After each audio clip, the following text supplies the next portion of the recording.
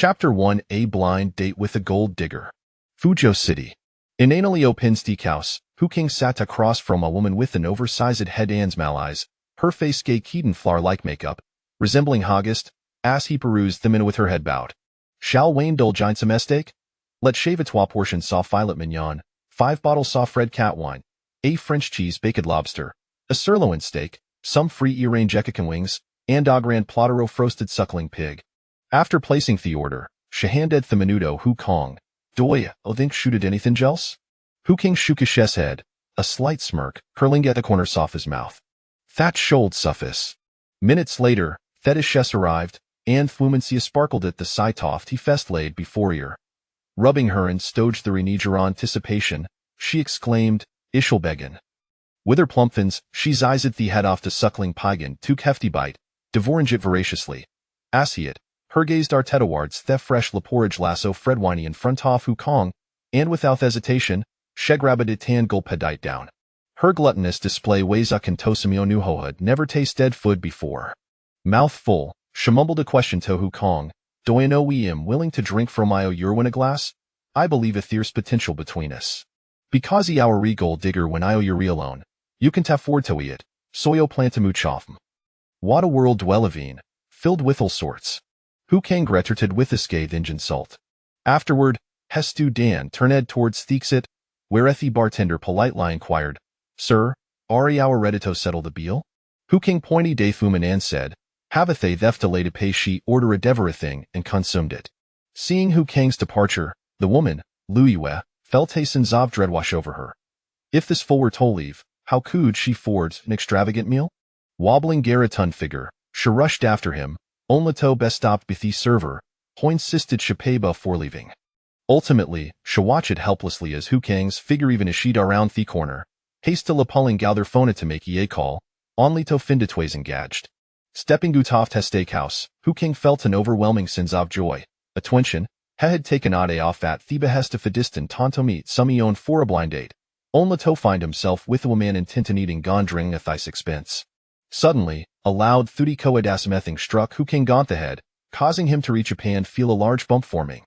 He looked to pat the residential building above and shout a heartfelt greeting to Thefnal reciting theer. After venting his frustration, he turned to sludge on the ground.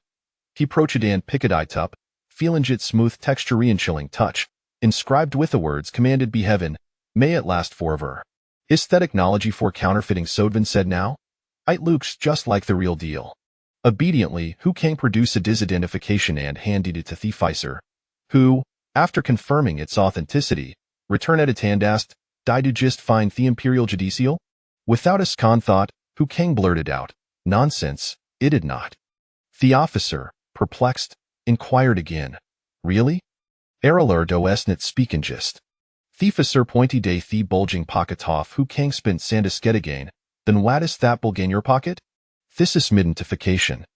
"Help, robbery." A woman's piercing scream for help echoed from across Hess Street, prompting Thificer to abandon King gone sprint towards Thin Ofterbury, where a thief clutched a bag and fled. King stood forsen, staring at the blue light display before him. After a brief mental shock, his pupils dilate muttered to himself, "What hell, is this real?" "Ding, congratulations, host. You have acquired the Imperial Judicial, activating the post-apocalyptic shelter system. Identity binding successful. A new player gift package has been awarded. Will the only key to pin it?" "Yes," King thoughtfully made his voice. "Ding, command received. Congratulations, you have acquired the futuristic AI, Ida, Alavellan zombie energy core worth 15,000, and a Starfire shelter. Ding, Thedris 4th Starfire shelter has been successful. A Portia sedan manifested. Signal jamming has been activated. Ding, the futuristic AI domain from Ice Noenleen. The program has been initiated, and downer shift has been confirmed. Owner King has been bound. The zombie energy core has been placed in your backpack." The screen before him flickered with notifications, leaving King Gainas stat top bewilderment. Meanwhile, in a patch of overgrown wasteland in southern Fujo City, a white mist began to envelop the evening sky. Within the mist, the ground trembled violently as a massive structure remerged from earth, seamless merging with its surroundings as if it always existed there. World's network spas for 0.001 second sas the futuristic AI. It transformed into stream of data, sweeping gay crossal networks. Countless vast data server shitten within the mountains, firewalls, mobile phones, computers, vehicle displays, and satellites were re-breached and infiltrated. An ultramodern artificial intelligence quiet lie into the digital realm, monitoring and controlling global network permissions. Hu Kang's fin flickered with garbled text, forming a digital face. Greetings, ultramodern AI Ada Greetsia. My master. Ding, an unknown meteor will collide with Earth in 30 days. Please prepare to set a line of the shelter in advance. Oh no, the apocalypse Shaponis do is that me an illo semi-job that pays $3,500 a month? What delightful news this, Hu Kang thought. Unabledo suppressical. Ida, please look at the shelter and activate navigation for the Bestroyut. Hu Kang instructed his phone. Certainly, master. The shelter is located at Yongzhou district, Alitath 15 La Busto Pine, the southern city, and Dao will arrive at the planet where after a 5 emi new twalk. Navigation is no activated. Hu Kang grabbed a shared bicycle from Therodside and, after Halfaride, arrived at this destination. In Thesa Tyson Turgard Nov Test southern district, tall buildings saw various designs intermingled with exquisite office and residential structures, with diverse ninja establishments, small supermarkets, and cafes lining the ground floor, while a hyperfloor shoused offices and residences. In the distance, Amish shrouded here awaiting development. Hu Kang stepped in Totham stand approached the shelter trance, where he was met by an impasing perimeter wall made of fan and known black material, standing 10 meters high and 6 meters wide. Above a thule were numerous gun ports and aircraft positions, with watchtowers constructed to vary 5 meters or so. The upper section of the wall was surrounded by electric fencing, with the lower part stained with dark red blood and punctuated by depressions, bearing witness to the once-harrowing battle as the Thad transpired, steeped in the atmosphere of Fatamelong past. Ida, please provide information about the shelter, Hu Kang commanded as entered, surveying the vast expanse of the structure. The Starfire shelter encompasses an area of 125 acres, featuring 16 5-story residential buildings surrounding it. To the left lies a 4 fish pond suitable for cultivating various freshwater fish, while at the ground floor of residential buildings shows as production lines for aircraft and armored vehicle modifications, thought he's have a fallen into disrepair. Other functional production lines await our exploration, master. A the main structure reefed Starfire shelter, covering 5 acres and deck tending downwards 40 stories, each 6 meters high, constructed from futuristic alloy, easily capable of withstanding known nuclear attacks, magnitude at well v earthquakes, typhoons, and other natural dis. Additionally, beneath the main building, at a depth of 50 meters, are 4 supersized storage rooms, covering 320,000 square meters with a volume of 560,000 cubic meters, comprising 15 levels saw various resource storage facilities, alongside a went to leave agricultural planting gone breeding area. Listening to Ada's descriptions, Hu Kang was overwhelmed by astonishment. Haku Dharmamants resided within this shelter? Only for sides, there were a large gate test leading to a parallel levator ponenturing, which would automatically activate upon sensing weight, connecting to the main shelter. Chapter 2 The Resilient Ultramodern Shelter. Stepping onto the parallel elevator, Hu Kang felt the mechanical sounds to fit Slonderman to operation as it began to ascend, transporting him to the shelter trots. With a thunderous rumble, the door swung open, illuminating the interior with cascading lights. As a virtual figure appeared on adjacent screen. Ding. Identity confirmed. Supreme Commander of Starfire Shelter, Hu Kang. Welcome, my master. Would you like Ada to provide an introduction to the shelter? Yes. Before him lay arm with corridors and floors constructed from high-strength carbon steel, astonishing lie resilient against seismic and explosive forces. Thespis was bright, exuding gases of futuristic technology, with a rectangular ceiling made of bulletproof glass, and cameras installed in a corner for comprehensive surveillance. Various service aerobots were stationed on the ground floor, catering to Amal Tichadov needs. In the center of the shelter ways a rectangular triumph they text in dead to the depths below, divided into twassels, featuring jade elevators, totaling 16. Upon entering, Hu Kang Hadel subservidaring of transport elevators constructed around the shelter's parameter. The Starfire shelter currently has most of its functionality estimated, operating going low energy consumption, and urgently requires energy cores for repairs. Presently, only a few division production lines are functional. The first Fluorus design a TED for various administrative offices, with a large conference room specifically for the masterses. The second and third floors are dedicated to the hospital and inpatient departments. Equipped with various large medical devices, manufactured image to varying degrees, the precision instruments are inoperable, with 3,000 inpatient beds and a professional pharmacy that is currently empty.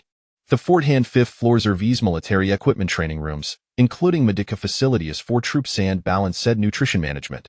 The sixth to ninth floors reserved for munition, artillery, and various military supplies, with current Jatsero. The 10th to 30th floors are residential areas, with various soft dormitories totaling 800 rooms, each with a height of 3.2 meters and equipped with beds, accommodating 3 to 5 individual spare room. Featuring a built-in compact central garden, basis exercise equipment, and currently adorned with lush greenery and trees, the facility boasts a control climate control system, a bar, KTV, barbecue restaurant, educational buildings for schools, a small amusement park, and various entertainment amenities such as future factories, among others. The 41st floor house a amusement park, entirely planted with diverse trees, rockeries, and lakes, meticulously simulating the serenity and fragrancy of nature. A large KT valos for an inhibited revelry, and dietitian of various species of bird aquatic life, with the notability of snakes. As a chuo continues to provide updates, Hukang has gained rudimentary understanding of the sanctuary.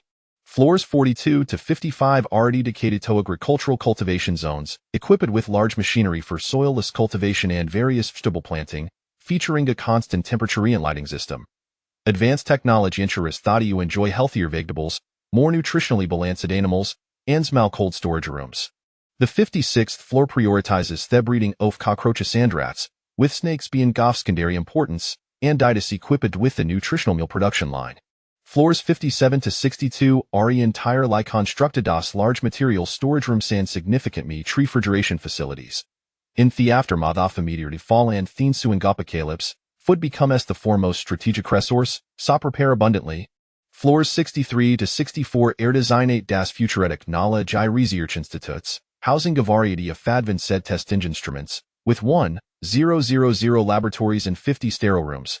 Currently, the damager of various instruments stands at 71. Floors 65 to 66 serve the residences for classes senior personnel of Spark Sanctuary and their families, featuring an environment with flowing rivers and lush greenery, a complimentary cafeteria, and a more luxurious living atmosphere. Thest and Linaresidence are constructed entirely from $9.99 pure gold, with utensils provided, all meticulously maintained and undamaged. How absurd! Yet, the speaker, lacking in education, couldn't express disbelief of the concept of fat woes, story building entirely crafted from pure gold. Upon hearing these introduction, Hukang felt a surge of frustration as the strula ethereal move fluent. It is simply ostentatious. How many would pledge to your unwavering loyalty should they become aware of these?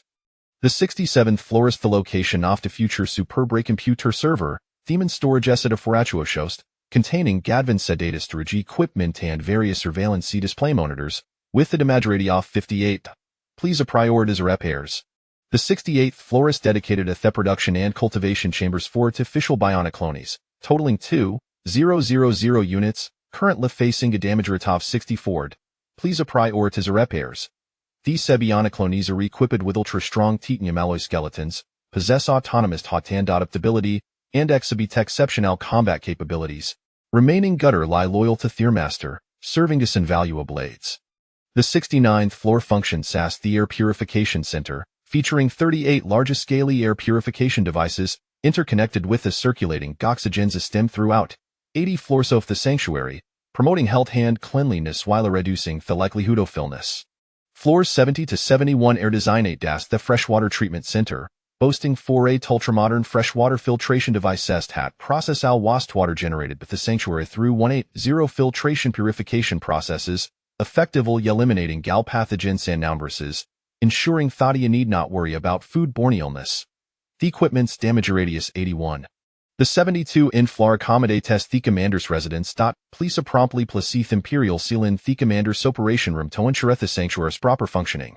This area is a kissable vadi decate elevator, featuring an internal lakey and reverse system that simulates a natural star ski with adjustable light and gas per preference. Designed with pavilions, bridges, and flowing water, The space allows you to connect with nature in a time. With diamond brick flooring and structure ted from exgasai twidajad, offering an unparalleled sense of luxury, style de Nargaland imposing manner. Floors 73 to 74 house a controllable nuclear power generation center, featuring 10 large nuclear power generator units and 10 large nuclear processing and decomposition units, currently a Thatamager of 52. Please prioritize repairs. Floors 75 to 76 serve storage rooms for various raw materials sand production lines, equipped to produce a variety of essential goods, currently facing a damager of 43. Floors 77 to 78 are large educational buildings, each capable of accommodating 2,000 students, dedicated to educating and paving the way for the future. Floors 79 to 80 function as a waste management center, equipped with large machinery for sorting, crushing, and recycling, effectively preventing waste. As a chuo chestless provide information, it flowed like yitter rontoff knowledge, distilled into succinct and comprehensible statements. The screen displayed an area of ultra-high-definition data analysis images, leaving Hu Kang feeling dazed and overwhelmed. Fortunately, with Thatchuo's assistance Saint introduction, otherwise, it would take at least 20 days for me to figure a thisu talon. Hu Kang muttered quietly. Hu Kang took the elevator to 72 in floor, locating a central workstation with a gap effect suited for the imperial seal. Upon placing, Aflashoff greenlightened, and the seal vanished without a trace. As a chuo conclude the sanctuary's overview, Hu Kang did general understand in summary, various equipment within the sanctuary was more or less damaged and required resources for repairs. Given the current situation, have found himself utterly impoverished, lacking manpower, funds, and resources, which posed a significant challenge. Hu Kang grubbed his 48 in frustration and commanded, Achuo, please compile a detailed priority repair list for the sanctuary to enhance its combat capability and ensure sufficient self-defense. Second priority is to repair the bionic clone cultivation chamber to produce clones, equipped with combat, manufacturing, maintenance, planting, and medical skills, thereby strengthening the sanctuary's armed forces, enabling them to better assist when restoring various sectors. Third, repair Theorem's factory production line to expedite the manufacturing of military weapons, military vehicles, tanks, and city defense artillery, swiftly enhancing the sanctuary's armed forces to secure self-defense capability in the apocalypse.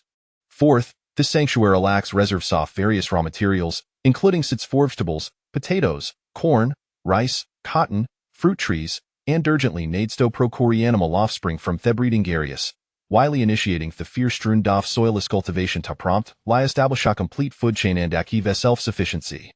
Fifth, please see expedite the procurement of supply a stove-file storage room soft, he sanctuary and recruit individuals with various skills to enter the sanctuary, promoting mutual development to aether the apocalypse scene preserveth the flame of humanity. Achuos weefly enumerateth the suggestions, leaving Hu Kang dazzled these proposals derived from the optimal analyst soft he sanctuary's current condition and were excellent. System, how do I repair the super break computer server and the bionic clone cultivation chamber? Hu Kang call a DuPont the system to inquire. Ding, Woldio Lakita consume 500 tier 1 zombie energy core restore pair the super break computer server. Woldio Lakita consume 1,000 zombie energy core restore pair the bionic clone cultivation chamber. Upon seeing the system prompt, Hu Kang did another cite teta click agree. Ding, congratulations on successfully consuming 500 energy core store pair the super break computer. Congratulations successfully consuming 1,000 energy core store pair the bionic clone cultivation chamber. Chapter 3. The procurement plan for billions of resources. Hu Kang took the elevator to the 68th floor, home to the bionic clone cultivation chamber. The screen displayed that 30 energy cores were required to manufacture a single bionic clone, and with 13,500 energy cores remaining in his backpack, he could produce 450 clones. He then commanded Ader, utilize all energy cores to cultivate 300 combat-skilled clones, 50 manufacturing clones responsible for munitions production, 50 agricultural clones to engage in soilless cultivation of various crops, and 50 administrative clones for management tasks. Understood, Master. The cultivation chamber has commenced operations, with an estimated completion time of 24 hours. It was destined that he would shine in this era. As he awaited the 24 hours, the bionic clones would be manufactured and equipped with weaponry, and with the strong defenses of the shelter, this would become the safest place. However, it was a pity that even after exhausting his savings, he only had a little over 30,000 yuan, far from sufficient to procure resources. Rubbing his temples, Hukong frowned, feeling overwhelmed. Knowing that the apocalypse was approaching, he regretted not taking the opportunity to stockpile enough resources during the final month with all the storage in the shelter. In today's society, wealth opens doors, while poverty renders one powerless. Everyone harbors dreams of adventure, traversing the beautiful landscapes of the homeland. Yet, reality dictates that without money, even basic sustenance becomes a challenge. Life hangs by a thread, compelling one to toil relentlessly, and even resorting to online loans or robbery would merely be a futile endeavor. Hearing Hukong's concerns, Ader interjected, "Master, please do not fret about the financial situation. Ader has infiltrated the global network. Firewalls are but mere illusions to me. Ader can transfer 1 yuan from numerous accounts across the world's banks, and after several divisions and transfers, the funds can be consolidated into one account for resource procurement, leaving no trace for anyone to uncover." Is such a maneuver even possible? Enlightened by this revelation, Hukong's eyes sparkled. Ader was indeed an advanced artificial intelligence, currently unrivaled in the digital realm. With so many forgotten accounts containing unclaimed funds, and others with negligible amounts, who would notice if their money vanished into his account? With only 30 days until the apocalypse, cash would be worthless. Possessing ample resources was the true path to survival. Ader, initiate the transfer to my account and devise a procurement plan. Contact suppliers of various raw materials both domestically and internationally, and purchase food, meat, seeds, cotton, oil, natural gas, and all other survival necessities at any price. The more, the better. If funds run low, execute another transfer. I aim to fill the shelter's storage with survival resources within 30 days, and the first floor garden of over 1,000 acres must also be stocked with various production materials. The only requirement is that all high-priced procured materials must be delivered to the shelter within 25 days. If this cannot be guaranteed, we will seek another supplier. After 5 rounds of operations, Hukong received thousands of notifications on his phone, with a total amount reaching 68 billion. He had never imagined that earning money could be so effortless. Countless small screens flickered with data as the procurement plan was swiftly finalized. And hundreds of accounts were established, each placing orders with various raw material suppliers. INA cotton plantation base in the Xinjiang region. At 9 o'clock in the evening, the sun still shone brightly. A farmer, gazing despondently at the cotton strewn across the ground, lamented the oversupply that rendered this year's abundant harvest unsellable. Suddenly, a woman rushed over, Abujerhemen, exclaiming that someone online had ordered all their cotton, demanding delivery within 10 days. After confirming the order on her phone, Abujerhemen felt her spirits lift and immediately organized a team to work day and night to harvest the cotton, ensuring timely delivery to the buyer. In no time, many people arrived to assist with the cotton picking. Noticing some lagging in speed, one approached and encouraged, "Friend, you must pick faster. I'll give you a raise if you do," with anticipation building. Each second spent waiting for the bionic clones to be completed felt like an eternity. With nothing else to do, Hukong explored every inch of the shelter's 80th floor. Every detectable area was equipped with cameras, and each level boasted numerous electronic screens monitored by Ader around the clock. Typically dark, the screens would illuminate automatically upon detecting movement. Ader, order takeout from the best beef hot pot restaurant in this area. "I'm starving," Hukong commanded. He stepped outside to open the shelter's main door, directing the driver to unload the supplies temporarily outside, to be moved into storage once the bionic clones were completed. "This work has been in progress for some time. Perhaps you were preoccupied before," Hukong casually offered as an excuse, dismissing the matter. Shortly after, as the supplies were unloaded, Hukong gazed at the mountain of various living necessities piling up within the shelter, feeling a slight headache. This was merely the tip of the iceberg for the supplies procured, yet already it seemed overwhelming. He could hardly fathom the sight of the shelter's storage brimming with survival resources in the days to come. For now, he would leave them here until the bionic clones were ready, and then have them move to the elevator to assist Ader in transferring everything into storage. At that point, all that would be required was for labels to be affixed, and Ader would categorize and store the items on the appropriate floors. Whenever resources were needed, Ader would promptly retrieve them for use. Regrettably, the ammunition production line in the munitions factory was currently inactive. Weapons and vehicles could not be produced until raw materials were smuggled in from abroad in a few days. Having addressed the supply issues, the takeout arrived. Hukong took it and stepped onto the moving elevator, heading to the first floor of the shelter to indulge in a hearty feast. The spicy hot pot beef was delightful, filling his mouth with an explosion of flavors. Chapter 4.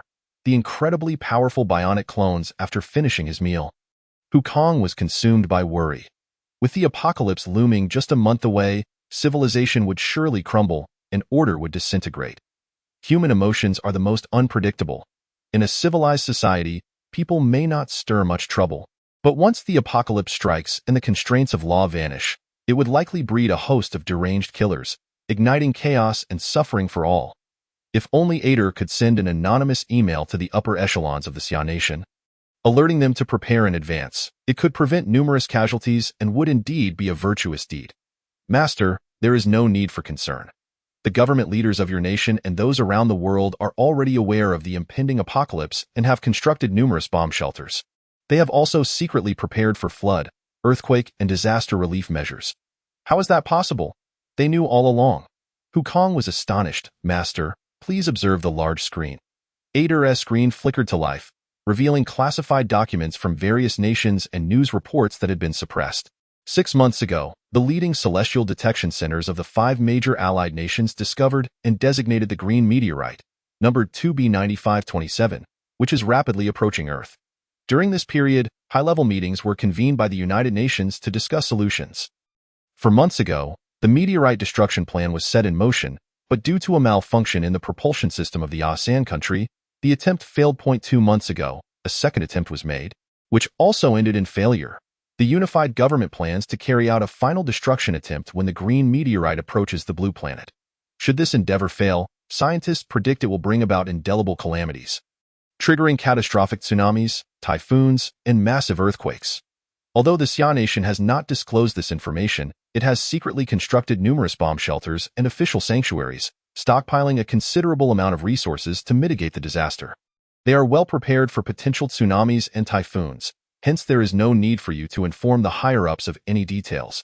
Now it makes sense, Wukong mused, relieved. Such a colossal meteorite approaching, any celestial detection center worth its salt would certainly notice. It is unfortunate that ordinary people remain oblivious to this, and not everyone can access the bomb shelters and official sanctuaries. When in dire straits, one tends to focus on personal survival. When prosperous, one can extend a helping hand to others. This is not something I need to be concerned about at the moment. As he prepared for bed, Wukong ascended to the 72nd floor, standing in the parallel elevator, which reached his room in 3 minutes.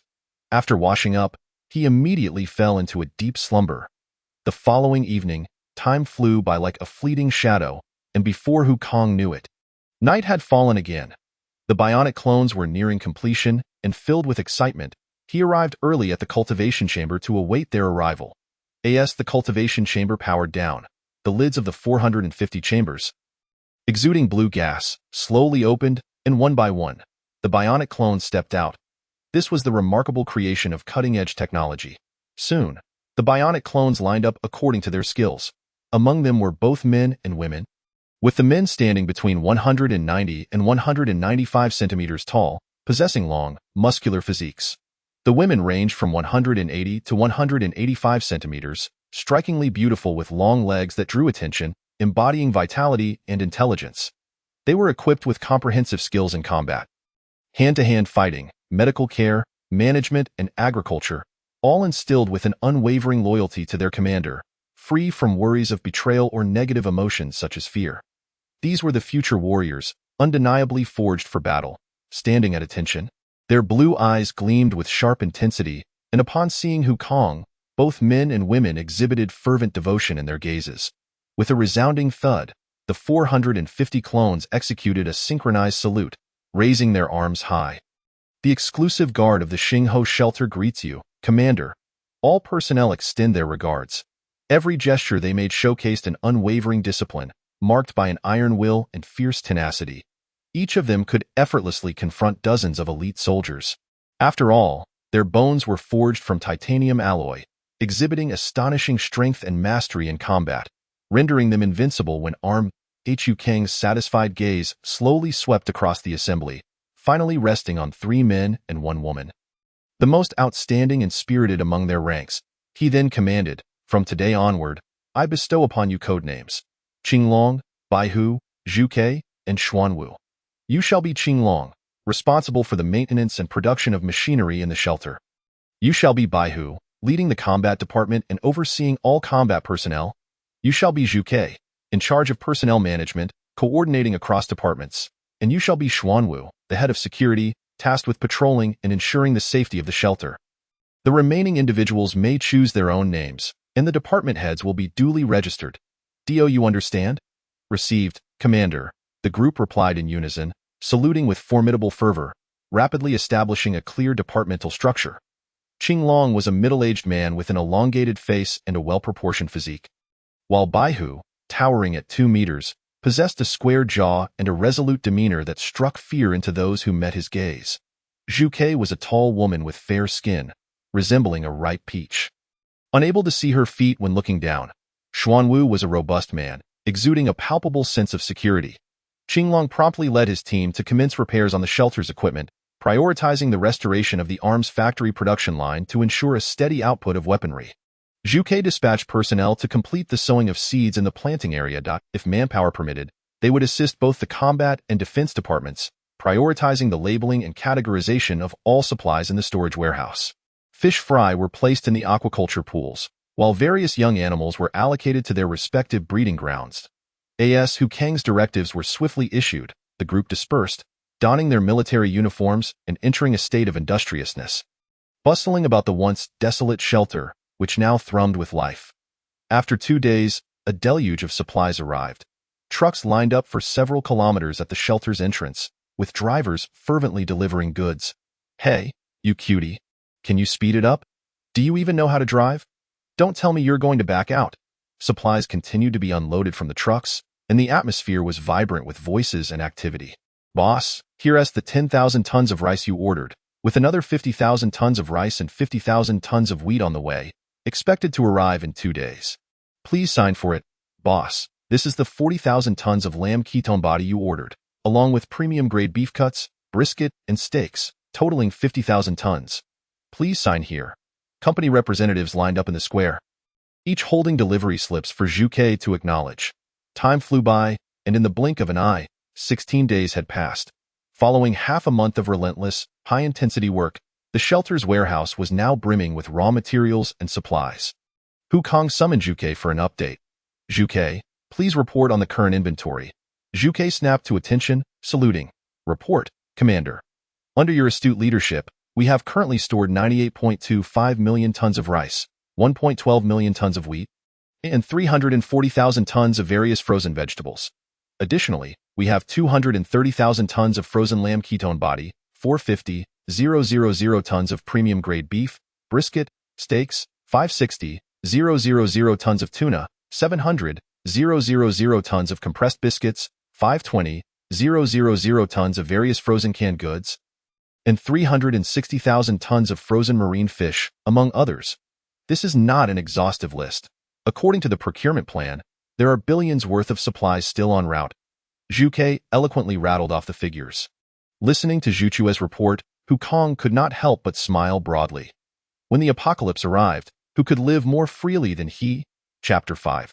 The cultivated planting and breeding areas. Moreover, A2A had erased all orders for supplies. Apart from the cellars and the shelter, no information regarding the orders could be found online unless one had witnessed the supply deliveries firsthand. Well done, Hu Kang praised, unable to contain his admiration. By the way, what is the progress on the soilless cultivation? Let us go take a look, he replied. The matter of cultivating fruits and vegetables without soil was paramount for survival in the post-apocalyptic world. Leaving no room for error. 5 minutes later, accompanied by Zhuke, Hu Kang took the shelter's elevator to the planting area. The vegetable cultivation zone was meticulously divided into 2 layers, with rows of white planting sheds arranged harmoniously, each designed for different types of plants. The temperature, humidity, and artificial lighting within these sheds varied to meet the specific needs of the vegetables being grown. The nutrient solution circulation system was scientifically configured by A2A to ensure the necessary nourishment for the plants. As they walked, Zhuke reported, I apologize, Commander, but after excluding the essential personnel for storage and maintenance, our planting team is currently short-staffed. We have successfully resumed cultivation in the shelter's planting areas from the 42nd to the 51st floors. In a few days, once the supplies are fully stocked, we will deploy more personnel to expedite the planting. Within 10 days, the 20th floor of the auxiliary planting area will be completely cultivated. We have gathered over 500 varieties of seeds, and those that are not in stock are currently en route. I am confident that we will achieve freedom in fruit and vegetable production soon. Zhu Ke pointed to the 10-centimeter tall potato sprouts, saying, "Commander, please observe. These potatoes were planted 7 days ago, and we have created an optimal environment for their growth through scientific management. What typically takes 60 to 100 days for potatoes to mature has now been reduced to about 55 days. While the growth cycle for bok choy has been shortened to 12 days, and bean sprouts can be harvested in just 24 hours. Zhu Ke continued to elaborate enthusiastically. The more Hu Kong listened, the brighter his eyes shone. The technology of soilless cultivation was indeed remarkable. Cultivating vegetables in a single acre of black soil not only limited the variety of crops, but also prolonged the growth cycle, often leading to total crop failures due to natural disasters such as hailstorms or typhoons. In contrast, soilless cultivation utilized fixed trays arranged in rows, combined with a nutrient solution circulation system and optimal lighting. As long as seeds were sown, a harvest would follow, with productivity increased tenfold compared to traditional methods, making self-sufficiency within reach. After inspecting the planting area, Hu Kong proceeded to the fruit tree section. Thanks to Atua's orders for saplings, rows of grafted fruit trees had been planted, standing upright like soldiers, their lush green leaves flourishing. Through the tireless efforts of the management team, they had already planted 2,000 peach saplings, 2,000 plum saplings, 2,000 chestnut saplings, and 2,000 pear saplings, along with jackfruit, durian, cherries, and more. You all have worked hard lately. Zhu Ke, please arrange for a feast for everyone tonight. Fulfill any requests for food they may have. Listening to Zhu Ke's updates, Hu Kong beamed with joy, his face glowing like a ripe tomato.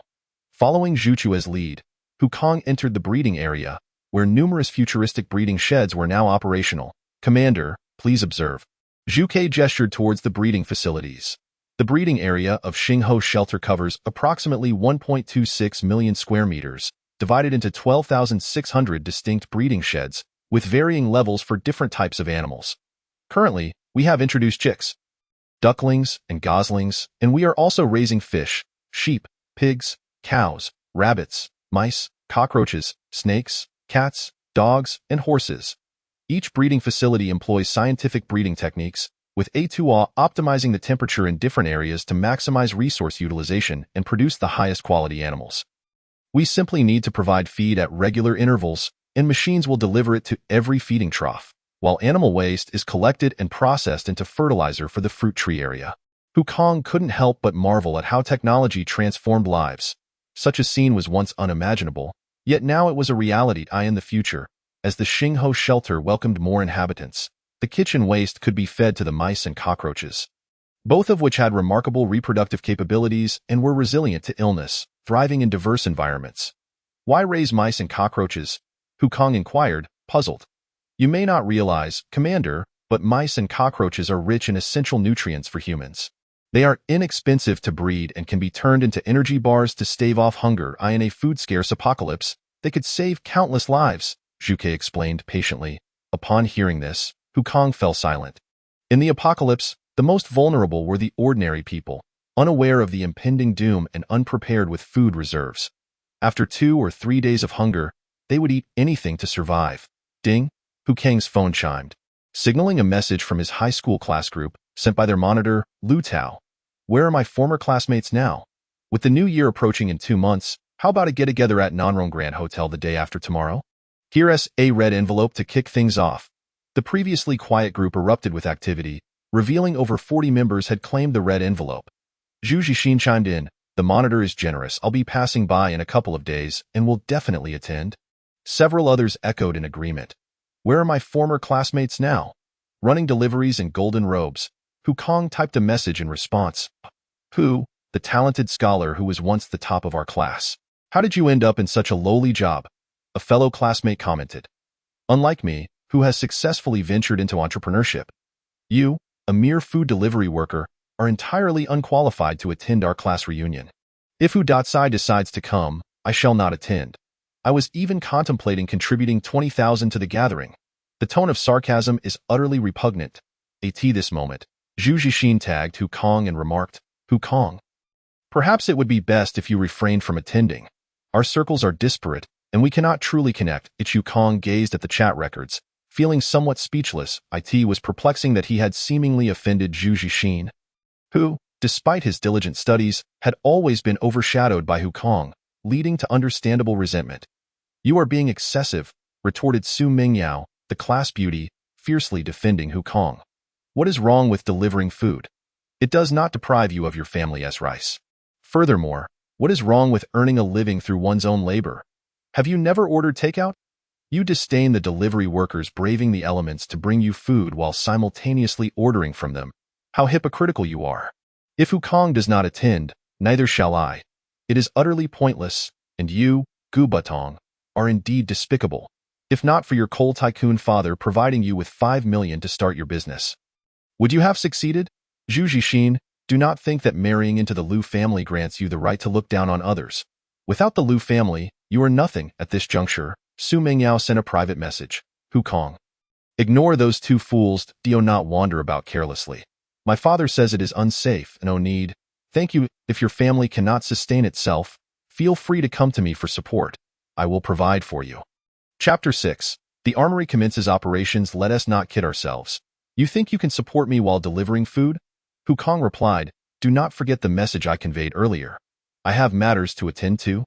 So goodbye. If one day, Su Mingyao truly sought refuge with him, he would not mind supporting her, provided she contributed through work.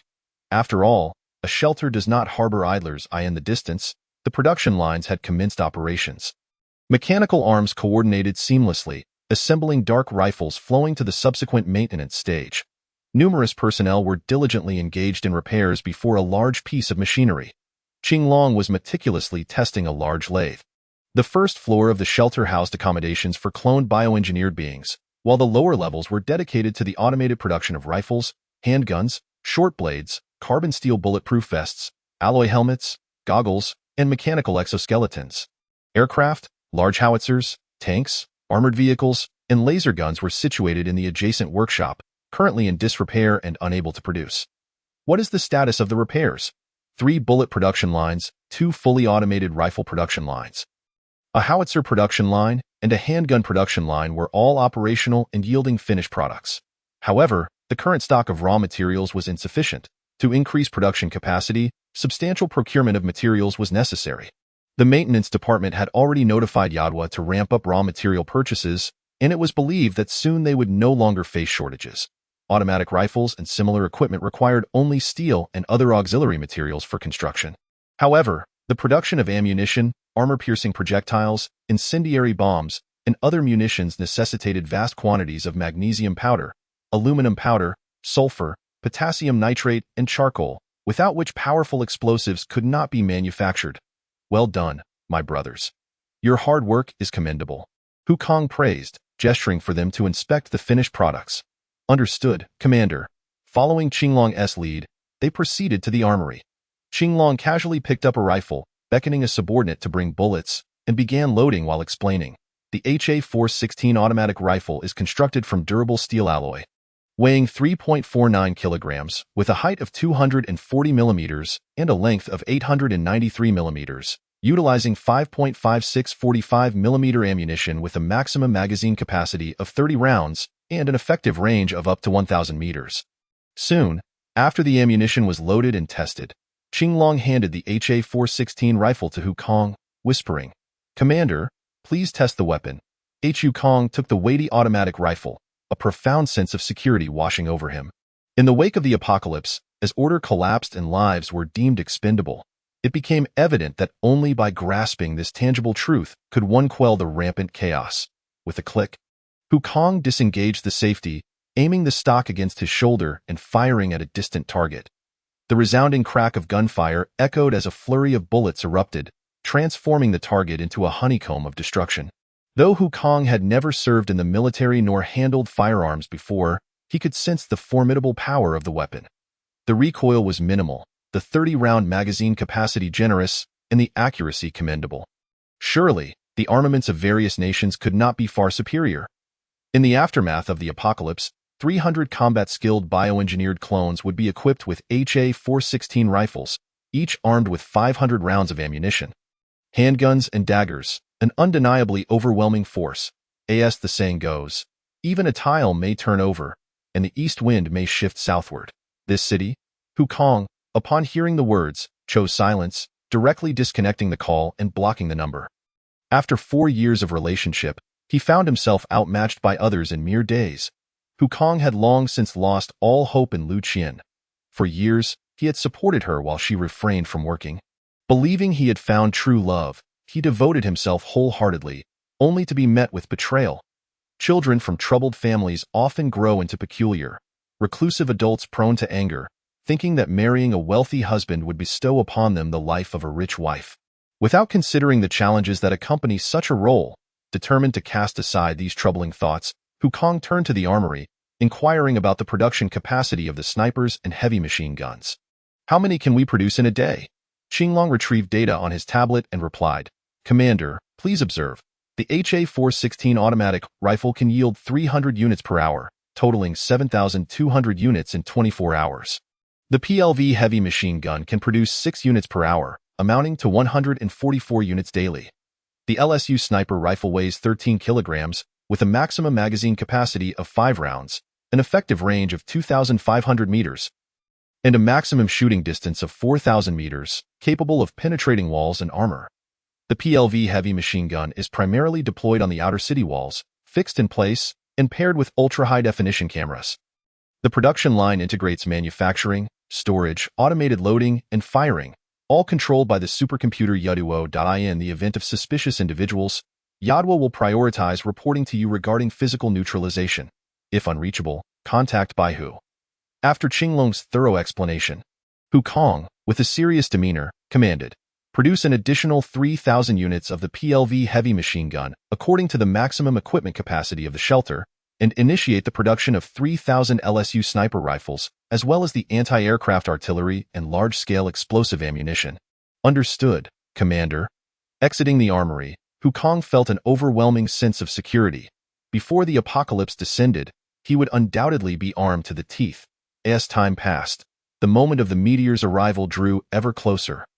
The procurement plan of Yadwa was executed flawlessly, and the delivery of materials had concluded. The agricultural zones had been fully planted with various crops. Within the Starfire Shelter's garden stood a total of 300 armored vehicles. In Hukang's various warehouses, vast quantities of raw materials were neatly stacked, finally providing the capital necessary for survival in the apocalypse, with all manner of firearms and ammunition now stored and ready for deployment.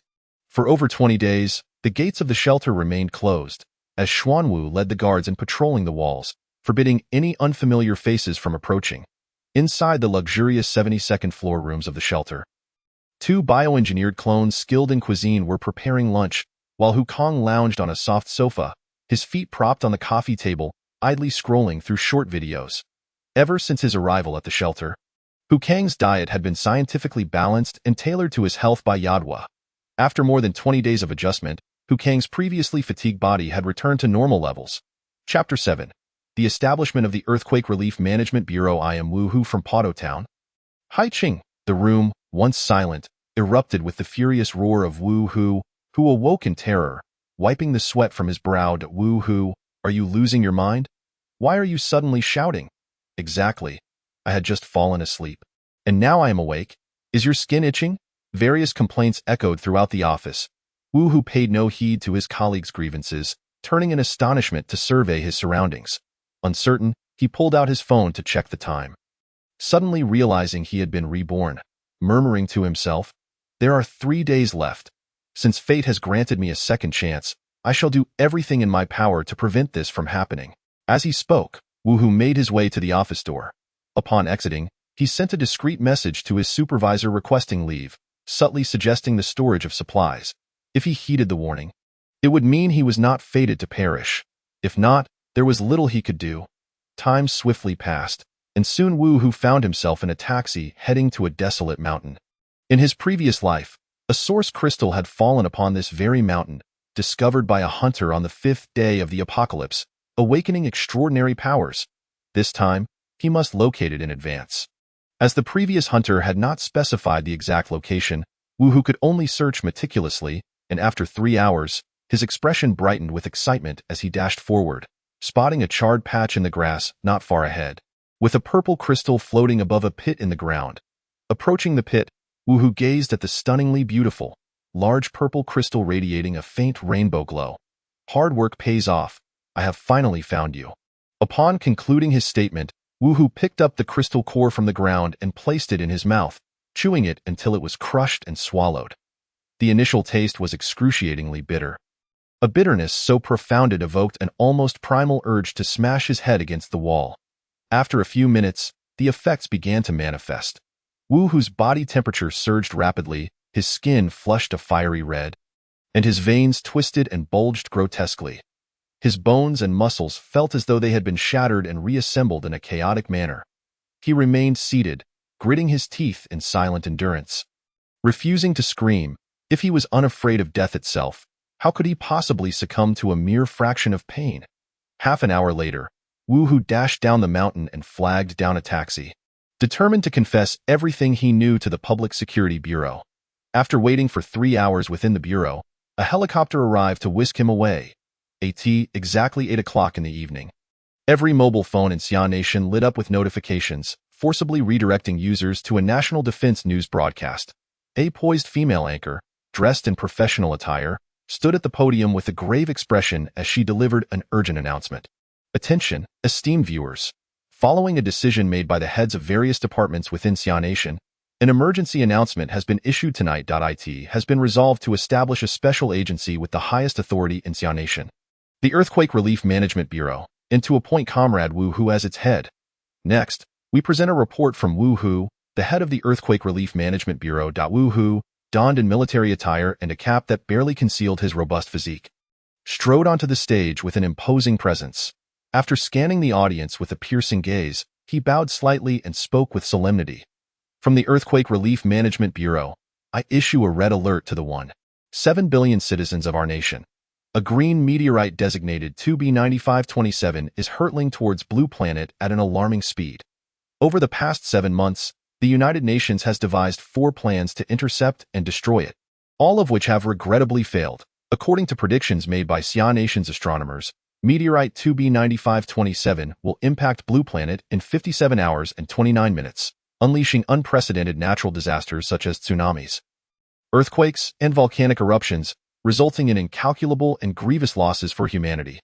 The Earthquake Relief Management Bureau urges the citizens of Xia Nation to stockpile essential resources such as water and food, and to prepare for prolonged isolation and survival. Furthermore, all work and classes nationwide are to cease immediately. Schools and companies must halt all collective activities. All vehicles on the roads will be given leave, and provincial highways must be cleared. Lastly, citizens must remember that the military of Xia Nation will spare no effort to protect your safety and property from harm. At all times, the laws of our nation possess an inviolable sanctity. Any violations of laws and regulations that endanger the safety of others will be met with severe punishment from law enforcement, with no leniency granted. What reactions arose across the nation?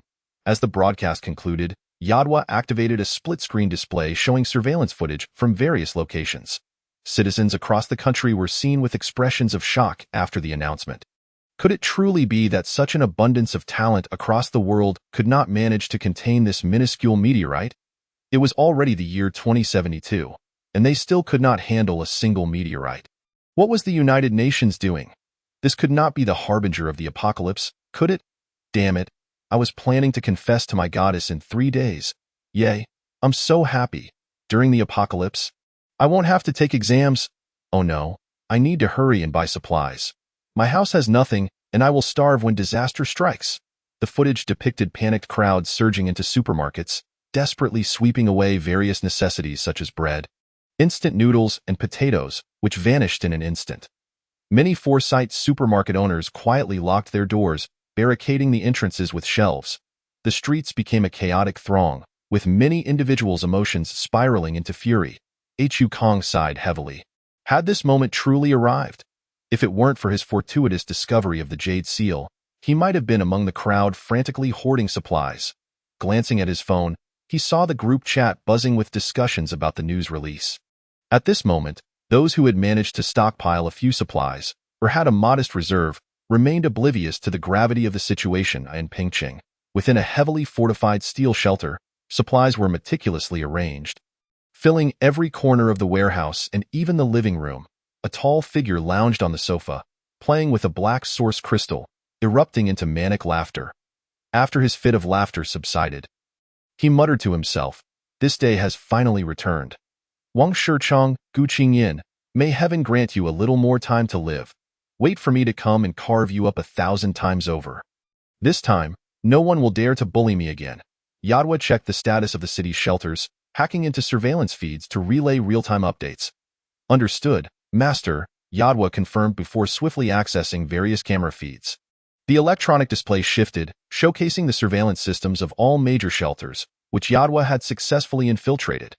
The current conditions of each shelter were displayed before Hu Kang's eyes. "Master, please review the data. The city has a total of 12 official shelters, 1 large shelter at the city government and 4 converted air raid shelters. The remaining 7 shelters are temporary tents erected in various parks, with a total capacity of approximately 4.28 million people. Based on on-site intelligence, the government and air raid shelters are well equipped to withstand this crisis. However, the park shelters, with their open landscapes, will struggle to provide survival for those inside when the tsunami arrives." Chapter 8. The meteorite's descent and the cataclysmic tsunami. It is utterly absurd that, knowing an unprecedented disaster is imminent, only park-style shelters have been constructed. After the apocalypse, how many of the 2 million inhabitants of Haicheng will survive? Ding dong. Hu Kong took out his phone and noticed a notification in the high school class group chat. The group had erupted in chatter. They were discussing the intensity of the earthquake and tsunami, response strategies, and the importance of stockpiling essential supplies. "Damn it, dog emoji. I fell asleep during the news broadcast and just went to the supermarkets to stock up. Either the doors were closed or everything was sold out. I only managed to buy 10 kilograms of chili peppers, brothers. I think I'm done for in this apocalypse. Save my life." At that moment, Go Batong posted a selfie in the group chat, surrounded by a mountain of supplies, captioning it, "Fortunately, I know a few big wholesalers. I've managed to stockpile some supplies. If anyone is struggling to survive, feel free to come and find me." He added, "If you didn't manage to scrounge up any supplies, remember to come and bow to me and apologize. If I'm in a good mood, I might just reward you with a few packs of instant noodles." His brazen tone was a clear jab at someone. Zhu Jixin chimed in, "Go Gu. With the tsunami approaching, instant noodles are a precious commodity. Bowing and apologizing to Hu Kong is too cheap. At least kneel for a few hours before he'll give you anything. Unlike me, who has already secured 2 truckloads of supplies from the supermarket. Let me tell you, life is pretty good right now." In the East Market, in a meticulously decorated pink room, Su Mingyao angrily messaged the two, "We are all high school classmates. You two are going too far." She then tagged Hu Kong, "I've transformed my villa into a small shelter. If you don't mind, feel free to come stay with me. Other classmates are welcome too. We should help each other through this crisis." Su Mingyao was quite generous, and I would certainly take the chance to assist her. Zhu Jixin jumped in to comment, "Some people really do come from poor backgrounds and have a nasty temperament. They so self-righteous. Xu Banhua is kindly trying to save your life, and you act all high and mighty. Do you think others are begging you to come?" "Exactly. Seeking refuge with Su Mingyao, whose shelter has been renovated, is surely safer than staying in your shabby rented room." The group erupted in a cacophony of voices, all mocking Hu Kong. Their comments were infuriating. In the spark shelter, Hu Kong muttered to himself while posting, "I heard you both have quite a stockpile. When disaster strikes, hide it well. Don't let me find you, or I'll treat you both to some peanuts." Upon uttering this, his words detonated in the chat like a bomb dropped into still water, sending shockwaves through his high school classmates. "Hu Dad, I'm your adopted son Wang Gang. Can I come to rely on you?" Seeing the tides turning, others expressed their desire to seek refuge with him, but Hu Kong ignored the opportunists, responding only to Su Mingyao. Go Batong, upon seeing Hu Kang's picture and caption, was so frightened he cowered in his room. Trembling with fear, his expression more pitiable than tears, he couldn't fathom how Hu Kong had acquired a gun. In his room, Go Batong slapped himself twice, berating, "What's wrong with me? Why do I always seek to show off superiority? Knowing Hu Kong has a gun, how could I dare to act brazenly? If I could get my hands on it, wouldn't I be unstoppable?" Meanwhile, Su Mingyao pouted in her room, stomping her foot in frustration. "That stubborn Hu Kong had rejected me multiple times. I wonder where he got that gun. As time ticked down to the meteorite's descent, merely 2 days remained until the fateful hour. Around 5:30 in the morning, the world braced itself for the impending calamity. At 5:34 a.m. Sia Nation time, an unparalleled meteorite pierced the atmosphere, igniting into a fireball as it collided with the air, descending into the depths of the Pacific Ocean, unleashing a cataclysmic tsunami that engulfed everything in its path. The earth trembled with a deafening roar as countless skyscrapers crumbled into the fissures below, only to be instantly buried under the immense force that followed, irrevocably altering the landscape. Countless individuals were silenced before they could utter a word, buried beneath the rubble. Many nations, having just endured the tsunami, were now besieged by earthquakes and volcanic eruptions, their generations of hard work obliterated in an instant. In an instant, nations across the globe plunged into a dire struggle for survival. Countless buildings were effortlessly obliterated in this catastrophe, as thousands upon thousands of coastal cities fell victim to the onslaught of a super tsunami. Claiming the lives of billions, those who perished are gone, while the fortunate survivors sit helplessly amidst the ruins, weeping in despair. Human life appears exceedingly fragile in the face of natural disasters. This day would later be referred to as the Great Cataclysm, marking the collapse of order and the dawn of a new era. Roads, communication towers, and electrical infrastructure lay in ruins, with widespread outages of water, power, and connectivity. Kong felt the tremors of aftershocks even within the confines of his room. Overwhelmed by the collective panic as people scrambled for self-rescue, he could only sigh, aware that in this apocalyptic age, only he knew that true refuge lay in invincibility, which allowed him to maintain his composure. The electronic display was divided into over 40 screens, each broadcasting surveillance footage from various locations where communication towers had remained intact. Yadwa, can you provide an update on the disaster situation? Kong commanded. The losses and casualties incurred by nations worldwide were incalculable. The epicenter of the tsunami's devastation lay near Chiba, where approximately 1,200 kilometers were entirely submerged beneath the sea. Aside from a few fortunate souls, the rest had been consigned to the depths of the ocean.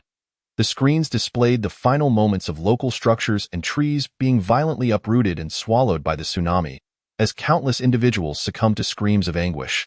The scene resembled a hellish inferno. What is the situation in Fuzhou? Kong continued his inquiries. The damage in Fuzhou was relatively minor, with only a few landslides and fissures in the ground, alongside some aging buildings suffering cracks and collapses. The authorities had promptly organized rescue operations across various locations. While Yadwa explained, she also brought up monitoring footage in the images.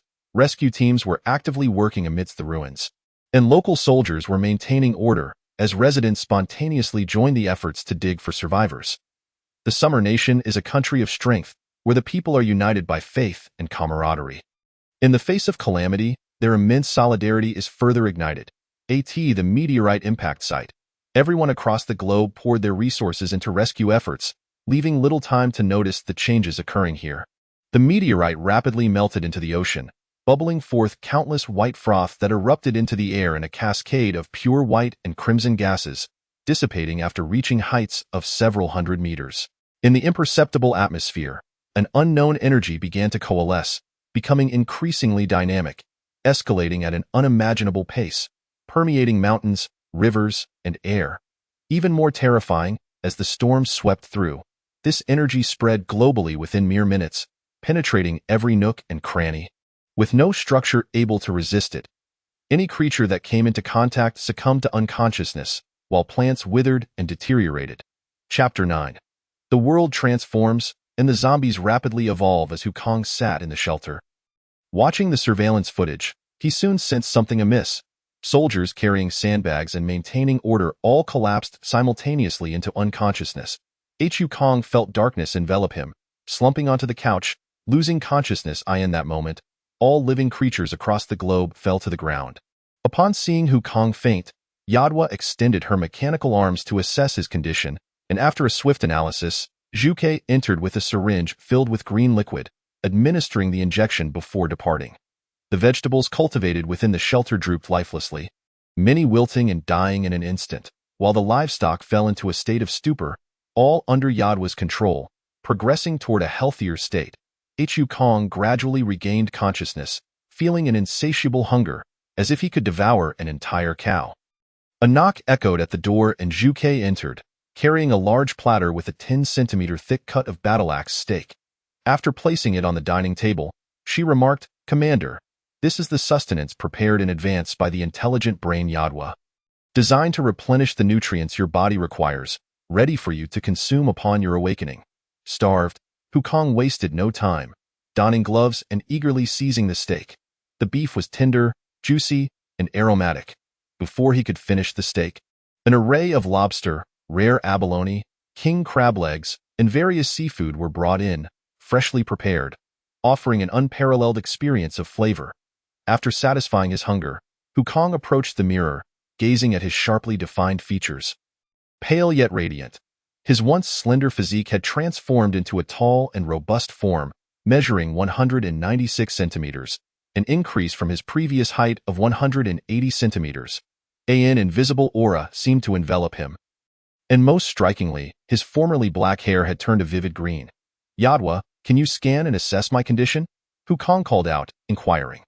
"All flora and fauna absorbing this gas have a chance of experiencing a life transition and evolution," she replied.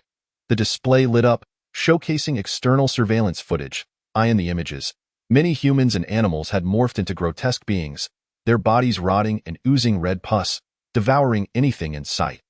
They were acutely sensitive to sound. Driven by an insatiable hunger for flesh and blood, devoid of rationality, biting indiscriminately, highly contagious, normal individuals bitten would transform into such monsters within 10 minutes. These beings might be the result of failed evolution or a choice toward an alternative evolutionary path. Currently, this situation accounted for approximately 48%. Among the 9 billion people globally, around 432 million had become such creatures, and this number was escalating at an alarming rate, with countless animals succumbing to the same fate. This scenario closely resembled the zombies depicted in novels.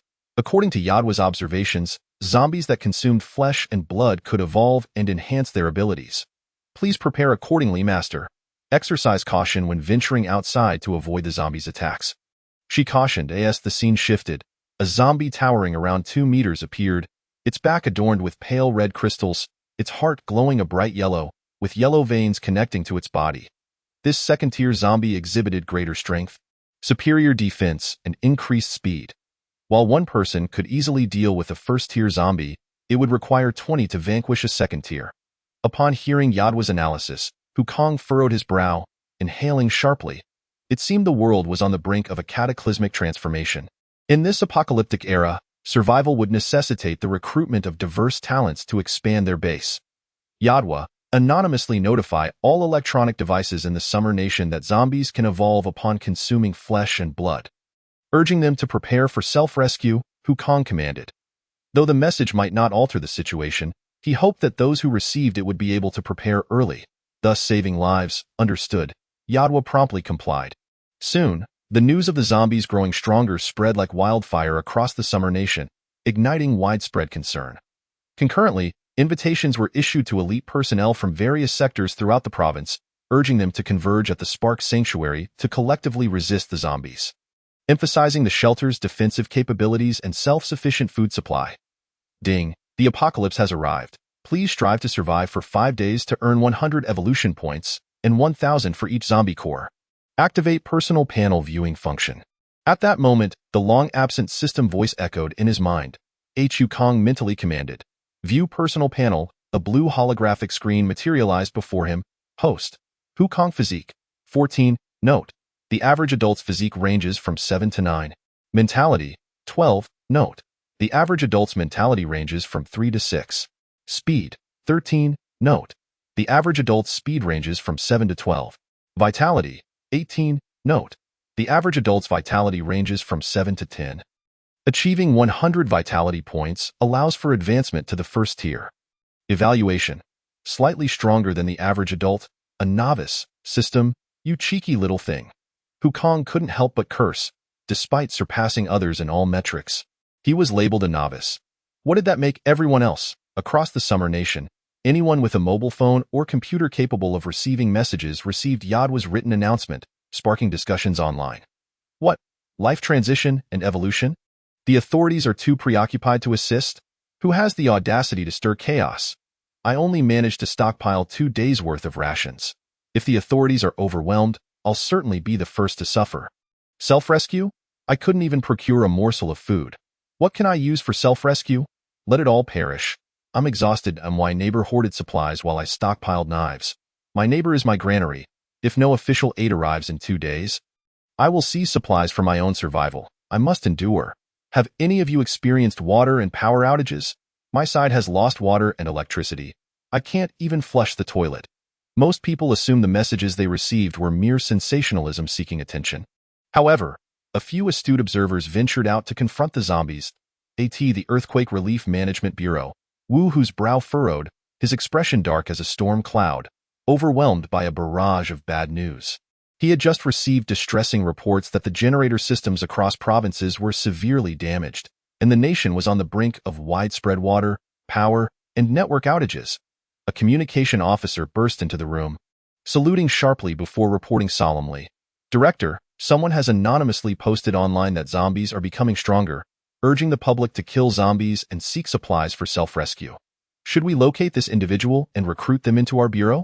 Wang Hu, cigarette dangling from his mouth, rapidly typed on the keyboard, saying, "Issue orders. The situation is unstable. Our primary task is to eliminate surrounding zombies and reclaim Kyoto. With the zombie core in Kyoto, we must prioritize cultivating an invincible deity, establishing a safe zone, and then radiate outwards to cleanse the rest of the nation of zombies, ultimately rebuilding the Summer Nation." Military forces began to clear the zombies, rescuing survivors and distributing supplies once the area was secured, while officially confirming the veracity of the news, urging the public to await rescue and refrain from criminal activities. Swiftly, news flowed in from official channels across various regions. Many who had not lost their internet connection received messages, prompting some brave souls to venture out in search of supplies, engaging in confrontations with zombies. Conversely, there were those paralyzed by fear, cowering in their homes, trembling. Meanwhile, in another part of Haicheng, the corridor of a residential building bore witness to Menghua, now a zombie, forcefully pushing aside the petite body that had been pinned beneath him. His bloodshot, hazy eyes caught a glimpse of another figure, clutching a bleeding abdomen and gasping for breath. Without uttering a word, Menghua leaned down and sank his teeth into the other's neck. The girl, her face a mask of shock and disbelief, slowly lowered her hands, her eyes tenderly gazing at the zombie before her. Quietly awaiting death, Menghua savored the taste of blood. Feeling his body strengthen with each gulp of flesh, he let out a satisfied growl. What did it matter if he had become a zombie? In a world devoid of justice, he was willing to transform into a monster to exact revenge upon his enemies, as long as he could avenge his deep-seated grievances and protect his sister. He no longer cared whether he was human or beast. Reluctantly, he turned away from that place. Within the Spark shelter, Hukong contacted Baihu through Yadwa, instructing the combat division of 300 personnel to assemble on the first floor immediately. Acknowledged, Commander, Baihu responded, swiftly activating his intercom to relay the assembly orders. Chapter 10. The commencement of the zombie extermination operation. Hukong subsequently sought out Zhu Ke, instructing him to dispatch 10 individuals from the management team to ascend the shelter's walls and temporarily oversee security duties. The sound of footsteps echoed within the shelter as a multitude of well-equipped bionic clones, resembling war machines, rapidly transitioned into combat readiness, converging on the first floor, clad in standard white military uniforms with the words Spark emblazoned on their backs.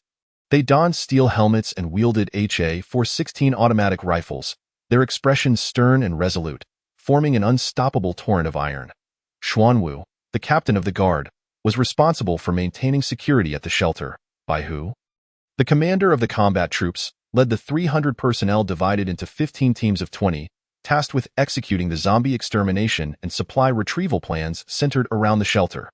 Those on the whitelist who declined were not to be coerced. Given the chaotic and tumultuous state of the outside world, engaging a horde of zombies without sufficient strength was inadvisable. Seeking support was paramount.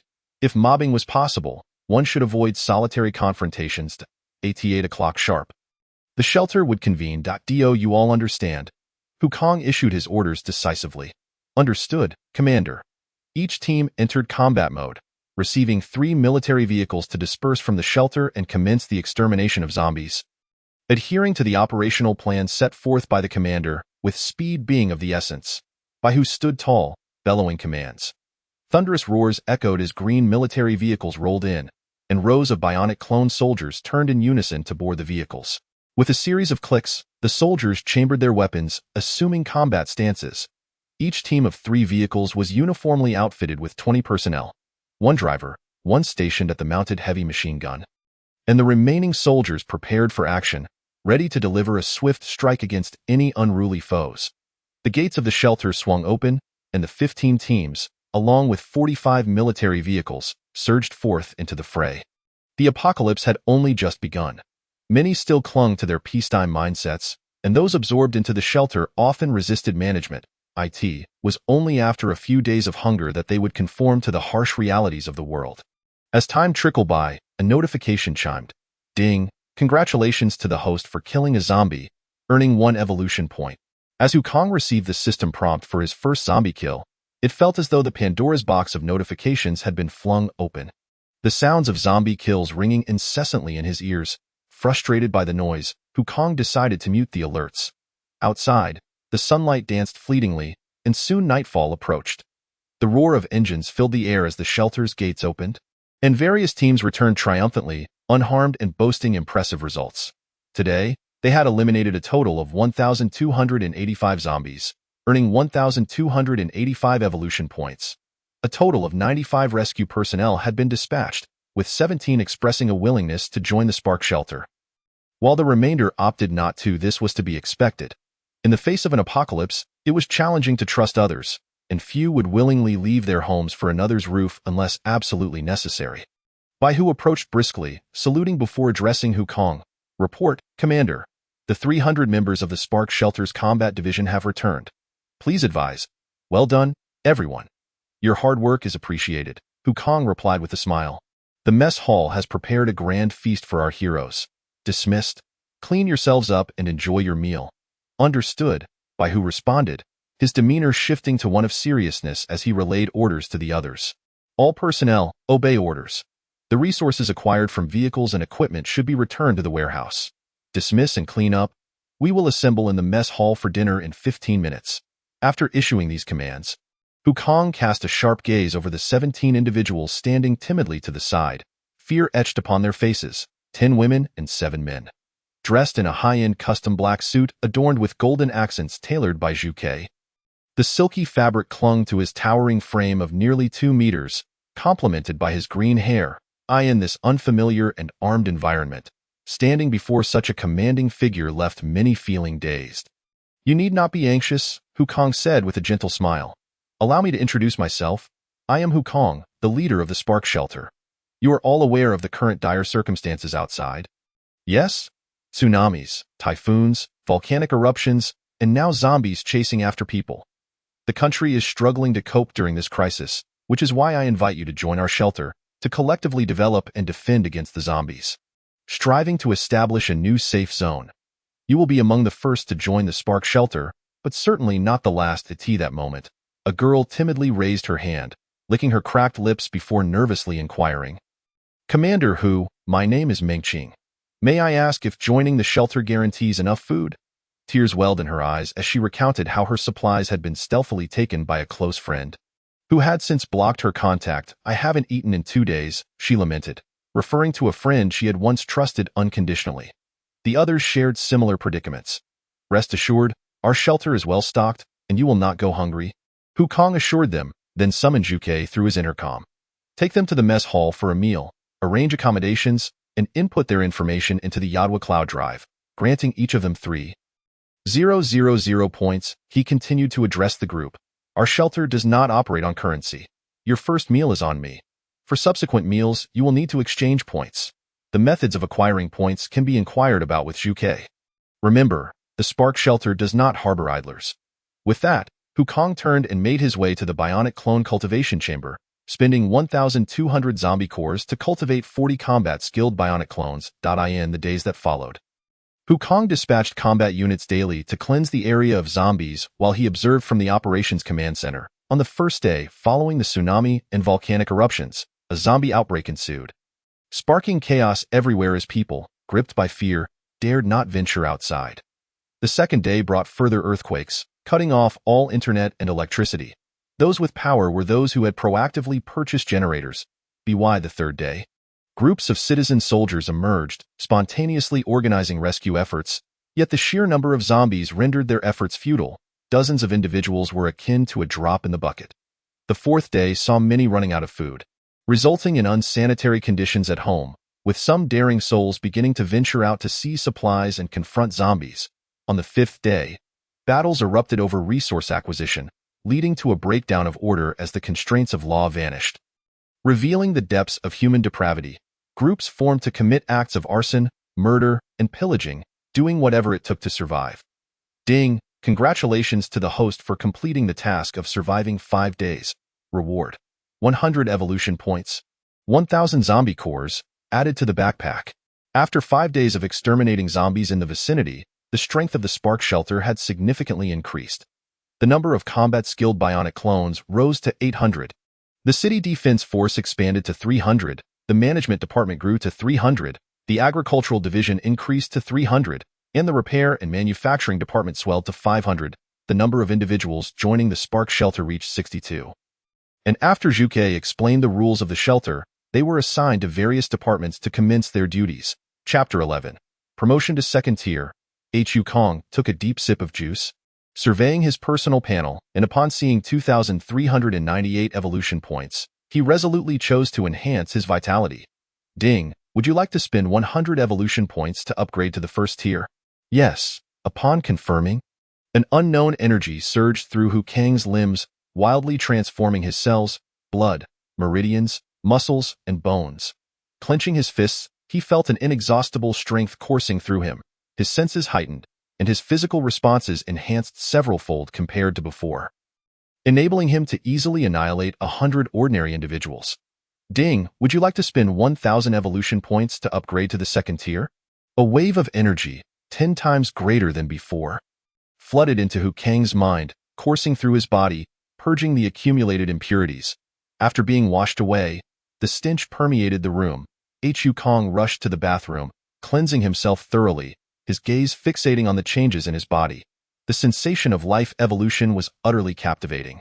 While his previous aura had merely been slightly stronger than an ordinary person, now he emanated an invisible presence, akin to a sheathed sword radiating an intimidating might. He grasped a dagger from the table and, with a swift motion, drew it across his arm. His muscles tensed and hardened instinctively, leaving behind only a white scar, unable to breach his defenses. A departure from reality. If this evolution continues, it won't be long before firearms pose no threat to me. And ultimately, even the deterrent effect of nuclear weapons will diminish. Ascending to the third tier requires a vitality value of 10,000. My physical constitution, mental acuity, and speed indicate that points can be allocated. The system has 1298 evolution points remaining, which I shall distribute among physical strength, mental fortitude, and speed. A new era dawns, and I am determined to become a multifaceted warrior, a man without weaknesses. Host. Hu Kong level. Second tier physical constitution. 1060. Note. An adult's physical constitution typically ranges from 7 to 9. Mental acuity. 1058. Note. An adult's mental acuity generally falls between 3 and 6. Speed. 1059. Note. An adult's speed is usually between 7 and 12. Vitality. 1098. Note. An adult's vitality typically lies between 7 and 10. Reaching a vitality value of 10,000 will allow for ascension to the third tier. Evaluation. A warrior of considerable strength capable of challenging thousands. Bladed weapons pose minimal threat to you. It is advisable to enhance your physical constitution to 10,000 before advancing to the third tier, lest you encounter the risk of death. With the completion of the system's point allocation, Hu Kang's power surged significantly. Upon entering the training room's strength testing area, he unleashed a casual punch, and the display screen's numerical readings climbed steadily, finally halting at 1,328 kilograms. Hu Kong was left awestruck, his mouth agape as if he could fit an egg inside. Is this what it feels like to be invincible? A casual punch exceeding 2,600 pounds. If such force were to strike a person, they would surely be left bruised and battered. He contacted Baihu, requesting him to bring 10 comrades to the training room. Shortly thereafter, Baihu arrived with 10 men, hastily exiting the elevator and sprinting to the training room. Once in formation, they stood at attention and saluted in unison. By Hu growled, "Commander, the personnel have arrived. Please provide instructions." "All of you come at me. Let us spar," Hu Kong stated flatly as he set down the barbell. Upon hearing this, Bai Hu and the others hesitated, fully aware of their commander's limited combat capabilities. They were concerned. What if they were to inadvertently injure him? There's no need to be anxious. It is merely a practice match. Strike with all your might. If you injure me, it will only demonstrate your prowess. Besides, your strength cannot harm me, Hu Kong assured them. With Hu Kang's explanation, Bai Hu and the others suddenly realized they had underestimated their commander. As soldiers, being looked down upon for their strength was a matter of disgrace. Resolute in their decision, they resolved to teach Hu Kong a lesson. The 11 of them dispersed, surrounding him and assuming combat stances. Fists clenched and charging toward Hu Kong with fierce determination. Unbeknownst to them, Hu Kong perceived their movements as though they were in slow motion. With a swift motion, he stepped aside and delivered a powerful punch to one of them. Within a minute, all 11 lay sprawled on the ground, Hu Kong dispatching them as easily as a grown man would a child. He gained a clearer understanding of his own strength. Indeed, facing 1,000 foes was no trivial matter. "Ha ha ha, did you dare to underestimate me? Do you now understand your folly?" Bai Hu's face turned pale with embarrassment. "Rest up, then attend to your own matters," Hu Kong remarked before departing the training room. Heading downstairs to instruct a team to accompany him on a rescue mission. Just moments ago, AI Duo had alerted him that Professor Wei, an expert in the biological sciences, was trapped in his home and had not sought refuge in the official shelter. Professor Wei's residence was a mere 12 kilometers from the Xingho shelter, and such a talent must be brought into the fold in the aftermath of natural disasters and the devastation wrought by zombies. The city of Fuzhou had descended into chaos. While the populace could unite against tsunamis and earthquakes, now, with the official channels overwhelmed and incapable of rescue, fear gripped the hearts of many as they cowered in their homes. Trembling, bones and dark brown blood stained the streets. The city had transformed into a hellscape. Mutated cats, dogs, and rats roamed, their crimson eyes glinting with malevolence, hunting for prey. Order had silently disintegrated. The world had changed. Regardless of one's former status, in the apocalypse, without sustenance, one was ignored. Under the indiscriminate assault of zombies, chaos reigned supreme.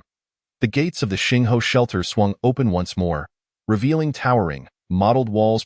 800 individuals were divided into 16 teams, embarking in well-equipped, imposing military vehicles, dispersing in all directions. The sound of commotion drew the attention of zombies and animals, their sharp teeth dripping with red liquid, surging towards them like a frenzy. Within moments, soldiers aboard the military vehicles coldly squeezed the triggers, eliminating the creatures on the spot. 5 soldiers leapt from their vehicles, skillfully slicing open the hearts of the zombies, extracting their cores and placing them in bags before continuing their dissection. The deafening gunfire echoed through the streets, a relentless barrage. The soldiers of the combat unit were sharpshooters, targeting the zombies' heads with precision. A zombie would withstand 4 or 5 shots before its head exploded, collapsing and convulsing in death. The noise of battle had drawn the attention of nearby residents, who peeked out of their windows with envious gazes at the fighting soldiers. 3 days prior, the shelter had extended invitations to most of the surrounding population to join. But the offer had gone unheeded. The military's combat prowess was fearsome. "Even now, I dare not venture out to confront the zombies. My supplies at home will last but a few days. Once depleted, starvation will be my fate." Downstairs, second-tier zombies were terrifying. This morning, I witnessed Building 5 organize 26 individuals to descend in search of supplies, only to be effortlessly annihilated by second-tier zombies. When will the authorities come to rescue us? In the distance, 2 second-tier zombies roared, leaping from the second floor and swiftly charging towards the convoy.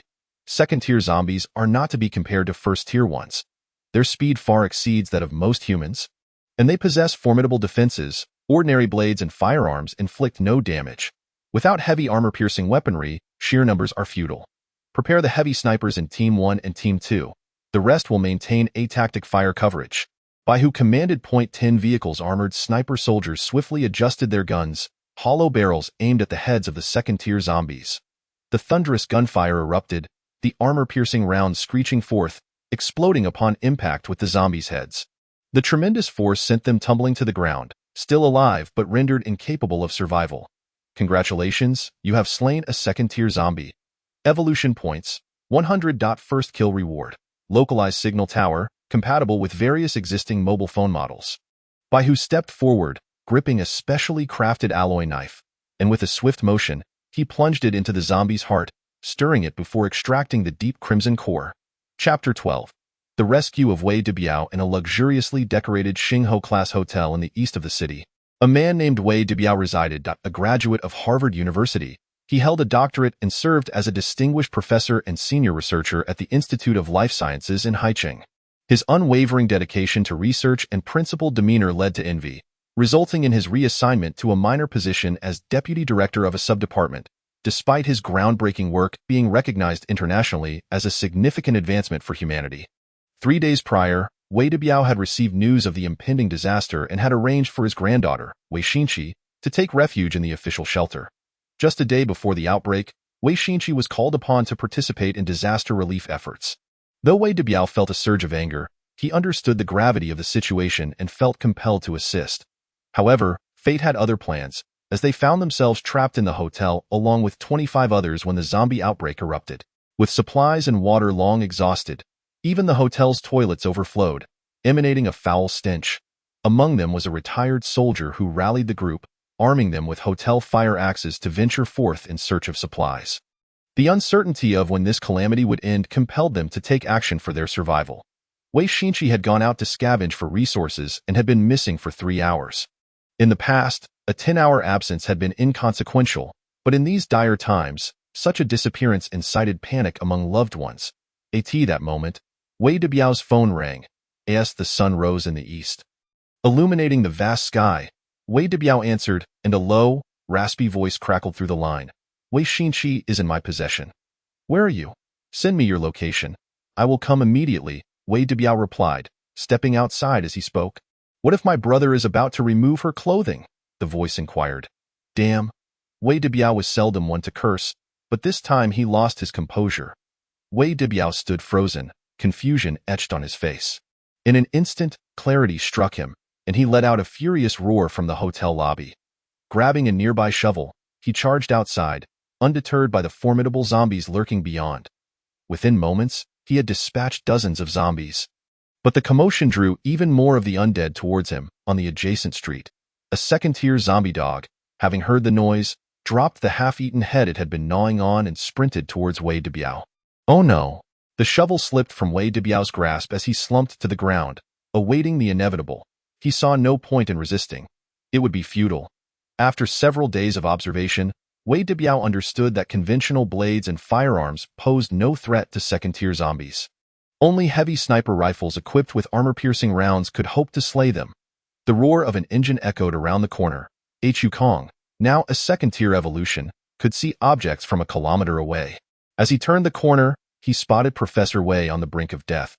Grabbing a nearby heavy sniper rifle, he steadied himself and focused intently on the charging zombie dog, aiming for its head. Just as the creature leapt, poised to seize Wei Debiao, Hu Kong decisively pulled the trigger.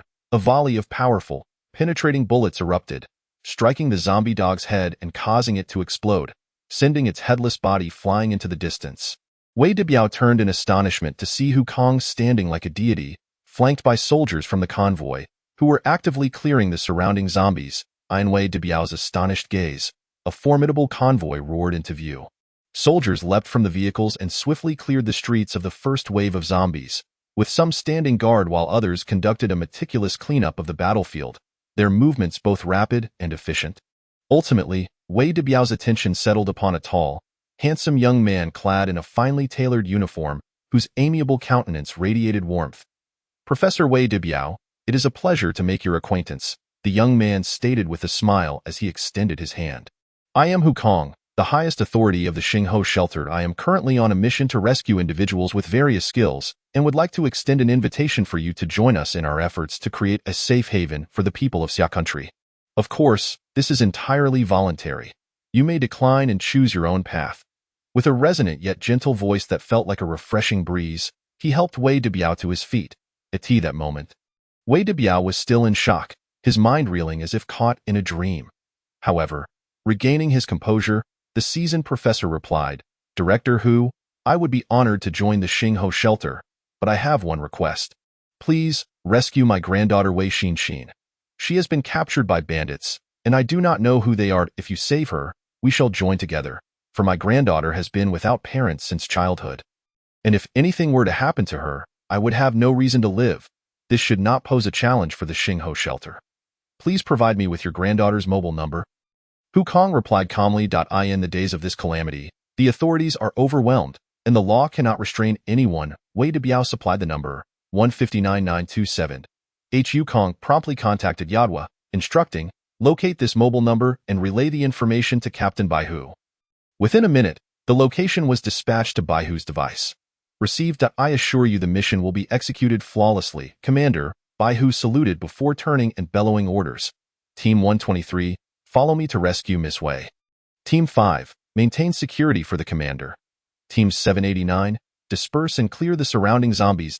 As he watched the team scatter, Hu Kong gestured for Wei Debiao to enter the lavishly appointed vehicle at the rear of the convoy. The world is vast. As long as one possesses strength, they may seize whatever resources they desire, and none dare to object. It is survival of the fittest. As they settled into the vehicle, a maid named Meng Qing approached, carrying a steaming pot of tea. Having requested to accompany Hu Kong on this journey, she was well aware of his esteemed position within the shelter, and thus, she served him with utmost respect. Professor Wei, please enjoy some tea, Hu Kong encouraged, gesturing toward the cups on the table. Wei Debiao, still preoccupied with worry for his granddaughter, took a tentative sip of the tea, his unease palpable.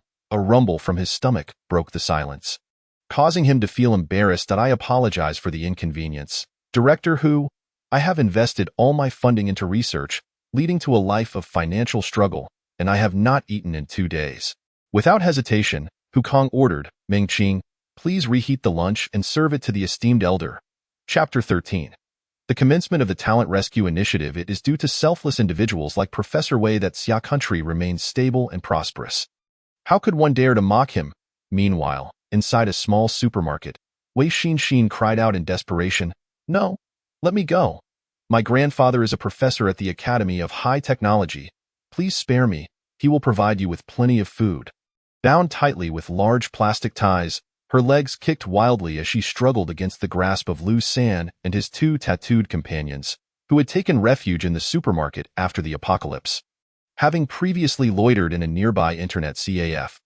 After 4 days of confinement with the store's owner, they were too terrified to venture outside, surrounded by zombies. Lu San, with a sinister grin, surveyed Wei Xin's delicate features and exclaimed, what a gem! But the girl is too young. Don't be foolish, little girl. We know our limitations. The world outside is a savage place, filled with cannibals and mutated beasts, and we lack both the means and courage to fight back.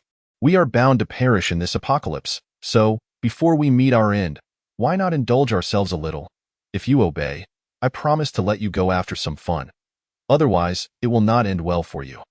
Lu San's hand slid down Wei Xin's smooth face, his eyes wide with a mixture of desire and madness as he shouted the last words. Overwhelmed by fear, Wei Xin trembled, her heart sinking into despair. Who will come to save me? Suddenly, a deafening crash echoed as the supermarket door was kicked open. Crashing to the ground, a dozen muscular men armed with steel guns surged inside, their weapons aimed directly at the trio.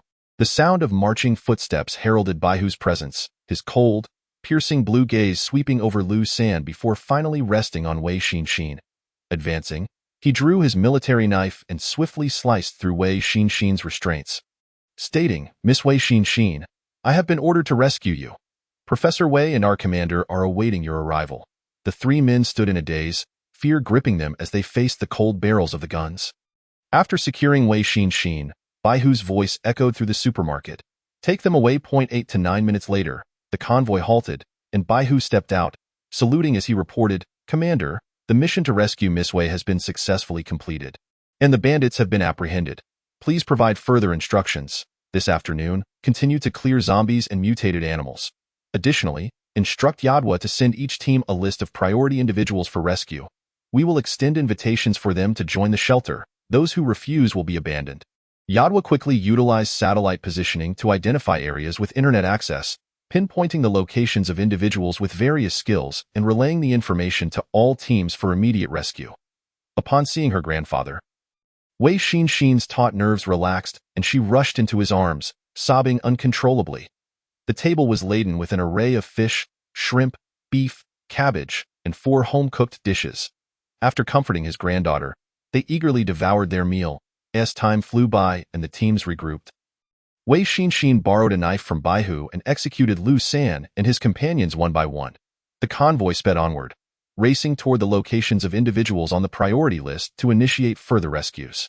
What exactly are you people? Wei Debiao pondered aloud, his curiosity piqued. Hu Kong succinctly explained. The Xingho shelter was established in response to the calamities of the apocalypse, aiming to provide safety and refuge. I am committed to rescuing skilled individuals to join our ranks and contribute to the survival of Xia country's bloodline. Our shelter boasts various farms and vegetable cultivation areas, achieving self-sufficiency in food production. The recent news about zombies evolving through consumption was disseminated at my command, prompting astute individuals to venture out for hunting and resource gathering. Both Wei Debiao and Wei Xinxin stared in disbelief. How is this possible? Wei Xinxin gasped, her eyes wide with shock. As an official professor, Wei Debiao had only vaguely heard of meteorite impacts and the spread of the zombie virus, events that had caught everyone off guard. To learn that the Xingho shelter had already activated self-sustaining agricultural efforts was utterly astonishing. Do not be surprised. There are many things in this world that you do not yet understand. I must attend to my duties now, so please remain quiet. Hu Kong waved dismissively before stepping into another room to monitor the team statuses on a large screen. Realizing the formidable power Hu Kong commanded, the grandfather and granddaughter understood that the Xingho shelter was likely the only organized force executing a talent rescue plan in Fuzhou City. Meanwhile, other small groups merely huddled together to survive. As they watched the formidable combat teams dispatching zombies and mutants with ease, their precision and coordination displayed years of practice. Several survivors trapped by second-tier zombies witnessed the powerful army's intervention, akin to divine saviors, as they swiftly eliminated the threats and rescued them. Sitting in the vehicle, Wei Xinxin gazed out at Baihu, her heart racing as she felt a flutter of infatuation. The strength of a man was undeniably alluring. Upon reaching the adjacent street, Wei Xinxin suddenly rushed to Hu Kang's side, exclaiming, "There are people trapped in the shop ahead. We must go to their aid." Hu Kang glanced at the monitor, then lifted his gaze toward the restaurant in the distance. There, a second-tier zombie led hundreds of its kind in a frenzied assault on the glass doors. Screams and cries for help echoed from within as several elderly patrons barricaded the entrance with furniture. After confirming that there were no individuals on the rescue list inside, Hu Kang chose to ignore the situation, acting as though he had not seen it. The combat team also ventured in other directions to search for individuals on the whitelist, vigilantly observing the surrounding undead. Chapter 14. The cold-blooded laws of the apocalypse. In a state of urgency, Wei Xinxiu exclaimed, "Did you not see those 10 or so survivors over there? Indeed, Mr. Hu, if you do not take action, they will perish," Wei Debiao urgently echoed. Hu Kong shook his head and calmly replied, "Let them be. They are not my responsibility. I will not waste ammunition on rescuing them." What? Wei Debiao and Wei Xinxiu stood in stunned silence, their expressions filled with disbelief as they gazed at Hu Kong. They had witnessed Hu Kang's combat team tirelessly clearing the undead and rescuing individuals, assuming that everyone was destined for salvation. After all, behind them, hundreds of recently rescued individuals, men, women, and even over 100 children, stood by. How could they turn a blind eye to those impending death? "Mr. Hu, have you lost your mind?" Wei Debiao stated incredulously. "They are our compatriots. How can you stand idly by and allow them to die? How can you be so cold-hearted?" Wei Xinxiu's face flushed with anger as she added sarcastically, "Some people claim to strive for the establishment of a safe zone for humanity, yet they refuse to save those who are alive and kicking. How can one be so indifferent to life?" Faced with their indignation, Hu Kong turned to them with an impassive expression, his disdainful gaze akin to that of a jester, and retorted, "Are you done? Allow me to remind you once more to recognize your position and attitude. My decisions are not subject to your critique. If you are overflowing with compassion, feel free to take action yourselves instead of pretending to be virtuous and demanding my intervention. I have made it abundantly clear. I will rescue only those with advanced skills, establish a safe zone, and ensure the continuation of our Huang bloodline. If there are any strong and capable individuals, I may extend a hand to clear the undead. What I require are useful people, not these elderly men and women I in the struggle for survival. It is the fittest that prevail, not come to me with demands for resources to sustain those who are not worthy of it. The shelter's food supply and capacity for new arrivals are limited. We must prioritize the rescue of skilled individuals to ensure sustainable development, rather than waste resources on the ineffectual. Hu Kang's resolute words left Wei Debiao and Wei Xinchu speechless. Though they found his cold-hearted perspective unconscionable, they understood that in the face of the apocalypse, such a viewpoint was undoubtedly the most suitable and correct for ensuring the continuation of their lineage.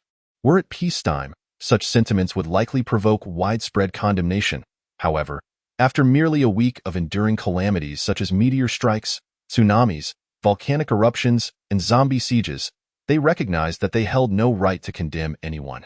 The law of the jungle, strong survive, weak perish, was one that Hu Kong understood better than anyone else. The search and rescue operations continued. Over the next few hours, Wei Debiao and Wei Xinchu once again bore witness to Hu Kang's coldness. The convoy navigated through the wandering hordes of zombies, as if traversing an uninhabited realm, systematically clearing the path and swiftly locating their rescue objectives, saving one after another from the whitelist. Upon seeing the military clearing zombies and rescuing individuals, a gathering of 200 to 300 people approached, with strong young men wielding fire axes on guard and the elderly and children sheltered in the middle. As they reached the convoy, the crowd erupted with joy, eager to board. Halt! Hu Kong emerged from the vehicle, brandishing a submachine gun and bellowing. With a rapid series of gunfire, bullets struck the ground at their feet, causing the crowd to recoil in fright. "What do you intend to do?" A plump, middle-aged woman elbowed her way through the throng, gasping for breath as she spoke. "Comrade, I am from the neighborhood committee. You are here to rescue us, right? We wish to enter." Hu Kong cast a dismissive glance at the woman and, ignoring her, opened his phone to say, "Achuo, scan the crowd for whitelist rescue personnel." "Understood, master," came the prompt reply. Soon, a list appeared on Hu Kang's phone. He coldly surveyed the crowd and declared, "I will now read the names. Those called may come forward in queue with their family members to board the vehicle and join the Xingho shelter. Once you join, food and drink will be provided without worry.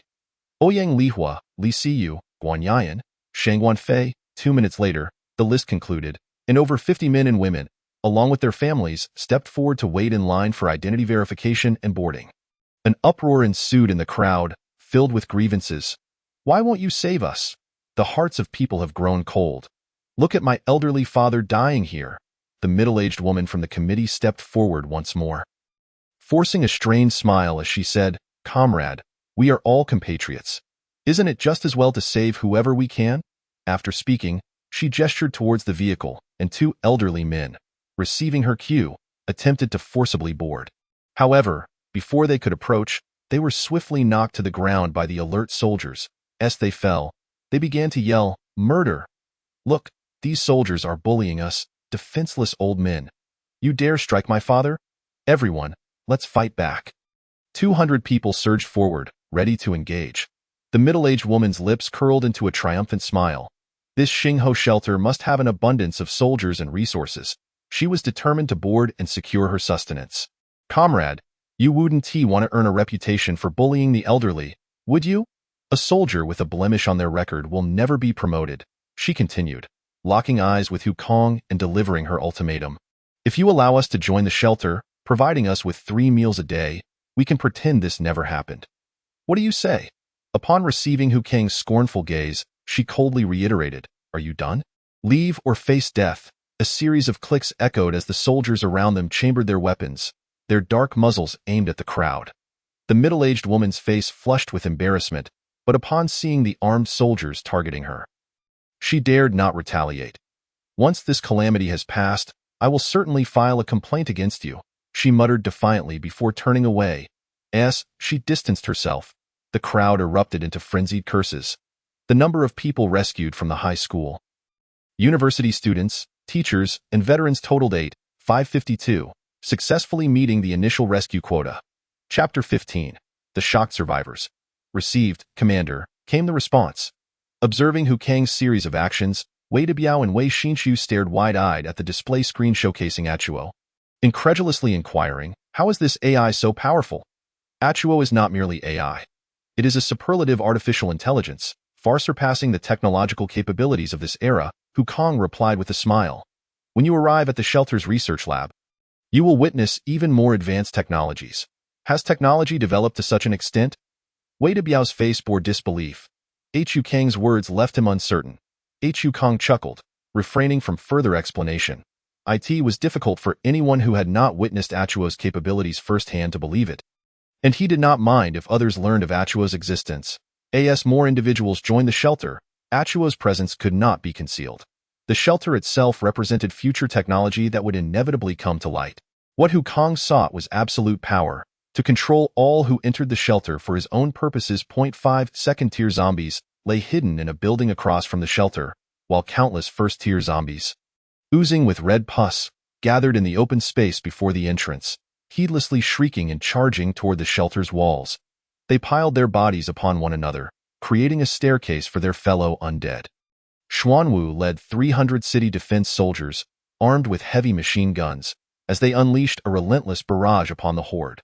A single explosive round detonated among the zombies, instantly reducing them to fragments, only for more frenzied zombies to charge forward to fill the gaps. Order each team to reserve personnel for vigilance. The rest prepare for battle. Understood.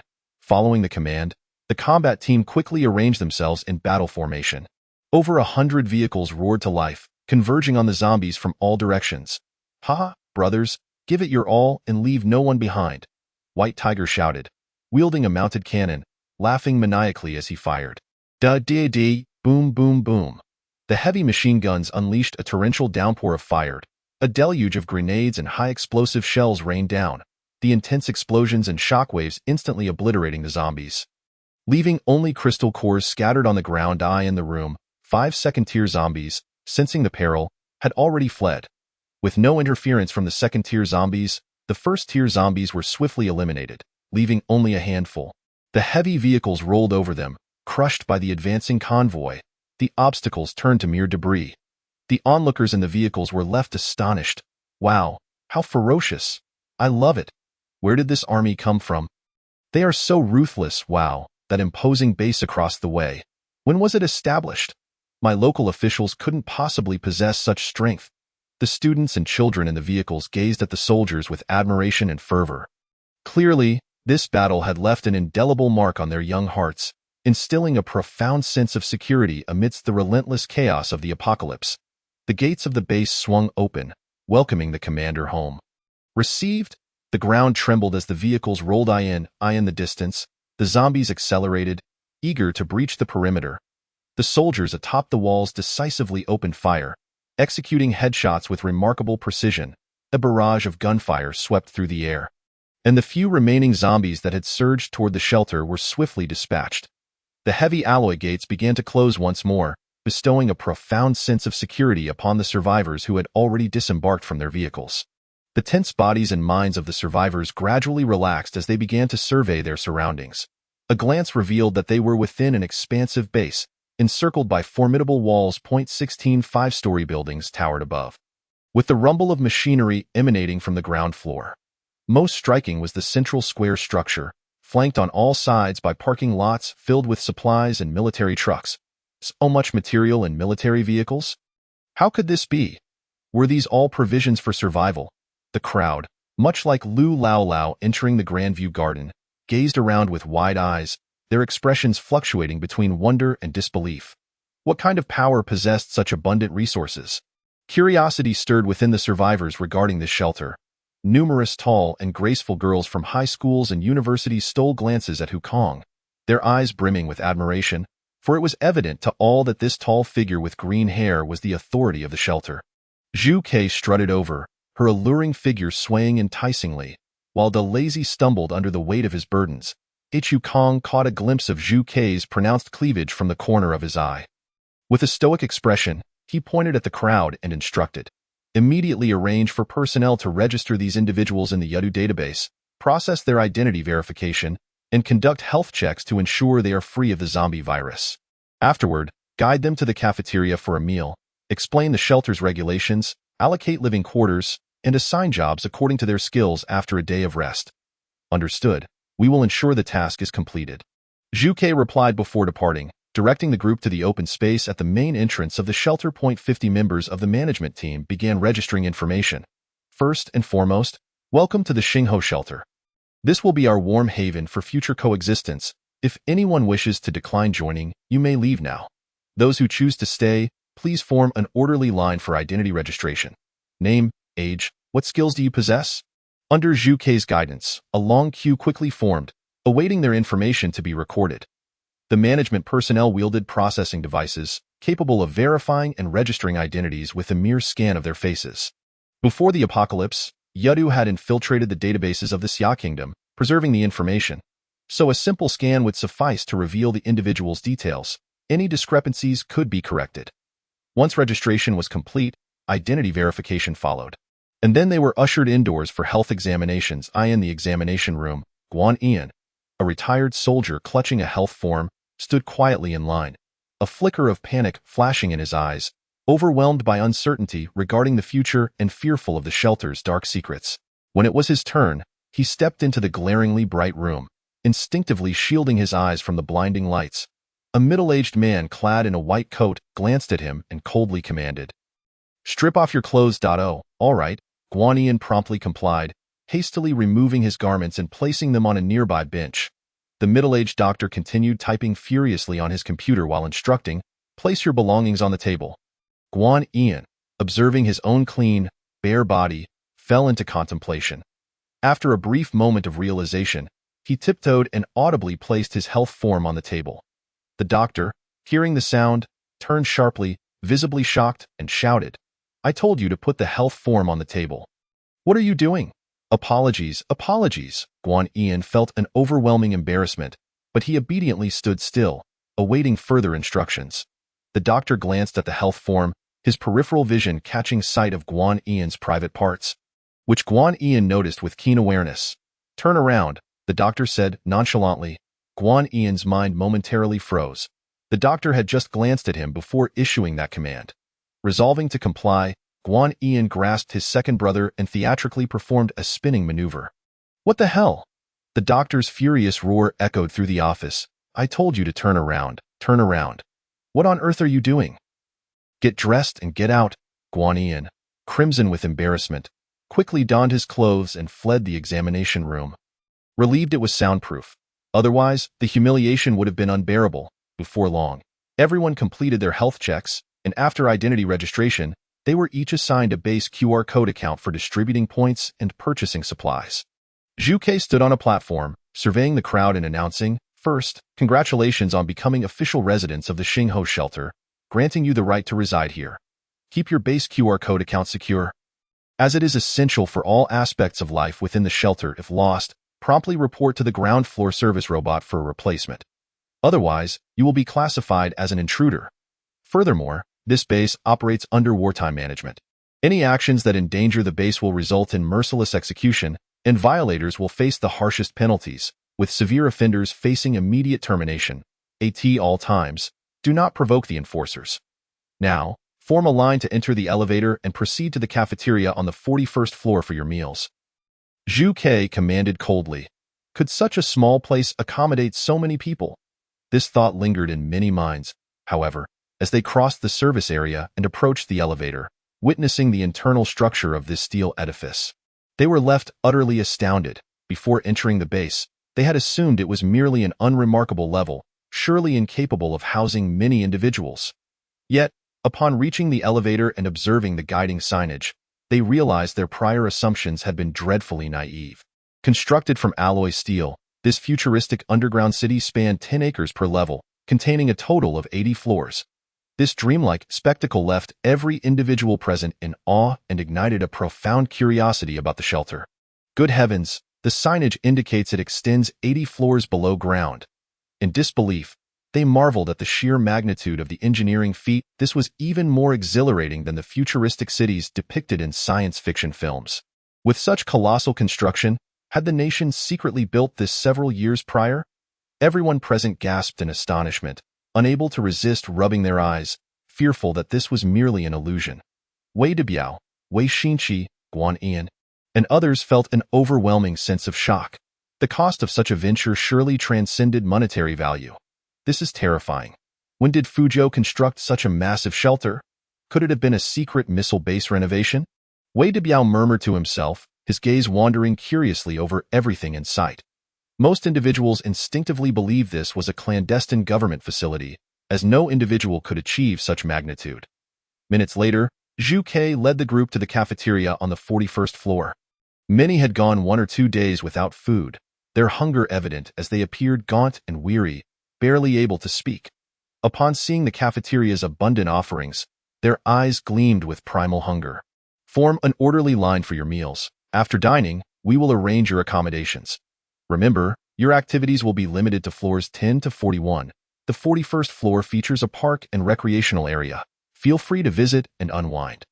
The shelter divided areas based on registered status, accessible via corresponding elevators. Other elevators required elevated permissions for use. The variety of dishes is astonishing. This large bowl of boiled beef is overflowing with meat. What a family! I must admit, before the apocalypse, I wouldn't have dared to indulge like this. Are those Boston lobsters? This is my first time tasting them. Me too. If it weren't for the apocalypse, I might never have had this opportunity. The cafeteria presented an array of dishes, both meat and vegetarian, leaving the crowd dazzled. Most importantly, the administrators had declared that they could eat as they pleased, stirring emotions to the brink of tears. Many silently vowed to pledge their unwavering loyalty to the shelter. After enduring days of hunger during the apocalypse, the sight of such delectable food compelled everyone to fill their plates to the brim with meat. Happily gathering with familiar faces to feast, if they finished and were still hungry, they would return for more. Wei Xinqi took a hearty bite of lobster meat, unable to suppress her delighted expression. Grandpa, the food here is so delicious, even better than what I had at fancy restaurants before. The taste is indeed remarkable. Wei Debiao nodded in agreement, his manner significantly more refined than Wei Xinqi's. Half an hour later, everyone had their fill and sat contentedly, awaiting the next command. Meng Qing cleared her throat and announced, "Gather round. I will now take you to your assigned rooms." The crowd followed Meng Qing into the elevator. Arriving at the 10th floor, a total of 8,552 residents had joined the shelter, with dormitories for males and females separated and rooms allocated based on their skills.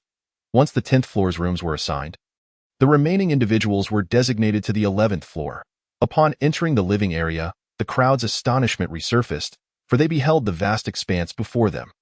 Each floor's rooms were divided into several distinct zones, with hundreds of 2-story accommodation rooms categorized into A, B, and C zones, all neatly arranged and impeccably clean. The farthest distance from the dormitory area led to the factory zone, the planting zone, and a small park, while the entertainment and fitness area lay just downstairs, alongside various unmanned vending stores and the cafeteria. Each room was equipped with air conditioning, water heaters, and washing machines. Every living necessity was accounted for. My goodness, the C zone is a communal dormitory with bunk beds, housing 12 individuals per room. While spacious, the sheer number of occupants means even using the restroom requires queuing. Don't fret. There's a public restroom not far downstairs. And I assure you, you'll have enough to eat. The AB district dormitory accommodates 3 to 5 individuals, featuring options such as 1-bedroom apartments and 3-bedroom units, all exquisitely adorned. The newly assigned residents meandered about, marveling at their surroundings, each corner evoking a sense of wonder. At that moment, the screens in the rooms, hallways, and the park simultaneously illuminated, accompanied by a soothing voice that articulated a series of regulations. Good evening, esteemed new residents of the Spark Fire Shelter. I am the Management Assistance Program. The artificial intelligence named Yaduo.it is a pleasure to make your acquaintance. With Yaduo's introduction, the crowd could not help but express their astonishment once more. Is this the realm of the affluent? The entire shelter is under the guidance of artificial intelligence. Such a fantastical scene. One I have only witnessed in films. I feel utterly out of place. Clusters of individuals gathered, exchanging excited whispers as they gazed at the display. Unfazed by their chatter, Yaduo continued, "Please remember to note your identity registration account and the assigned dormitory room number. All base citizens possess equal rights. Random acts of aggression are strictly prohibited. High-volume disturbances are not allowed, except in the KTV, and actions threatening the base's security will result in immediate execution. Destruction of public property is forbidden, with the offender required to compensate using their points. The cafeteria operates from 8 a.m. to 1 p.m. and 5 p.m. to 9 p.m. Please remember that it is closed at all other times. Every new resident receives a complimentary allocation of 1,000 points, which can be utilized for meal purchases in the cafeteria by scanning a QR code. All other necessities, including medicines, vegetables, meat, and snacks, can be procured from the supermarket downstairs. As Yadwa elucidated the regulations, the crowd began to comprehend that points function as currency here. One must acquire points to obtain essential supplies, and idleness without points would lead to hunger. I had assumed that joining the shelter would alleviate concerns about sustenance, but alas, points are still required for purchases. Living in such a crowded dormitory feels akin to being imprisoned. Truly, there is no such thing as a free lunch. A question arose in their minds. How does one earn points? Does external currency convert into points within the shelter? Someone voiced their curiosity. I apologize, but external wealth cannot be exchanged for points inside the shelter. Upon joining, all individuals are granted equal opportunities for development, apart from the complimentary allocation of 1,000 points. Several avenues for earning points are available. First, individuals with various professional skills may apply for positions such as teachers, doctors, nurses, researchers, technicians, maintenance personnel, and chefs. The base urgently requires personnel across numerous occupations, so please feel free to apply. Subsequent internal promotions will be available. Compensation in points varies by job responsibilities, and as the first batch of residents to join the shelter, you have the privilege of priority selection. Hearing Yadwa's exposition, the crowd collectively sighed in relief. How wonderful! I can apply for a teaching position to earn points and support my beloved daughter. I was a top chef. Working in a restaurant will surely yield substantial points. I specialize in soilless cultivation and can sign up for agricultural work. Thank the heavens! In this apocalypse overrun by zombies, we have found such a secure base, allowing us to live without worries. The crowd buzzed with excitement and joy. Many who had lost loved ones and feared for their own lives felt a renewed flicker of hope. Without experiencing the trials of a zombie apocalypse and the calamities of nature, one could never truly grasp the significance of a safe existence. Secondly, joining the military is an option. The base will establish a self-defense force equipped with formidable armaments. Currently, the number of recruits is undetermined, but one soldier can bring honor to their entire family, and enlisting will grant various subsidies. Thirdly, residents are encouraged to venture out to gather resources. Sustainable development necessitates individuals seeking food, water, mechanical equipment, and combating zombies. Fourthly, all minors will receive a monthly subsidy of 2,000 points until they reach 18, with exceptional students receiving additional material rewards. Lastly, to ensure the continuity of the Summer Kingdom's lineage, all women joining the shelter will receive a monthly subsidy of 3,500 points for 3 years, commencing from the moment of pregnancy. To safeguard the residents' physical and mental well-being, the base strictly enforces an 8-hour workday. Essential materials will be produced in 3 shifts, while non-essential items will cease production after the 8-hour period. The aforementioned methods for acquiring points have been outlined. For further details, please consult the screens. Effective immediately, various job positions will be available for application on the screens in each room. Please make your selections accordingly. As Yadwa concluded the information session, the thousands of survivors were left in a state of astonishment, exchanging wide-eyed glances with one another, culminating in a chorus of exclamations. My goodness! An 8-hour workday, a dream never realized in peacetime, has materialized amidst the apocalypse. The straightforward yet impactful policies for earning points assured me that life would indeed be more gratifying than before. I pledge my unwavering loyalty to the shelter. The methods for earning points are quite understandable. Those capable must either work, enlist, or venture out to gather resources. For those who prefer not to, marriage and childbirth are viable alternatives. Having 2 children allows for a 6-year respite, during which the children also receive point subsidies. Truly a boon for the indolent. It is only natural that those who are lazy and refuse to seek employment face abandonment. Following discussions among the crowd, they began to queue up in their rooms to apply for jobs. Wei Debiao swiftly operated the electronic display, decisively applying to join the base's research laboratory. Congratulations, resident Mr. Wei Debiao. Your application has been approved. Based on your previous experience, your research rating has been assessed as high, and your treatment level has been reassigned. Your status has been elevated to A level, granting you the identity of an A-level researcher. With a monthly salary of 15,000 points, you now possess A-level access privileges, allowing free use of certain facilities, including 24 hours of KTV entertainment weekly and complimentary massage chairs, along with an upgraded A-level 3-bedroom, 2-bathroom accommodation. Please report to the 63rd floor research laboratory at 9 a.m. in 2 days. Concurrently, Wei Debiao's information was updated, marking him as an A-level researcher, a distinction that set him apart among the thousands. Wei Xinxin, having just turned 19, lacked both subsidies and work skills. Ultimately, she opted for a position as a cafeteria server, earning 3,000 points monthly. Together, the points accumulated by the grandfather and granddaughter total 18,000. Sufficient for a comfortable life within the base. Xinxin, wait a moment while I apply for a 3-bedroom, 2-bathroom unit. We shall be relocating, Wei Debiao said joyfully as he continued to operate the screen. I never anticipated that amidst this apocalypse, we would find such a secure place to live. How fortunate we are. I'm grateful I didn't fall for the trap of the official shelter. Otherwise, I would have missed out on this opportunity. Chapter 18. Immediate execution of disturbers. Guan Yan intended to enlist in the military but found the application option grayed out, indicating recruitment had yet to commence. She decided to apply for work in the breeding area, planning to join the military once recruitment opened. Those signing up for various positions within the base radiated smiles and anticipation for the future. Working 8 hours a day without the looming threat of zombies, it seemed life was becoming increasingly hopeful. What the hell is this base? Exclaimed a disgruntled individual. I am a graduate of Ivy League schools. A high-caliber talent returning from abroad, a stock market trader. Why am I being forced to lower myself and apply for a menial teaching position only to be rejected? I was a bank president. Even my application for a teaching position was denied. What a pathetic shelter. Ignorance is the most dreadful affliction. I am a property manager, a managerial talent. You expect me to work in agriculture? Where is your logic? A group of 14 impeccably dressed individuals congregated, fuming and openly berating the base's administrators. Among them were Manager Wang of the Happy Community and Director Zhao of the bank. This is hilarious. They still consider themselves stock market traders amidst the apocalypse. These fools are clearly living in a dream. Many in the crowd recognized these individuals, recalling the difficulties they had faced when seeking assistance from them previously. Watching them flounder brought a sense of satisfaction, and they began to mock and deride them. Currently, the 43rd floor still requires 25 agricultural positions. Would anyone like to apply? The 14 individuals, now quiet, queued up to reapply for teaching positions, only to be met with rejection once more.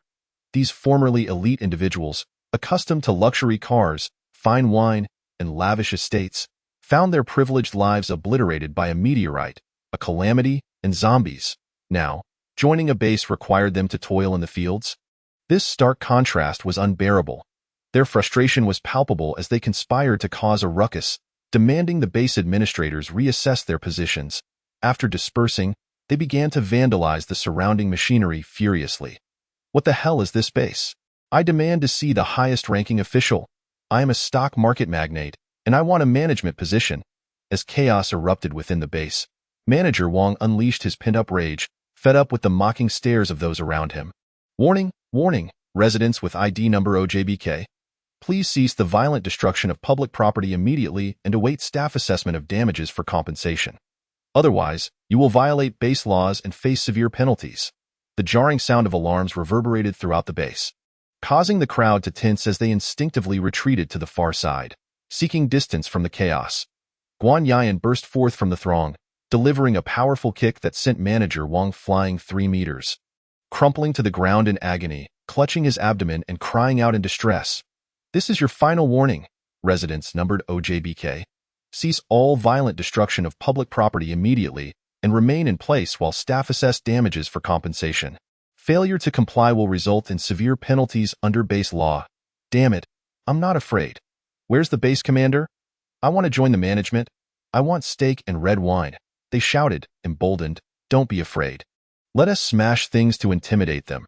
There are over a dozen of us. They can't do anything. Ignoring the alarms, the 14 individuals acted as if they were deaf, clamoring for the commander's presence while furiously vandalizing the machinery in sight. This is your third and final warning, residents numbered OJBK. Cease all violent destruction of public property immediately and remain in place while staff assess damages for compensation. Failure to comply will result in severe penalties under base law. The group naively believed that escalating the situation would bring about the commander's arrival. As for the warnings, who cared? The cold voice of Yato echoed once more. Warning procedure concluded. Initiating punishment protocol. With the activation of the punishment protocol, over 100 slots opened in the steel walls above the shelter, revealing ominous black-mounted machine guns that extended forth, their dark barrels rotating to aim at the 14 individuals. Stop! This is all a misunderstanding. We merely wish to manage the base with the knowledge we've acquired. We bear no ill intent. Witnessing this terrifying scene, the group trembled in fear, as if doused with ice water, and collectively dropped to their knees, hands raised in surrender. In that moment of seeing their equality as mere mortals, they instantaneously calmed, regretting their reckless actions, fervently pleading for mercy. Their previous arrogance now replaced by abject humility. Alas, the punishment system had already been activated. Their repentance would have to wait for another lifetime. The sound of gunfire erupted as the machine guns unleashed a barrage of bullets that rained down upon them, turning them into human sieves in an instant. The 14 residents numbered OJBK had lost all signs of life, and the punishment protocol concluded. The base provides a safe and comfortable living environment. Let all residents take heed and refrain from violating base laws. The frigid mechanical voice of Yato resonated throughout the base. The onlookers gazed up at the rectangular grids above, then down at the bloodied, twitching corpses on the ground. Witnessing such a gruesome sight left them feeling numb and terrified. They recalled that their dormitory also possessed such rectangular grids. Could it be? Oh my God, they killed someone. I've never seen such a bloody scene in my life. Surely Yato wouldn't he kill us too? Remain calm. First, let us take out our phones and post this on social media. If we don't provoke trouble, we should be fine, as long as we obey the rules and don't act recklessly. Everything will be all right. Regaining their composure, they whispered in horror among themselves, now harboring a newfound fear of the base. This was no longer an era of peace. Those with strength could dictate their desires, while the weak must abide by the rules. In the 72nd floor operations command room of the shelter, Wukong monitored the situation in the living quarters through surveillance. He had witnessed the reckless actions of the 14 from start to finish and concluded that they had brought their demise upon themselves. He felt quite pleased with Zhu Chua's handling of the situation, considering Ming Qing a capable individual who could be groomed into a management talent for the base on the first night after over 8,000 people arrived at the base. Under Ming Qing's guidance, various issues were resolved methodically, ensuring everyone was comfortably accommodated. Knock, knock, knock. Bai Hu strode in confidently, saluting as he reported, "Commander, the external battlefield has been cleared, and in total, we have acquired 753 first-tier zombie cores and 6 second-tier zombie cores. The base is currently secure and without anomalies." Good. Hu Kang's face brightened with a smile upon hearing the report. He cautioned the night patrol personnel to remain vigilant, as zombies were more alert and bloodthirsty at night. Understood. After Bai Hu left, Wukong summoned the system to open his personal panel, ready to allocate his points. Chapter 19. Ascending to Tier 3. Awakening the Purple Sky Divine Thunder. The system opened his personal panel. Host. Wukong Evolution Points, 63,353 level, Tier 2 Physique, 1,123, Note. The average adult physique ranges from 7 to 9. Spirit, 1,059, Note. The average adult spirit ranges from 3 to 6. Speed, 1,076, Note. The average adult speed ranges from 7 to 12. Vitality, 1,130, Note. The average adult vitality ranges from 7 to 10. Reaching a vitality of 10,000 allows for ascension to Tier 3. Evaluation. A moderately capable warrior. 1,000 foes pose little threat to you. It is advisable to elevate your physique to 10,000 before advancing to Tier 3, lest you face the risk of death. Excellent. After several days of training, Wukong had made significant progress in all 4 attributes. Since the apocalypse began, he had dedicated 2 hours daily to his exclusive training room. He allocated 1,000 points each to physique, spirit, and speed, while the remaining evolution points were invested in vitality. The panel underwent a transformation, and the point allocation was completed in an instant. Subsequently, Wukong felt an overwhelming surge of energy coursing through his limbs, indiscriminately transforming his bones, blood, and muscles. The sensation of being reborn and growing stronger was exhilarating. Yet the process was akin to being skinned alive, making one understand why the system advised a minimum physique of 10,000 before advancing to Tier 3. With a poor physique, one could easily perish from the pain. As time passed, Hu Kang's bone density increased, becoming harder and whiter, while his blood thickened with energy. Clenching his fists, explosive muscles bulged impressively. At this moment, he felt capable of effortlessly launching a bus with a single punch, a newfound power unlike any he had experienced. A purple core formed in his dantian, rapidly absorbing energy and swirling with potent destructive energy. Ding! Congratulations, host! Your spirit has surpassed biological limits, granting you the skill Intimidation, allowing you to stun any creature with a lower spirit than yours. Ding! Congratulations, host! You have ascended to Tier 3 and awakened the extraordinary ability Purple Sky Divine Thunder.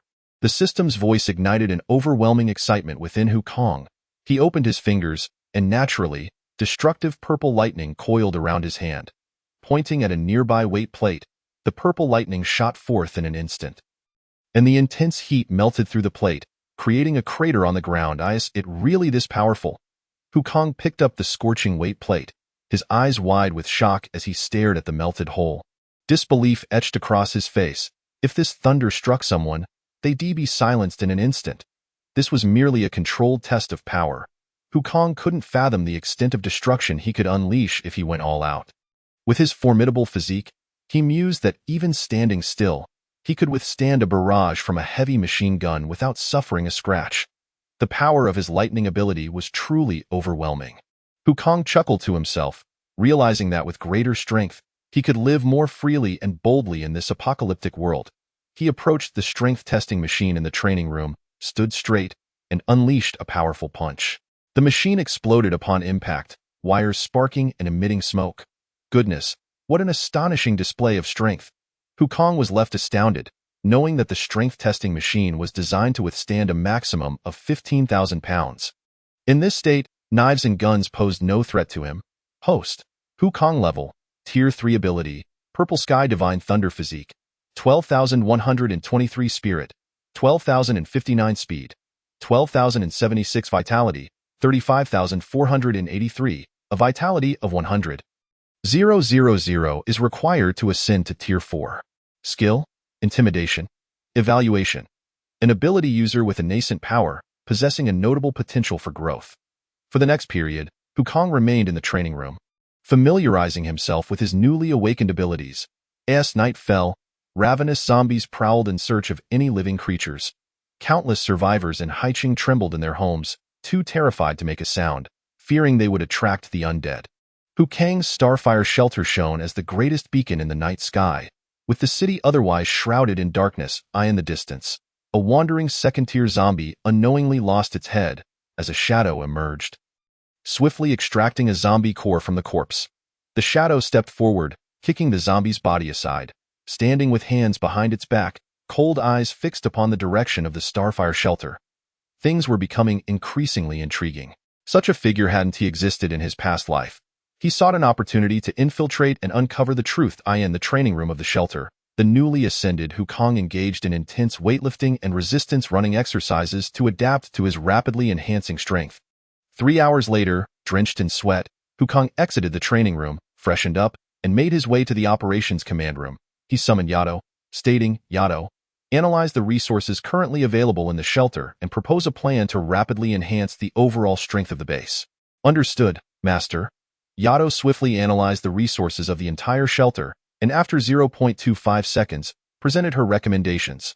Currently, the base is well stocked with ammunition, firearms, and various living supplies, capable of supporting high-intensity combat in diverse environments. First, we need to expand exploration areas. There is a severe shortage of combat soldiers. I recommend increasing the training of soldiers with combat skills. Secondly, as time progresses, the zombies becoming increasingly formidable in their strength. While the zero-level soldiers can currently contend with the existing zombies, there have been instances of them sustaining injuries and struggling. It is advisable to upgrade the cultivation chamber and increase the number of combat skill clones. Thirdly, we should vigorously recruit quality veteran survivors to join the shelter and form a combat team. Fourthly, it is essential to encourage the existing survivors in the base to venture out, slay zombies, scavenge for resources, and simultaneously enhance the capabilities of the shelter. Fifthly, we must repair the shelter's signal tower to establish contact with the survivors in the city as soon as possible. Mitsai put forth well-reasoned and rapid suggestions to strengthen the shelter's capabilities. After hearing Mitsai's precise recommendations, Hukong nodded in agreement, acknowledging the reality of the current situation. An operational force of 800 is, in effect, a drop in the ocean compared to the over 10 million zombies in Haicheng. Previously, the strategy involved luring small groups of zombies and then concentrating fire to eliminate them. However, should we encounter a massive horde of zombies, a few hundred soldiers would be obliterated in an instant. Continuously rescuing survivors to join the base is imperative. Given that the inclusion of new personnel requires time for assessment, the establishment of a combat force will be postponed.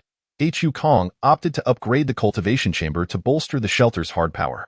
Upon accessing the system's base panel, he noted that the cultivation chamber for the combat troops was classified as low level, and that consuming 3,000 zombie energy cores would promote it to a medium level. Without hesitation, Hukong clicked to upgrade. Ding, 3,000 energy cores consumed successfully. The bionic clone cultivation chamber has been upgraded to medium level, now possessing 400 cultivation chambers. He continued to click for further upgrades. Ding, 6,000 energy cores consumed successfully. The bionic clone cultivation chamber has been upgraded to high level, now possessing 600 cultivation chambers. After 2 consecutive upgrades to high level, the appearance of the cultivation chamber on the 68th floor underwent a significant transformation. A row of brand new cultivation chambers lined up, totaling 600 units. Provided there are sufficient zombie energy cores, the base can produce 600 bionic clones daily. Currently, Hukong possessed 62,753 zombie energy cores, prompting him to decide on a continuous cultivation of clones for 3 days. Mitsai initiated the cultivation program. Hukong summoned Mitsai and instructed, cultivate clones with combat skills for 3 consecutive days. Understood, Master, replied Mitsai, promptly issuing the command. The 600 cultivation chambers began to hum as they infused energy liquid to commence operations, instantly consuming 18,000 zombie energy cores. Chapter 20.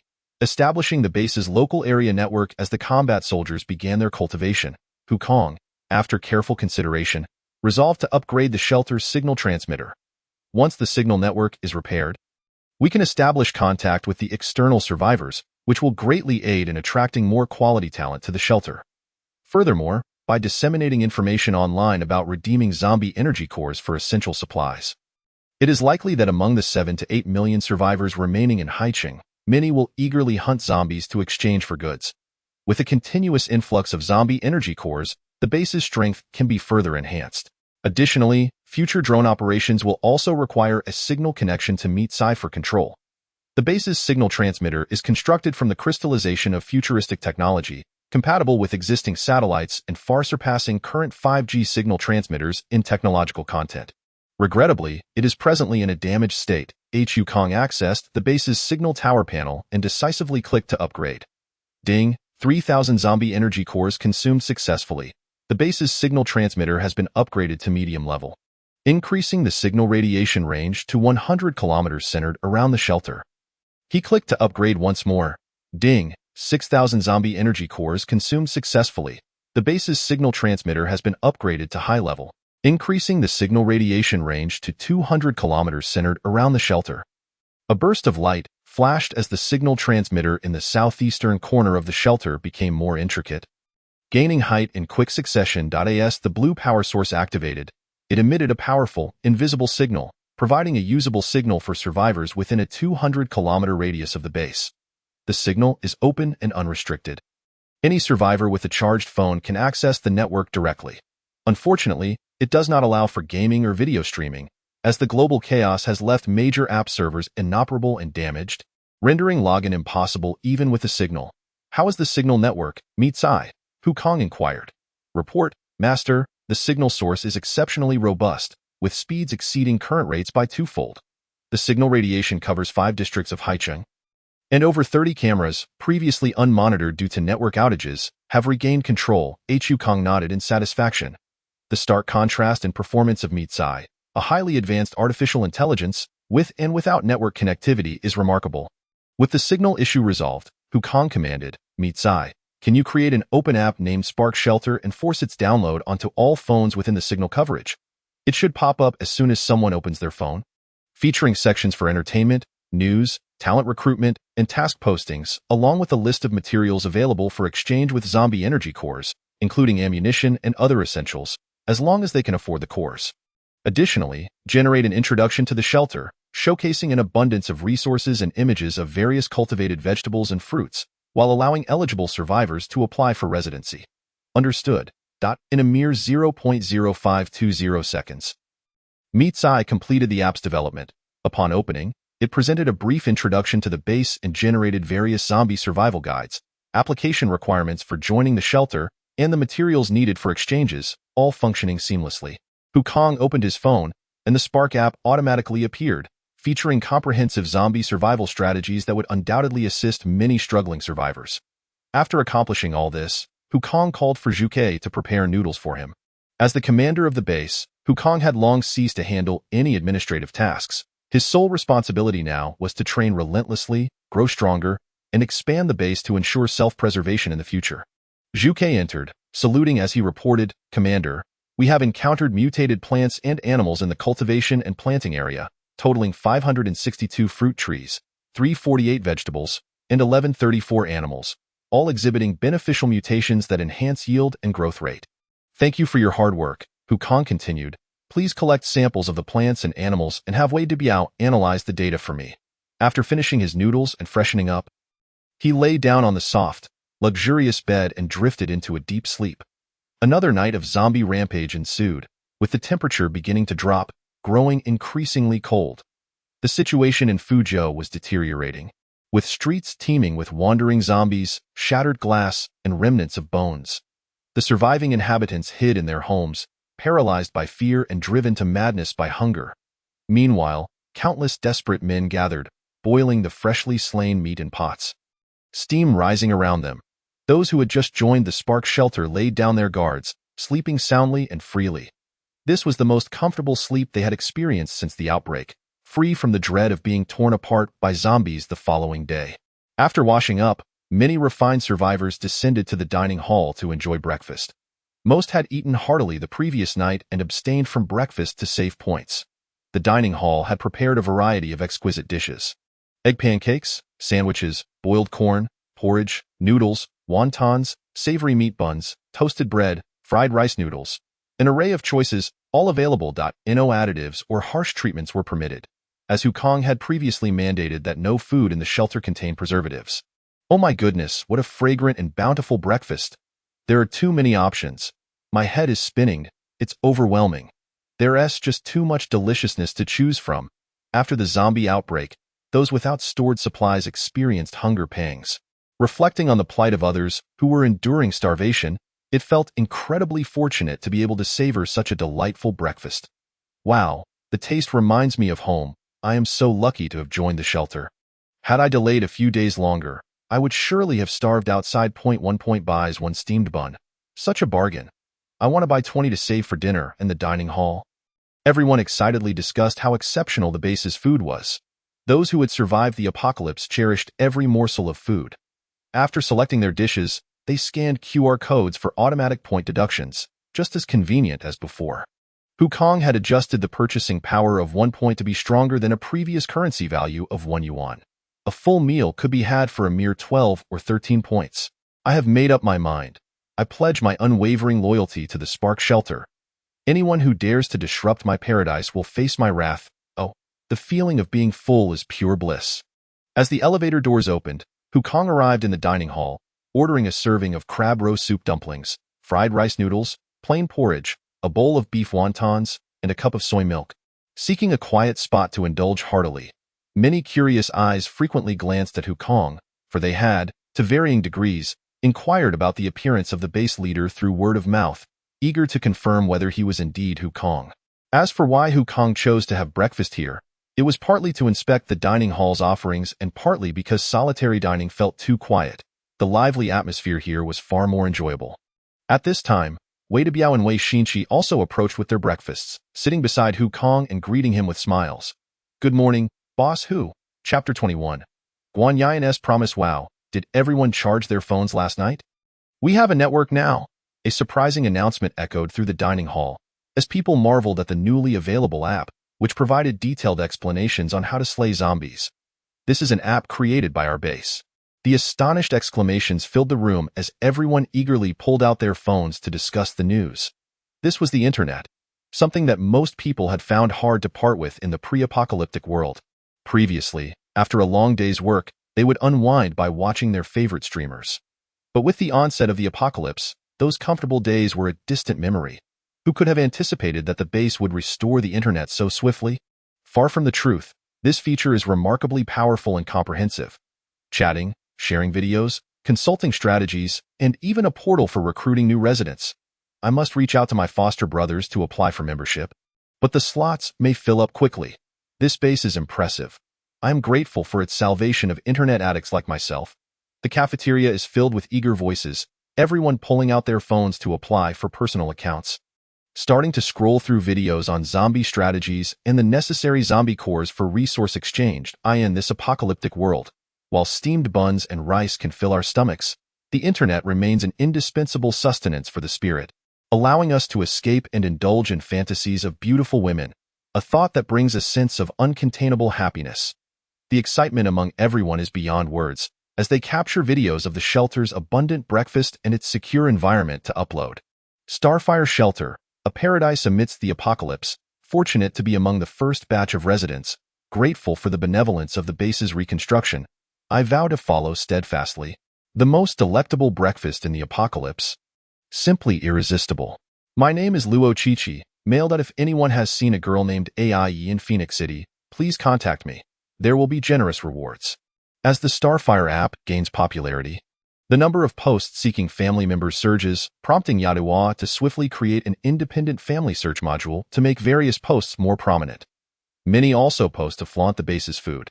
The emergence of the base's network has sent ripples through the community, providing direction for those searching for loved ones.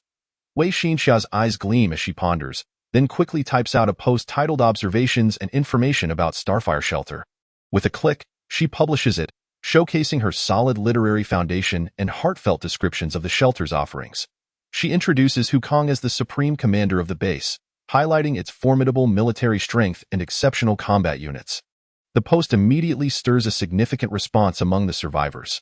After finishing breakfast, Guan Yayan, having noticed Hukang's presence in the cafeteria, intentionally or not, directs his gaze toward him. After much contemplation, he decides to approach. With a thud, he kneels before Hukang's table. "Boss Hu, I beseech you to save my friend. Regardless of the outcome, I, Guan Yayan, am willing to become a weapon in your hands, to fight wherever you lead. I shall die without regret. Before the apocalypse, I had served in the military, only to be swindled by my brothers. One rainy day, as I walked drenched, I encountered the one who would hold an umbrella for me, the person I most wished to protect in this life. Our meeting was fleeting, yet it ended all too soon. I understand that she was not my moon, but in that moment, the moonlight shone upon me. And I yearned to grasp this beauty. I poured my heart into finding a job, and eventually, she agreed to be my girlfriend. The moment I could be with my beloved, I felt immense happiness. I once almost touched the moon, but alas, dawn broke. Her mother fell gravely ill and required vast sums of money, which I could not provide. A wealthy man from the neighboring village promised 400,000 to save her mother, with the condition that she marry him, and through tears, she acquiesced. I envied that affluent individual, repeatedly watching their speeches in hopes of uncovering their secrets to success, regretting my own lack of wealth. I felt inferior, as fragile as a dandelion, scattering at the slightest touch, spending a lifetime searching for the confident self I once was. Just last night, I received her desperate call, weeping as she recounted that the man was a pervert who abused her daily, and their food supplies were dwindling. She wished to escape that place, asking me to take her far away. Anywhere would suffice. As Guan Yayan spoke, he could no longer contain his sobs, tears streaming down his face, his forehead bleeding from repeatedly bowing in desperation. The commotion drew the sympathetic gazes of those around him. Having finished his breakfast, Hukong calmly took a napkin to wipe his mouth. "All right," he said. Standing before Guan Yayan, "Go find Bai Hu and have him arrange a fully armed team of 50 to accompany you in your rescue mission. Guan Yayan, remember your promise to me," he added before making his way to the elevator. "I will remember your life-saving grace, Boss Hu," Guan Yayan shouted, wiping away his tears and blood. Meanwhile, The Starfire app upgraded its network coverage by 200 kilometers, rapidly gaining popularity among survivors within the signal range. Not only the over 8,000 people in the shelter, but many also recorded videos and posted updates. Numerous individuals made calls to connect with their families and friends, while some were fortunate to reach their loved ones. Many failed. Nonetheless, the Starfire app quickly gained traction. Before the apocalypse, nearly everyone owned a mobile phone. Although the internet was severed, those with charged devices could still check the time. Survivors hiding in their homes discovered the existence of the Starfire app and the restored network. Upon opening it, they were astonished. What the hell? How does this base have electricity? Eating such lavish meals and drinking wheat juice. What have I been doing these past few days, struggling without water? Damn it. Don T stopped me. I must join the Starfire shelter. What? The Starfire base extends over 300 meters underground, safe from nuclear strikes. It even has farming and breeding areas, capable of sustaining tens of thousands? But I still need to work. I thought this base was fantastic, but what? Only 8 hours of work daily. Absolutely no overtime. Isn't this the paradise I've always dreamed of? Survivors hiding at home, afraid to venture outside, watched various food videos from the base, saliva pooling at the corners of their mouths, especially knowing that everyone had a chance to join the shelter in such dire times. When everyone faced uncertainty and hunger, the sudden revelation of a secure shelter drove them into a frenzy of eager applications. Chapter 22. Conditions for applying to join the shelter. Many individuals hiding in official shelters felt an overwhelming longing and could no longer suppress their desires. The official shelter demanded 12 hours of work daily to produce supplies, barely providing 2 meals of compressed biscuits, while ordinary people hadn't tasted meat in ages. Moreover, as zombies grew ever more formidable, the official park shelters had long been overrun, leaving only 4 air raid shelters and 1 municipal government shelter relatively safe. With a high population, consumption soared, and the daily food expenditure was massive. During peacetime, it mattered little. There was enough to eat. But now, with the apocalypse upon us, food and water supplies were limited, and the cramped conditions led to poor air quality, illness, and a lack of medicine. Eventually, the limited supplies would lead to disaster. Thus, the living conditions could only sustain the bare minimum for survivors, and the quality of life was worlds apart from that of Starfire Shelter. Seeing videos of the Starfire Shelter showcasing breakfast, environment, and safety ignited envy among the masses, who longed to join and enjoy such privileges. They began clicking to apply to join the Starfire Shelter, only to be stunned by the application requirements. Veterans and active military personnel under 35, attractive women, healthy men, minors, and individuals with special skills will receive priority for residency. These conditions weren't overly stringent. Many could meet them. Those who succeeded in their applications jumped for joy. As approval unlocked their location, and military personnel would come to escort them to the shelter. However, many were continuously rejected, leading to an outburst of anger. Damn this Starfire Shelter. I'm a top student from Huaqing University. Just because I acquired American citizenship, why can't I get through? I'll find a way to lure zombies over and wipe you all out. If I can't have it, I'll destroy it. And what's with the requirement for attractive women under 35? Are they expecting to use them as breeding machines? Screw the Starfire Shelter. I hope the zombies wipe you out. I've noted your address. And I'll throw a pile of dung at you tomorrow. Abusive comments flooded the video's comment section. The text pointed out that zombies move slowly during the day, posing a lesser threat, and that the zombie virus could be transmitted through blood, assimilating humans into zombies. Therefore, one must never be caught or bitten when fighting zombies. If scratched, one should commit suicide immediately, as there is no cure. The post clearly detailed various weapons and techniques for effectively killing zombies. The strength of the Starfire Shelter is astounding, having identified the zombies' weaknesses and shared such comprehensive strategies in just a few days. Showcasing a sense of righteousness, if I had known this sooner, my brother, who practiced for 2.5 years, wouldn't he have died.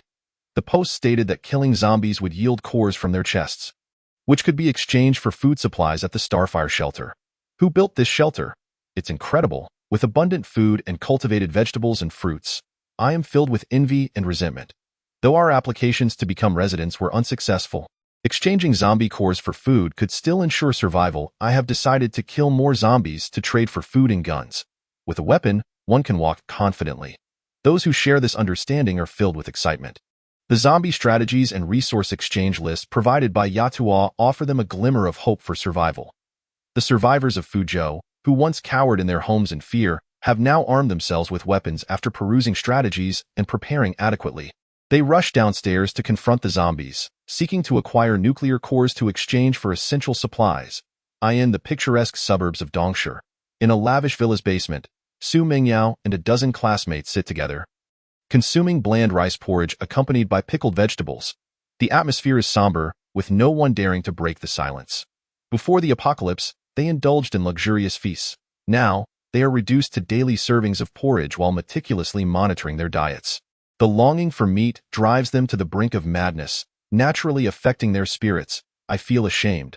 Su Mingyao sighs, observing their despondent expressions. My family has stockpiled enough supplies for everyone to survive for a month. She had anticipated the storm to soon pass, but the emergence of mutated zombies has left her uncertain about the future. With limited resources, her father has mandated strict dietary controls to prolong their survival. And she expresses her apologies. Do not say such things, Mingyao. Compared to those outside, who are homeless and in hiding, and to those who have become zombies, we are fortunate to have porridge to sustain us. One classmate counters. Those outside suffer from hunger and cold, lacking a place to rest. We have a safe haven to sleep and enough to eat. That is a blessing in itself. The group nods in agreement. Voices rising in support. Indeed. If not for our benevolent goddess, Su Mingyao, we would have perished outside long ago in their subconscious. The classmates shower her with flattery, instinctively seeking her favor. Before the apocalypse, Su Mingyao belonged to a wealthy and powerful family. A true heiress. However, times have changed. Now, their survival hinges on her goodwill, and offending her could lead to dire consequences. With a cadre of well-trained bodyguards and connections to retired soldiers and local toughs, she has fortified their defenses, easily repelling the encroaching zombies. If it weren't for her compassion towards her classmates, her father, Su Chong, would have expelled them without a second thought. Meanwhile, they ponder the fate of Hukong, who possesses a firearm. The foolish duo, Go Butong and Zhu Jixin, have been taunting him. They wonder if he has met his end. Just then, a girl exclaims excitedly, "Look at your phones." Their is signal. And it's displaying a message about the spark shelter. That's impossible. I checked this morning, and there was no signal. The group instinctively expresses disbelief. It's true. My phone has a signal too. Another classmate exclaims in astonishment. Soon, everyone pulls out their phones to verify. Upon logging into the spark shelter, they are greeted with a recruitment plan and images of bountiful feasts shared by the shelter's residents. As the details unfold, they learn of a massive spark shelter that has emerged in Fuzhou, capable of housing over 100,000 individuals. Not only do they possess abundant supplies, but they also have nuclear power generators, farming areas, and fruit plantations, enabling them to be self-sufficient. The sight of others enjoying lavish breakfasts makes the group, who have been subsisting on porridge, swallow their saliva in envy, filled with longing. Look at this video. The person is harvesting vegetables. Their entire base is lush with green cabbages, and there are fruit trees nearby. It looks like paradise. I want to apply to join. Chapter 23. The astonished Su Mingyao as the group continues to gawk in disbelief. The room fills with gasps of admiration. As they delve deeper into the details of the shelter, envy and jealousy swell among them, wishing it were they who could join. Wait. Doesn't that figure resemble Hukong? One classmate exclaims in shock. The others swiftly crowd around, peering at a photo that captures Hukong entering an RV from an unknown source. I don't think so. Hukong isn't that tall. And he doesn't have green hair. Absolutely not. Yet, the soldiers in the background wield firearms identical to those Hukong had displayed in their group chats. Some remain skeptical, but as they continue to investigate, they uncover numerous images of Hukong dining in the shelter, albeit from behind. Witnessing the shelter's formidable strength, the residents have refrained from photographing him directly, fearing his displeasure. Oh my God, that is Hukong. Su Mingyao mutters in astonishment. I just messaged him to ask if he was at the spark shelter, and he confirmed it. She reveals the chat history. Impossible. Hukong is just a penniless loser, lacking skills and money. His academic performance was subpar. Why would anyone accept him? The group erupts in derision, recounting Hukong's past misdeeds, clearly refusing to believe the evidence.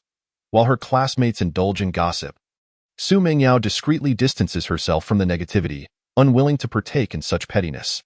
However, as the investigation deepens, they become increasingly alarmed, for in many of the uploaded photos, Wukong is seen accompanied by a cadre of well-armed, trained soldiers. Despite their reluctance to believe it, a consensus begins to form that Wukong is indeed the leader of the Spark Shelter. They are baffled as to how he managed such an achievement. The shelter appears extraordinarily secure, protected by a multitude of soldiers. Xu Mingyao gasps in shock, her eyes brimming with disbelief. The group, filled with incredulity, hastily scrolls through posts related to the shelter, desperately searching for evidence to refute the notion that Wukong is its leader. Yet, as time passes, their expressions grow increasingly grim. This advanced, high-tech shelter is beyond the reach of mere money. Even the government would struggle to construct such a fortress. Could Wukong possibly be the heir of an extraterrestrial civilization? Impossible. I've known him since elementary school. The group's envy burns bright, especially among those who once looked down upon him, now grappling with their bitterness. They could accept others' wealth and strength, but the realization that someone they once scorned now possesses such power and affluence is more painful than death itself. This news must reach my father. Xu Mingyao ignores her classmates' unraveling mental states as she rises and exits the room. Striding through 3 heavy steel doors, she enters an opulent chamber where a robust middle-aged man with a square face sits, flanked by 2 impeccably dressed bodyguards. This is Xu Mengyao's father, Xu Chong. Good morning, miss. The bodyguards greet her as she bows respectfully. Xu Chong sips his steaming tea, setting the cup down with a smile. Mingyao, you've arrived. There's something you need. Xu Mingyao approaches and places her phone before him. Father, look at this spark shelter. She proceeds to relay all the details about Wukong. As he listens, Xu Chong's expression gradually shifts to one of grave seriousness. A spark shelter of such magnitude exists in Haicheng. Xu Chong is known for his ruthlessness towards others as well as himself. He is capable and ambitious, thriving even in the apocalypse. Yet, as the saying goes, a man without foresight must have immediate worries. In a chaotic world where firearms and equipment are scarce, the weak can easily be controlled. If he could barter for guns from the spark shelter, confronting zombies would become far easier. It was high time to exchange the hunting rifle he wielded. In an instant, Xu Chong's mind races with possibilities. After a prolonged contemplation, he relaxes his furrowed brow. Such a person is beyond his reach. He could only seek to befriend them, never to become an enemy. Mingyao, your classmate is indeed a hidden gem. Xu Chong muses. What is your relationship with him? Ah, I see. Xu Chong breathes a sigh of relief, pleased with their connection. Prepare yourself. I'll have someone bring the zombie cores and pay a visit to your classmate, while also exchanging for supplies. Right now, Xu Mingyao exclaims in disbelief. Zombies are roaming the streets outside. Fear not. Xu Chong replies with a smile. Our modified vehicle is more than capable, and the Spark Shelter has comprehensive strategies for dealing with zombies. During the day, zombies are weaker than at night. We can simply crush small groups and speed away. Even second-tier zombies won't be able to catch up. Bring more people, and make sure to take the compound bows and hunting rifles. We'll be safe. Besides, it's not just us who want to investigate. Every faction that receives the signal will likely head there. Xu Mingyao nods in agreement, eager to learn about Wukong's current situation. 10 minutes later, the rumble of engines fills the air as 6 rugged pickup trucks speed away from the villa towards the Spark Shelter. On board are Xu Mingyao and her father, along with curious classmates and a contingent of recruited, vigilant security personnel, each armed with compound bows, scanning their surroundings. They encounter numerous zombies along the way, but most are swiftly dispatched by concentrated fire, their bodies crushed beneath the trucks. Send a few people to extract the zombie cores. Xu Chong commands, gesturing towards the corpses scattered on the ground. Xu Chong is well aware of the existence of zombie cores. After all, the Villa's shelter had already eliminated over 200 zombies. During the initial attempts to dissect the corpses, the presence of zombie cores had been discovered. However, their usage remained a mystery, so they had been stored for future use. Now, they are determined to bring them along. Meanwhile, in a shelter repurposed from a school, 5 individuals sit in silence, led by a handsome young man named Huang Tianhu, a veteran. After a long moment of contemplation, Huang Tianhu finally speaks. Have we reached a decision? The opposing faction is well equipped, boasting a combat-ready force of over 200. Although we have gathered over 3,000 individuals, they are merely a disorganized mob. Should we falter in our actions, it would result in significant casualties. And you would face the same fate. If the situation becomes untenable, I shall abandon you and flee. Damn it, we shall charge together with our numbers, overwhelming all their soldiers, drawing the leaders out. Brother Hu, you possess extraordinary abilities. A wall dozens of meters high poses no challenge for you. Strike swiftly and eliminate the leader. Then, open the gates to facilitate our swift takeover of the refuge. Securing the Xingho refuge means you, Brother Hu, will ascend to leadership, and we shall survive. The supplies in the warehouse can only sustain us for 2 days. Regardless, we are destined to perish. Let us gamble everything. Success brings us fortune and health, while failure merely results in death. Huang Tianhu glanced at the speaker, sighed, and said, Very well, let us proceed as you suggest. Inform the brothers of the stakes involved. We shall wager everything to live. Chapter 24. The gathering of forces at Xingho base at 12:30. The convoy led by Su Chong safely arrived outside the Xingho refuge base in the southern part of the city. Along the way, they encountered clusters of zombies several times, all of which they easily dispatched using their strategies and weaponry. Has so many arrived already? Su Chong furrowed his brow, casting a discreet glance outside the vehicle. A sense of unease rising within him. The Xingho refuge spans an impressive 1,125 acres, and from the outside, the 10-meter-high fortified alloy walls are truly imposing. Above the highest point of the electric fence, in the gaps left in the city wall, rows of cold machine guns and defensive cannons send chills down one's spine, as if warning the arriving crowd not to cause trouble or face the consequences. The public garden outside the refuge is already fenced with iron, forming a secure area. The streets near the base have naturally become zombie-free zones due to the daily efforts of the combat teams clearing out the undead, with few daring to roam freely. The surroundings are filled with vehicles bearing marks of zombie attacks, and heaps of undead bodies and refuse have been cleared from the roadside. Su Chong was acutely aware that he had previously surveyed this area, which had once been barren land. His family's Baiyun group had even attempted to bid on it for residential development, but alas, they had failed. To think, after just a few months, such a massive base has emerged here. It is truly unbelievable.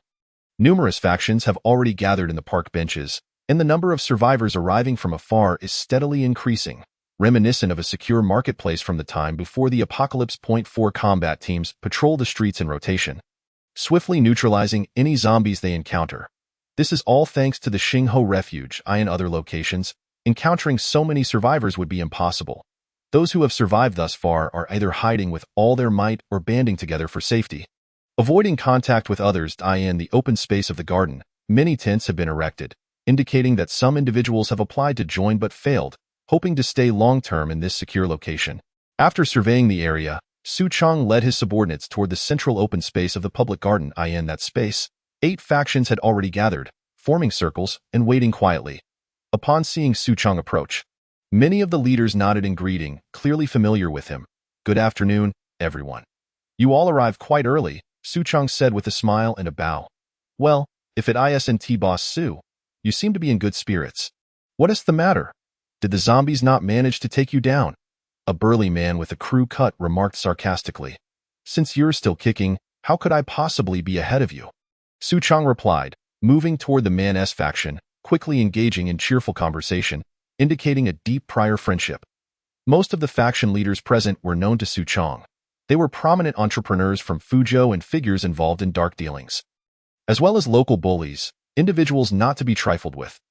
Otherwise, they would not have been able to swiftly establish their power for self-preservation in this Apocalypse. 1 group caught Su Chong's attention. 200 soldiers clad in standard military uniforms, brandishing gleaming steel rifles with glistening bayonets. They stood in perfect formation, motionless, led by a young man with yellow hair, whose disdainful gaze seemed to challenge everyone around him. Recalling, Su Chong recognized this young man as Ji Baichong, the assistant director of the Fuzhou branch of the National Disaster Management Agency, a powerful official whose every action influenced others. Before the meteor's fall, he had been active throughout Fuzhou, busy preparing for tsunami, earthquake, and volcanic eruption responses. Rumor had it he was the scion of a prominent family, stranded here, and now held significant sway within the official refuge. His family was powerful, which allowed him to act with impunity before the apocalypse. But now, in this new world, there were those who cared little for lineage and could swiftly eliminate him if provoked. Everyone, What are your thoughts on this seemingly emergent Xingho refuge?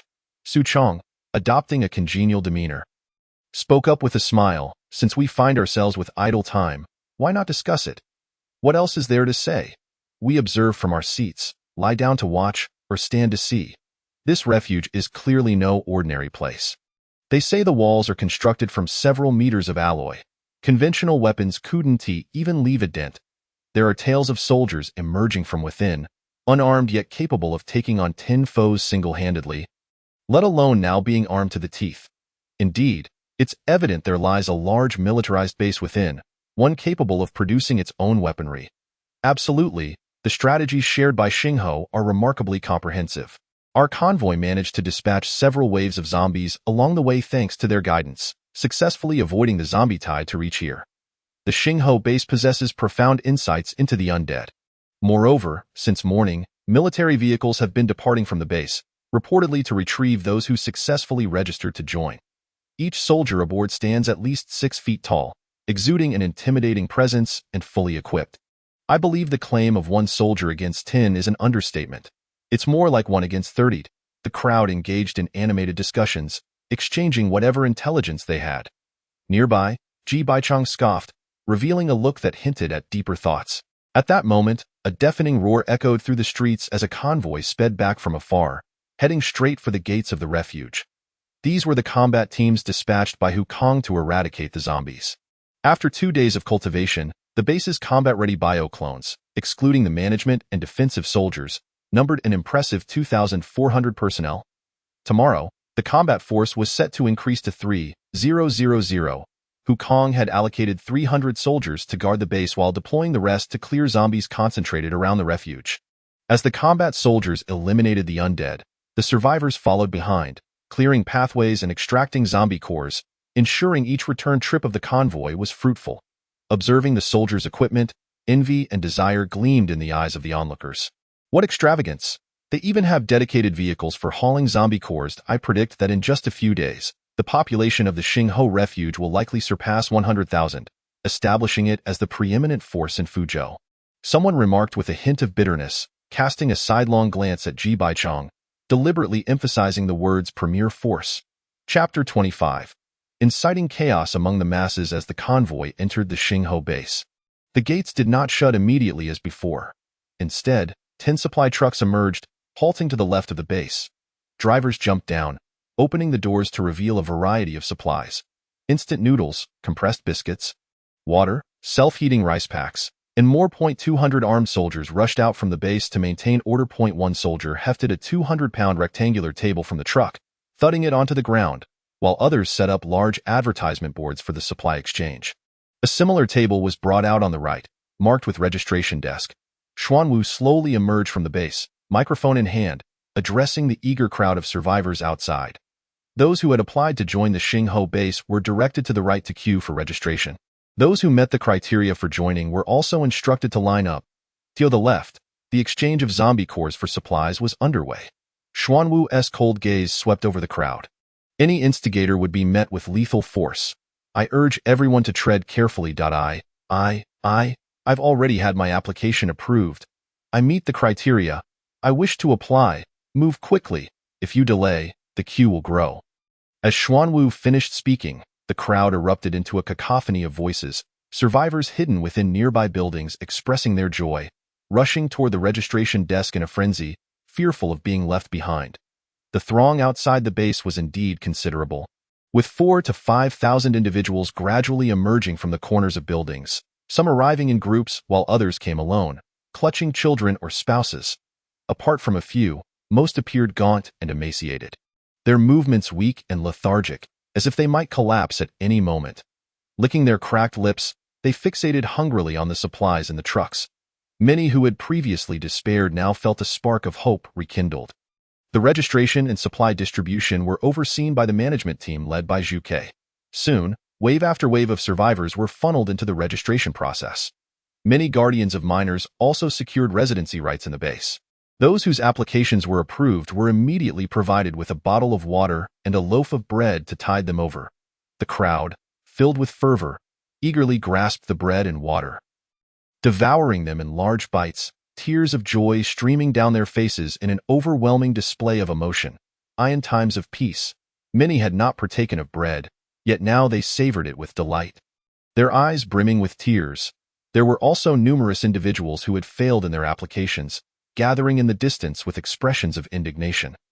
Huang Tianhu led his subordinates, mingling among them as time passed. The crowd swelled, aware of the conditions for joining the shelter, yet still unwilling to give up hope of being accepted. Unfortunately, they were unaware of the existence of Yadwa, as everyone's features were scanned. Revealing all pertinent information, I braved the perilous journey to come here, only to be told I was rejected? Those bastards, who set these rules? We are all compatriots of Xia country. Why deny me entry? With so many zombies outside, why not let us in? Are you trying to kill us by gathering us all together as fodder for the undead?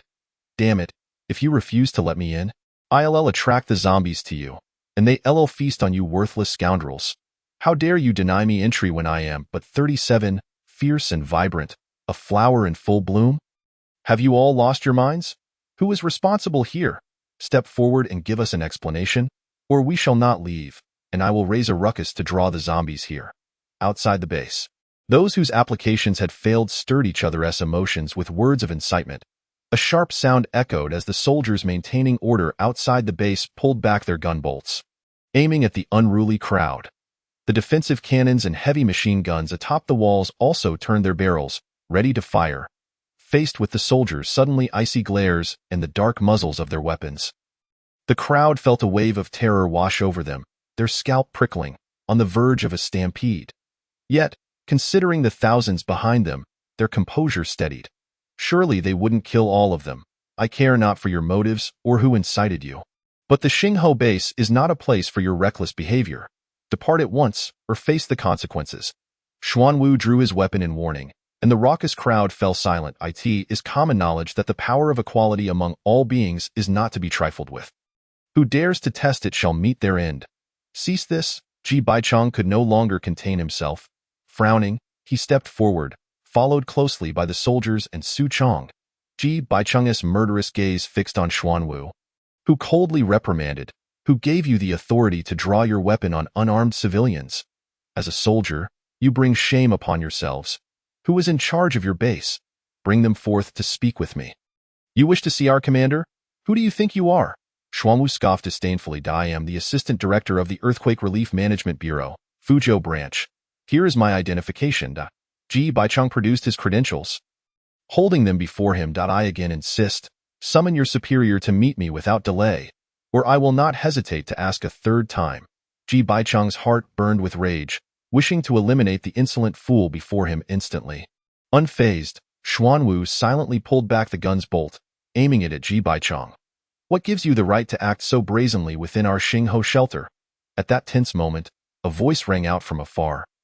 Swiftly approaching Ji Baichang's side, delivering a forceful slap that sent him crashing to the ground, a handprint blooming on his face.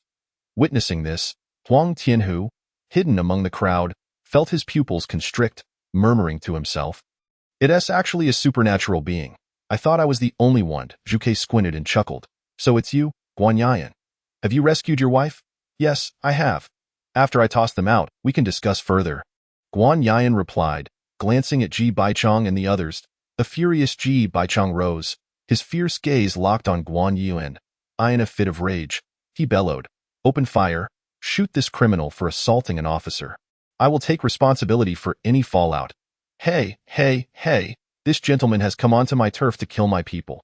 That is quite unacceptable. Isn't it? Let us sit down and discuss this calmly, for I am one who values reason and virtue above all." His voice, though soft, resonated clearly in everyone's ears, an effect of Hu Kong's mental prowess. The crowd turned toward the source of the voice, discovering a figure clad in patterned shorts and flip-flops. Bare-chested, showcasing a perfectly sculpted physique, draped in a red trench coat, seated atop the city wall, surveying the throng below. All the soldiers stationed outside the base stood to attention, saluting in unison, "Good afternoon, Commander." Chapter 26. The intent to requisition the Xingho shelter. Upon hearing this, the crowd was taken aback. The commander? He is the leader of the Xingho shelter. Good heavens, how can he look so young, with a visage as if sculpted, skin unblemished as snow, and a physique radiating an air of rebelliousness. He is quite captivating. Below, a group of infatuated women gasped and whispered. Xu Mingyao and several classmates gazed up at Hu Kong on the wall, their expressions a mixture of complexity. They could not fathom how a once impoverished lad had transformed into the commander of a large shelter. Garnering immense respect from his subordinates, Hu Kong also spotted Su Mingyao, nodding in acknowledgement before his gaze shifted to Ji Baichong and the other leaders of the organization. It seems you all have quite a few grievances with me? Hu Kong yawned, speaking nonchalantly. We dare not, Ji Baichong replied, lifting his identification once more for Hu Kong to see. Mr. Hu, is it? I am Ji Baichong, Assistant Director of the Earthquake Relief Management Bureau.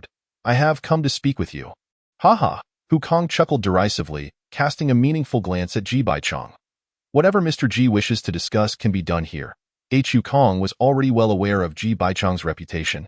Yadwa had long since infiltrated Xia country's databases, copying every piece of information, including the distribution of officials in Fuzhou and the leaders of the shelters, all presented before Hu Kong. The 5 official shelters possessed comprehensive power and surveillance systems, and Yadwa continuously monitored them. Hu Kong understood their ambitions well. In the face of the apocalypse, those capable of establishing shelters were not without ambition. Now, across Xia country's provinces, cities, and counties, various shelters had largely broken free from central control, each faction operating independently, seizing the opportunity to recruit and stockpile resources. Ji Baichong represented the city government's shelter. Clearing his throat, Ji Baichong raised his voice passionately. Mr. Hu is aware of the founding purpose of our Earthquake Relief Management Bureau, which is to strive against natural disasters such as earthquakes, tsunamis, typhoons, and volcanic eruptions, to safeguard the lives and property of the people of Fuzhou. We all believe that united we could overcome natural calamities. But who could have anticipated the outbreak of the zombie virus, plunging society into chaos? This is a disaster for all humanity and has dealt a devastating blow to Xia country, leaving countless families shattered. In this national crisis, we must unite as one to weather the storm of this apocalypse. Well said. Hu Kong interjected with a smile at him. Hu is indeed perceptive and possesses a broad perspective. Ji Baichong inhaled deeply and continued. The times have changed. Our generation feels like the last train of the old era, like experimental subjects of the new age. We have witnessed the splendor of the old streets and now endure the brutality of life being deemed worthless in this apocalypse, where the lower classes struggle to survive. The global situation is fraught with peril, and the people of Fuzhou are striving to survive amid the threats of natural disasters and the horrors of mutated zombies. We seek Mr. Hu's assistance in joining the official shelter. This is the hope for national revival and the dawn of human existence. Is there more? Please continued.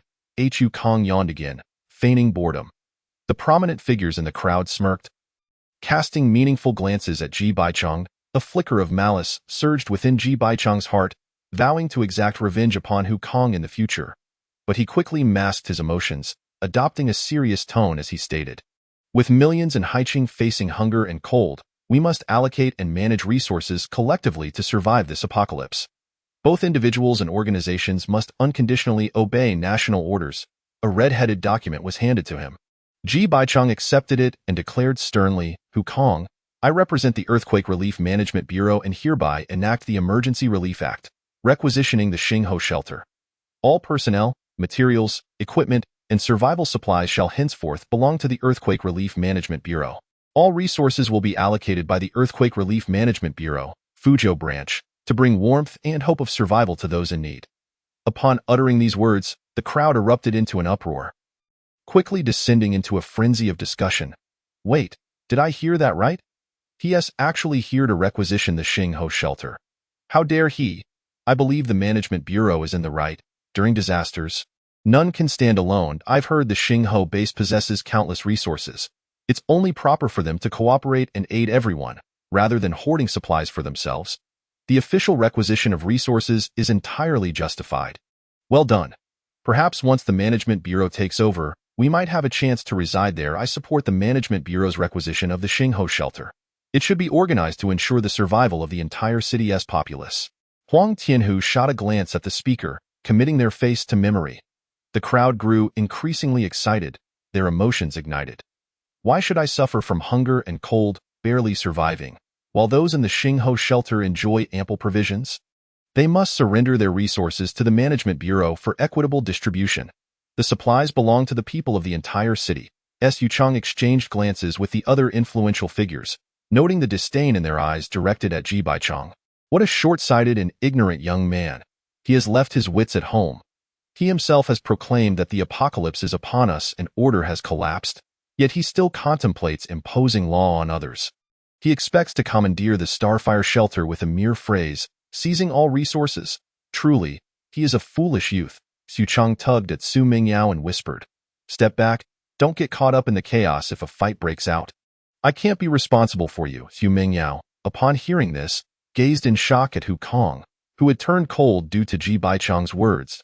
Hu Kong leapt down from the city wall.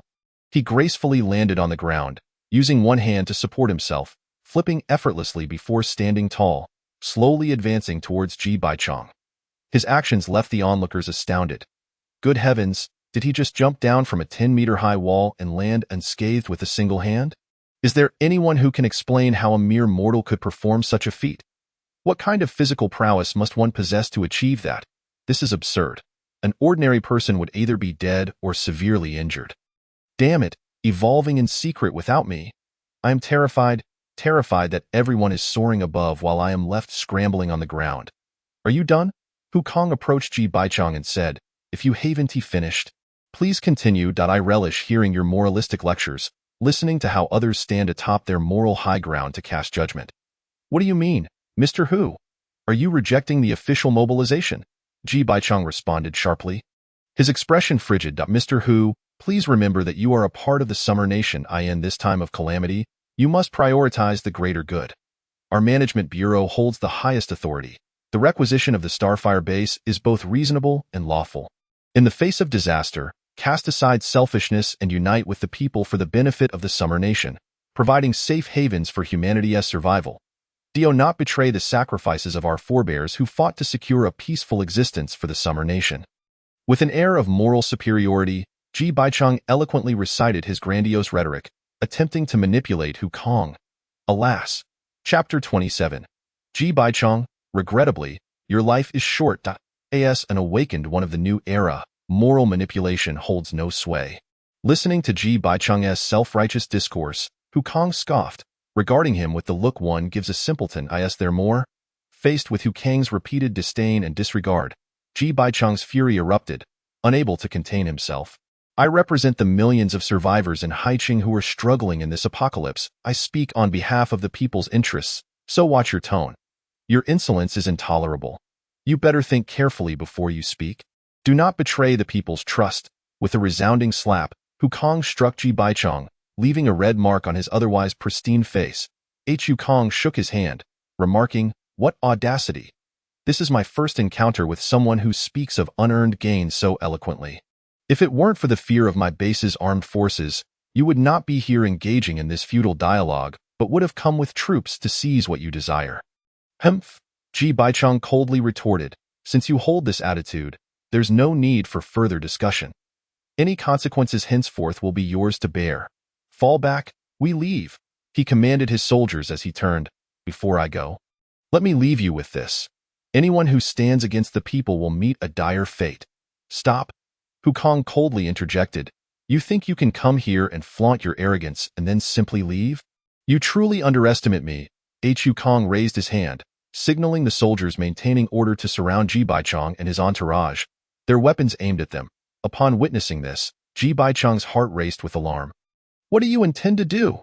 The 200 soldiers at his side swiftly trained their guns on Hu Kong, their vigilance heightened. The atmosphere became tense and heavy. Onlookers recoiled in terror, retreating far from the scene. Fearing they would become collateral damage, No1 anticipated Hu Kang's audacity. He actually intended to detain the official shelter personnel. Hu Kong leisurely strolled towards Ji Baichang, reaching out to pat his face, saying, "You are Ji Baichang, correct? Unfortunately, your days are numbered." Ji Baichang, caught off guard by the slap, felt his face flush with a mix of embarrassment and rage, but dared not retaliate. After all, one must bow their head beneath the eaves. "I am aware that the resources and equipment of the base will undoubtedly attract envy, but I did not expect someone of your ilk to dare to act so brazenly. How naive. The times have changed. This is no longer an era where you can act as you please without consequence. Spare me your lofty rhetoric about representing the people. Do you truly believe you are worthy? Hu Kang's expression shifted as he pointed at those who had failed to join the base, berating the crowd. And you lot are unqualified to join the base. Do you not know that slaying zombies can yield resources? As long as you dare to fight, you will never starve. Afraid to face the zombies? Yet you dare to cause trouble here? Do you think I am without temper? You have 10 minutes. Either you go out and fight, or I will send you on your way. Upon hearing this, Ji Baichong and his associates turned pale. The troublemakers among them shifted their expressions, realizing Hu Kang was pointing at them. That was someone else causing trouble. What does it have to do with me? I am innocent. Don't involve me. Many instinctively protested, terrified that they might meet their end in the next moment. They could see Hu Kang's resolute demeanor but dared not act. For they were already surrounded by the military. Guan Yan emerged from behind to stand by Hu Kang, saying, "Boss, let me take action. I can handle it alone. Fire fist." As she spoke, a roaring inferno erupted from the crowd. A towering pillar of flames surged towards Ji Baichong and his party, incinerating those it touched, leaving them screaming in agony as they became charred remains on the ground. Their firearms, scorched by the terrifying heat, fell to the ground, while those at the edges, grazed by the flames, writhed in pain. The figure dashed forward, swiftly harvesting Ji Baichong's companions and the raucous crowd behind him. "Damn it, stealing my thunder," Guan Yan exclaimed, astonished that someone dared to snatch kills from her.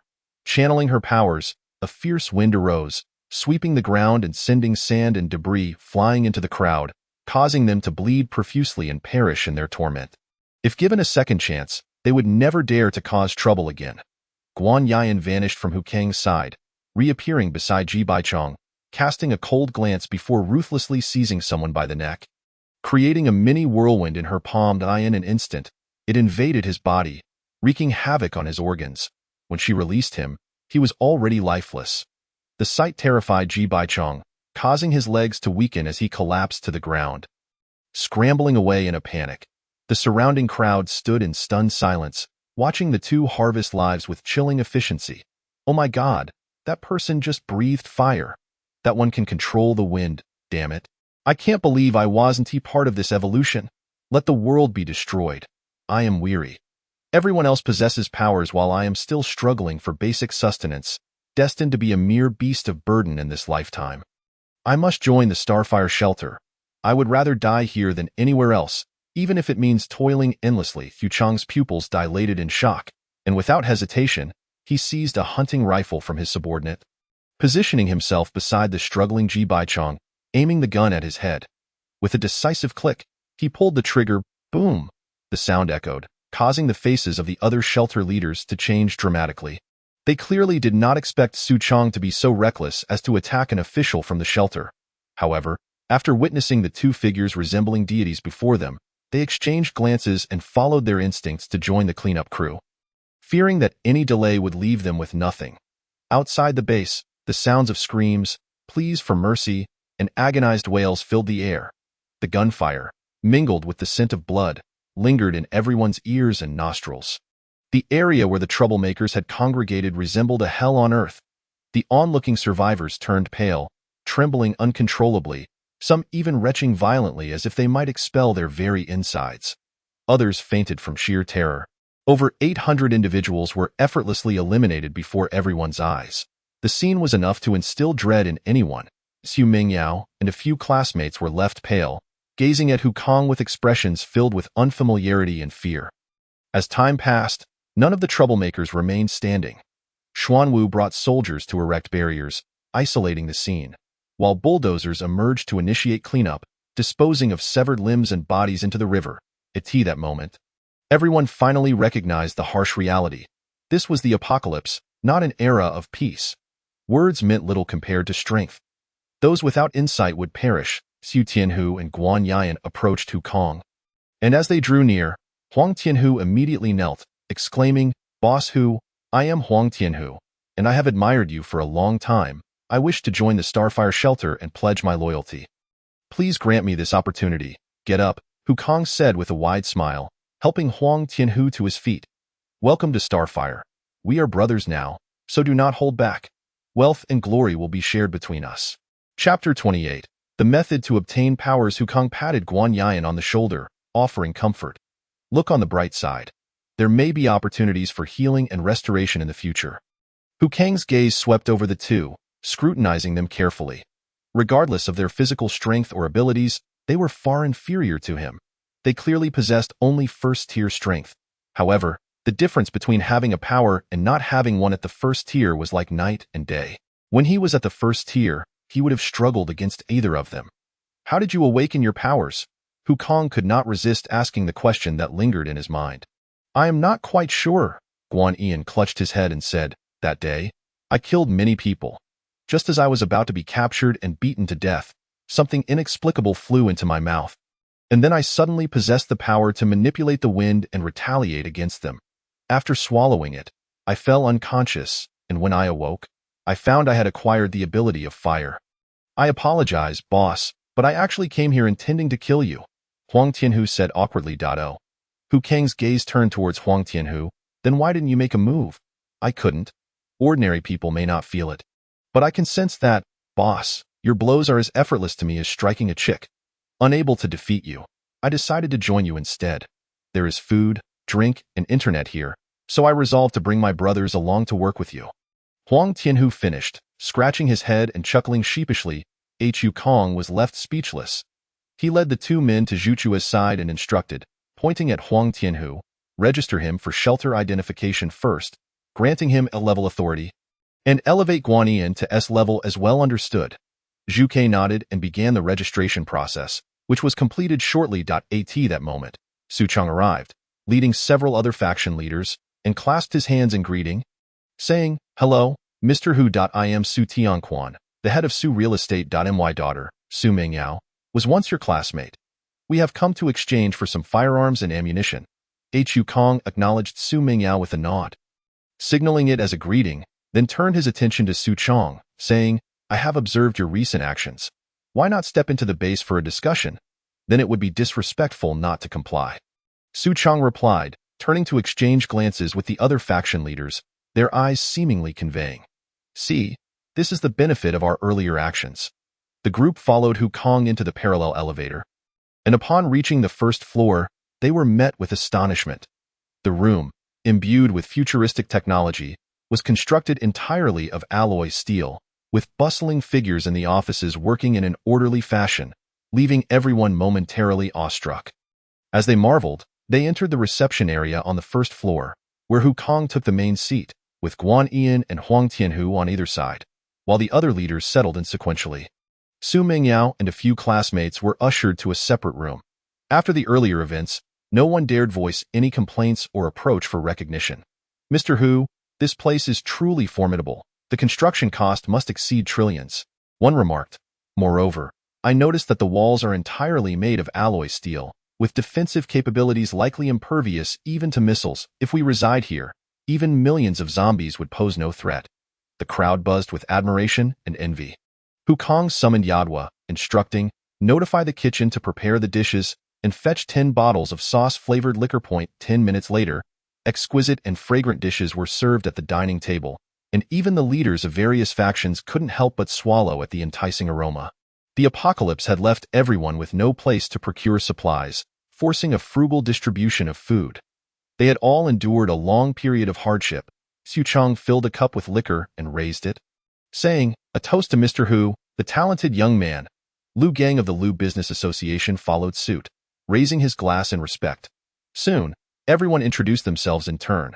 During the exchange of toasts, Su Chong, under the pretext of drinking, mentioned, you know the purpose of our visit, young man. Zombies are our primary enemy.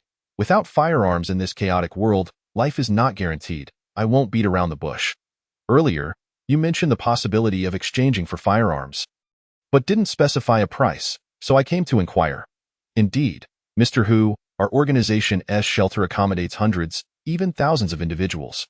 While we can manufacture some rudimentary firearms, they are wholly insufficient for the current situation, echoed others, each voicing their requests. These individuals, once prominent figures in various groups before the apocalypse, lacked for nothing but firearms, which were prohibitively expensive in peacetime. Such items were strictly forbidden. I have no shortage of food or medicine. In fact, I have established a sustainable farming base, providing an abundance of fresh fruits and vegetables. Hu Kong raised his glass and downed it, smiling nonchalantly. Weapons, ammunition, and high-explosive grenades are piled high. I possess my own manufacturing workshop. As long as sufficient bargaining chips are available, you can buy as much as you desire. Really? Su Chong and the other leaders' eyes lit up with excitement. You aren't deceiving us, are you? Hu Kong cleared his throat. The zombie crisis is a calamity for all humanity. I understand the importance of mutual assistance. As long as you have zombie cores, we can discuss exchanges. Another zombie core? Lu Gang raised his glass. Addressing Hu Kong, might I inquire about the specific function of the zombie core? Perhaps we could negotiate using other materials for exchange, such as gold. It was evident that Xingho Shelter demanded zombie cores in exchange for supplies, causing the leaders to grow wary and eager to understand the core's function. Hu Kong had known since awakening his powers that absorbing the energy within the zombie cores could enhance one's abilities. Hu Kong shook his head, refusing. In light of your seniority, I will make an exception.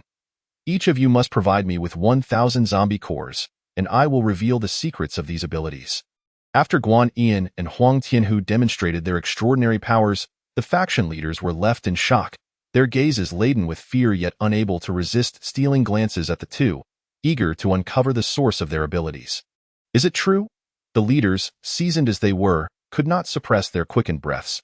After exchanging glances, they nodded in agreement. 1,000 zombie cores from each of us. Mr. Hu, we shall provide them. We hope you will share the method of obtaining these powers. The terrifying combat prowess of the ability users was something they had witnessed firsthand. This information was of paramount importance. It could be said that any single ability user could easily obliterate any of their factions. The world had changed dramatically, and they anticipated that class division would become inevitable, with ability users standing atop the pyramid as the new humanity. Chapter 29. The price of rifles. They were willing to exhaust all resources to ensure the emergence of ability users within their factions. Observing the restless and excited demeanor of the crowd, Hu Kong smiled and said, Guan Ian and Huang Tianhu, please recount your experiences of acquiring your powers for our esteemed guests. Yes, the two recounted their experiences once more, eliciting varied expressions of shock, regret, and envy among the dining guests. Upon hearing their story, Su Chong's eyes darted, and a smile crept onto his face as he seemed to have an epiphany. Oh, that's how it is. I must mobilize everyone to find a stone that can awaken abilities. Listening to the discussions, Hu Kong remained unperturbed. He leisurely picked up a piece of shrimp, savoring it before speaking. There are other methods to awaken abilities. The crowd's gaze turned in unison towards Hu Kong. Curiosity piqued. Mr. Hu, do you know of any other methods to awaken abilities? We would be immensely grateful. If there is ever a way we can assist, please do not hesitate to command us. The others echoed their agreement. Hu Kong, not intending to withhold information, continued, you all know that zombies can evolve, correct?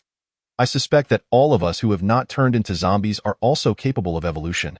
Evolving to the first level grants heightened senses, quicker reflexes, and physical capabilities far exceeding those of ordinary people, allowing one to take on 100 commoners without difficulty. Hu Kong pointed to the two men and added, the stones they acquired, which I refer to as source crystals, guarantee awakening an ability when consumed, and elevate one to the first level. The combat strength of a first-level individual without an ability is not comparable to that of one with an ability. Allow me to share another piece of information. I can confirm that 4-tier zombie kings and 4-tier mutated tiger kings have already emerged in other regions, along with other mutated beasts. Gasp! The weighty news dropped by Hu Kong was met with unwavering belief. The crowd collectively inhaled sharply, fear reflected in their eyes as they exchanged glances, each recognizing the urgency to grow stronger. We are far too behind. If a 4-tier zombie attacks, we would stand no chance. Mr. Hu, could we relocate our shelter closer to the Xingho base? That way, we can look out for one another. Hu Kong regarded the speaker with a deep gaze and, without refusal, nodded in agreement. Most of the residential buildings near the Xingho base had been overrun by zombies and death, with the remaining inhabitants joining the shelter. The vacated rooms would allow various factions to form an external force near the base, effectively becoming a buffer zone against the first wave of zombie and mutated beast attacks. Hu Kong took out his phone to contact Qinglong. Moments later, a dozen soldiers entered, carrying several boxes and placing them before the group. Qinglong stepped forward to pry open the boxes, revealing an array of military arms. Inside were handguns, automatic rifles, heavy machine guns, high-explosive grenades, and a variety of ammunition, all laid out before them, leaving the leaders in awe and shock. "Wow, Mr. Hu, we are utterly convinced of your strength." The equipment was undeniably new, far superior to the crude firearms they possessed, leaving them salivating and unable to resist examining the items closely. "Gentlemen, why not head to the training ground to test out the firearms?" Hu Kong suggested enticingly. Bang, bang, bang. In the base's training ground, Su Chong and the others were trying out the guns. It was their first time witnessing such fine weaponry, and the excitement overwhelmed them as they experienced the true power of the firearms. The power and accuracy are unmatched. This is certainly not something our hunting rifles can compare to. Haha, with the new equipment, slaying zombies has become significantly easier, and we now have the confidence to venture out, making our endeavors much more convenient. The feel of this automatic rifle is simply exhilarating. The crowd engaged in lively discussions, their joy palpable. Hu Kong observed the jubilant group, choosing not to intrude. The armory's production of firearms and ammunition had long since exceeded capacity, overflowing the warehouses, with the base's self-consumption far from exhausting the stock. By selling some equipment, the crowd could venture forth to hunt zombies, exchanging the zombie cores they acquired for firearms, while he reaped the rewards without lifting a finger. He held no fear of betrayal, for his speed rendered these rifles harmless. Even if he were to endure a few hits, it would pose no issue. Once the crowd completed their trials, Hu Kong approached and inquired, "How does everyone find the performance?"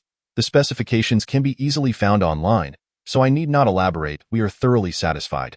We absolutely love it," the crowd responded enthusiastically. "But how are the prices calculated?" Su Chong asked. Hu Kong continued, "The prices are exceptionally reasonable. A pistol costs 30 zombie cores, a rifle 50 cores, a heavy machine gun 60 cores, a high-explosive grenade 1 core each, and bullets are 10 rounds per core. These prices are truly affordable." Although everyone was aware that all could absorb zombie cores for evolution, survival without exchange was increasingly challenging. Hunting zombies was not difficult for them. Even crude firearms could yield 1 or 2,000 cores. And with better equipment, their hunting speed would only increase. Initially, they had worried that Hu Kong would exorbitantly inflate prices, but it seemed their concerns were unfounded. "It is a pity that we have so few cores left after giving you 1,000. Brother, such generosity. Are you not concerned we might abscond without payment? Run? Who would do that? Don't you wish to purchase bullets and other supplies in the future?" Lu Gang interjected. "I am grateful for your trust, Mr. Hu. Should any issues arise, I will not hesitate to assist," came the reply. "Indeed, Hu, should you require anything, do not hesitate to command us. We shall ensure it is done splendidly," Su Chong and Lu Gang flattered. After exchanging pleasantries, they beamed at the crates of equipment before them. Upon returning, they would effortlessly hunt zombies, seek source crystals, and strive to become abilities users, thereby enhancing their influence in the days to come. The thought of defaulting on their obligations never crossed their minds. Setting aside the formidable military strength of the Xingho shelter, even 2 abilities users were beyond their reach, and they would still need to purchase ammunition in the future. Hu Kong had effectively seized their throats, establishing a steady trade where no one dared to default. After a meal, Hu Kang's Xingho base emerged as the strongest force in Fuzhou City. Following the feast, Su Mingyao and others, who had been waiting nearby, looked on in awe at Hu Kong, their eyes reflecting a mixture of respect and fear. Their classmate had undergone a remarkable transformation, becoming both powerful and intimidating. "Hu Kong, may we join your base and reside here?"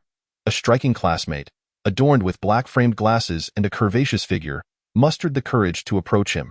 Chapter 30. The shocked Guan Yian and Huang Tianhu. Hu Kong recognized her as Ai Li, who had garnered attention even during their school days due to her early development.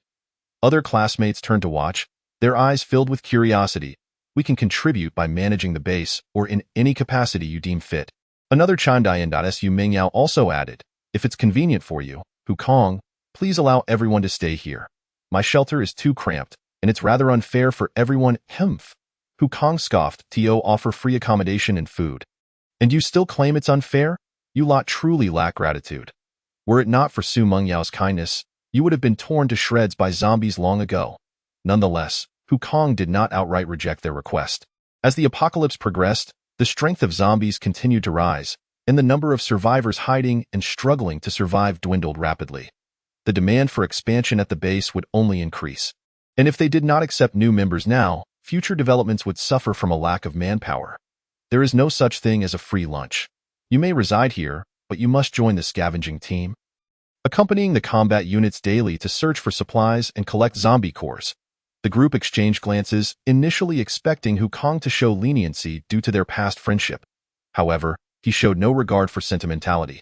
Casting a glance at those who refused to stay, Wukong said nothing further.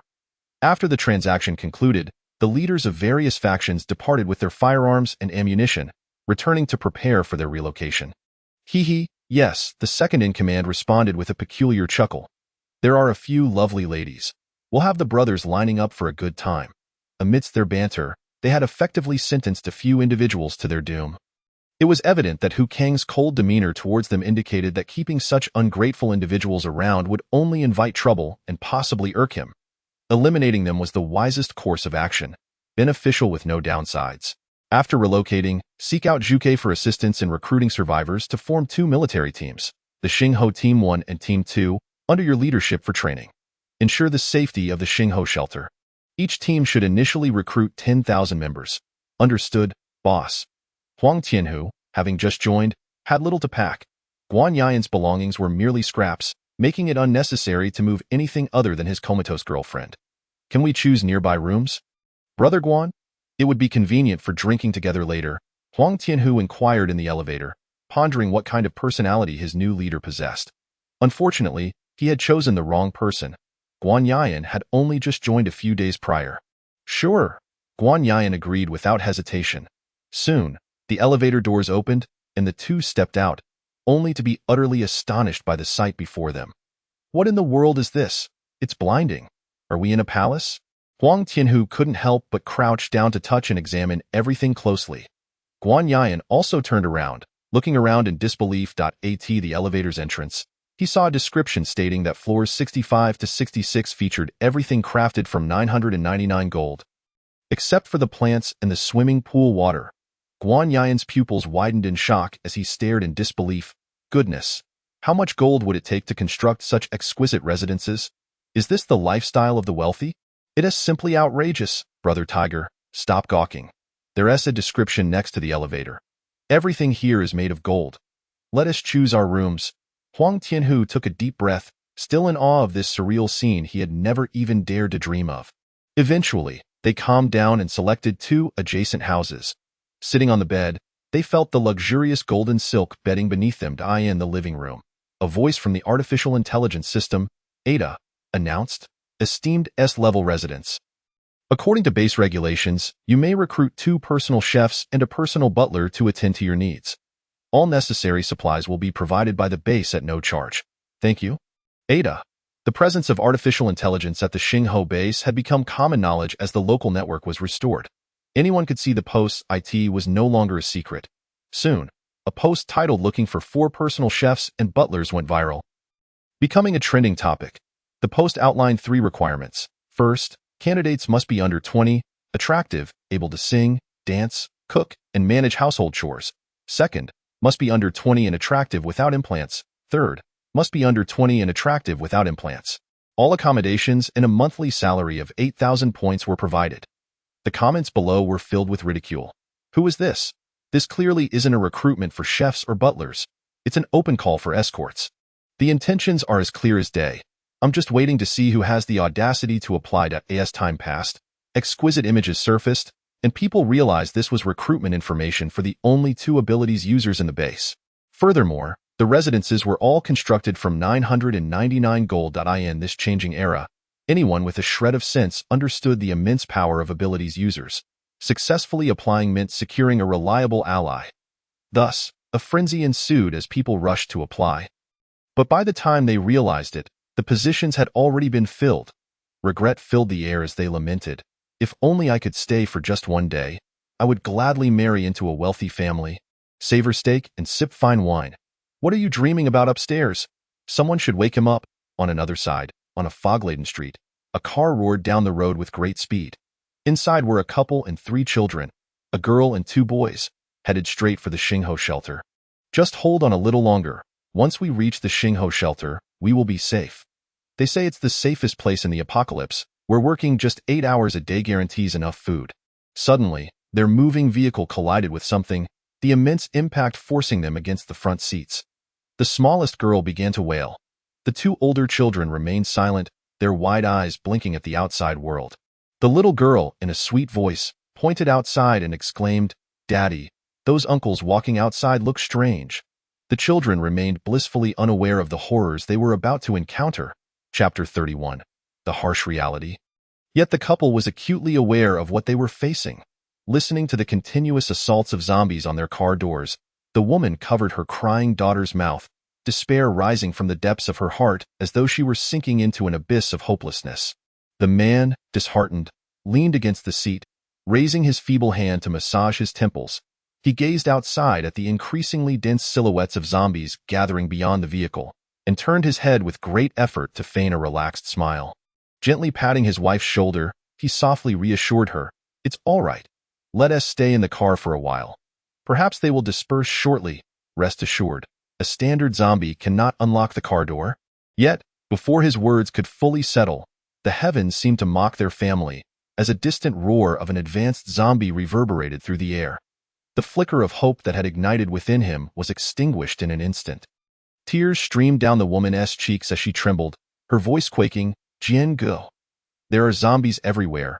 We have long exhausted our food supplies, and we lack enough fuel to reach the Xingho sanctuary. I am so hungry. I fear witnessing the scene of the zombies devouring Qingqing, Yaya, Hayer, and myself. I want to leave with dignity. Please, use your gun to help us." The man's eyes brimmed with tears, an overwhelming sense of despair and helplessness filling his heart. His somber gaze met his wife's face, which bore an expression of resigned tranquility. He beheld the once radiant moonlight of his heart, now etched with wrinkles from her tireless devotion to caring for their children. He leaned closer and gently kissed her forehead. "I'm sorry. It is my inadequacy that has failed to protect you all." Lifting his head, tears streamed down his face, his anguish unexpressed and unrelieved. He murmured to his wife, "If there is an afterlife, let us not meet again. For I am a worthless man who could not even safeguard his own wife and children." The woman tenderly wiped away his tears and closed her eyes. "Jian Gu, I have never regretted meeting you. If there is a next life, I shall seek you out. Please, be precise when you take my life. I fear the pain." Bang, bang, bang, bang. The sound of gunfire erupted within the car. The man discarded his pistol, opened the car door, and gently shut it behind him. The scent of blood roused the zombies, who charged towards him like mad creatures. The man took it upon himself to end the lives of his most beloved family, his heart flooded with despair and self-reproach. Closing his eyes and extending his arms, he stood still, awaiting the zombies' bites. A figure darted through the horde of zombies, swiftly bringing them down, leaving only the remnants of muscle memory twitching in the aftermath. The man heard voices and opened his eyes to scan his surroundings. Spotting the massive corpse of an advanced zombie sprawled on the ground, surrounded by the lifeless bodies of the other zombies. At that moment, the man felt as if the sky had collapsed. In a fit of madness, he began to pummel the surrounding zombie corpses, as though he sought to beat down the cowardice that had consumed him moments ago, and to annihilate the very zombies that had cornered his family. His heart shattered within his chest. A pitch-black silhouette cried out for help from the depths of his soul. In the cacophony of his rage, he crumbled, consumed by regret, cursing himself for not waiting just a little longer. If only he had been patient for a moment more, his wife, daughter, and son could have survived. From that point on, every minute and second of existence became an agony. After more than 20 minutes, every zombie corpse had been reduced to a pulp beneath his fists. Eventually, the tear-streaked man calmly approached Guan Yan. "Commander, my name is Gu Jian, and I wish to join you in exterminating the zombies. Is that acceptable? I vow to dedicate the remainder of my life to this cause, and to obliterate every zombie in existence." Guan Yan placed a hand on Gu Jian's shoulder. "Then follow me from now on." After ensuring everything was in order with Huang Tianhu, Guan Yan eagerly aligned with the Baihu combat unit to engage the zombies, while also learning to manage the troops. Thus, the preceding scene unfolded. On the streets of the Xingho sanctuary, a peculiar zombie persevered forward, fixated on the seemingly attainable flesh that it could never reach. Bound to a long pole, its mouth and hands were ensnared by ropes. With the meat dangling tantalizingly just out of reach, it sought to feast but could not. Driven onward by the allure of the unattainable, a cloth bag was tied to its chest, smeared with the stench of decaying flesh, rendering it unnoticed by the surrounding zombies. Bang! A thunderous gunshot rang out, striking the zombie between the eyes, causing it to collapse to the ground. The gunfire echoed as its companions were transformed into a sieve. Scavengers joining the Xingho sanctuary rushed over, eagerly collecting the zombie cores to clear the scene. Their movements were swift and adept, revealing their extensive experience in the task. The newly joined Ailey also participated in the cleanup. Pinching her nose, she tore open the foul-smelling cloth bag on the zombie's chest, and a tiny infant tumbled out onto the ground, blinking innocently without a sound. Inside the zombie's chest was a letter. Heavens, there's a living baby here. Ailey pulled out her phone and dialed Kong's number. Boss Hu, I just found a baby, and there's a letter addressed to you. I'm in the office on the first floor of the base. Come over to Kong was intrigued by the contents of the letter. Moments later, a hurried Ailey entered Kang's office, cradling the baby. With each step, her ample bosom swayed, undoubtedly capturing the attention of many passing gazes. Though those who saw her maintained an air of indifference, their hearts surged with astonishment. Stopping beside Kong, she handed him the letter. Kong took it, reading the scrawled handwriting, barely deciphering its contents. I have been bitten by a zombie. I do not know how long I can hold out before becoming one myself. Why, poor 2-month-old daughter. Father cannot grow up alongside you. I have heard there is a Xingho base 10 kilometers away. Where it is safe, I will bind my mouth and hands and, using rotting flesh as bait, will guide my zombified self onward, my child. I apologize for wagering your life. I have no choice. If I am fortunate enough to reach the Xingho base with my daughter, I beseech you, sir, to take in this unfortunate child who has lost both parents. When she grows up, sir, she can do whatever you wish. Just provide her with some food, and she can be raised as one would a pig. As long as she survives, the child has no name. Please grant her a surname and a name, so she may carry your bestowed name and survive in this apocalypse. Thank you. After reading, Kong exhaled deeply, fighting back tears. What a wretched world this apocalypse has wrought. After a lengthy silence, Kong turned to Ailey. Let us make a deal. I offer you 2 choices. First, you can continue as your scavenger, pretending you have never been here. Second, I will arrange a job for you that pays 8,000 points monthly, allowing you to raise this child until she is 18. With the monthly compensation and the supplementary points for her being a minor, you will live very comfortably in the sanctuary. I shall consider it for 5 minutes and then inform you of my decision. I am willing. Ailey blurted out her consent before Kong had even finished speaking. In this perilous world, the dream of living comfortably within a safe environment had become an elusive aspiration for many. Then the child shall bear your surname, Ai, and her name will be Qian. You will seek out Zhuke to arrange a management position for you. Inform her of my arrangement. Thank you. Ailey bowed in gratitude and turned to leave with Ai Qian in her arms. In the following days, the population of the Xingho base surged dramatically. Countless survivors, for various reasons, braved the risk of being devoured by zombies to join forces and make their way to the sanctuary. On one particularly eventful day, as many as 15,000 joined the ranks, leaving the registration and health examination staff utterly exhausted. Notably, 3 more endowed individuals also sought refuge, bringing the total number of endowed within Kang's base to 6. In just a few days, the population of the Xingho sanctuary exceeded 90,000. The residential area spanning the 10th to the 40th floors, with each dormitory accommodating 4 individuals, was nearing full capacity. Consequently, Kong instructed Yadwa to issue a comprehensive halt to the recruitment of new residents. Upon its announcement, countless survivors who had yet to join the Xingho sanctuary were left heartbroken. They had lost their chance to enter the safest stronghold. Among the 90,000 residents of the Xingho sanctuary, they constituted but a small fraction of the population of over 1 to 2 million in Fuzhou City, leaving only a fortunate few to have stumbled into the base. Those who had managed to survive until now had, to varying degrees, heard of the sanctuary's formidable defenses. For the fortunate ones already residing within, envy radiated from the eyes of others.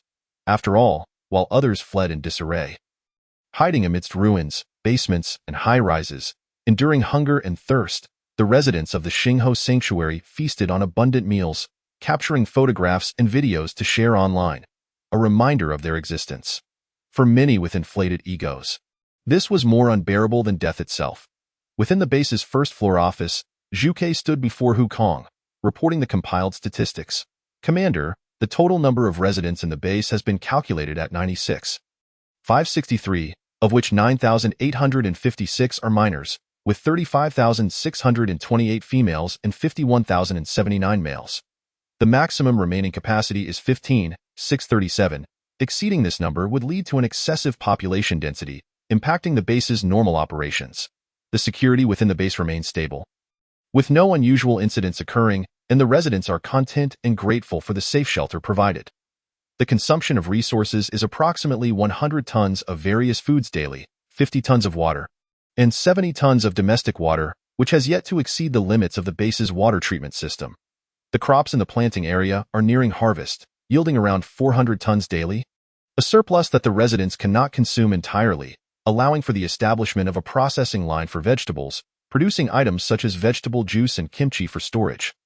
The daily output of meat is about 420 tons, far exceeding the residents' needs. As the Zhu Ke electronic screen glided, a stream of data was presented in a continuous and clear exposition. Hu Kong grasped the various situations of the base with clarity. It had been 26 days since the zombie outbreak swept across the globe, in just a month's time. The strength of the Xingho shelter had undergone a remarkable transformation, bustling with activity, unlike the desolate atmosphere of the previous month.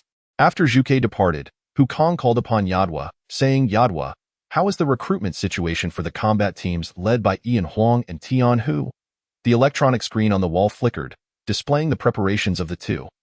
Those who had passed the assessments had already begun their training, and it was believed they would soon be ready for combat.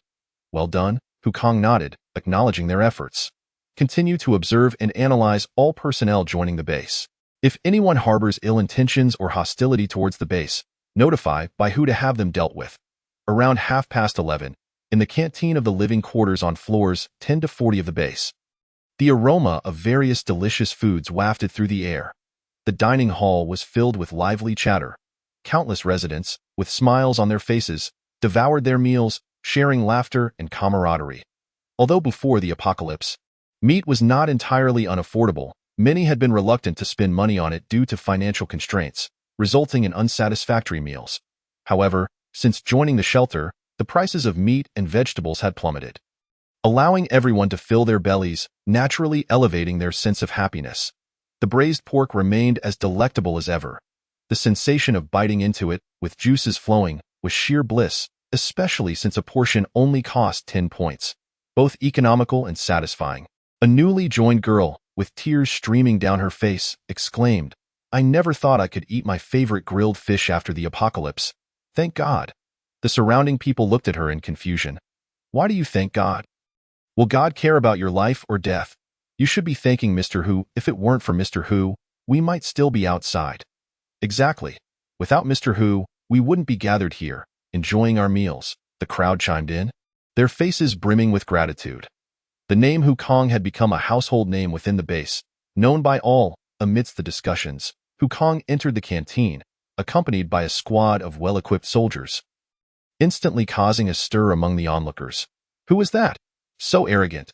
Is it permissible to bring so many soldiers into the base? Shut up." A nearby person quickly tapped the speaker on the head, exclaiming, "Are you trying to get yourself killed? This is Mr. Hu." "Ah." The individual shrank back, sticking out their tongue, trying to hide amongst the crowd. "Hu is so tall and handsome, a perfect partner. I wonder if he has a wife. I would love to be his mistress, pampered every night." After saying this, she deliberately shook her ample bosom. "You shameless vixen, keep your hands off my husband, or I'll smash your mouth, then I'll tear you apart." The two women exchanged barbs, neither willing to back down. At the dining table, small groups of people engaged in lively discussions. Hu Kang's mental perception detected a stir in the shadows of the corridor, and in the next moment, he unleashed his mental energy, activating his intimidation skill, and directed a fierce attack towards the shadow. A faint groan echoed, and the base returned to its usual state. Outside the base. Chapter 33. Earth Controllability. From the shadows of an abandoned residential building, a figure emerged, its face twisted and pale, clutching its head in evident agony. This person had been observing the Xingho shelter from afar a few days prior.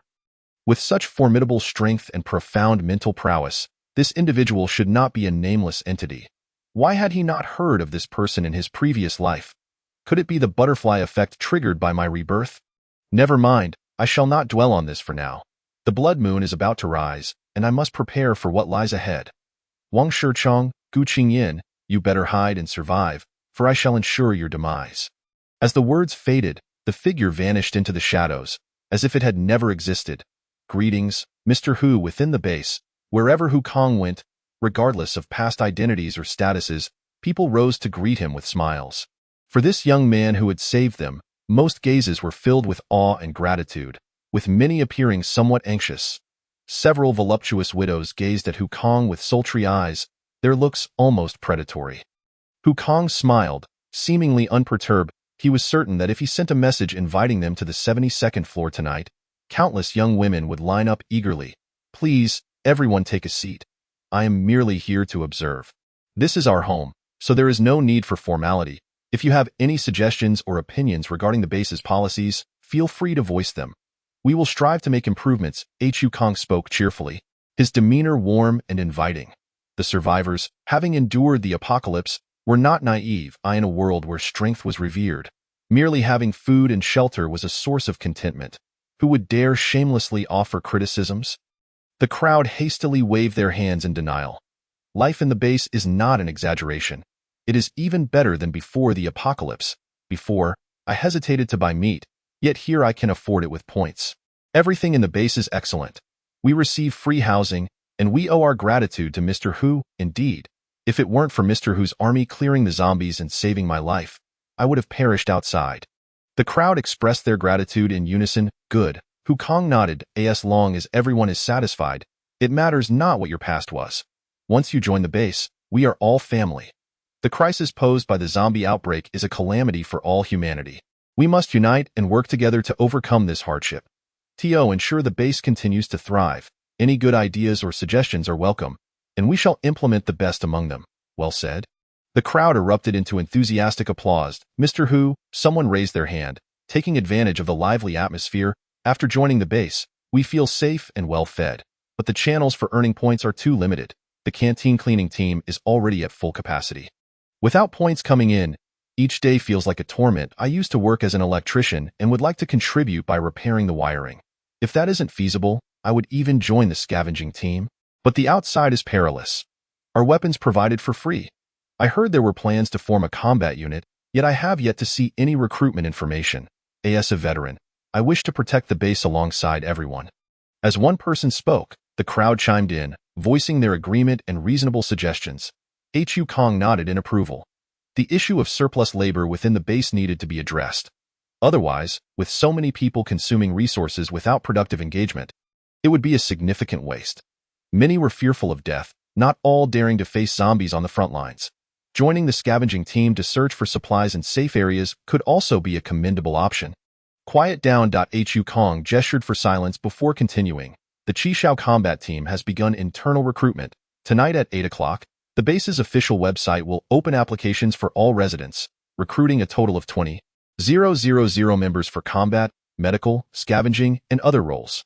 Various equipment and weapons will be distributed, along with generous points-based salaries and various subsidies. Details can be found on the website tonight. Tomorrow, numerous factories in the living area of the base will begin operations, providing many job openings to ensure everyone can be self-sufficient and avoid hunger.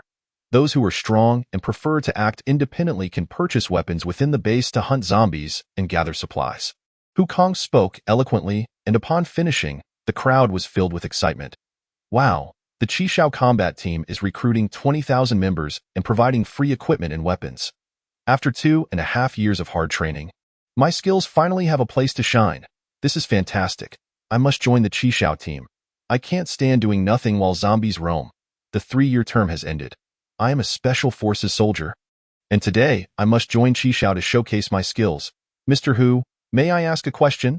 Upon hearing this, Hu Kong turned to see a towering figure, approximately 2 meters tall, with a buzz cut and a physique reminiscent of a black bear. Clad in a tank top that revealed his bulging muscles and bronze skin that radiated a fierce aura. This man, named Wang Jinji, had been reported to Wukong by Zhu Ke as one of the 3 awakened abilities users who had voluntarily joined the base. Possessing the power of earth control, Wang Jinji, holding his daughter, stepped forward to inquire, "Mr. Hu, allow me to introduce myself. I am Wang Jinji, a special forces soldier before the apocalypse.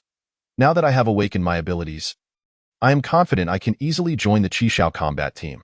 However, as you can see, my daughter is only 3 years old. Her mother turned into a zombie after the apocalypse, and fearing for her safety, I had to kill her. If I join the team for combat, what will happen to my daughter?" "You must be Jinji," Wukong responded, observing him closely. "I remember you well, and your concerns are valid. However, you can rest assured within the base. Our 78th floor is designated as a school zone, and we have already welcomed teachers who have begun their classes. The base boasts a cultivation site, a paper mill, and a printing factory, enabling it to independently publish books and provide quality education for all children. Your child can be enrolled in a kindergarten where teachers are available to assist in their care. While the meals are catered by artificial intelligence, Achuo, ensuring a balanced nutritional intake for the children, thereby creating an ideal environment for their growth. The educational system encompasses kindergarten, primary school, junior high, senior high, and university, forming a comprehensive educational loop with exceptional teachers dedicated to nurturing the children. Upon joining the Qishao combat team, children will be sent to the 78th floor for learning, where they will receive meticulous attention from teachers, who will also accompany them during their free time in the evenings. Being part of the Qishao combat team does not conflict with child-rearing responsibilities. There is no need to worry about the teachers mistreating the children. Anyone who fails to care for our future blossoms will face my wrath first. ISM, aren't you indeed trustworthy? Absolutely. Then count me in for tonight's enrollment. I will send my daughter to kindergarten tomorrow." As questions from the crowd were thoroughly addressed by Wukong, the camaraderie in the shelter's dining hall grew stronger, creating an atmosphere filled with harmony and laughter. In a world undergoing drastic changes, many residents have lost loved ones due to various misfortunes, leading them to cherish their family members even more after enduring hardships. Their struggles are aimed at creating a better living environment for their families. Family remains the most genuine concern deep within everyone's heart. With this issue resolved, the attendees felt unburdened. "Mr. Hu, what type of factories is the base planning to establish? How many jobs will be available? Can we girls, who are relatively weaker, participate?" asked a quiet girl in black. Chapter 34. Research directions of the base. Wukong continued to explain patiently. "I believe observant residents have noticed that each floor of the base contains 4 factory zones, with equipment already prepared and technical personnel ready for deployment. The electronic screens on the walls illuminated, displaying the various factories that can be established. Currently, the factories that can be opened include paper mills, printing factories, clothing, juice beverages, military supplies, daily necessities, pharmaceuticals, canned goods processing, and more. In this time of upheaval, the base anticipates providing 60,000 job opportunities, and women are fully capable of fulfilling these roles. For heavier duties, mechanical exoskeletons can be worn to alleviate fatigue." "Wow, that's fantastic." Upon hearing Wukong's words, the crowd erupted with excitement. For many girls who are not physically strong, this is indeed great news. With factory jobs available, there is no need to risk going out to scavenge. Safety is assured. Moreover, the combat team requires 20,000 recruits, significantly easing the job pressure. The Qishao combat team is recruiting 20,000 personnel, while various factories will provide around 60,000 jobs, coupled with previously established agricultural and dining facilities. Hospitals, schools, and other sectors creating over 6,000 positions. Minors will not be required to work. The base is not yet able to open all positions. Additionally, as the zombies grow increasingly powerful and the base's population expands, it is necessary to clear a larger safe living area to accommodate more individuals. Centered around the Spark base, Spark City will be established, surrounded by high-strength walls measuring 60 meters to deter zombies. A no-fly zone will be created in the sky. Should any mutated flying zombies enter the Spark region, they will be immediately identified and dealt a fatal blow. The walls must be patrolled around the clock, with alarms triggered at the slightest disturbance. Only then will the Spark base truly be impregnable. However, such a monumental project requires the collective effort of millions to realize. Subsequently, Wukong entered the research laboratory on the 63rd floor. Since Wei Debiao's arrival, Hukong has placed great importance on research and innovation, providing unconditional support for the materials needed by Wei Debiao. The 63rd and 64th floors are dedicated to research laboratories. Due to a shortage of personnel, only half of the equipment on the 63rd floor is in use, and the work area is vast. The head of the research laboratory is Wei Debiao, whose expertise is recognized internationally, and no one in the base can surpass him. Wei Debiao excels in determining research priorities and summarizing findings, managing the laboratory with remarkable efficiency. Under his leadership, numerous research projects are progressing smoothly. Entering the laboratory, Hukong observed researchers in white coats diligently analyzing materials, with a live zombie secured on the central platform. "Mr. Hu, what brings you here?" Wei Debiao greeted with a smile. "Just taking a look." "How is the research on abilities progressing?" Hukong inquired casually as he walked around. "Please provide me with an overview of the Research Institute's status." "I apologize, Mr. Hu, there has been no progress in the research on abilities." Wei Debiao's smile faded as he expressed his regrets.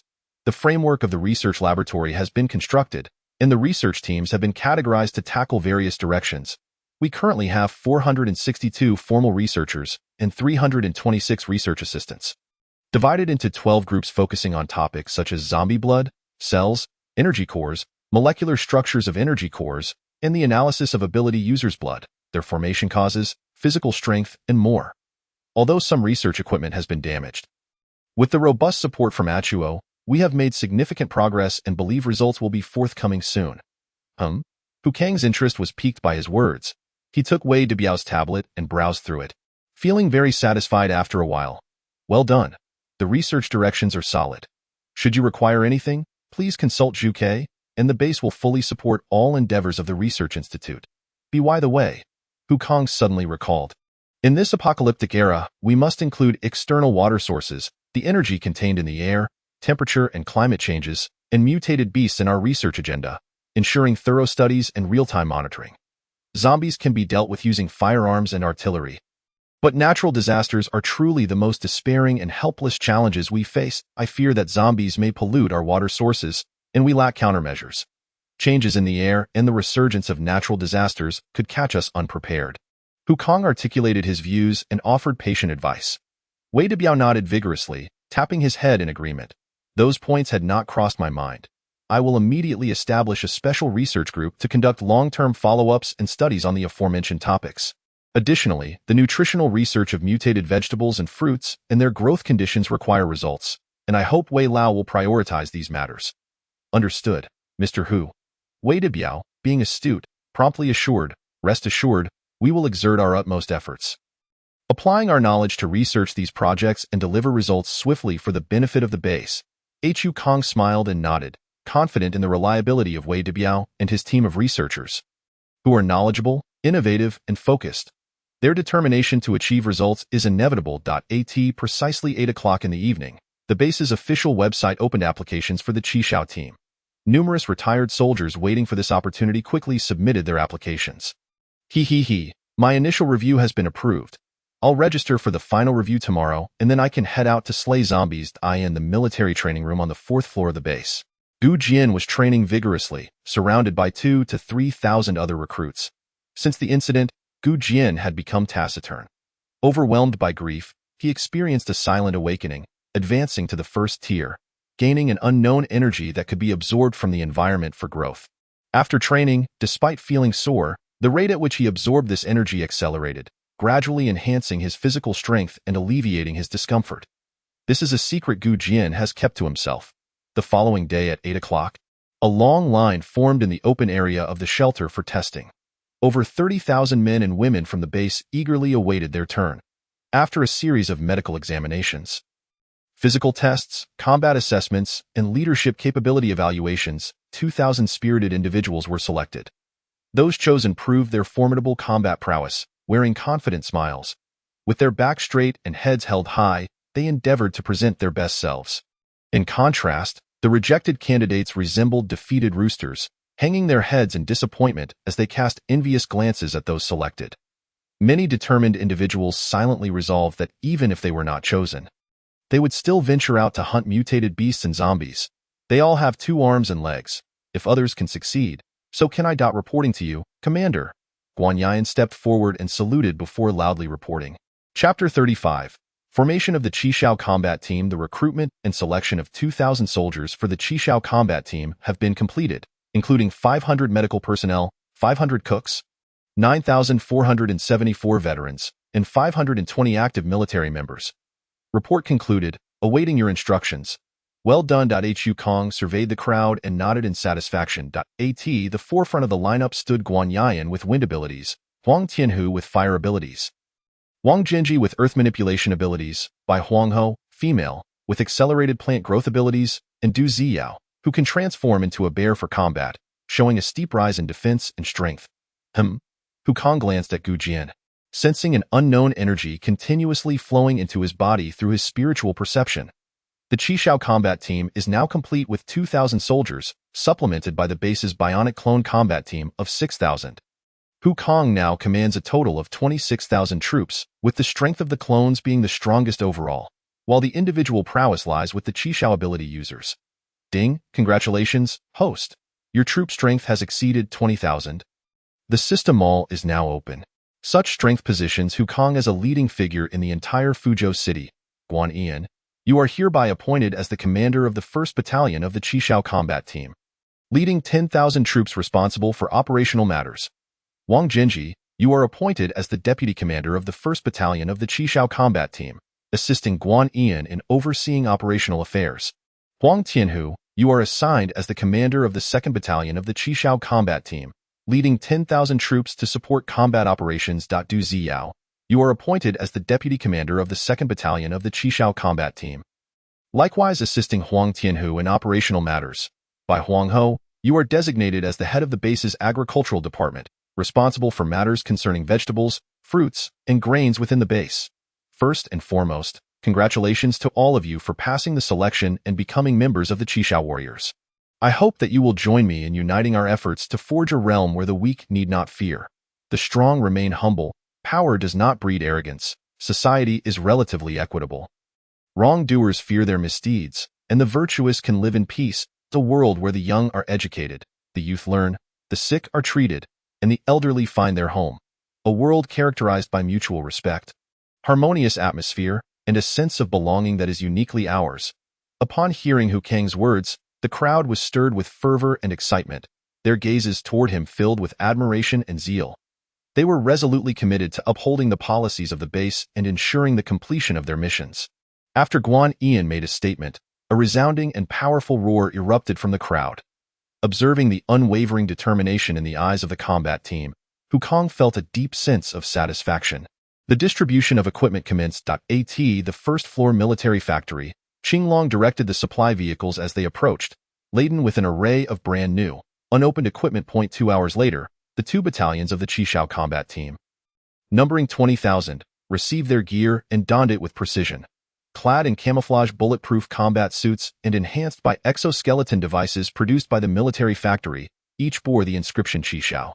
They were equipped with advanced weaponry akin to that of cloned biomimetic soldiers. Exuding an air of valor and ferocity, Hu Kang's gaze was sharp, and a formidable aura of mental strength emanated from him, pressing down on the warriors with increasing intensity, causing discomfort as if they were bearing the weight of a mountain. Even the few endowed individuals, Guan Yian, Wang Jinji, Huang Tianhu, and Du Ziyao, gritted their teeth, struggling to endure, beads of cold sweat forming on their brows, let alone the others. It was only through the support of their exoskeletons that they managed to remain upright. Wang Jinji and Du Ziyao exchanged glances from the corners of their eyes. Understanding this was Hu Kang's demonstration of strength as a warning. Wiping away their sweat in silent acknowledgement, none daring to speak. They marveled at the overwhelming power of Mr. Hu. Clearing his throat, Hu Kong continued. The world is undergoing tremendous upheaval. Zombies and mutated beasts wreak havoc, slaughtering humanity, while natural disasters and calamities abound. The living space of humankind is under unprecedented pressure. And the people of the Xia Kingdom face the greatest crisis in 5,000 years, in this lawless time, when the populace struggles to find sustenance while hiding from zombies and mutated beasts. It is imperative that someone rises to bear the burden and, with our own hands, unite to slay the zombies and eradicate the mutated beasts. We must create a safe haven, defending the land we inhabit and our families. The enemies we face are formidable. Are you afraid? Are you willing to step forward and fight? Wukong declared with fierce intensity before the 20,000 warriors. Yes, yes, yes. For the tomorrow we envision, we will not hesitate to face death. The warriors roared in unison, their eyes blazing with fervor and a spirit willing to embrace death. This was the pride that belonged solely to the Qishao combat team. The world has changed. In this apocalyptic era, within such a secure and powerful base, various delicacies are available in unlimited supply around the clock, equipped with the most advanced weaponry and exoskeletons, with 2 endowed commanders leading them. They had the right to look down upon various factions. Very well, I take great comfort in such resolve, Wukong continued, his gaze warm. Many of you are soldiers guarding the people, while some are newcomers. I want to reiterate the base rules. First, orders must be obeyed without exception. Under any circumstance, you must comply with the commands of superiors. Second, strive to train and enhance your abilities. I do not wish for you to be lying down when I speak one day. Third, no schemers are allowed within the base. I cannot control what happens outside. However, from the moment you joined the Qishao combat team, your honor and disgrace are forever bound together. Do not bring shame upon the base when you step outside.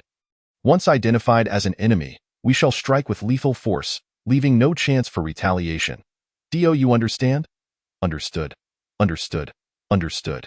The synchronized roar of the Qishao combat team resonated throughout the base, echoing into the heavens.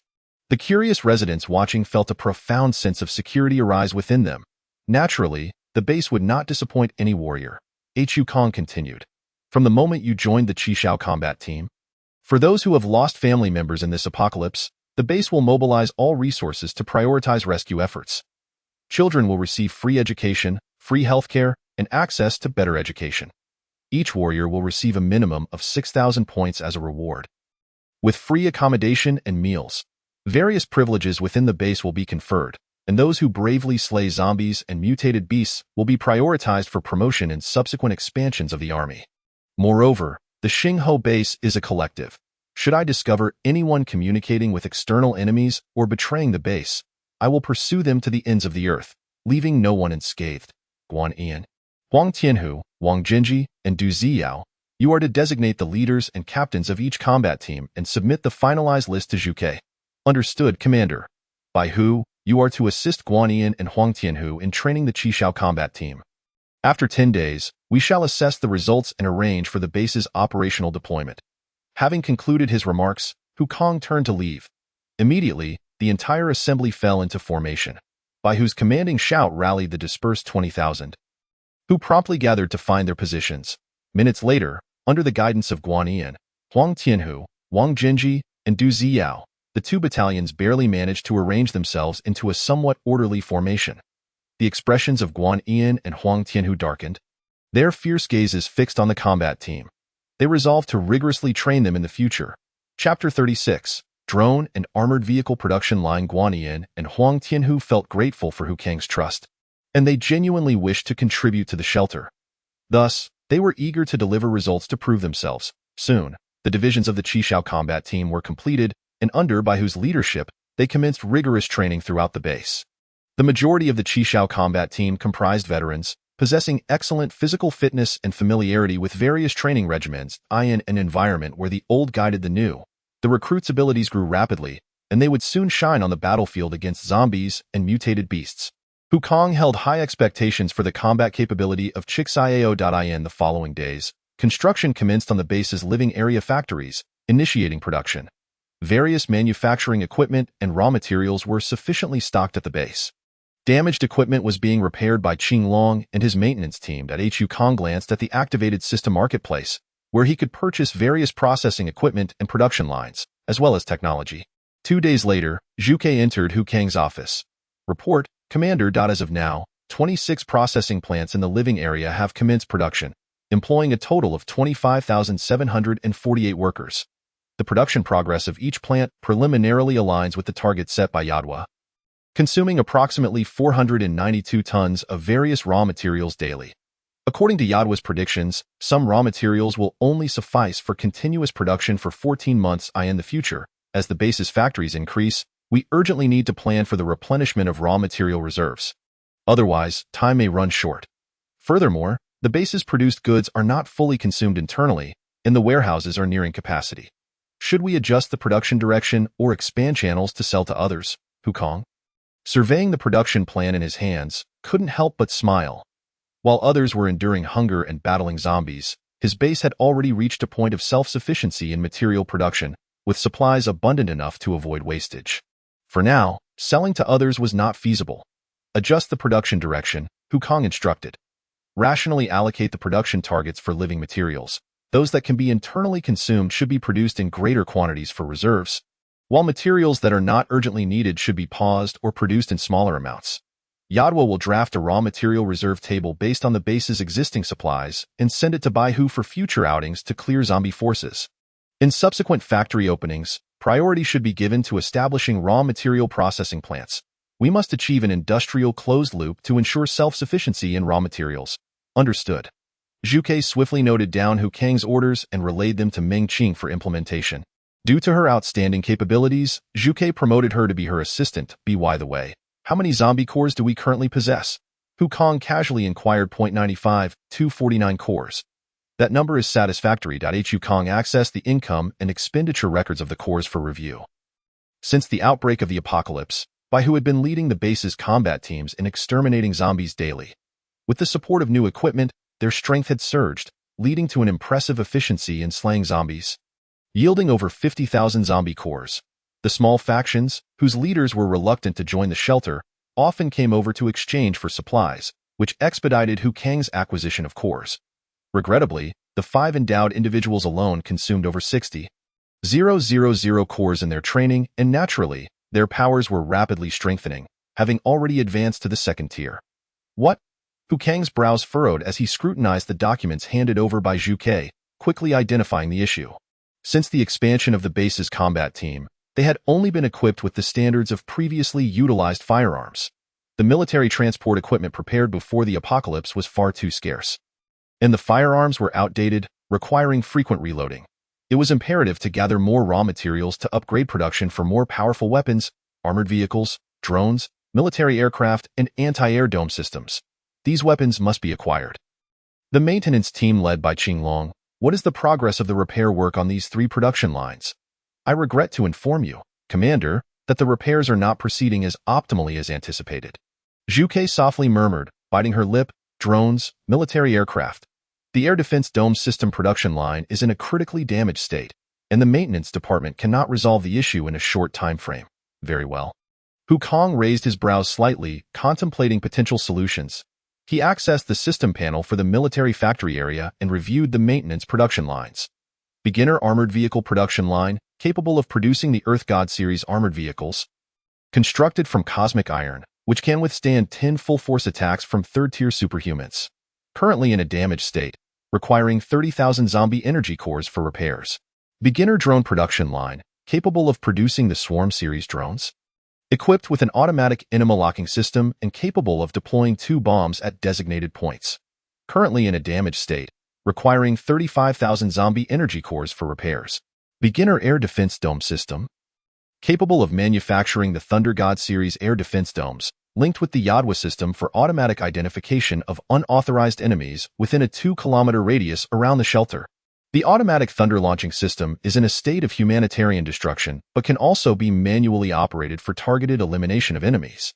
Currently in a damaged state, requiring 200,000 zombie energy cores for repairs. Note: initial activation requires the infusion of Zhixiao Divine Thunder or Heavenly Thunder for charging. By heavens, this air defense dome system seems tailor-made for me. Once purchased and deployed in combat, the area within a 2-kilometer radius around the base will undoubtedly become a zone of absolute safety. With the establishment of the air defense dome, who would dare to cause trouble at the Xingho shelter? Without hesitation, I would deliver them to humanitarian destruction. Alas, the current lack of energy cores is unfortunate. Otherwise, I would not hesitate to sell everything to acquire it. Wukong glanced at his energy core count and, with reluctance, clicked to repair the armored vehicle and drone production lines. Ding! Armored vehicle production line repair successful. 30,000 zombie energy cores deducted. Ding! Drone production line repair successful. 35,000 zombie energy cores deducted. After the two notification sounds, the two production lines within the first-floor military factory miraculously transformed. The worn and damaged equipment on the production line appeared revitalized, as if newly purchased. Hu Kong promptly rushed to the first-floor military factory. Upon arrival, he saw Qinglong adjusting the mechanical production parameters in preparation for mass production after testing the samples. "How is the situation?" Hu Kong inquired as he approached. "All equipment are functioning normally, ready for component production and assembly at any moment. Here are the operational manuals and configuration introductions for the Earth God series and Swarm series production blueprints. Please, Commander, decide on the production models," Qinglong said, handing over a tablet. The tablet displayed images and descriptions of 7 models from the Earth God series armored vehicles and 5 models from the Swarm series drones. Hu Kong's eyes brightened as he took the tablet to examine it.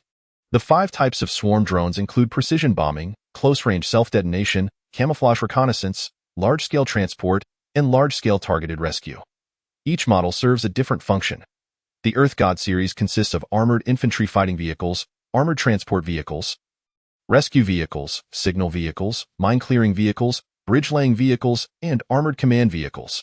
The myriad of model descriptions left Hu Kong somewhat dizzy.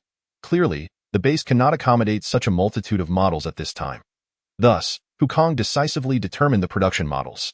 Chapter 37, Combat Plan. 4 types of swarm drones will be produced: 30,000 precision bombers, 600 large-scale targeted rescue drones, and as many camouflage reconnaissance and close-range self-detonation drones as possible. 2 types of Earth God armored vehicles will be produced: armored infantry fighting vehicles and armored transport vehicles.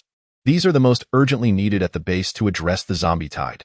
Drones can accurately bomb deep into enemy territory, and reconnaissance can stealthily eavesdrop on enemy deployments. Close-range self-detonation is a surefire weapon for killing enemies, while targeted rescue can assist warriors deep within enemy lines. The armored infantry fighting vehicle has a maximum speed of 95 km per hour, powered by a nuclear reactor, thus alleviating any concerns regarding endurance. The entire vehicle is armored for defense, equipped with a howitzer and 2 heavy machine guns. The armored transport vehicle can be used to transport abandoned resources collected from various locations. All fears stem from insufficient firepower. As long as my firepower is formidable enough, no one will dare to underestimate me. The aforementioned models are to be produced immediately, Hu Kong commanded decisively. "Understood, Commander," Qinglong responded, and his subordinates swiftly adjusted the equipment. Soon setting it into motion, a multitude of tiny resistors, circuit boards, and components were rapidly produced, the sound of machinery resonating throughout the workshop. "Yadwa, predict the output of the swarm drones and armored infantry fighting vehicles, as well as the transport vehicles," Hu Kong inquired. The total number of parts required for the armored infantry fighting vehicle is 46,752. Yadwa estimates that one can be produced in 7 days. This is the initial production speed. Once the operators are proficient, the speed will further increase. Hu Kong surveyed the bustling military factory, silently nodding. Although the speed did not meet his expectations, it was unavoidable. The number of parts required for the armored infantry fighting vehicle is substantial, and balancing quality necessitates a longer production time. Both production lines must operate tirelessly, day and night. Hu Kong summoned Qinglong and instructed. Once the armored infantry fighting vehicles and swarm drones are produced, prioritize equipping the White Tiger combat team, and subsequently assess the performance of the Qishao combat team for outfitting. "Yes," Qinglong nodded repeatedly. He also proposed to establish a production line for the camouflage reconnaissance drones, focusing all efforts on their production. "If manpower is insufficient, we will open production lines in the residential area." After reviewing the introduction of the camouflage reconnaissance drone, Hu Kong discovered that it resembles a large-headed bee, equipped with a 360-degree panoramic simulated BI camera. It can be manually operated or connected to the Yadwa backend for control. The back is disguised with fur that can convert sunlight into electrical energy. It also features temperature monitoring, night vision infrared recording, and audio temperature detection capabilities. The only drawback is the small memory capacity, which fills within 24 hours, requiring the content to be uploaded to the Yadwa cloud and deleted before further recording can continue. Since the signal tower was repaired, Hu Kong has long desired to deploy cameras throughout the entire city within the signal range. This would allow Yadwa to observe every movement and action, effectively leveraging its formidable control capabilities. With the camouflage reconnaissance drone serving as Yadwa's eyes, any disturbance will be promptly reported to him. After all, Who would suspect that a bee perched on a power pole or buzzing around a restroom is actually a camouflage reconnaissance drone? Hu Kong took out his phone and contacted Zhu Ke, instructing, "What is happening in Fuzhou City? Are there any zombie mutant beast uprisings? Do the deployed combat troops require reinforcements? All inquiries must be addressed, and any disturbances must be reported immediately for action." "Yes, Commander," Zhu Ke nodded in agreement, beginning to delegate and adjust tasks. "Qinglong, focus all efforts on producing camouflage reconnaissance drones," Hu Kong called out. "The plan is to release the camouflage reconnaissance drones citywide in 10 days. So the output must be accelerated. If there are any non-essential military factory items, such as gloves, masks, combat uniforms, or even some processing parts, move them to the residential area to establish production lines, providing technical support and recruiting residents for production." "Understood," Qinglong nodded, mentally noting the instructions, planning to discuss relocation matters with Zhu Ke in the afternoon. Time flies, and in the blink of an eye, 10 days have passed, ushering in the onset of winter. The initial winter chill has set in. After washing up, Hu Kong walked to the dining hall and began to devour the nutritious breakfast prepared by the chef. "Yadwa," Hu Kong called out while eating, "notify all combat troops to assemble in the first-floor operations room in half an hour." Half an hour later, in the first-floor operations command room, members of the White Tiger, Zhu Ke, Qinglong, Xuanwu, Guan Yayan, Huang Tianhu, Wang Zhenji, and Du Ziyao gathered around a 3D virtual map of Fuzhou City, quietly awaiting Hu Kang's instructions. The virtual map was created by Yadwa, utilizing satellites to accurately depict the terrain and current conditions of various streets. Since the apocalyptic outbreak, zombies have rapidly evolved and wreaked havoc for over 2 months. The area surrounding the Xingho base has undergone daily purges, resulting in a dramatic decrease in zombies. Hu Kong pointed to the edge of the map, stating, "Those who do not plan for the future will inevitably face immediate concerns. This does not mean we can afford to be complacent. Over 3 million people in the city live in fear, struggling to survive without food, with daily fatalities. Therefore, I have devised several plans. First, centered around the shelter, we will eradicate all zombies within Fuzhou City. Third, we will construct a wall 60 meters high and 20 meters wide around the city limits, leaving a square gate for entry and exit. Guards will patrol the wall daily to establish a safe zone devoid of zombies." "Dio, you all have confidence in executing these combat plans?" "Yes," replied Guan Yayan and Huang Tianhu. "Has the training for the Qishao combat team yielded results?" Hu Kong inquired. "Dio, you have confidence in completing the upcoming mission?" "Rest assured, Commander. The training has been remarkably effective," Guan Yayan and Huang Tianhu rose to affirm. "The Qishao combat team will not bring you shame. We are confident in our rapid growth and extermination of all enemies." "Good. Remember what you have said." Hu Kong nodded in satisfaction. "Every iron-blooded unit is forged in the crucible of life and death. Relying solely on training yields limited effectiveness. Only through continuous combat can one grow stronger and become invincible." Hu Kong, with a serious expression, pointed at the virtual map and declared that within a 20-kilometer radius of the base, there stood towering skyscrapers, 329 streets, 46 residential complexes of varying sizes, 19 commercial districts, and surrounding houses, with an estimated population of around 560,000 prior to the zombie outbreak. We must contend not only with evolved high-level zombies and mutated beasts, but also with the deafening sounds of battle that will undoubtedly attract even more zombies. Chapter 38. Extermination of zombies within 20 kilometers of the base. Thus, this large-scale operation to eradicate the zombie horde is fraught with danger. We must not be overly ambitious or reckless. The White Tiger combat team and the Qishao combat team will work in concert to achieve our extermination objectives with minimal loss. Have I made myself clear? Understood. Good. Hu Kong nodded approvingly and said, "The overall commander for this extermination will be the White Tiger, with the entire Qishao combat team deployed. They will advance in units of 1,000 to eliminate all zombies and mutated beasts. The White Tiger combat team will mobilize 5,000 members, primarily responsible for ammunition supply and rescue operations, dispersing the gathered zombie hordes while deploying reconnaissance drones to establish a surrounding surveillance system." "Can the White Tiger accomplish the task?" "Yes." The White Tiger, ever capable, stood up and saluted, proclaiming loudly, "Rest assured, Commander, we will fulfill the mission." Guan Yayan, Huang Tianhu, Wang Zhenji, and Du Ziyao, you extraordinary abilities users, take care of your brothers and ensure they do not fall. Hu Kong earnestly advised. "Should you encounter high-level zombies, remember to eliminate them with precision." "Understood, boss." Just watch me perform. Guan Yian chuckled. All right, I will have the mess hall prepare a feast to celebrate your triumphant return. Hu Kong waved his hand and said, Depart. Xuanwu, lead 1,000 guards to ensure our home is secure. Do not let it be compromised. Hu Kong turned to Xuanwu and said, Yes, Commander. Xuanwu saluted. The White Tiger strode over to Guan Yian and Huang Tianhu, saying, Captain Guan and Captain Huang, please lead your respective Qishao members, advancing as the commander instructed in units of 1,000, and construct defensive fortifications for our vehicles, regardless of whether they are zombies or mutated beasts. Fire at will to clear the area. The White Tiger combat team will provide you with overwhelming firepower support. Understood. With a fierce roar, the combat team swiftly boarded their vehicles, rumbling out of the base. The White Tiger combat team's 600 transport vehicles led the way, while Guan Yian and Huang Tianhu guided 20,000 Qishao combat team members to follow on foot into battle. The Qishao combat team split into 20 units of 1,000, dispersing to provide mutual cover as they rapidly entered the designated combat zone to engage in battle.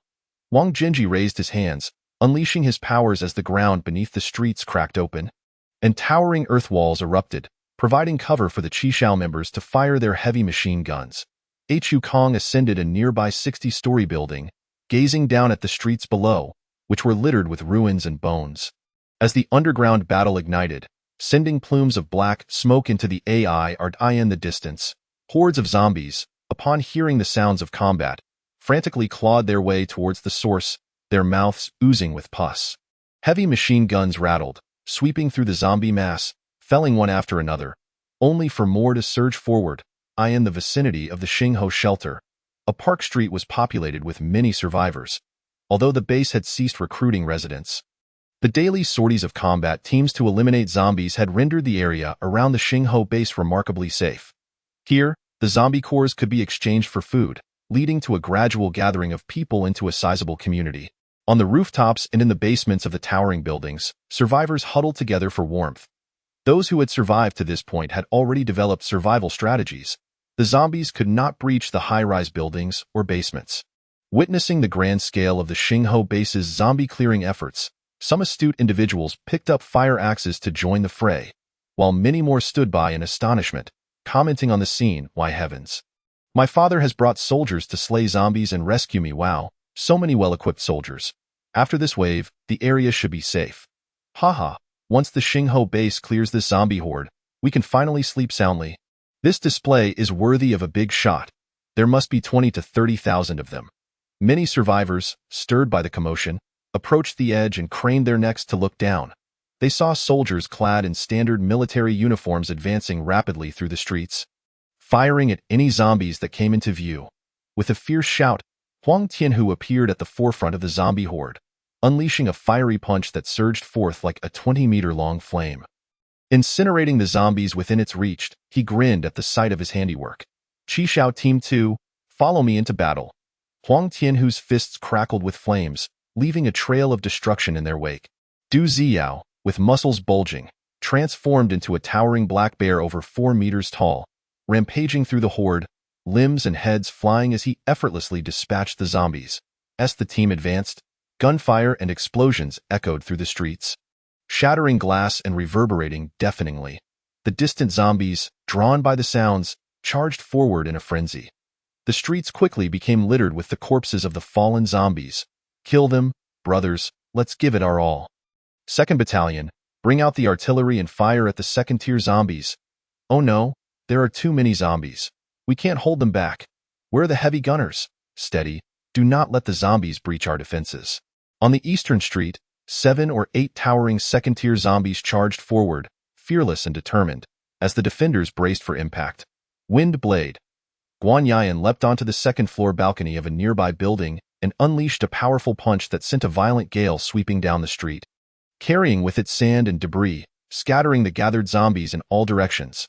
The leading zombies were sliced apart by the forceful wind, their remains crashing to the ground.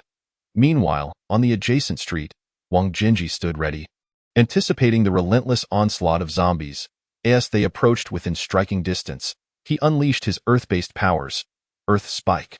Wang Jinji crouched, pressing his hands to the ground, causing the earth to convulse and erupt into 1-meter-high spikes. impaling the zombies caught within, who were then obliterated by grenade blasts. Those on the rooftops, unaware of humanity's evolution and the existence of extraordinary powers, watched with wide eyes and trembling lips, their worldview shattered by the sudden turn of events. What on earth is that? Is that even human? Can humans possess such power? Is there anyone who can explain what is happening? Have you lost connection? Are you unaware that zombies are evolving? Those of us who haven't turned into zombies can also evolve into extraordinary beings. It's said that consuming a certain stone grants one powers. Stay connected with the outside world and stop acting as if you're the only one left behind while others are soaring above. Observing the battlefield from the rooftop, Wukong nodded in satisfaction at the crowd's reaction. Ah, that person fights with such ferocity. Chapter 39. The intense battle. Die. Wukong turned his gaze to see an individual charging into the zombie horde like a fierce tiger, leaping high to deliver a devastating elbow strike to the head of a nearby zombie, which crumpled under the force, its head crushed. His right fist lashed out, striking a zombie preparing for a sneak attack, sending a shockwave through its skull, scattering its brain matter. His left fist struck at another zombie's neck, each blow lethal and merciless, with a sickening crunch as a zombie's head was sent flying to collide with another behind it. Typically reserved, this individual had dedicated himself to intense training, and it was evident that his combat prowess had escalated to the late first-tier stage, with a rapid ascent to the second tier on the horizon. Roar! 6 towering 3.5-meter zombies, second tier in strength, bellowed in unison. The first-tier zombies, sensing the commotion, parted to create a path, and the lead zombie, with its blood-red eyes fixed on Gu Jian, charged forward with a primal roar. Its decaying flesh taut as it lunged at him. Each step it took reverberated through the nearby shops, rattling the glass. Gu Jian, with a fierce glint in his eyes, did not shy away but charged forward to engage. What a reckless youth! It's clear he can't win yet. He charges ahead. Wukong shook his head, raising his right arm to reveal intricate purple lightning patterns. Thunderous roars echoed through the air, shaking the very ground beneath them. 6 bolts of purple lightning descended from the heavens, striking the heads of the 6 second-tier zombies, creating fist-sized holes in their bodies. All 6 zombies collapsed before Gu Jian. Confronted with this unmatched display of power, Gu Jian felt as if death was imminent. The survivors on the rooftop gaped in shock at the spectacle. Mom, come see God. Oh my God, there are just too many zombies. Quickly, drop high explosive and incendiary bombs. Speed is of the essence, and style matters. Heavy gunners, open fire and unleash hell. On the streets extending outward from the spark base, hordes of zombies continue to amass. The air is filled with the cacophony of furious gunfire and the relentless roar of artillery. As the echoes of gunfire resound without respite, scattered throughout the area, the corpses of zombies smolder under incendiary projectiles, emitting pungent black smoke that permeates the surroundings. A flurry of bullets rains down indiscriminately, while grenades are launched with reckless abandon at the densest clusters of the undead. Haha, I just hit a second-tier zombie. Took its head clean off, and it dropped dead on the spot. Waves of zombies, drawn in by the sounds of cannon fire, charge frantically towards the Qishao combat team. Unfortunately for them, they are met with a veritable storm of bullets. High explosive shells and incendiary rounds are hurled without restraint, harvesting the zombies before they can even approach. Those that fall are trampled underfoot by the relentless tide of the undead. Occasionally, a particularly formidable zombie manages to breach the barricades, only to be instantly dispatched by the distant heavy artillery snipers. As a cook approaches with a large tray of roasted beef, Du Ziyao, without a moment's hesitation, grabs a piece and begins to devour it ravenously.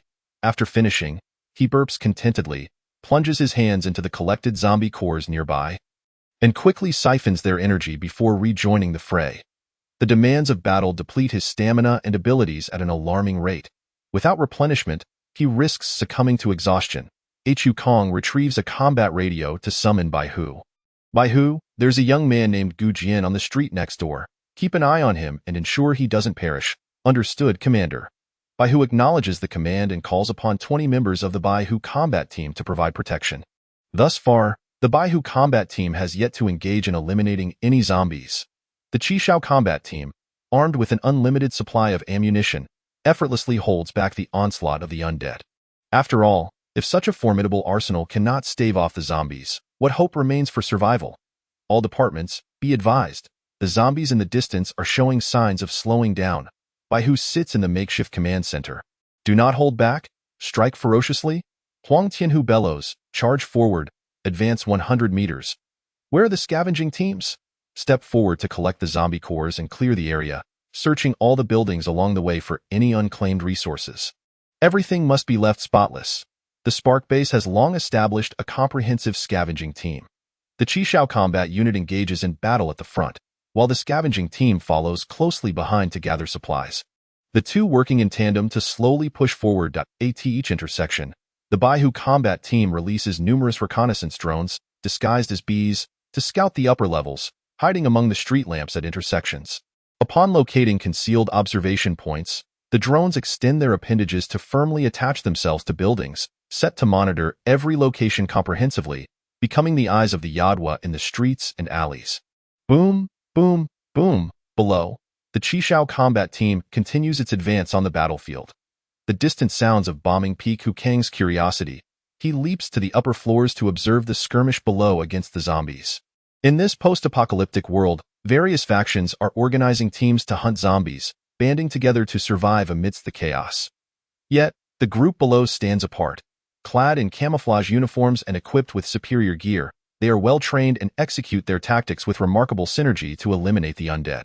One individual, his skin resembling stone, wields a tang sword, and with a flick of his wrist, the heads of zombies fall around him. Another second-tier ability user, Yadwa, scan and identify who they are, Hu Kang commands while observing the battle below.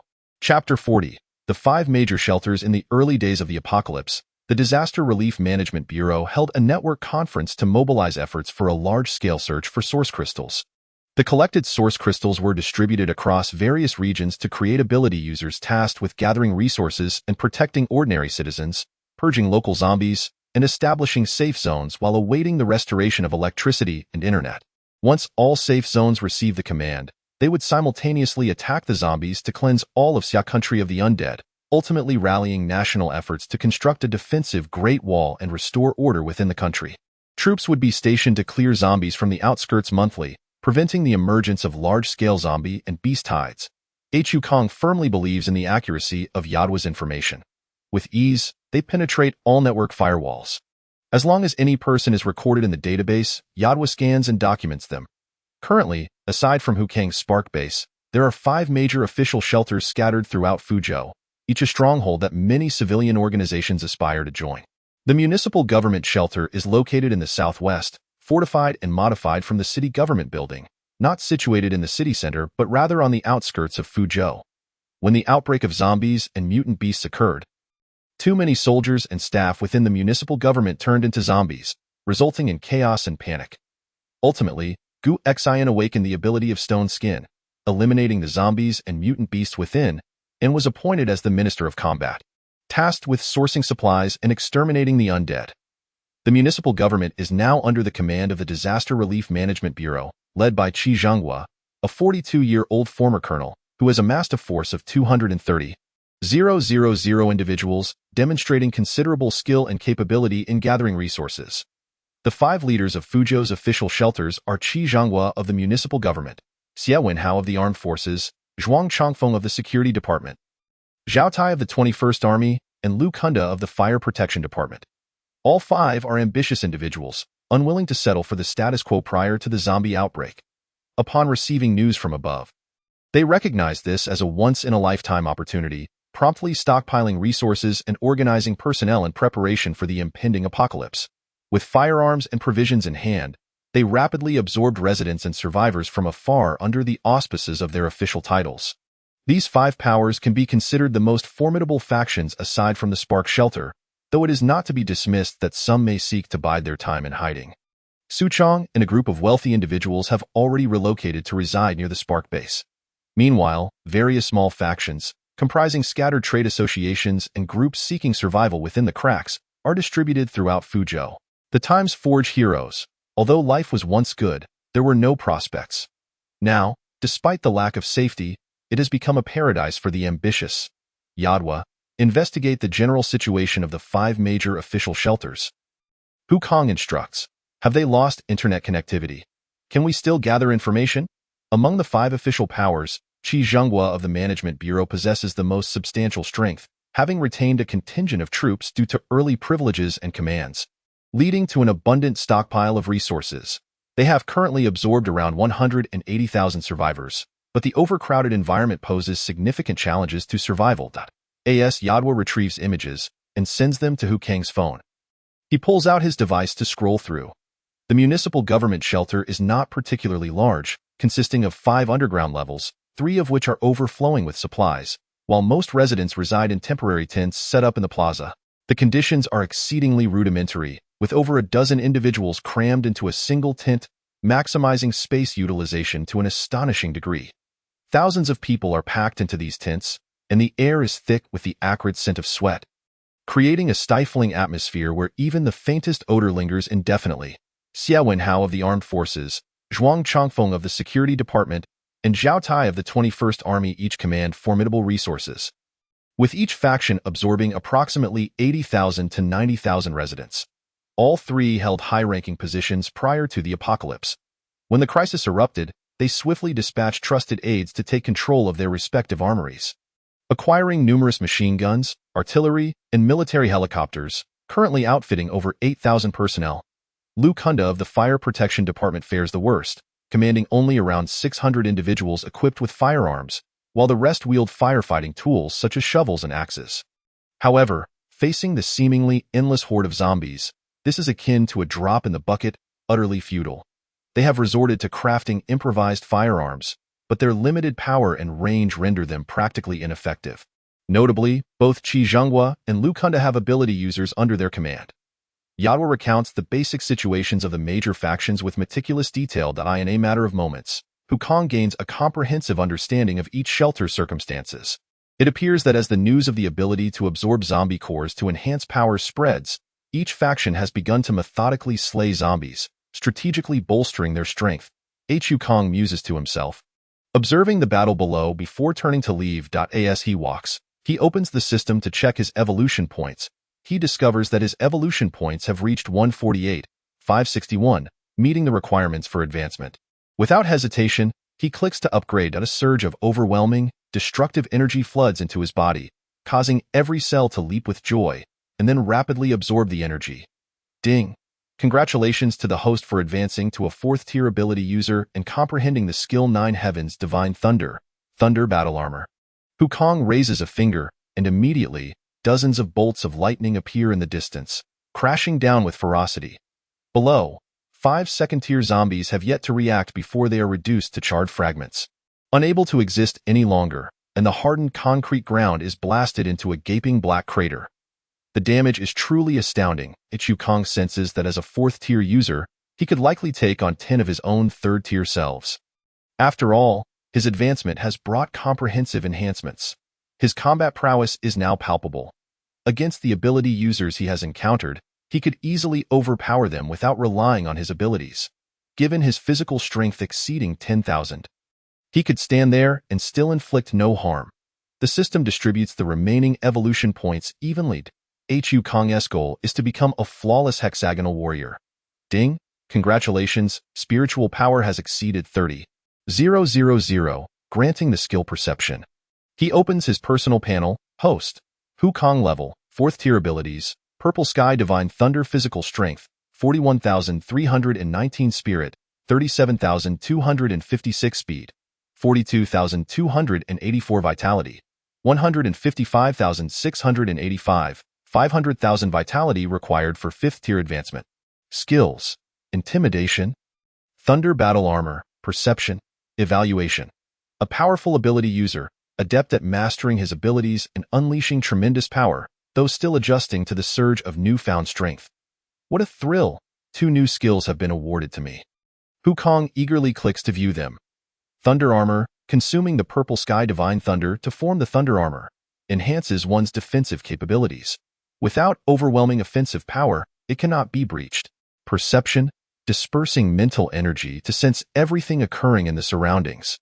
With a current range of 5 kilometers, Hu Kang spread his mental energy, aiming to observe the combat of the Qishao combat team. However, the moment he detected it, Hu Kang's expression changed drastically. The Purple Sky Divine Thunder manifested and swirled around his body, transforming into a streak of lightning that surged toward the battlefield. Chapter 41.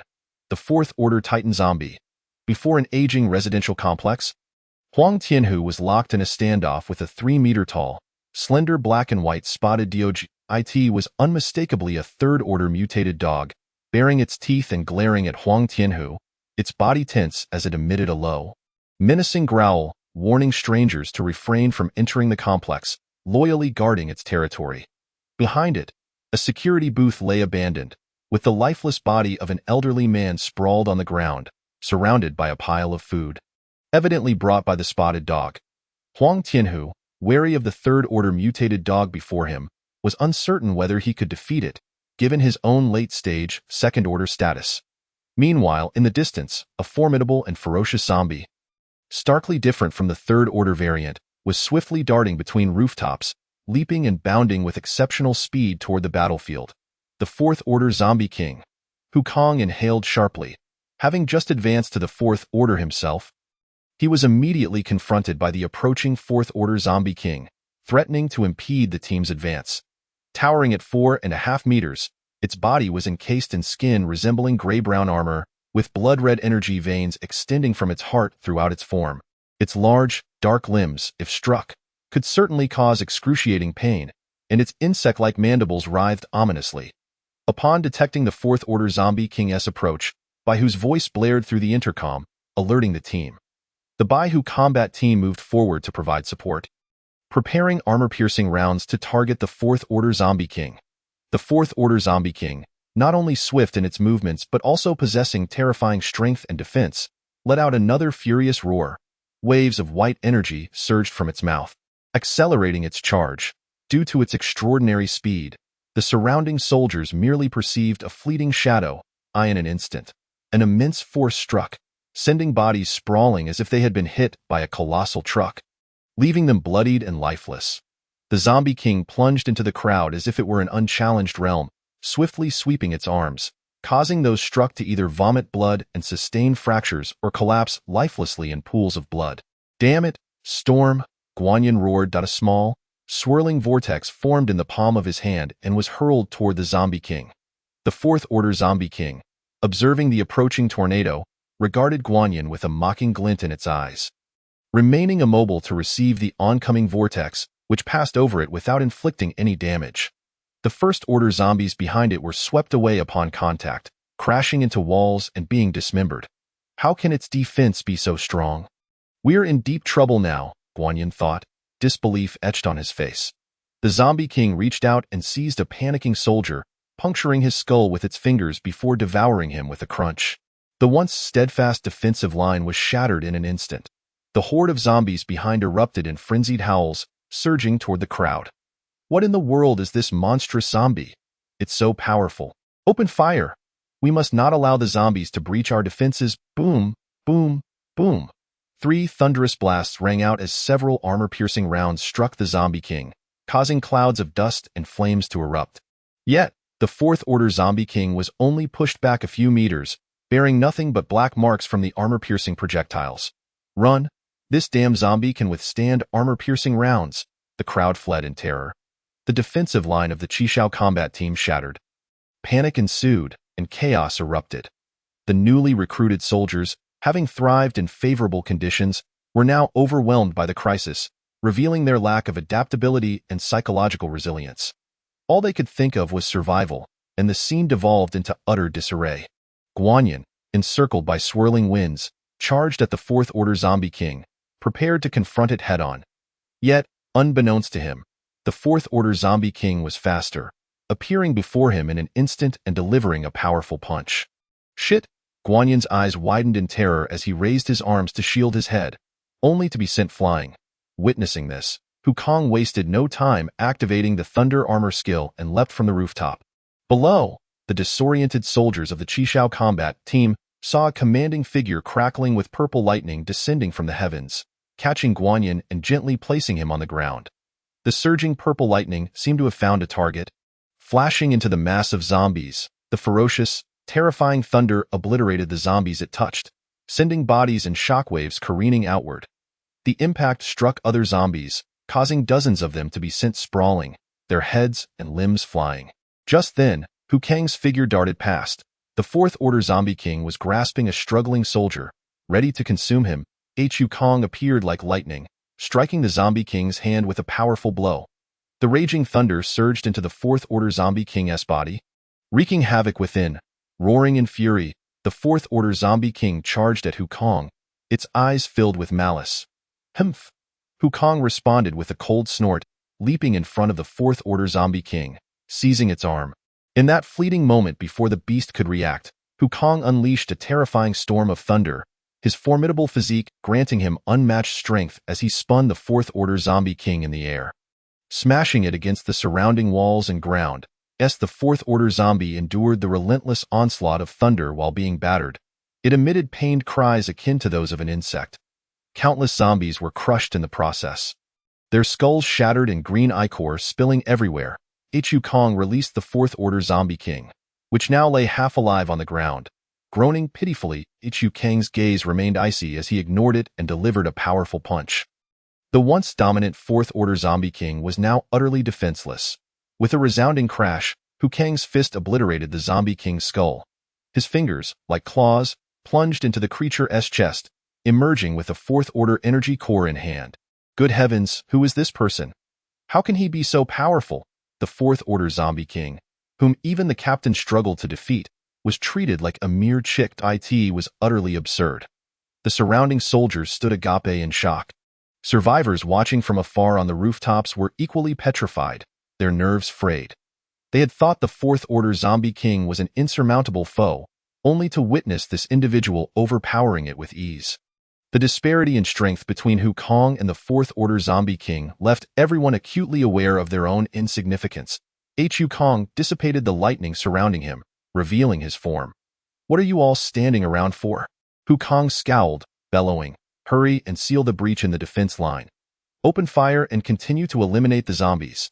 Yes, brothers, open fire on the zombies. Upon recognizing Hu Kang, the soldiers of the Qishao combat team felt their spirits lift, their previous fear dissipating as they enthusiastically squeezed the triggers to slay the zombies. With such a powerful ally in their ranks, there was no reason to fear. The chaotic battlefield returned to order, solid and steady once more, thanks to Hu Kang's presence. Bai Hu sprinted over from the command vehicle, coming to attention and saluting, his face marked with regret. Chapter 42. The Aftermath of the Sweep. I apologize, Commander. My oversight in failing to detect the approaching zombies resulted in casualties among the soldiers. I implore you to punish me. No matter. Hu Kang replied dismissively, what war is without sacrifice? Besides, the might of the Fourth Order Zombie King is beyond our current firepower. The survivors observing the battle from the buildings above were profoundly shaken, their eyes wide as they struggled to comprehend the scene before them. By heavens, a deity has descended. I deeply regret not joining the Starfire Sanctuary when I had the chance, clinging to my pride instead. Now, I must rise early to scavenge for scraps. If only I had another chance, I would steadfastly choose to join the Starfire base. To think such a powerful zombie could be defeated. Was he even human? In the shadows atop a building, a cloaked figure watched the battle unfold, murmuring to himself, the strength of the Starfire base is monstrous, especially Hu Kang. It's unfathomable. The evolution of zombies has accelerated at an alarming rate. Is it due to my rebirth? I wonder if the Blood Moon will arrive early. Hu Kang surveyed the battlefield littered with the bodies of soldiers who had perished at the hands of zombies. His expression grave as he commanded, ensure the proper handling of the fallen soldiers' remains. They were valiant men of the base, who had families counting on them to survive until adulthood. For those with no kin, gather their ashes and scatter them at sea, granting their souls the freedom to wander the vast world. The vacant positions within the Qishao combat team will be filled primarily from the scavenger group. Guanyin approached, arms hanging limply, feeling embarrassed at being injured on his first mission. The captain is out for blood, and I am already down. This zombie is too powerful for me. Hu Kang patted Guanyin's shoulder, offering solace. What kind of talk is that? You performed admirably and did not disgrace me. Thank you, Captain. The speed of zombie evolution is accelerating, Hu Kang said, furrowing his brow with unease. We must expedite the deployment of reconnaissance drones throughout the city and establish a monitoring system. Otherwise, incidents like today will continue to recur. It appears we must expedite the extermination of zombies throughout the city, subsequently erecting formidable border walls and constructing an aerial defense dome system, transforming Fuzhou City into a genuine safe haven. A veritable paradise amidst the apocalypse. I have already gleaned the details of the recent battle from the soldiers. Will there be a significant emergence of fourth-tier zombies in the future? Wukong sighed silently within. The rate of zombie evolution is alarmingly rapid. A widespread outbreak of food-deprived zombies is inevitable. Hiss. Wang Jinji inhaled sharply, recalling how the fourth-tier zombie king had effortlessly dispatched Guan Yian in a mere instant. If such creatures were to appear en masse, who could possibly withstand them? Merely contemplating the scenario sends shivers down one's spine. After managing matters here, Wukong hastily made his way to Huang Tianhu's location. Is that you? Hua Hua? A surprised voice from a female soldier of the Qishao combat team came from behind Wukong, rushing forward to affectionately caress the head of the spotted dog. The soldier, named Daimei, turned to Wukong and explained, "Boss, I used to reside in Building 5 of this complex. This dog is named Hua Hua. Found by the gatekeeper, Grandpa Zhao. Before the apocalypse, he mentioned that his son would come to take him away for a life of leisure in retirement.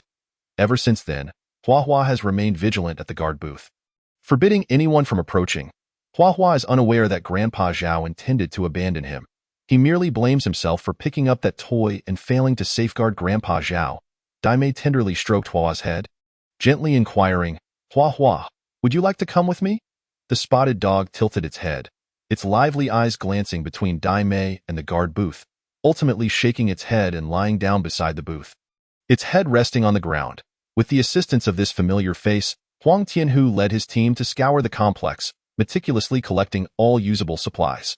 The extermination operation at the Xingho Sanctuary concluded after a span of 14 days. The Grand Army advanced like a swarm of locusts, sweeping through and depleting all resources in their path. Regardless of whether they were zombies or mutated beasts, lethal force was guaranteed, instilling fear in all survivors across the city. This also served to showcase the might of the Xingho base, silencing any naysayers online. Throughout the 14 days, the Qishao combat team suffered a total of 463 fatalities and 672 injuries, while the Baihu combat team lost 149 members, all during rescue efforts. Over 12 million rounds of ammunition were expended, including countless high-explosive and armor-piercing shells, resulting in staggering losses. However, the gains were equally monumental in the brutal struggle against zombies and mutated beasts. The Qishao combat team members rapidly enhanced their skills, their gazes now sharp and fierce, instilling fear in ordinary onlookers.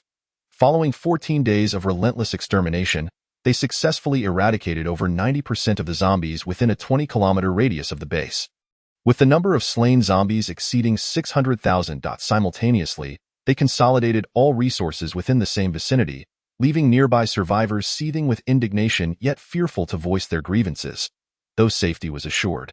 The surrounding area was entirely stripped bare. Once their stored provisions were exhausted, starvation awaited them in the sanctuary. This battle established the formidable reputation of the Xingho Sanctuary and allowed the survivors of Fuzhou City to witness Wukong's strength. Within the office of the Xingho base, Wukong summoned various management personnel for a post-battle meeting, presenting a list of resources to commend the soldiers who had excelled in the combat. "Ladies and gentlemen, the strategic objective of exterminating zombies and mutated beasts within a 20-kilometer radius of the base has been preliminarily accomplished, although the Qishao combat team has revealed numerous issues. I shall refrain from elaborating. After a period of rest, I expect you to compile a report on the challenges faced during the battle, improve upon them, and enhance training to prevent future occurrences." Following the adjournment of the meeting, each company, battalion, and squad immediately convened to summarize the problems and deficiencies encountered during the operation, deliberating on methods of improvement. Any required assistance from the base may be directed to Zhuke for submission. Unconditional support shall be provided to the Qishao combat team, with hopes that you will swiftly evolve into an invincible iron-blooded force. That is all I wish to convey. Wukong scanned the room and stated, "If there are any questions, please voice them now so we may collaboratively devise a response plan." Chapter 43. The Greenhouse Effect and Rising Sea Levels. I have a question. Guan Yian furrowed her brow and raised her hand to inquire. During the past 14 days of executing the zombie extermination plan, the Qishao combat team encountered 4 fourth-tier zombie kings, and one 4th-tier mutated beast king. Aside from our leader encountering 3 4th-tier zombie kings. The other 2 instances resulted in significant casualties for us.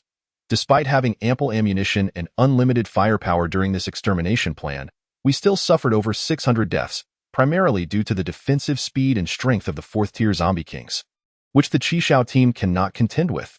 I wish to understand their origins and how we shall respond in the absence of our leader. Will zombies become even stronger in the future? Indeed, leader, Huang Tianhu and the others chimed in. While our 4 ability users have advanced to Tier 3, we still cannot breach the defenses of 4th-tier zombie kings. Guanyan's inquiry prompted a deep contemplation among the group, and furrowed brows were evident on many faces. The 4th-tier zombie kings and mutated beasts encountered during the extermination not only inflicted heavy losses on the Qishao combat team, but also claimed over 100 lives from the Baihu combat team. Although both teams have received reinforcements, the sustained losses are unsustainable for the limited personnel of the base. Hu Kong nodded in agreement, raising his hand to gesture towards a corner. Let Professor Wei elucidate this matter for everyone. As Hu Kong gestured, the crowd's attention shifted to the figure clad in a white lab coat, seated in the corner. Wei Debiao, sitting quietly, nodded in acknowledgement as the gazes of those present fell upon him. Their expressions conveyed a hint of curiosity. Although surprised that this individual had not been seen in previous meetings, they refrained from questioning further. I assume many of you are unfamiliar with me. Wei Debiao stood and approached the electronic screen, stating, Allow me to introduce myself. My surname is Wei. I am a former researcher at the High-Tech Institute and currently serve as the Deputy Director of the Life Sciences Division in Fuzhou City, as well as the head of the Xingho Research Institute. Skillfully activating the electronic screen, he presented several comparative datasets. Recently, our base's researchers have focused on studying the evolution of zombies and mutated beasts in relation to environmental changes. Through the testing of various equipment and the recently established monitoring system, we have made a significant discovery.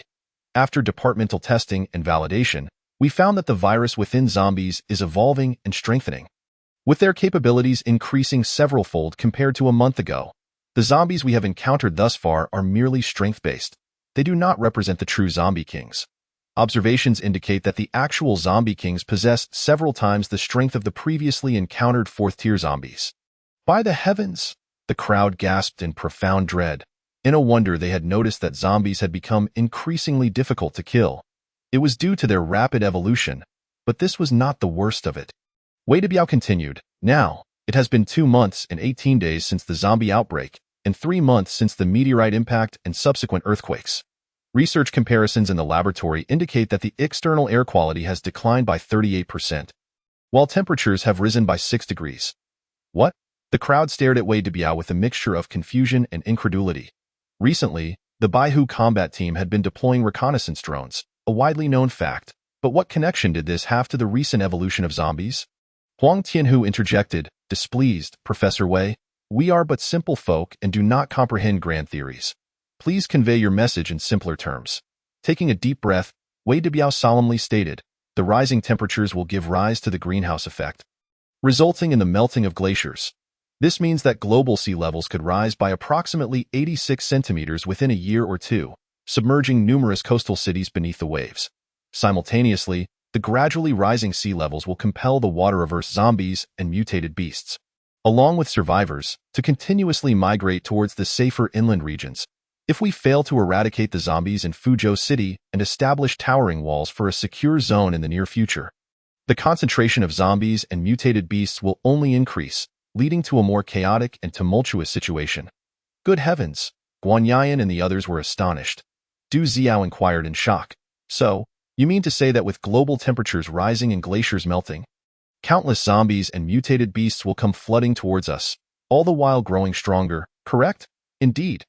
Wei Debiao confirmed with a nod. The group felt their scalps tingling with anxiety and overwhelming pressure. This is truly dire news. It signifies that conditions will continually worsen and skirmishes will become unavoidable. Do not be overly pessimistic. There are even worse outcomes, Wei Debiao continued. Based on predictions from artificial intelligence monitoring, the 4 4th-tier zombies we encountered likely originated from the city center, which may have given rise to several genuine zombie kings and zombie nests. What is a zombie nest? The crowd asked in puzzlement. This is a concept proposed by Yaduwa based on the current situation. Wei Debiao explained. Yadawa predicts it to be akin to a beehive, where they absorb flesh and blood for sustenance, continuously birthing powerful zombies, some even possessing abilities. Goodness. If countless fourth-tier zombies were to emerge one day, wouldn't we face total annihilation? Can we ascertain the locations of the zombie kings and their nests? Shall we proceed to eliminate the nests now? Wang Jinji inquired. Wei Debiao raised an eyebrow, glancing at Wang Jinji. You must be the young Wang, correct? The density of zombies in the city center is too high. Given our current capabilities, a forceful extermination would be unrealistic. Ah? In Wang Jinji's heart, a fleeting thought of MMP crossed his mind. If one must speak, why resort to personal attacks?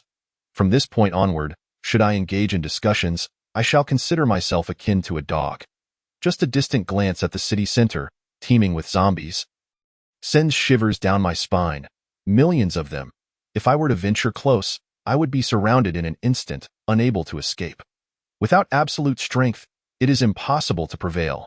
The news of the zombie nest and the zombie king is akin to a heavyweight bomb being dropped into a crowd, stirring anxiety and unrest among the masses. I in the conference room. Everyone wore serious expressions, their faces heavy with concern.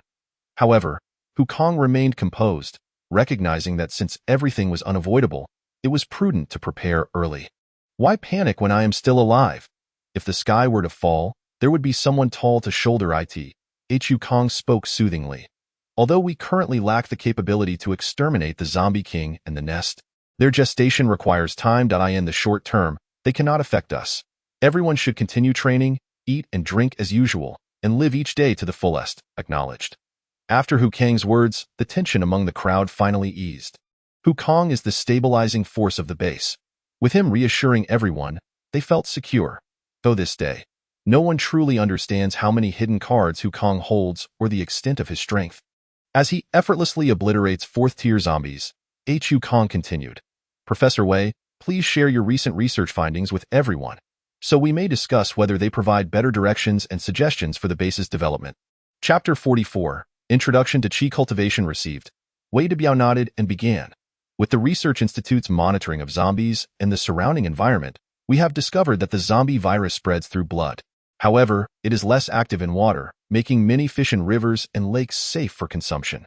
Through extensive experiments feeding insects and fish with zombie flesh, we have confirmed that they are not easily infected. Thus, we boldly speculate that the transmission of the zombie virus requires a digestive enzyme found in mammals. If we can research substances that inhibit or destroy this enzyme, we could develop an antidote for the zombie virus. If one is scratched by a zombie but has not yet transformed, the antidote could restore them to normal, but it would be ineffective once they have fully turned. Wei Debiao spoke confidently about his deductions. Furthermore, as the Research Institute tested various water sources, it was found that the entire city's water supply in Fuzhou has become severely polluted, and in the future, global nuclear power plants may face management issues and leakage risks. The Earth is a holistic cycle. At that time, countless freshwater and seawater will be contaminated by nuclear radiation, rendering fish, shrimp, and crabs inedible. What the hell? Is that true? Wouldn't that make drinking water a hassle in the future? The crowd began to grumble and complain. However, the situation is not so dire. The base's water purification system is highly effective, capable of evolving to absorb nuclear radiation and other impurities. Wukong reassured them. There's no need to worry too much about the water supply issue. Gu Jian. Wukong's gaze shifted to the previously silent Gu Jian and inquired. Can you absorb the source energy from the air for cultivation? Due to Gu Jian's fierce performance in battle, he had been promoted by Guan Yan to serve as the deputy commander of the Qishao combat team. On par with Wang Jinji. As everyone's attention turned to him, Gu Jian replied expressionlessly. I am uncertain if it is what one might call source energy, but I can indeed absorb a certain type of energy to enhance my physical strength for combat. My current strength is roughly equivalent to a second-tier ability user. This research result was achieved through collaboration with my brother Gu Jian. It is well known that the zombie virus was brought to Earth by a meteorite, resulting in some individuals mistakenly evolving into zombies while others emerged unscathed, possibly evolving into ability users. Before the meteorite fell, numerous source crystals had already descended to Earth, and those who find and consume them can awaken their abilities. However, extensive research has revealed that the meteorite also carried a different type of energy, which we refer to as source energy. Notably, Individuals with abilities cannot simultaneously possess source energy. According to the research published online, the introduction to chi cultivation is effective and genuine. Goodness gracious, are we on the verge of an era where everyone achieves physical sanctity? The attendees at the meeting were astonished. This is quite absurd. Wei Biao chuckled and continued. One must possess talent to perceive the existence of source energy. Most individuals lack such talent and will lead unremarkable lives. Becoming an ability user is still more plausible. The group continued their discussions, determining numerous directions for the base's development. They agreed that it was important for everyone to be informed about these matters. Hukong waved his hand and said, "If there are any further suggestions or opinions, please share. I believe we should share some less critical information with the surviving survivors. Many survivors are fighting against zombies without understanding the situation, leading to unnecessary casualties, which is detrimental to the preservation of humanity's overall strength in the long run. Indeed, although we are not saints, simple information sharing is quite necessary. I concur. Sharing non-critical information is no issue, especially since the base's numbers are dwindling and we need to recruit from outside." The crowd voiced their agreement, each contributing to the discussion. Hukong nodded. These were not confidential matters, and sharing them was acceptable.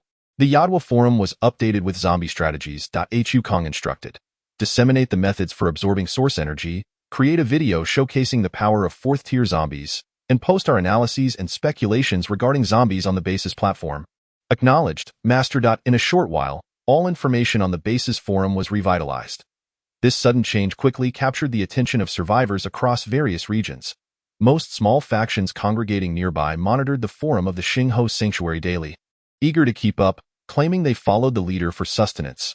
Goodness. According to the observations and monitoring by the Xingho Research Institute, zombies are becoming increasingly powerful, and they will continue to grow stronger. The destructive capability of the fourth-tier Titan zombies is terrifying. How did the Xingho Sanctuary manage to eliminate such formidable zombies? With global glaciers melting and sea levels rising, what about my hometown? Suzhou? Will it be submerged? Have you all not noticed that whose announcement included the method for chi cultivation? I have long awaited this day. My sacred body shall finally be brought to prominence. Could it be that the fourth-tier Titan zombies are a fabrication? Nonsense. Did you not see how terrifying the fourth-tier Titan zombies appeared in the video? Even the combat team of the Xingho base suffered hundreds of casualties. Pray you never encounter them. A single stone creates 1,000 waves, and online discussions among survivors erupted in panic. Those still alive in Fuzhou felt as if a great weight was pressing upon them, hiding in shelters with a sense of impending doom. The news of the updated zombie strategies spread further and further. Hukong found himself increasingly troubled by the incessant inquiries. Su Chong and several prominent figures, upon learning of the news, called to confirm its authenticity, and upon verification, they were seized with fear, frantically procuring weapons for nuclear exchange. While they knew that source crystals could awaken ability users, none of the prominent figures had managed to find any. Thus, they could only purchase weapons to arm themselves in hopes of ensuring their survival in this apocalyptic world. In no time, the area surrounding the Xingho Sanctuary became bustling with activity. Wave after wave of survivors arrived, knowing the vicinity was safe, opting to modify underground garages or move into nearby residential buildings. The number of survivors exchanging resources outside the Xingho base increased, forming a bustling marketplace. Each day, survivors adhered to the base's rules, coming to trade various essential goods. Some unruly individuals attempted to rob, only to be swiftly dealt with by Xuanwu, who executed them and displayed their bodies in the park as a warning. Around 5 in the afternoon, the 5 official sanctuaries, upon seeing the updated strategies, could no longer sit idle. The 5 major factions joined forces. Chapter 45. Official Negotiations. The city government, led by Qi Jinghua, the armed forces represented by Xiao Wenhao, the security department by Zhuang Changfeng, the 21st Army led by Zhao Tai, and the fire prevention department by Lu Kunda, arrived with hundreds of subordinates, carrying boxes of zombie cores to seek an audience. In the reception room of the Xingho base, Lu Kunda stood behind a young man with an arrogant demeanor, presumably an ability user from the fire prevention department. The woman who Kong had seen previously, who fought valiantly against zombies, stood confidently behind Qi Jinghua. The other 3 leaders were accompanied by their personal guards. Why had these 5 leaders personally come here? Hukong remained expressionless, his tone indifferent. You are not here to recruit me, are you? Ha ha ha, not at all. I assure you. Qi Jinghua chuckled awkwardly and replied, Mr. Hu, please forgive me. Regarding the previous incident with Ji Baichong, he acted out of greed and ignorance, violating organizational decisions without my consent. I take responsibility for his actions, and I should have come to apologize sooner, but the chaos of the apocalypse has left me overwhelmed. Now that the situation has stabilized somewhat, I have seized the opportunity to visit. I hope you will not hold it against me, considering we are from the same region. Qi Jinghua spoke without arrogance, his words logical and eloquent. Ji Baichong was indeed under the jurisdiction of Qi Jinghua's city government. Initially, the situation was unclear, and upon witnessing the formidable strength of the Xingho sanctuary, he was tempted to send Ji Baichong to negotiate a recruitment, hoping for a favorable outcome.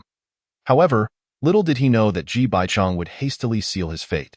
Now that he was dead, it was easy to shift the blame onto him. It was already known that Hu was exceptionally talented, and upon meeting him today, he truly proved to be a remarkable individual among men. Indeed, the actions of old Qi's subordinates are undeniably unethical. I sincerely apologize for any offense caused. We come today with genuine intentions to pay our respects, in light of the increasingly chaotic situation in Xia country. Amidst the impending national calamity, we should set aside past grievances and unite to combat the zombies and protect the populace. What is your perspective, Mr. Hu? Qi Jinghua subtly gestured to the four individuals beside him, who promptly echoed and urged in agreement. All five of them were seasoned veterans within the system, operating with impeccable discretion. Regardless of their usual relations, they now wore smiles of humility and politeness, imparting a sense of refreshing warmth. Unbeknownst to them, Hu Kong waved his hand, unwilling to engage in idle chatter. Enough of the past. It need not be elaborated upon. I am aware of your intentions. Recently, there have been numerous visitors, all posing the same question. Let us be straightforward. Firstly, within the city center, there exists a zombie king and a zombie nest, continuously birthing Tier 4 Titan zombies. As for the strength of the Titan zombies, I trust you can estimate it yourselves. I advise you to promptly bolster your armed forces. Secondly, the reports regarding global temperature rises, melting glaciers, and rising sea levels are indeed true. The encroaching waters will compel countless zombie survivors to migrate here. The situation in Fuzhou City will become increasingly chaotic. I hope you do not harbor any illusions of safety. Thirdly, our military weapons and living supplies at this base are available for large-scale sale.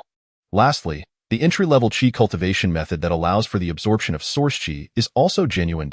A handgun is valued at 30 zombie cores, a rifle at 50, a heavy machine gun at 60.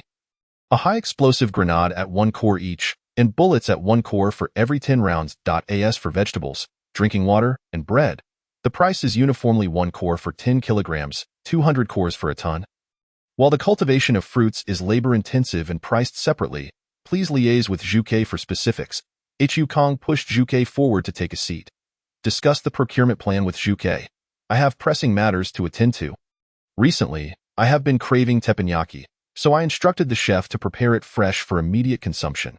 Hu Kong seated himself at the dining table, where a tender and juicy steak was perfectly cooked to medium rare. Promptly plated after being sliced, he took a bite, revealing an expression of delight, as Ailey approached, gracefully carrying a decanted red wine. The sight of her ample figure swaying drew attention. It seems quite the burden. Ever since adopting AI Qian, Ailey has been assigned by Zhu to attend to Hu Kang's daily needs in the office. After Hu Kong departed, the five remained stunned in place, mouths agape. They still had much to discuss, yet were taken aback by Hu Kang's apparent disregard. This young man is excessively arrogant. It was merely a matter of acquaintance. Having more friends opens more pathways, even if they were not particularly fond of him. There was no need for such an impatient exit. Haha. Does he possess the capital for such arrogance? If you can provide me with the supplies I need, you can come to my base for any purpose. The Xingho base not only boasts the most formidable armed forces in the city, but also well-trained soldiers. The commanders of Teams 1 and 2 are all ability users. I have heard that the Xingho base has already achieved self-sufficiency in living supplies. Most importantly, it possesses the capacity to effortlessly eliminate Tier 4 Titan zombies. Damn it, those Titan zombies are terrifying. If they were to attack my base, even one would be impossible to withstand. The five whispered amongst themselves, their expressions filled with frustration. As leaders of official refuge shelters, they were accustomed to being courted and flattered wherever they went. Each commanded their own military force, and as prominent figures in Fuzhou City, they held the power of life and death with a mere word. Even wealthy tycoons like Su Chong would treat them with deference. To their dismay, they found themselves ignored when attempting to establish connections. This feeling of humiliation was unprecedented. Have you all not reached a consensus? Zhuge lightly tapped the table as a reminder. If there is nothing further, please leave promptly if you wish to purchase weapons or supplies. Please place your orders. The base only accepts cores or the necessary raw materials for trade. Prices are non-negotiable. If you do not wish to buy, feel free to leave. Purchases were indeed the reason for their visit. Ultimately, Qi Zhonghua of the municipal government spent 80,000 cores to procure 400 tons of food, as his shelter housed the largest number of people and consumed the most provisions. The armed forces Xiaowen Hao spent 60,000 cores on 300 tons of food. The safety department S Shuang Changfeng spent 50,000 cores to purchase 250 tons of food. The fire prevention department S Lu Kunda acquired various weapons, high explosive shells, bulletproof vests, and ammunition, totaling 120,000 cores, while he possessed only 60,000 cores, leaving him indebted to the Xingho base for 60,000. The 21st Army S Zhao Tai also purchased a substantial amount of weapons and living supplies, amounting to 80,000 cores, claiming to have only 10,000 cores, thus owing the Xingho base 70,000. Lu Kunda was most pleased, as he now had firearms to better augment his strength and eliminate zombies. By killing more zombies, he could earn cores to exchange for supplies, creating a beneficial cycle and no longer worrying about residents starving to death. Outside the base, trucks laden with supplies followed the convoy of the 5 major factions. Zhuge cast a meaningful glance at Zhao Tai of the 21st Army. This fellow had hardly spoken throughout, yet his eyes were restless, clearly concealing something. Chapter 46. Below Tier 5, all our ants. After the transaction concluded, Wukong possessed approximately 900,000 zombie cores. As the strength of the zombies escalated, the capabilities of the base soldiers seemed inadequate. It was imperative to seize every opportunity to grow stronger and enhance his own prowess. He initiated the purchase of the anti-air dome system. Wukong opened the system panel and stated, "Ding, spent 50,000 zombie cores, purchase of the anti-air dome system successful. Estimated installation completion time, 24 hours. Please inject the Purple Sky Divine Thunder at the designated time to activate." Upon activation, all enemies below Tier 4 will be eliminated directly.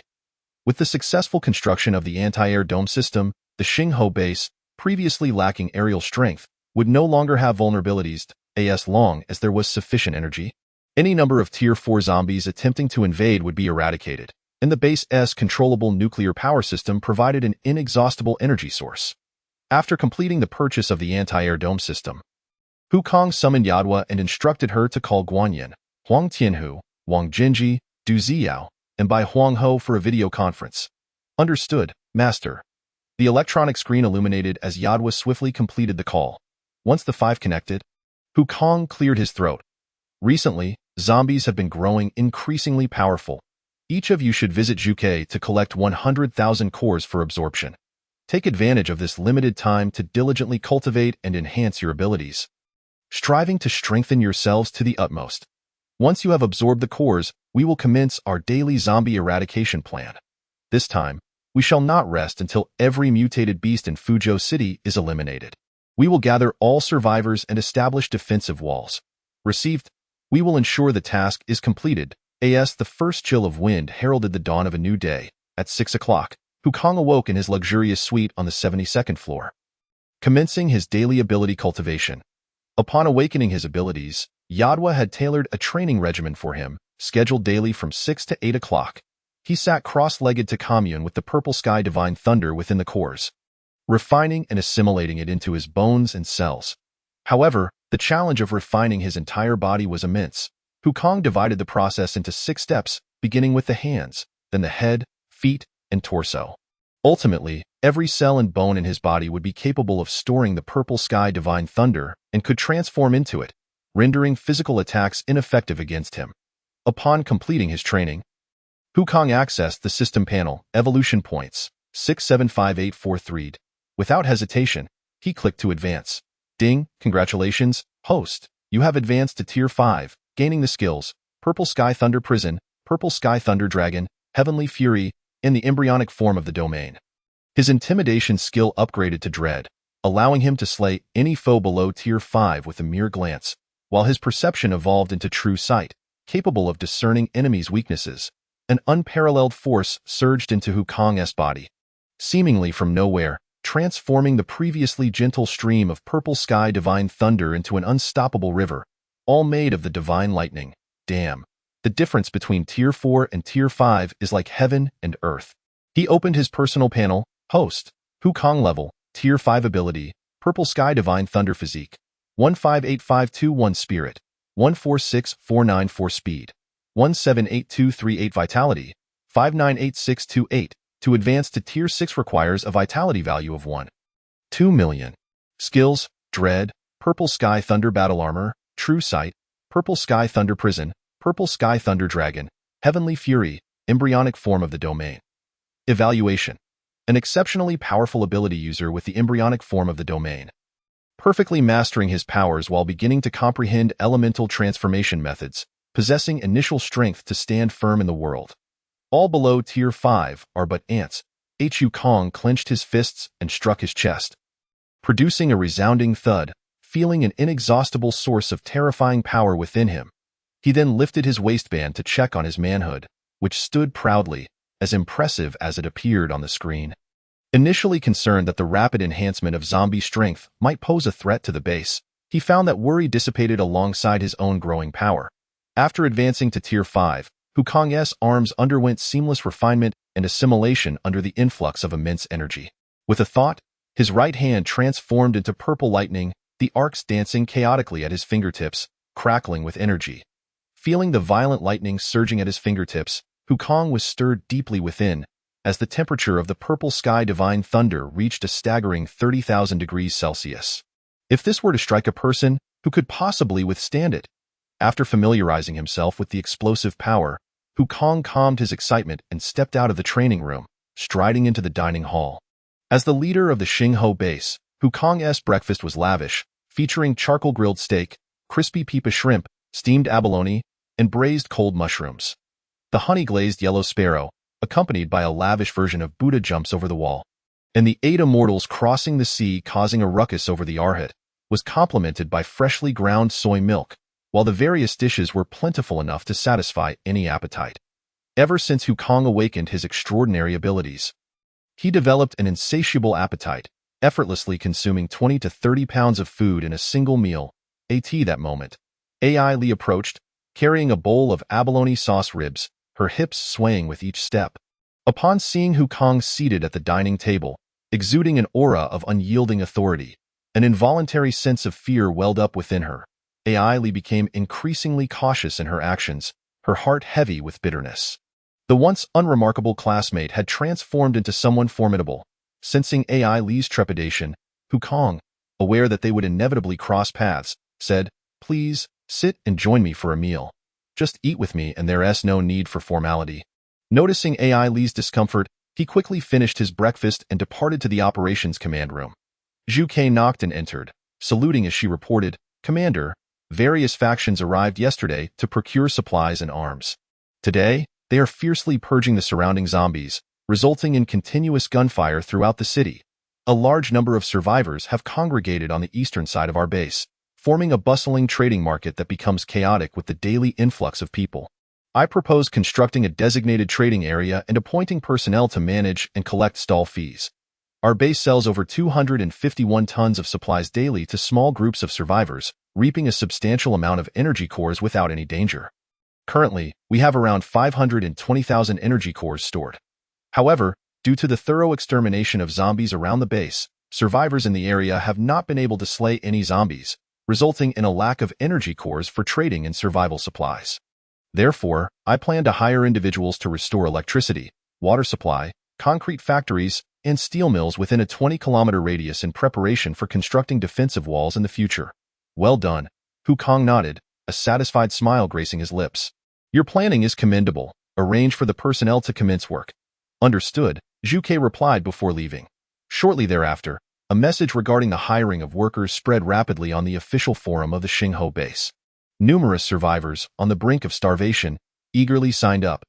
The base, offering survival supplies and weaponry, naturally attracted a steady stream of survivors eager to slay zombies and exchange their energy cores for necessities. Even those aware of the energy core's ability to enhance their powers could not afford to remain idle. Failing to visit Xinghe for supplies would jeopardize their very lives. After Zhu Ke departed, Hu Kong took the elevator to the 68th floor, heading to the bionic cloning chamber, intending to upgrade the facility to bolster the base's overall strength. With his personal abilities enhanced, the base could not lag behind.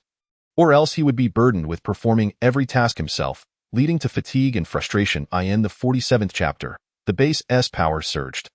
Abilities users could absorb energy core powers to progress, while advancing bionic clones proved far simpler. Upgrading the cloning chamber would allow existing soldiers to undergo enhancements. The memories of the upgraded clones would remain intact, yet their skills and physiques would undergo a remarkable transformation. Subsequent clones could be produced to surpass their peers in strength, becoming fearless warriors. Gazing at the rows of cloning chambers before him, Hu Kong felt a surge of anticipation. System: upgrade the cloning chamber level. How many energy cores are required to upgrade and enhance the existing bionic clones? He inquired. Beep, bionic cloning base.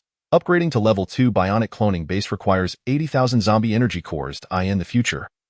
Each bionic clone soldier will require 60 energy cores for cultivation, while existing soldiers will need 40 cores for upgrades. Fortunately, it's not excessively expensive. It falls within my budget, Hu Kong murmured. Then promptly initiated the upgrade. Beep, consuming 160,000 energy cores, the bionic cloning base has been upgraded to level 3. In the future, each bionic clone soldier will require 120 energy cores for cultivation, while current soldiers will need 100 cores for upgrades. Two notifications flashed on the screen. A peculiar transformation occurred within the bionic cloning chamber, becoming more sci-fi and imposing, with blue light swirling and emanating an icy aura. After completing the upgrade, Hu Kong found his hard-earned 520,000 zombie energy cores reduced to approximately 290,000, sufficient for upgrading 2,900 soldiers. The remaining soldiers would have to wait for more energy cores to upgrade. Yadwa summoned Qinglong, Baihu, Zhu Ke, and Xuanwu to the 68th floor cloning chamber. Hu Kong instructed calmly. Understood, Master. Yadwa's sweet voice responded as the notification was dispatched. 5 minutes later, Zhu Ke and the others strode purposefully from the elevator, aligning before Hu Kong and pausing to salute in unison. Commander, we have arrived. Good, Hu Kong said, his brow relaxing into a smile as he gestured toward the 4 imposing open cloning chambers. Please, lie down. Yes.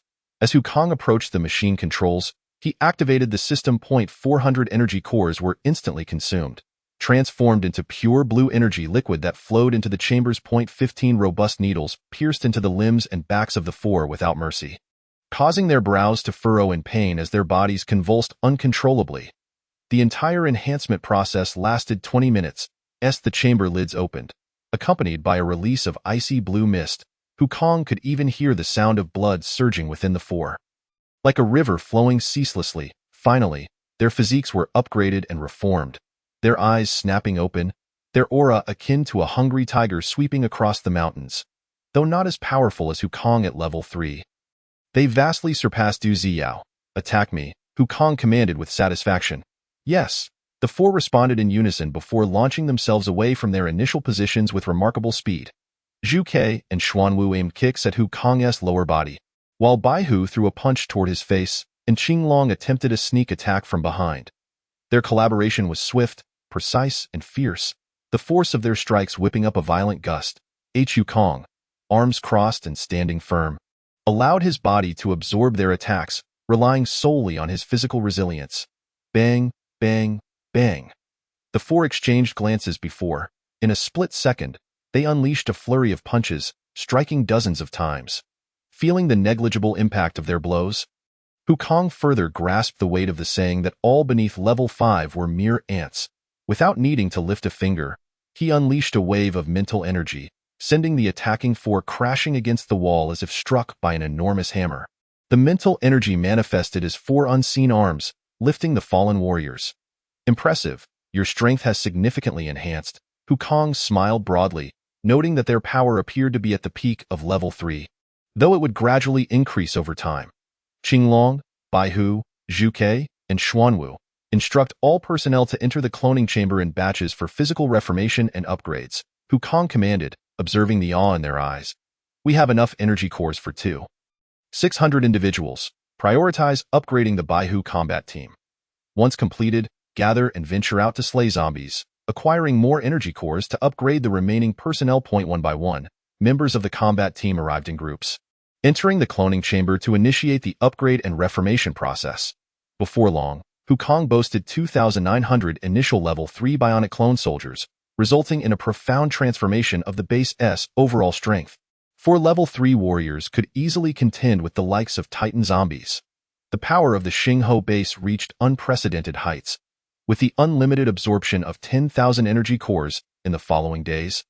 Guan Yan, Huang Tianhu, Wang Jinji, Du Ziyao, and Bai Huang consecutively broke through to level 3 abilities. Following the promotion of the Qi cultivation entry chapter, the base produced 18 warriors who had successfully cultivated their Qi. Though regrettably, their strength remained too feeble. Unbeknownst to them, the Qi cultivation had already surpassed the peak of level 3 abilities. Typically reclusive, they trained rigorously, displaying an even fiercer attitude toward zombies during combat. It was said that not a single zombie slain by them was left intact. Commander, all personnel dispatched to operate the 2 steel mills have perished, and the completed products were all stolen. Zhu K's anxious voice crackled through the intercom. Yadwa notified the heads of various departments to convene in the operations command room. Hu Kong frowned, instructing, in the territory of Fuzhou, there are indeed those who dare to stir trouble. Meanwhile, in a luxurious villa atop a mountain in the neighboring Qingyou County, beyond the coverage of the Xingho Base S network, the air was filled with the dazzling sounds of neon lights and music.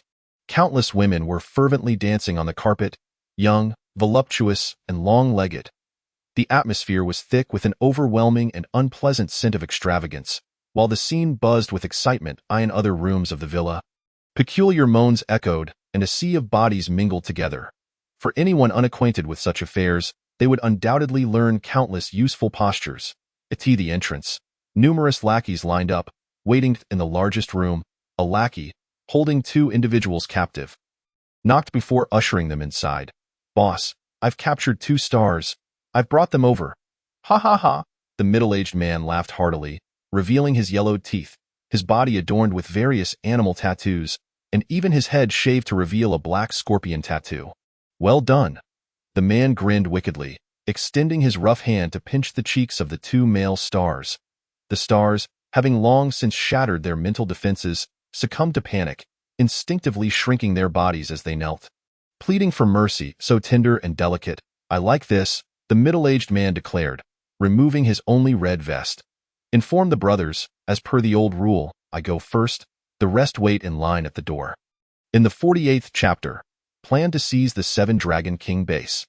The few lackeys in the room exchanged knowing glances, stepping forward to violently tear off the suits from the 2 male stars, only to encounter fierce resistance as the 2 struggled and writhed, with resounding slaps echoing through the air. After enduring a barrage of strikes, the faces of the 2 men swelled, their expressions subdued. As tears streamed down their cheeks, restrained by a few subordinates and rendered immobile, the bald, middle-aged man approached them with a sinister grin, in a somewhat pristine and lavish room on the 3rd floor. A roguishly handsome youth barged in after knocking, nonchalantly plopping himself onto the sofa, pouring himself a glass of red wine.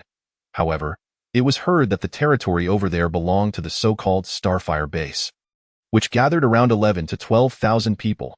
The leader before him, clad in a red suit, bore deep-set eyes and a face chiseled like stone, emanating an ominous aura.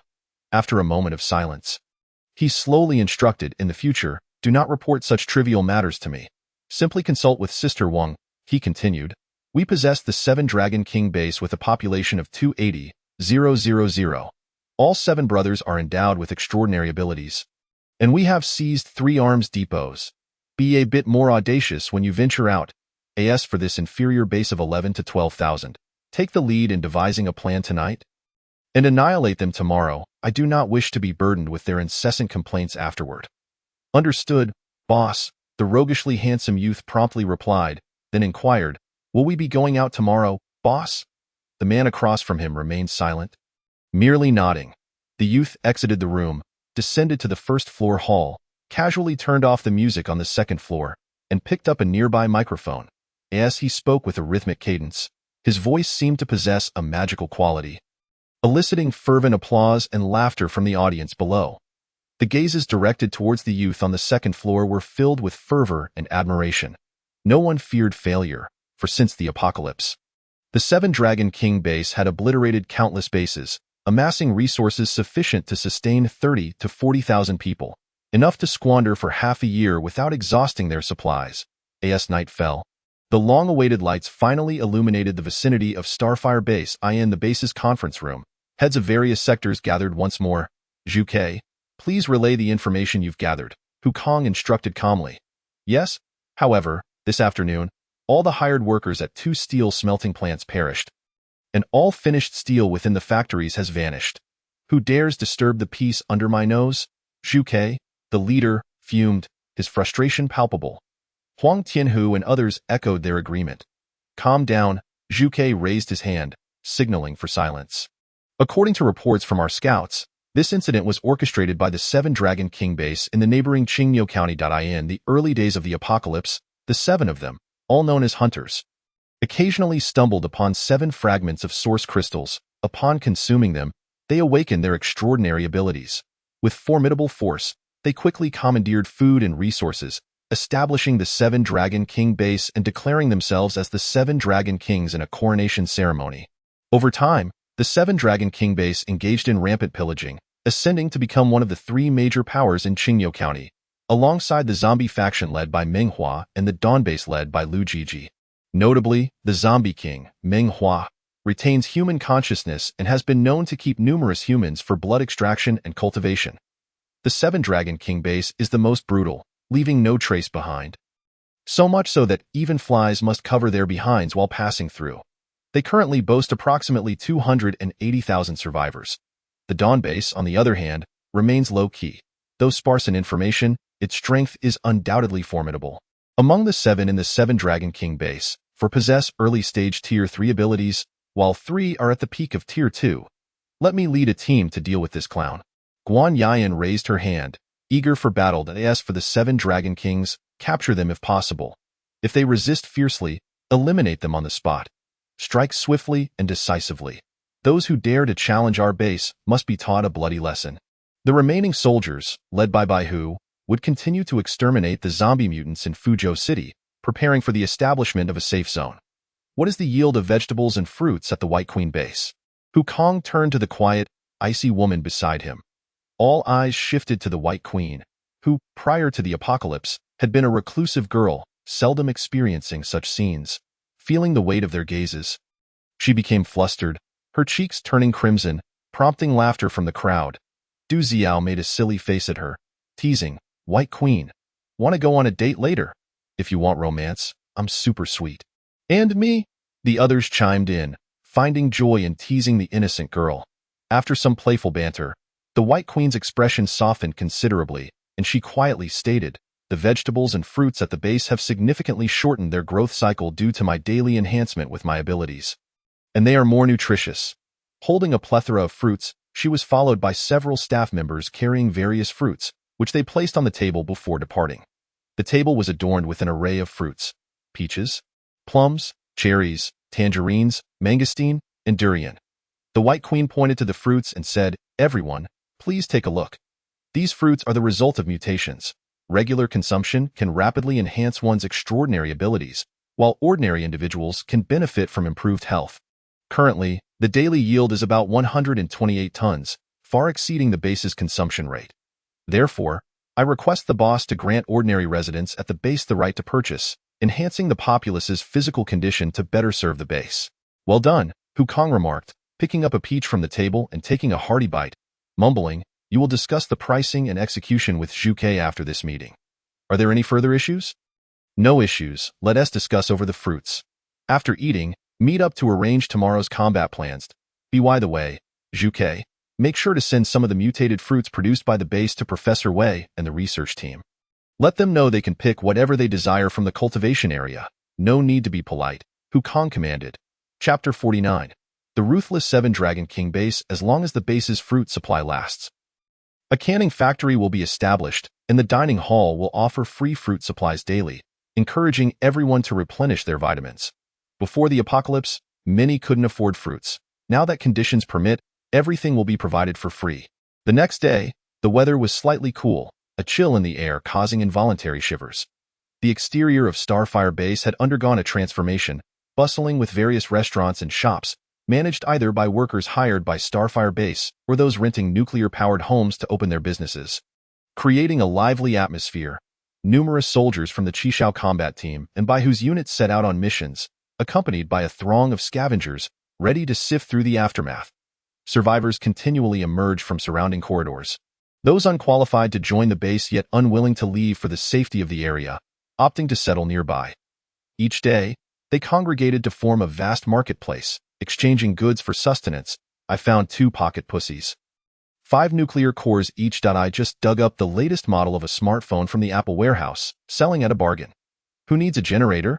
Diesel generators are the top choice for home electricity. Come check it out. Prices are negotiable, vendors shouted energetically. After the collapse of order in the apocalypse, those with strength could claim whatever they desired.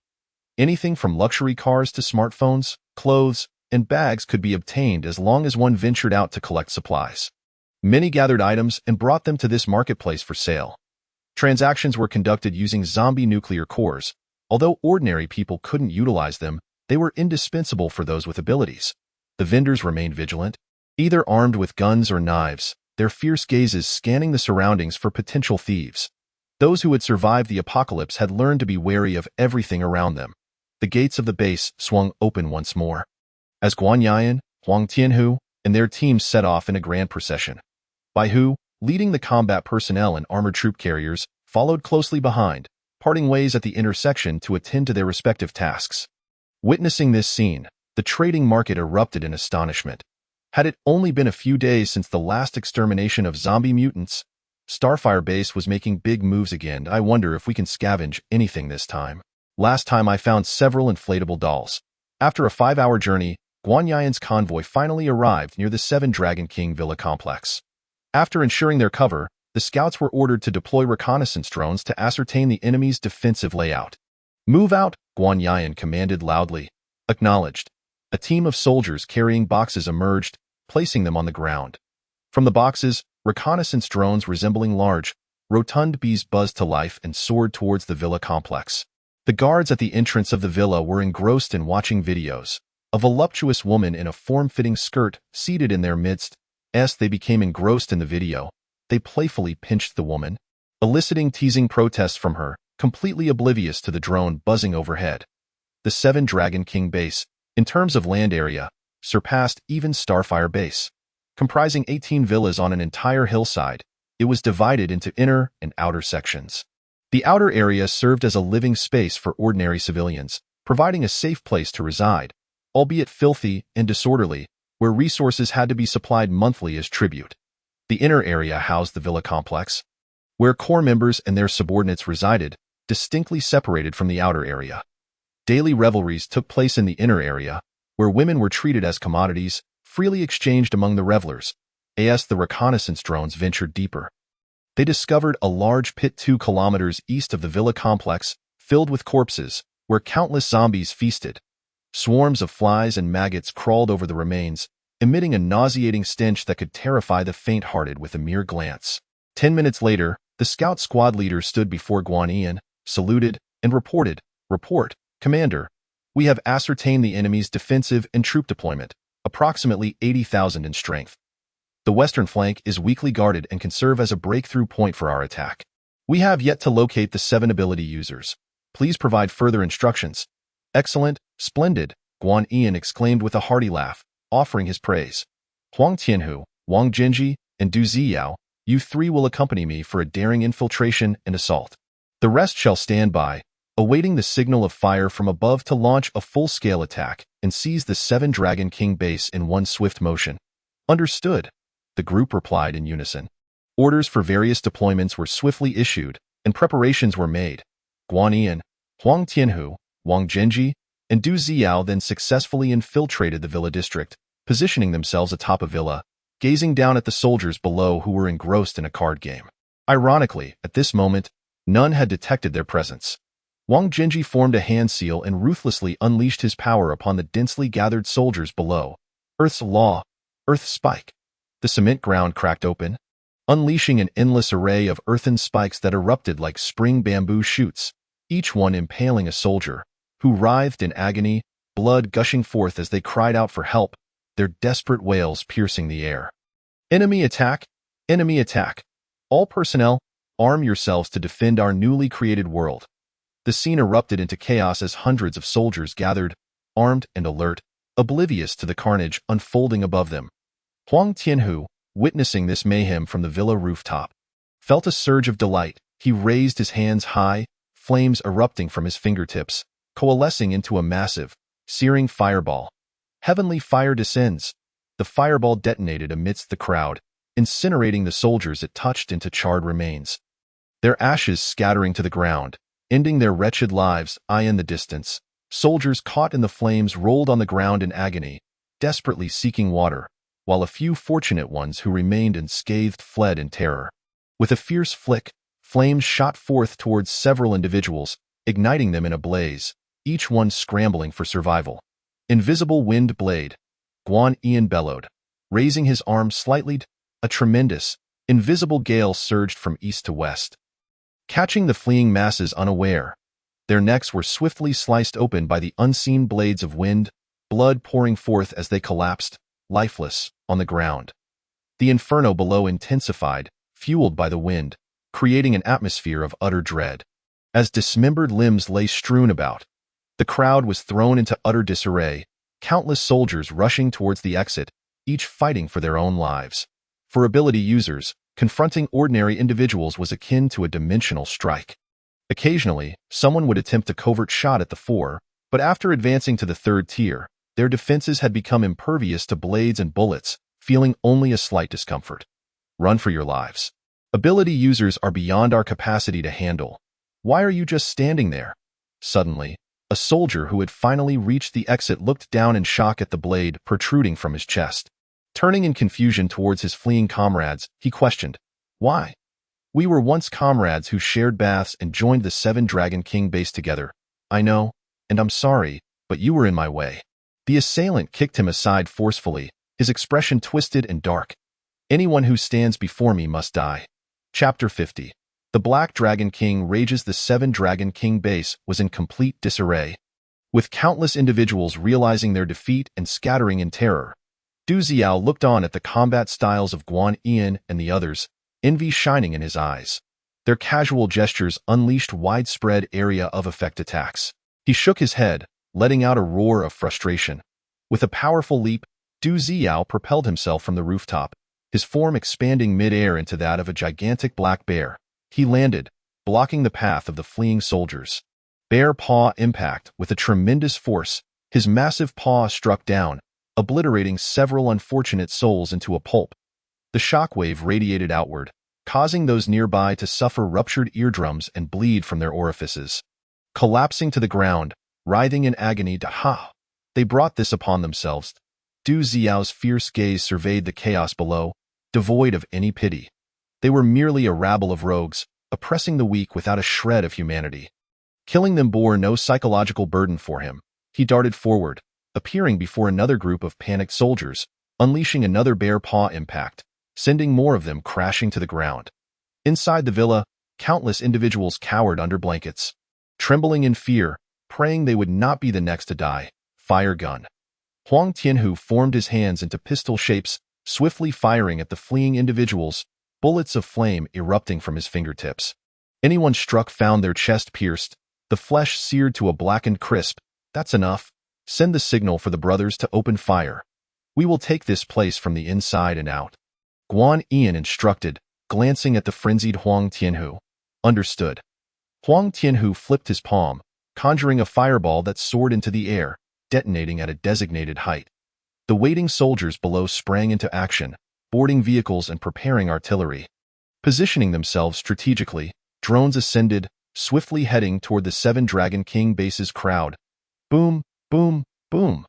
The explosions rang out incessantly as the soldiers of the Seven Dragon King base, unable to see their assailants, were struck down. fleeing in panic with no means to retaliate. Those who had made it to the villa rooftop saw their foes, but found their weapons ineffective against the ability users. In the depths of the luxurious villa, in a pitch-black dungeon on the third basement level, a figure was firmly locked in heavy iron armor, two long spears piercing through their chest, subjecting them to relentless torment. The heavy door to the basement slowly opened. A curvaceous figure, clad in revealing attire and wielding a long blade, gracefully entered, her high heels clicking against the floor. Your subordinates greet the Black Dragon King. You are all a bunch of worthless fools, she exclaimed. Now, unlock me. Upon hearing this, the woman hurried to the back, laboriously extracting the spears from the Black Dragon King's body. The key inserted into the lock, she twisted it gently, and the heavy chains and armor fell to the ground with a clatter. Throughout the process, the Black Dragon King's expression remained twisted into a grin until the spears were fully withdrawn. Ha ha ha! The silence of the dungeon was shattered by the Black Dragon King's wild laughter. I live well, yet they all insist I'm insane. In a world of black and white.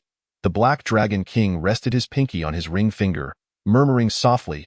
A black and white yin-yang symbol manifested around him, instantly expanding into a radius of 3 kilometers. I sensed the fear, anger, and terror among the crowd, emotions I too felt when they bullied the weak. It is not death they fear, but the fear of death itself. My head hurts so much, it feels like it's going to burst. The Black Dragon King clutched his head, tears streaming down his face as he wept. In an instant, he vanished without a trace. Reappearing before a woman attempting to escape, with outstretched fingers, he seized her face, gradually applying pressure. Please, spare me, Black Dragon King. I will become your servant, do anything you ask, just spare me. The Black Dragon King cackled maniacally. I can feel your fear. He picked up the long blade that had fallen to the ground. In a flash, he disappeared from the dungeon, leaving the woman to collapse, blood pouring from her head, staining the ground. The world is a battlefield. Life is far too generous, always eager to burden the suffering with endless woes. I am the protagonist of this world, and I shall change it all. Those who believe in me shall live, while those who fear me shall die. In the villa district, as the artillery continued to bombard, the dwindling soldiers of the 7 Dragon King base were increasingly overwhelmed. Countless individuals, in the heat of battle, discarded their weapons, crouching in corners, surrendering. Huang Tianhu cast a glance at these individuals, but chose to ignore them. It was impossible to eradicate the entirety of the 20,000 soldiers in the 7 Dragon King base. While Guan Yin had initially focused on swiftly eliminating the upper echelon of the 7 Dragon King base, he suddenly noticed the surrounding environment, shifting to a grayscale. It resembled an old black and white television, devoid of color. This isn't right, Huang Tianhu, Wang Zhenji, and Du Xiao thought, each on high alert. Guan Yin halted and bellowed at the chaos below. No sooner had he finished speaking than endless blades of light sliced through the air from exceptionally tricky angles. Guan Yin, moving at lightning speed, twisted his body to evade them, but the most terrifying aspect was that the numerous slashes were aimed at all 4 of them simultaneously. A black and white flame erupted around Huang Tianhu as he ignited his surroundings, obscuring his vision as he dodged the onslaught of blades. Yet, the blades clung to him like parasites, no matter where he tried to evade. Ultimately, he barely escaped a fatal blow through sheer speed honed over 30 years. Wang Zhenji employed his straightforward tactics, quickly crouching and pressing his hands to the ground, raising an impenetrable earthen wall to envelop himself. The blades struck against it, causing dirt to tumble, but it remained unbroken and utterly ineffective. Du Xiao, unfortunately, suffered the most. His large size hindered his speed, leaving him exposed to the oncoming slashes from all directions. He chose to channel all his strength and bear the brunt of the attack, resulting in patches of fur being sheared off, skin breaking and bleeding, leaving him in a pitiful state. The Black Dragon King's maniacal figure appeared at the side of Guan Yin atop the villa. Gahaha, 4th third-tier abilities, quite impressive indeed. No wonder you dare to assault the 7 Dragon King base. I sense the unease lurking within your hearts. If this is all the strength you possess, then your lives shall be forfeit. Guan Yin let out a cold snort, a mocking grin spreading across her face as she declared, "Come and try it." Chapter 51. The 6 Dragon Kings seek trouble. Guan Yin clapped her hands and commanded loudly, White Tiger Combat Team, assemble and surround this individual. This person possessed some peculiar abilities. In this realm of black and white, the powers and actions of her team were suppressed, rendering them nearly powerless. The four of them truly found themselves at a loss. However, in a brawl, why engage in a one-on-one fight? In this apocalyptic world, it was a matter of either your death or mine. It was not merely childish play. Received. Hundreds of white figures surged in from outside the realm, wielding alloy long knives, leaping and sprinting toward the villa rooftop where the Black Dragon King, Zhang Kuang, resided. The soldiers, with stern expressions and robust, muscular physiques exuding an explosive aura, formed a tight encirclement, blocking all possible escape routes. Huang Tianhu Wang, with a foundation in Du Ziyao, also leapt onto the rooftop, standing at the forefront of the group. His gaze fixed ominously upon the Black Dragon King, Zhang Kuang. The sight made Zhang Kuang's lips twitch involuntarily, as familiar national treasures flashed through his mind. Damn it, 304 third-tier ability users. Although I possess early-stage fourth-tier strength, no matter how extraordinary my abilities, it is impossible to triumph over hundreds of physically powerful abilities. However, escaping should pose no issue. He. I shall remember the Xingho base. We shall meet again. After delivering his harsh words, the Black Dragon King Zhang Kuang vanished without a trace. The surrounding buildings resumed their original hues. The mysterious force suppressing Guan Yian and her companion's abilities dissipated, and everyone felt their bodies grow remarkably lighter. With no ability users to obstruct them, the remaining wounded and defeated were swiftly annihilated by the White Tiger Combat Team. Guan Yian gazed at the hopeful eyes of over 200,000 survivors and, ultimately, felt a pang of sympathy, reluctant to leave them to fend for themselves. After selecting individuals with special skills, she left behind food and water for the others to escape. Then, the roar of armored vehicles echoed as they headed back toward the Xingho base. Once Guan Yian and her companions departed, a throng of zombies besieged the Seven Dragon King base, encircling all survivors. The Xingho base, Hu Kong, accompanied by Zhu Ke, drove out towards the 21st Army's Zhaotai refuge. The reason being that Zhaotai had yet to pay the outstanding balance for supplies purchased during his last visit to the Xingho base, and the staff sent to collect the debt had met their demise at the hands of zombies along the way. Logically, they should not possess the audacity to default on their debts, yet somehow they found the courage not only to refuse payment, but also to secretly eliminate the debt collectors. Truly, it is akin to an old man hanging himself. Life must be unbearable. Not long after Hu Kong departed, a bulletproof SUV roared in, halting beside the base's pedestrian street. 6 figures exited, stepping into the now lively pedestrian street. Wow, what is this? The Xingho base seems to have some strength. It has recovered its liveliness in such a short time. A middle-aged man approached the leader of the group, pointing toward the Xingho restaurant, and said, "Boss, I'm starving. Let's have a meal before we eliminate this Xingho base." The man in the red suit paid him no heed, merely nodding in agreement. As the six entered the Xingho restaurant, the middle-aged bald man shouted loudly, "Waiter, bring us the menu. Also, a pot of hot tea to quench our hunger." Sister Lang, the only woman among the six, was particular about her image and cleanliness. Fearing the chairs might be dirty, she took out a tissue to wipe them down before adjusting her skirt and sitting down. Just then, to her utter astonishment, she let out a loud fart, her face turning crimson with embarrassment. Soon, a young waiter approached with a pot of hot tea in his right hand and a menu in his left. Smiling as he said, "You are truly the most refined and cleanliness-loving patrons I have ever seen. Quenching your hunger with tea before your meal and cleaning the chairs is commendable." He quickly retreated, fearing retribution. "How dare that insolent waiter mock us? I will make him pay dearly." The tattooed bald man growled ominously.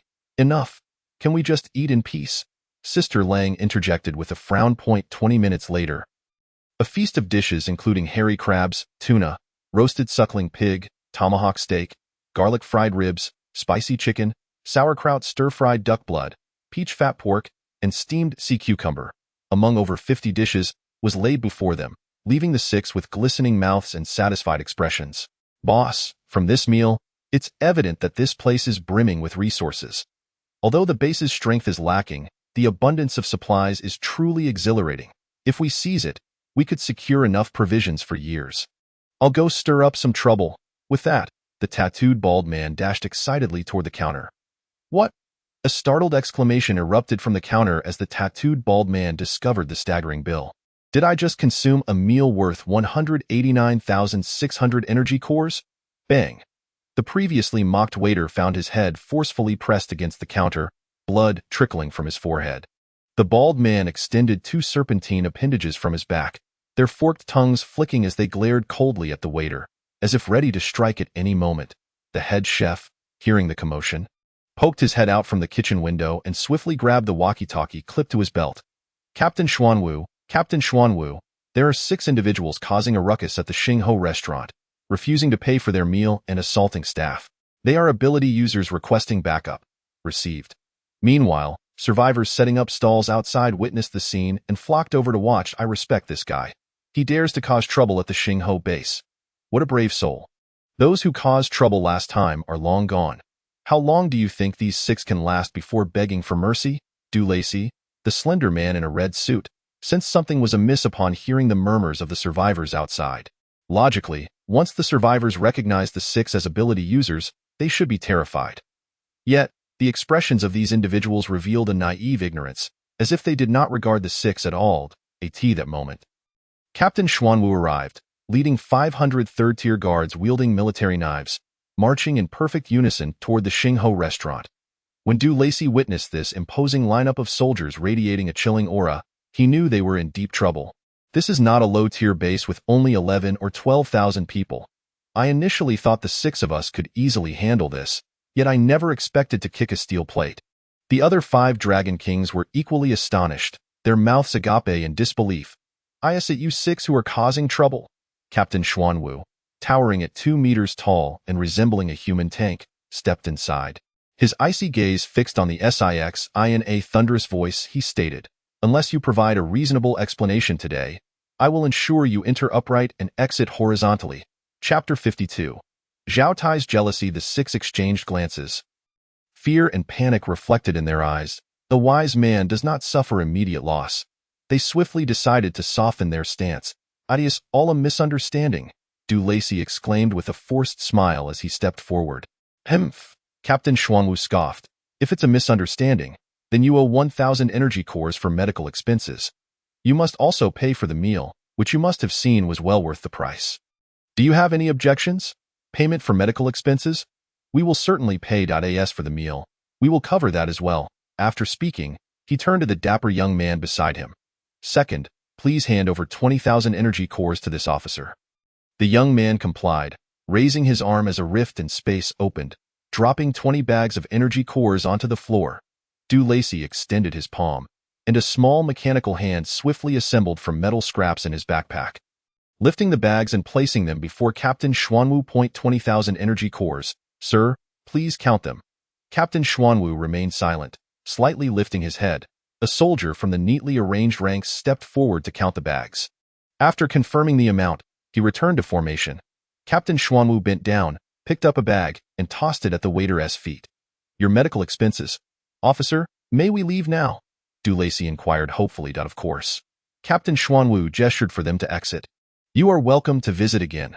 The 6, like pardoned prisoners, hurriedly exited the restaurant, their figures vanishing around the corner in a rush. Damn. 500 third-tier ability users. This world is utterly insane. I almost thought we wouldn't make it out of that restaurant. Once back in the SUV, the tension in their hearts finally eased. "Boss, isn't that the team from the Xingho base? Where did they come from with so many supplies? And am I seeing things? Or are there 300 third-tier ability users on that vehicle? This world is truly chaotic." The high-spirited man grew increasingly restless, chattering incessantly. Experiencing such a disgraceful defeat, it seems revenge will have to wait. Cheer up. We should be thankful to have survived. You wish to face the wrath of over 800 power-type ability users? The mere thought of it is chilling. Meanwhile, Zhuke drove, escorting Hukong to the 21st Army's encampment, a concealed military base hidden deep within the mountains. The only road leading there was lined with barricades. From a distance, a sentinel spotted Hukong's vehicle and sent someone to intercept and negotiate. A squad of fully armed guards hurried over from the sentry post, saluting before inquiring, "Please state your faction and whether you have an appointment for your visit." "What do you mean by the 21st Army?" Zhu Ke frowned and reprimanded. It's nothing. Hu Kong replied, patting Zhu Ke lightly. In that case, I shall pay a visit to see what our commander Zhao intends to do. After boarding a transport vehicle provided by the 21st Army, Hu Kong arrived at the entrance of the military fortress after a 10-minute drive. With a resounding rumble, the gates slowly opened, and without a moment's hesitation, Hu Kong strode boldly inside. Upon entering, he encountered another defensive gate, surrounded by a rectangular, vacant area. The moment he stepped in, the gate behind him rapidly closed. Mr. Hu, your audacity is truly remarkable for one so young and accomplished. Zhao Tai's figure approached from above the city wall. His gaze towards Hu Kong brimming with disdain. The breach of the wall. Countless soldiers brandished heavy machine guns and ominous black cannons, aiming directly at Hu Kong. I must thank you for the military supplies you have provided. Otherwise, I wouldn't have such confidence in dealing with you today. His tone dripped with sarcasm, making it difficult to reconcile him with the soldier's demeanor. Commander Zhao, is this truly the person you wish for me to collaborate with against? A young man, his flowing white hair framing his face, dressed in a stark white suit, approached Zhao Tai leisurely, his pallor reminiscent of freshly smoothed putty. However, his speech was somewhat halting. Hu Kang's sharp brows furrowed. His piercing gaze fixed on both Zhao Tai and the 4 peak-level zombies beside him. What does this mean, Commander Zhao? Hu Kang's voice was icy, as if one were plunged into the depths of winter, devoid of warmth. What do you mean? Zhao Tai scoffed. Do you still not see it, Mr. Hu? It is, of course, to kill you and seize everything that belongs to you for myself. His eyes glinted with venomous resentment as he continued. My family has served in the military for 3 generations, yet in this apocalypse, we have been bested by a nobody like you. I have perused your dossier. Before the apocalypse, you were nothing but a waste. I loathe the thought that decades of effort from my family should be eclipsed by your mere accumulation of resources over the past 2 months. You do not deserve this wealth and power. They rightfully belong to me. Zhao Tai's eyes widened in fury as he spoke, growing increasingly agitated. Thus, I conspired with the Zombie King to lure you here to your demise. Once you are dead, I will take control of the Spark base and thrive. Hu Kong regarded Zhao Tai with a look akin to that of a man observing a fool, replying calmly, How much have you had to drink to conjure such a splendid daydream? It is impossible. Zhao Tai, filled with disdain, retorted, With the Zombie King present today and all these cannons at my disposal, you will find it impossible to escape. Ha! Hu Kong cast a cold glance at the 4 peak-level zombies above. Responding nonchalantly, Are the soldiers and zombies beside you truly your support? I'm afraid I must awaken you from your beautiful dream.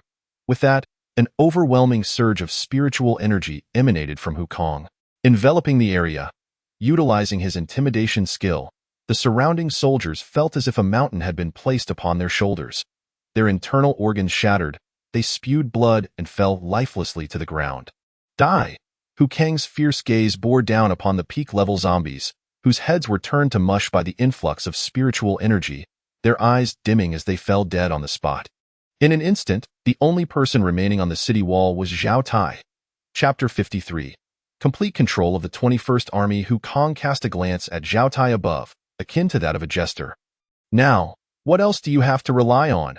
Zhao Tai was left aghast, his eyes wide in disbelief, frantically turning to confirm whether this was reality. Unfortunately, reality dealt him a heavy blow, as Hu Kang's domain took shape. He shifted to appear right before Zhao Tai. That moment, Zhao Tai realized that Hu Kong was not someone they could provoke. A bitter smile crossed Zhao Tai's lips as he self-deprecatingly remarked, They say my fate is in my own hands, not dictated by the heavens. Yet who could have predicted such treachery? A wrong decision has cost me everything. Zhao Tai fell to his knees, pleading, It is I who looked down upon you and wished to kill you for wealth. My subordinates below know nothing. I implore you, spare their lives, and I will command the 21st Army to surrender to you. I am not kneeling to you, but rather to secure a chance for my men to survive. Had I known it would come to this, I would have acted differently. Hu Kang's icy gaze swept over Zhao Tai. Everyone must pay for their mistakes. Take your own life. Tomorrow, I will send someone to take control of the 21st Army and ensure they do not resist. With that, Hu Kong vanished from the city wall. Zhao Tai was left in despair, regretting his provocation of Hu Kong, but alas, there was no remedy for regret. received. Zhu Ke did not inquire further, immediately retrieving her work device to contact Bai Hu with the news. Commander, where shall we go next? After returning to the Spark base, Hu Kong wasted no time and headed to the monitoring room to observe the living quarters, factories, schools, and training rooms, assessing the living conditions of the people. It did not take long for him to notice something amiss. While life in the base appeared secure, the genuine smiles of the inhabitants had diminished significantly. This posed a hidden threat that needed addressing. Zhu Ke, as a cultivated bionic clone, possessed exceptional knowledge and capabilities, exhibiting remarkable management skills. She efficiently handled any issues that arose, keeping the base in order. However, constrained by her lack of experience with the lives of the lower classes, she never considered the nuances of human emotions. All her decisions and directives prioritized the needs of the base. The various minor issues arising among the tens of thousands at the base went unnoticed by Zhu Ke, for she only saw the strict execution of Hu Kang's orders.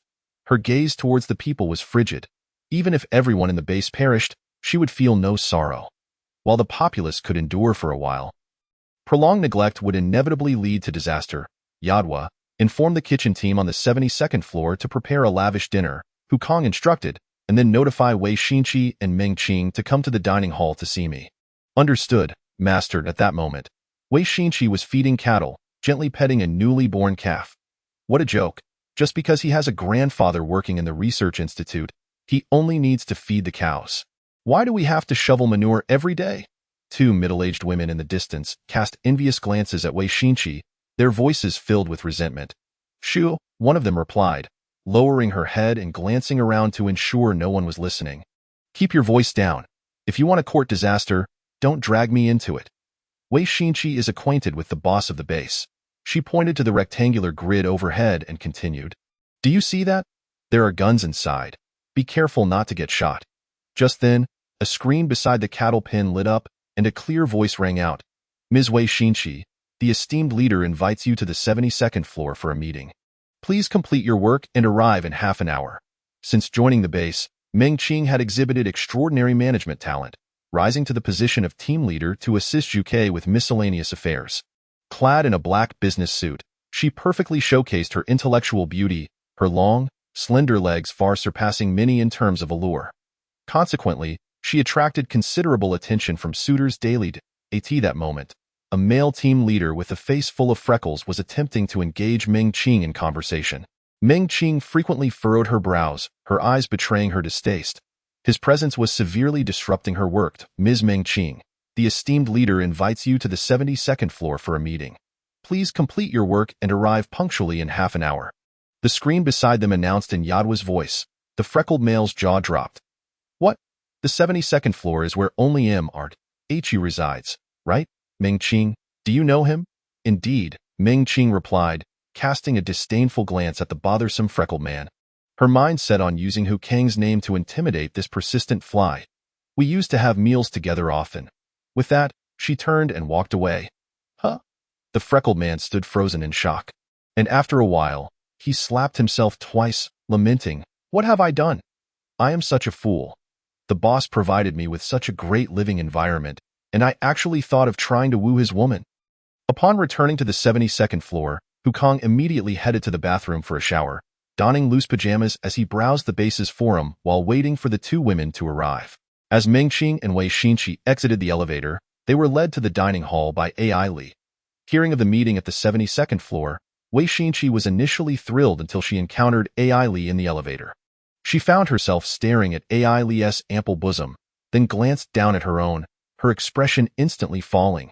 Efforts to conceal her dissatisfaction were in vain.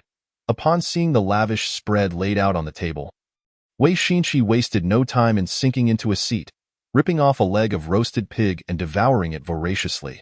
Meng Qing, on the other hand, maintained her composure, sitting quietly without touching her chopsticks. Hu Kong, already seated at the head of the table, awaited their arrival. As they entered, he poured glasses of wine from a bottle that had been allowed to breathe, offering one to Wei Xinqi. Meng Qing and Ai Li, taste this wine, priced at 320,000 a bottle in the apocalypse. What? So expensive? I must see what makes it so special. As Wei Xinqi was gnawing on the pig's trotter. She immediately raised her glass and gulped it down. Meng Qing took a delicate sip from her glass, finding it somewhat bitter and not as delightful as expected. As the meal progressed, Wei Xinqi and Meng Qing's cheeks flushed, while Ai Li remained unscathed, having consumed only a modest amount. How have things been at the base lately, Meng Qing, Wei Xinqi? Hu Kong inquired, while picking at his food. Ah. Meng Qing's hand froze mid-peel as she pushed the peeled shrimp towards Hu Kong, saying, "The base is doing well. We have food, shelter, and a strong military presence, which makes it quite safe. Everyone here is happy." "That's not quite right." Hu Kong regarded Meng Qing with a smile, saying, "You know that is not what I am asking." Meng Jia, Hu Gu wishes to understand the most authentic state of the base. Suddenly, Wei Xinxin, who was engrossed in devouring a large crab, interjected. Meng Qing, being a perceptive individual, naturally understood the essence of Hu Kang's inquiry. After a moment of internal conflict, she could not suppress the concerns that lingered in her heart. Chapter 54. Establishing the Dispute Mediation Department. Initially, everyone at the base coexisted harmoniously, genuinely happy, as the base offered safety, sustenance, and tasks to engage in. With the assistance of the artificial intelligence, Ada, life was fulfilling and joyous. However, as time progressed, numerous issues and conflicts began to surface. Sister Zhuke managed all trivial matters of the base. We are all flesh and blood individuals, deserving of encouragement and respect. Minor disagreements and frictions, when handled insensitively, can leave individuals feeling uncomfortable and sow the seeds of potential dangers. Indeed, Hu Kong nodded. What Meng Qing articulated was precisely the issue Hu Kong had observed. "This is the reason I sought you out. I am preparing to establish a dispute mediation department at the base. Meng Qing, you will serve as the head, with Wei Xinxin as your assistant in mediating disputes." "The dispute mediation department?" Meng Qing and Wei Xinxin exclaimed in astonishment. Hu Kong continued, "As you mentioned, Sister Zhuchua's management approach is excessively cold and procedural. The base requires a team that can engage with the populace, listen to their opinions, and continually address various disputes and safety concerns, assisting Zhuke in managing the base." The model of community committees before the apocalypse was quite effective. It involved mediating disputes and fostering a sense of community. "What? You're suggesting we become the community committee aunties?" Wei Xinxin pouted in discontent. Meng Qing stifled a laugh, covering her mouth. "There are no aunties as beautiful as you in the community committee." She then looked earnestly at Hu Kong. "However, we need an allocated office space and to hire staff. Otherwise, it will be insufficient with just the two of us. I have upgraded both your profiles to level A, allowing you to switch to a 3-bedroom apartment or choose a room on the 72nd floor. The 72nd floor, being the most luxurious accommodation in the base, captivated both Wei Xinxin and Meng Qing with its opulent pavilions, lush greenery, and fresh air. "I choose the 72nd floor," Meng Qing blurted out almost without hesitation. Residing there was a privilege in itself, and perhaps Hu Kong was subtly hinting at something. Should she maintain her reserve or be more proactive if Hu Kong visited her there at night? As these thoughts raced through her mind, her cheeks flushed with warmth, and her heart raced like a startled deer. Wei Xinxin glanced at Hu Kong and timidly asked, "Can I bring my grandfather to live with us?" "Of course," Hu Kong replied, enjoying the shrimp Meng Qing had peeled. "Honoring one's elders is paramount. Professor Wei would be delighted." Hu Kong had his own reasons for wanting the two to move in. Living alone in such a space was rather lonely, and over time, it made him feel increasingly reclusive. Moreover, Meng Qing, Wei Xinxin, and Ai Li were all remarkable in their own right, and having such beautiful women around would undeniably lighten his spirits. "Yea?" Wei Xinxin beamed with innocence, making a victory sign. "I will go find my grandfather immediately to discuss the move. I will also move right after my meal." Meng Qing chimed in eagerly. Hu Kong then turned to Ai Li, who was feigning indifference while eating, and said cheerfully, "You should also choose a room and move in." "All right," Ai Li replied, her face visibly brightening with joy. Meng Qing and Wei Xinxin were thrilled to have an opportunity to showcase their talents. "Brother Hu, how many people do we need to recruit for the dispute mediation department? What kind of authority will we have? Do you have any suggestions regarding personnel appointments and dismissals?" Meng Qing asked excitedly. "Minister Ming, those are matters for you and Wei Xinxin to consider," Hu Kong replied, leisurely placing a succulent piece of beef into his mouth. "I will have Zhuke assist you in its establishment. Any ideas you have can be implemented. If there are obstacles, consult with Bai Hu to resolve them." "All right," Meng Qing muttered in dissatisfaction but soon revealed an excited expression. "If I have full authority to arrange matters, we will need an office on each floor of the 30-story living area. with 15 individuals responsible per floor. Their primary role would be to mediate any disputes among residents, and we must establish a suggestion box without cameras to heed the voices and opinions of the residents. If possible, I would like to appoint 2 psychologists on each floor to provide psychological counseling. Additionally, we can help promote the base's new policies. Since the apocalypse, many have lost loved ones, and we must care for their mental well-being. There are plenty of initiatives we can undertake to go ahead and finalize the proposal and begin implementation. Hukong nodded approvingly. The base will cooperate with your efforts. After a delightful meal, Mingqing and Wei Xinxin left. Slightly intoxicated in Mingqing's dormitory, the 3 women were thoroughly enjoying their pig trotter feast. Has this little girl, Mingqing, been seen anywhere today? I didn't spot her in the cafeteria of the living area. One girl inquired, taking a large bite of the tender pig's foot. Perhaps she is busy indulging herself, another girl suggested. Huh? Did you just say that? Get me a few members from the Qishao team? The girl who had remained silent while gnawing on her pig trotter exclaimed, her eyes lighting up. Sk. The dormitory resonated with murmurs of surprise and envy. I bought bananas and carrots today. Do you want some? Just keep it down. All right. Mingqing raised her hand to quiet the group, announcing, I will be packing my belongings to move to the 72nd floor. Today, Mr. Hu invited me to discuss the establishment of the dispute mediation department, and I will serve as the head. When the time comes, you all can resign and assist me. The work in the dispute mediation department will be much easier. What? The dormitory initially erupted in surprise, followed by cheers of joy as everyone jumped up to hug Mingqing tightly. Mingjie, you are the best. We won't forget your kindness in times of prosperity and adversity. You don't understand? Even though the factory only operates for 8 hours, the production demands must be met, and the assembly line moves quickly. After an 8-hour shift, my back and waist ached. Don't celebrate too early. Mingqing interrupted their daydreams with a splash of cold water. I have asked Ada to compile professional knowledge regarding mediation, and I have sent the documents to you. You must study diligently over the next few days. If you cannot grasp the knowledge, you will have to continue working in the factory. I cannot save you all. The 3 women quickly placed their hands over their hearts, swearing, rest assured, we will not bring shame to you, Mingjie. Within the 72nd floor, Hukong called Ada to inquire, Ada, do you have any targeted suggestions for enhancing the base's current strength? Chapter 55. Bidding farewell to the past. Although the base is equipped with an anti-aircraft dome system, air combat remains its Achilles heel. Ada advised, Master, you can exchange for a helicopter production line to enhance our aerial combat capabilities. Hukong nodded in agreement. Increasing the air combat capacity by producing helicopters was indeed essential. Following the White Tiger's operations to eliminate zombies and today's trade with survivors, Hukang's energy reserves had returned to 118,527 units. He accessed the system panel and located the armory section. Basic helicopter production line, capable of producing Phantom Series helicopters, currently in a damaged state, requiring 13,000 energy units for repairs. Without hesitation, Hukong chose to proceed with the repairs. Inside the armory, the helicopter production line was instantly restored to pristine condition, with all functions operating normally.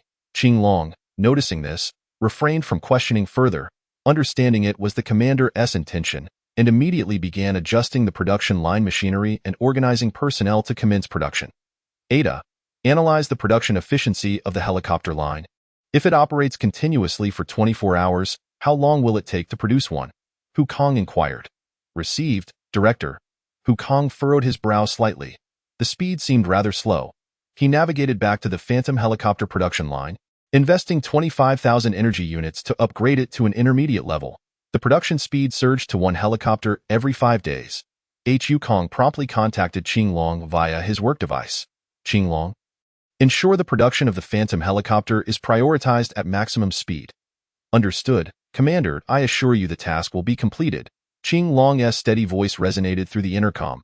Hukong held a high regard for Qinglong's capabilities and efficiency. Just as he resolved the helicopter production matter, a knock echoed at the door. Zhu Ke sauntered in, her figure more alluring than ever since her upgrade, drawing the fervent gazes of the base's older gentlemen wherever she went. After saluting, she handed Hukong a photograph, saying, Commander, during the White Tiger's operation to exterminate zombies, a woman in a basement claimed to be your girlfriend. The White Tiger is uncertain and seeks your decision on whether to rescue her. Zhu Ke paused, not elaborating further. Hu Kong glanced at the photograph, his expression darkening. Send me the location. I will go personally. A minute later, White Tiger sent the location to Hu Kang's phone. It was 69 kilometers from the Xingho base. And with his current strength, he could reach there in just 10 minutes. Upon exiting the Xingho base, Hu Kong donned his thunder battle armor, transforming into a purple blur that vanished from sight. Who is that? What an impressive sight! The surrounding survivors gasped in a W.E. Hu Kong sped along, maintaining a straight trajectory, utilizing the embryonic form of his spatial domain to navigate obstacles. 9 minutes later, he arrived at his destination. A cultural community. The greenbelt of the community and the roadside lay strewn with corpses, teeming with maggots crawling over them, exuding a pungent stench. The ground was marred with traces of violence and smeared with brown blood. A thick, sticky layer that clung to one's feet. The remains varied in freshness and gender. Some men had been cleaved in two, their severed parts lying apart, while the women's faces were etched with despair. Their bodies covered in bruises and scars, their skin torn and raw, a brutality so extreme it left one aghast.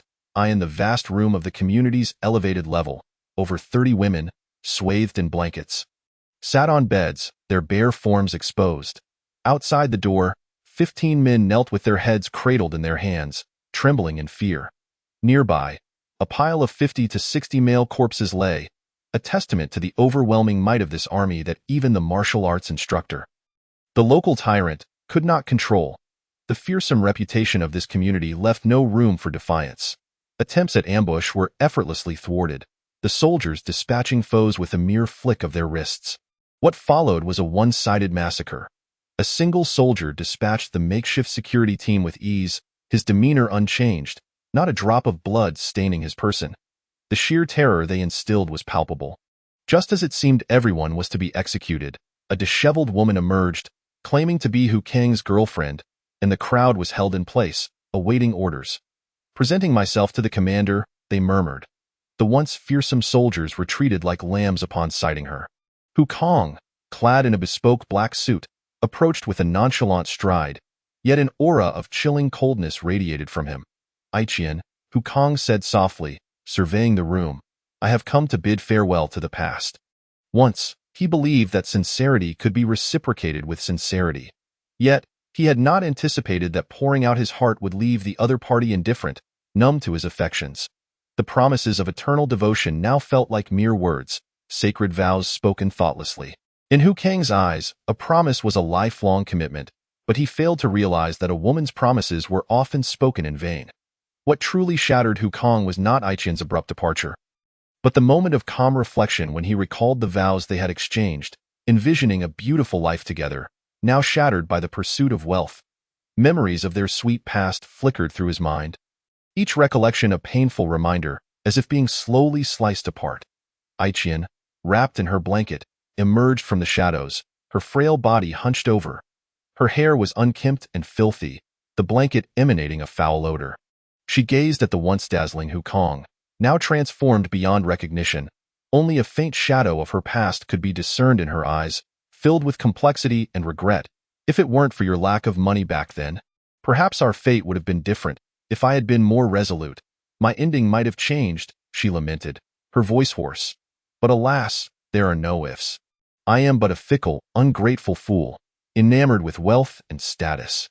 For the sake of their shared history, Hu Kong, she pleaded, "help me find release. I have contemplated taking my own life. Yet fear holds me back. I scoffed at your former poverty, and thus chose to leave. Yet now, it appears you are affluent and powerful, living a life far superior to what it was before the apocalypse. This realization pains me more than death itself. If you are still a man, help me seek liberation and pursue your true love." Aiqian's agitation escalated as she spoke, her hand clutching her chest as she succumbed to a violent cough, blood spilling onto the ground, momentarily alleviating her distress. Hu Kong, observing her bloodied state, felt no pity. His expression remained grave as he commanded, "Withdraw all members of the White Tiger combat team." He then turned and strode towards the exit. "I will help you find release," he intoned softly. "Thank you for once being a part of my life," he murmured quietly. With a heavy heart, Hu Kong exited the elevated level, donning his battle armor anew, his figure soaring to the rooftop of the adjacent building. Dark clouds had gathered ominously overhead. A tempest brewing as thunder rumbled, the sound echoing like a war drum, instilling dread in all who heard it. Chapter 56. Wukong strikes with full force. An oppressive atmosphere enveloped every corner below. The heavens raged. The purple thunder prison unleashed countless bolts like torrential rain, illuminating the sky with a cataclysmic brilliance. The thunder, with its unparalleled might, obliterated all beneath it. The land quaked as buildings crumbled and trees toppled. Aiqian's body, upon contact with the thunder, was instantaneously reduced to ashes, her smile forever frozen in time. As the purple lightning flashed, silence fell upon the crowd, leaving only the thunder's roar, an echo of divine wrath. Countless bolts converged in the sky, forming a colossal dragon of thunder, its roar shaking the heavens, enveloping the world in a dazzling purple glow. On this day, innumerable survivors recoiled in terror at the sight of the thunder dragon descending, a spectacle that captivated every eye. Where the thunder dragon landed, structures had vanished, leaving only a charred crater. The ominous rumble of thunder served as a grim warning to all, a testament to the futility of challenging the power of the sky. Survivors huddled in their homes, trembling in fear. Which scoundrel swore such a fierce storm upon me? Honey, come see the divine. Thus, Wukong bid farewell to his once beloved eye in the grass by the roadside. A zombie attempted to rise and ambush him. A bolt of lightning struck, reducing it to dust. Half an hour later, he arrived at the base, discovering a barbecue grill set up by the riverside, where several makeshift tables were crowded with people, including Guan Yian, Huang Tianhu, Wang Jinji, and Du Ziyao, who were merrily drinking with a group of strangers. To Wukong's surprise, the reclusive by Huang Ho was also present. Moored along the river were a dozen fishing boats, where the crew feasted and drank with abandon. Seemingly at ease, "Boss," Guan Yian exclaimed, spotting Wukong from afar. Rushing over with excitement, he grabbed Wukong's arm, eager to join the revelry. Wukong, unable to resist, followed along. "Boss," Guan Yian pointed to a short, stout man across the way. "This is Ma Kuan, my childhood friend. We grew up together, he is my aunt's son. And this is Ma Xiaoxiao, Ma Kuan's sister," he proudly introduced. "This is my boss. Everyone in our base works under him." Ma Kuan and Ma Xiaoxiao instantly stood. Gasping in shock, Ma Kuan knew the prowess of the 5 individuals seated at the table. Guan Yian's words revealed far too much information. The handsome and formidable young man before them was none other than the leader of the mysterious Xingho base. Mr. Hu, Ma Kuan and Ma Xiaoxiao bowed respectfully.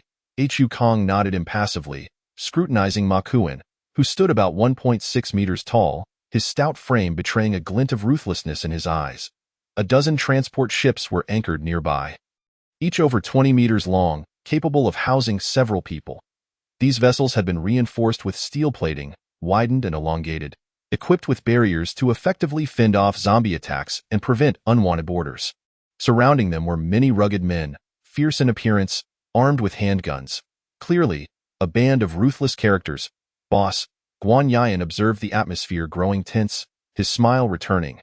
"My cousin Ma Kuan's father used to make a living running boats on the river. After the outbreak, he realized there were no zombies in the water, so he gathered the villagers to make a living on the boats." Wukong nodded thoughtfully and inquired, "Where do you source your water? Life must be challenging." "Ah," Ma Kuan sighed. "Mr. Hu, you do not know the hardships we face. Our lives are not merely difficult, they are unbearable. We are merely surviving, hiding on our boats." Though there were no zombies in the water, the water was severely polluted. The fish caught were rotten and foul, leaving them to subsist on pickled vegetables and porridge. Their water filtration systems were inadequate, and the drinking water was unhealthy. If not for the efforts to hunt zombies for food and gather supplies, they would have perished long ago. However, as time passed, resources from supermarkets and warehouses had been thoroughly depleted, making food and water increasingly scarce. Ma Kuan's spirit waned as he spoke, his fierce gaze dimming. Guan Yian silently raised his glass in a toast to Ma Kuan. After a drink, Ma Kuan apologized sheepishly. "I apologize for the spectacle, boss. May I bring my cousin's family to the base?" Guan Yian pleaded. No, that would be too much trouble." Ma Kuan quickly waved his hand in refusal. "We are accustomed to life on the boat, and there are many elderly and children aboard. We cannot risk moving to the base." Hu Kong regarded Ma Kuan with newfound respect. Those who had heard of the Xingho base's reputation would jump at the chance to join, yet Ma Kuan remained rational, unwilling to abandon the vulnerable aboard his vessel. Though ruthless, he was evidently a man of loyalty and compassion. Guan Yan, Hu Kong commanded, go find Zhuke and procure 20 tons of supplies, water, 100 rifles, and 20,000 rounds of ammunition for your cousin to take with him. Ma Kuan rejected again. That's not appropriate, Mr. Hu. I can't take something I can't repay. It's a gift. No strings attached. Hu Kong assured him that Ma Kuan and Ma Xiaoxiao stared in astonishment, bewildered by the unexpected generosity.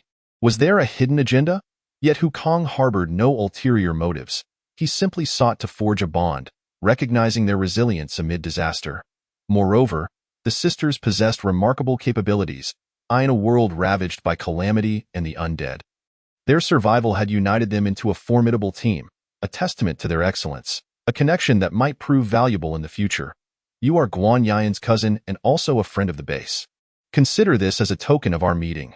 Soon, Guan Yan arrived in a military truck laden with supplies, its rumble echoing through the AIRD. Ma Kuan respectfully bowed, expressing his gratitude. Your kindness is beyond words. Should Hu ever require my assistance, I am at your service without hesitation.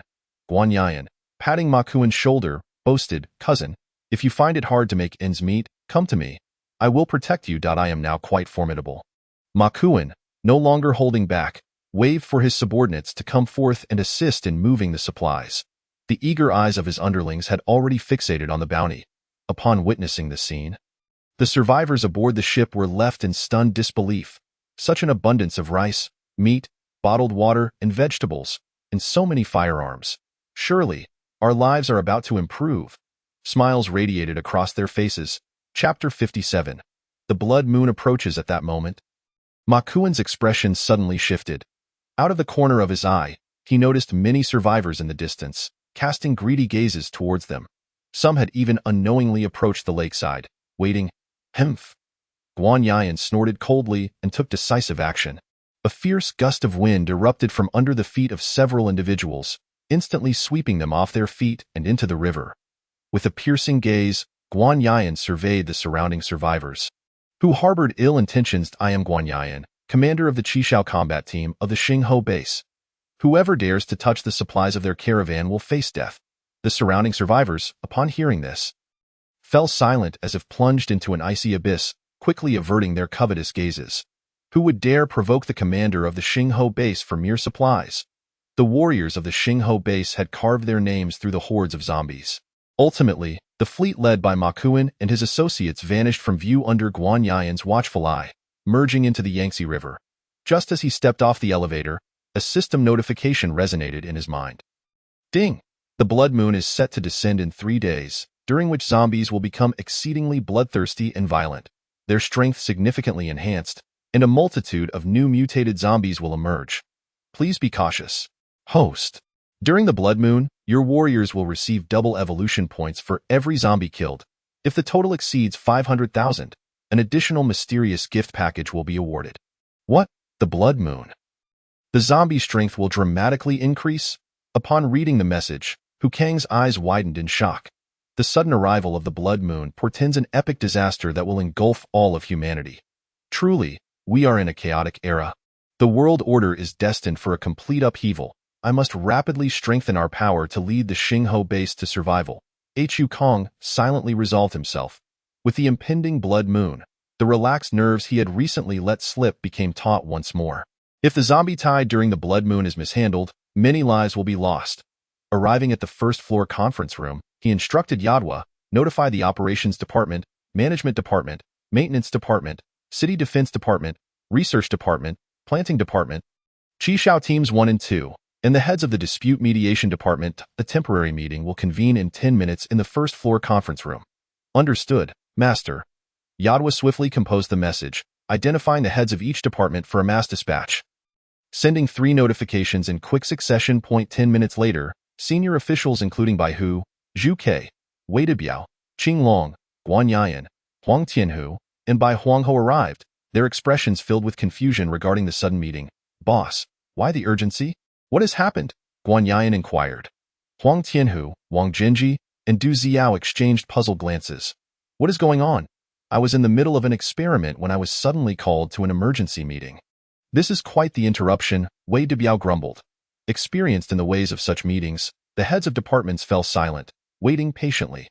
The newcomers from the Qishao combat team, however, were still buzzing with curiosity, discussing amongst themselves. After receiving several sharp kicks under the table, they finally realized that the atmosphere was amiss. Looking up, they found Hu Kong staring at them with a face as cold as frost, his gaze sharp as a blade. Are you finished chatting? Hu Kang's voice was icy and calm, reverberating like a chilling echo, sending shivers down their spines. A slight exertion of his mental energy instilled a palpable pressure, causing hearts to race and cold sweat to bead at their brows. After several tense seconds, the oppressive atmosphere lifted. Hu Kong was already the undisputed strongest in Fuzhou. Though he rarely displayed his power and was generally affable, everyone knew that he was decisive and ruthless in his actions. Recently, he exuded an air of invincibility. Even a mere glance or reprimand from him could instill fear. Now that you've concluded your discussions, allow me to speak. Hu Kong stated matter-of-factly. Those seated here are the upper echelons of the base. Do not waste time on trivialities while I am conducting serious business. I hope there won't be a next time. Please, calm down, boss. Guan Yan offered an apologetic smile to him. Why subordinates are still learning the ropes. I will ensure they are educated after the meeting to prevent a recurrence. Very well. Hu Kang's expression softened slightly. Reliable information has come in. The blood moon will descend in 3 days. At that time, the zombies will become ferocious and bloodthirsty. The purpose of this emergency meeting is to formulate a reasonable response plan. The blood moon. What does that mean? The room was filled with puzzled looks directed at Hu Kong. He explained, in simple terms, a zombie tide will erupt in 3 days, during which the zombie strength will significantly increase. They will be exceedingly eager for flesh, relentlessly attacking survivor bases and devouring any living beings in sight. Hiss! The revelation left the attendees in disbelief, the gravity of the situation dawning on them. They finally understood the urgency behind the emergency meeting. Since the outbreak, countless survivors had turned against one another, fighting for resources, betraying their brethren, and struggling to survive, all the while believing that one day, the zombies would be eradicated, and a better world would emerge from the dwindling population. But now it seemed that the true apocalypse was only just beginning. The previously stable life at the base was once again shattered. How many lives would be lost during this blood moon? Boss Hu, is this information confirmed? Wei Debiao asked, frowning. The research institute has been studying the zombie virus and has found no indications of any changes. There is no need to doubt the accuracy of this information, Hu Kong replied firmly, raising a hand. The purpose of this meeting is to devise a response plan. The blood moon is assuredly approaching. Wei Lao, please stay on topic. Upon hearing this, Wei Debiao fell silent. Had anyone else made such a claim, he would have dismissed it outright. Yet, coming from Hu Kong, it carried undeniable weight. Hu Kang's existence was shrouded in mystery. And the very foundation of the Xingho sanctuary was an enigma. No one truly knew how powerful he was, only that he was formidable. The insatiably hungry zombies would not negotiate with us. Hu Kong stated solemnly, to survive in this apocalypse, we must continually grow stronger. Following this meeting, the entire base must mobilize. We have 3 days to amass sufficient firepower to withstand an assault from 100,000 zombies. If 5th-tier zombies appear, I will intervene. However, all 5th-tier and below zombies will be your responsibility. Is that clear? Understood. The crowd responded in unison, their voices resolute. The Xingho sanctuary was uniquely situated on the outskirts of the city, making it a prime target for the inevitable zombie frenzy that the blood moon would bring. As they contemplated the impending battle, a heavy sense of foreboding weighed upon them. Bai Hu, please begin by summarizing the internal combat strength of the base. Hu Kong instructed, Chapter 58, Strategies for the Zombie Tide. Yes. Bai Hu stood up, his voice steady and confident. Currently, the Bai Hu combat team and the Qishao teams 1 and 2 are at full capacity. Should a prolonged battle commence, we can also enlist 5,000 scavengers and 18,000 adventurers to join the fight. These adventurers are not employed by the base. They purchase rifles and ammunition to venture out in search of supplies. Possessing a degree of combat experience that surpasses that of the average survivor, if the base can distribute more powerful weapons, the adventurers' capabilities will further enhance, making them a formidable force during a large-scale zombie siege. Bai Hu meticulously outlined various advantages and considerations, pausing to sip from his cup before continuing. However, due to the base's long-standing practice of selling ammunition and weapons externally, our armory currently holds only over 3,000 firearms, 260,000 rounds of ammunition, and 45,000 drones. This stockpile is sufficient for a single decisive extermination battle, but inadequate for a sustained defense. Therefore, I propose that we temporarily cease selling arms and ammunition, focusing on bolstering our arsenal. Additionally, the base has a rich supply of water, more than enough to sustain our over 90,000 inhabitants. In a worst-case scenario, we should seal the gates and wait out the blood moon within the confines of the base. Absolutely not. Hu Kong immediately waved his hand in rejection. All base warriors must engage in battle. It is imperative that we slay at least 500,000 zombies. This is a non-negotiable requirement. Upon hearing this, the crowd furrowed their brows, their expressions darkening. Hu Kong had not anticipated the base's ammunition stocks to be so critically low. He continued, attempting to reassure them, I will resolve the ammunition issue. There will be no limits. We must secure the deaths of 500,000 zombies. 2 million, 600,000 bullets may sound like a substantial quantity. However, in the heat of battle, when tens of thousands of automatic rifles are fired simultaneously, it is likely that they would be expended in a matter of moments.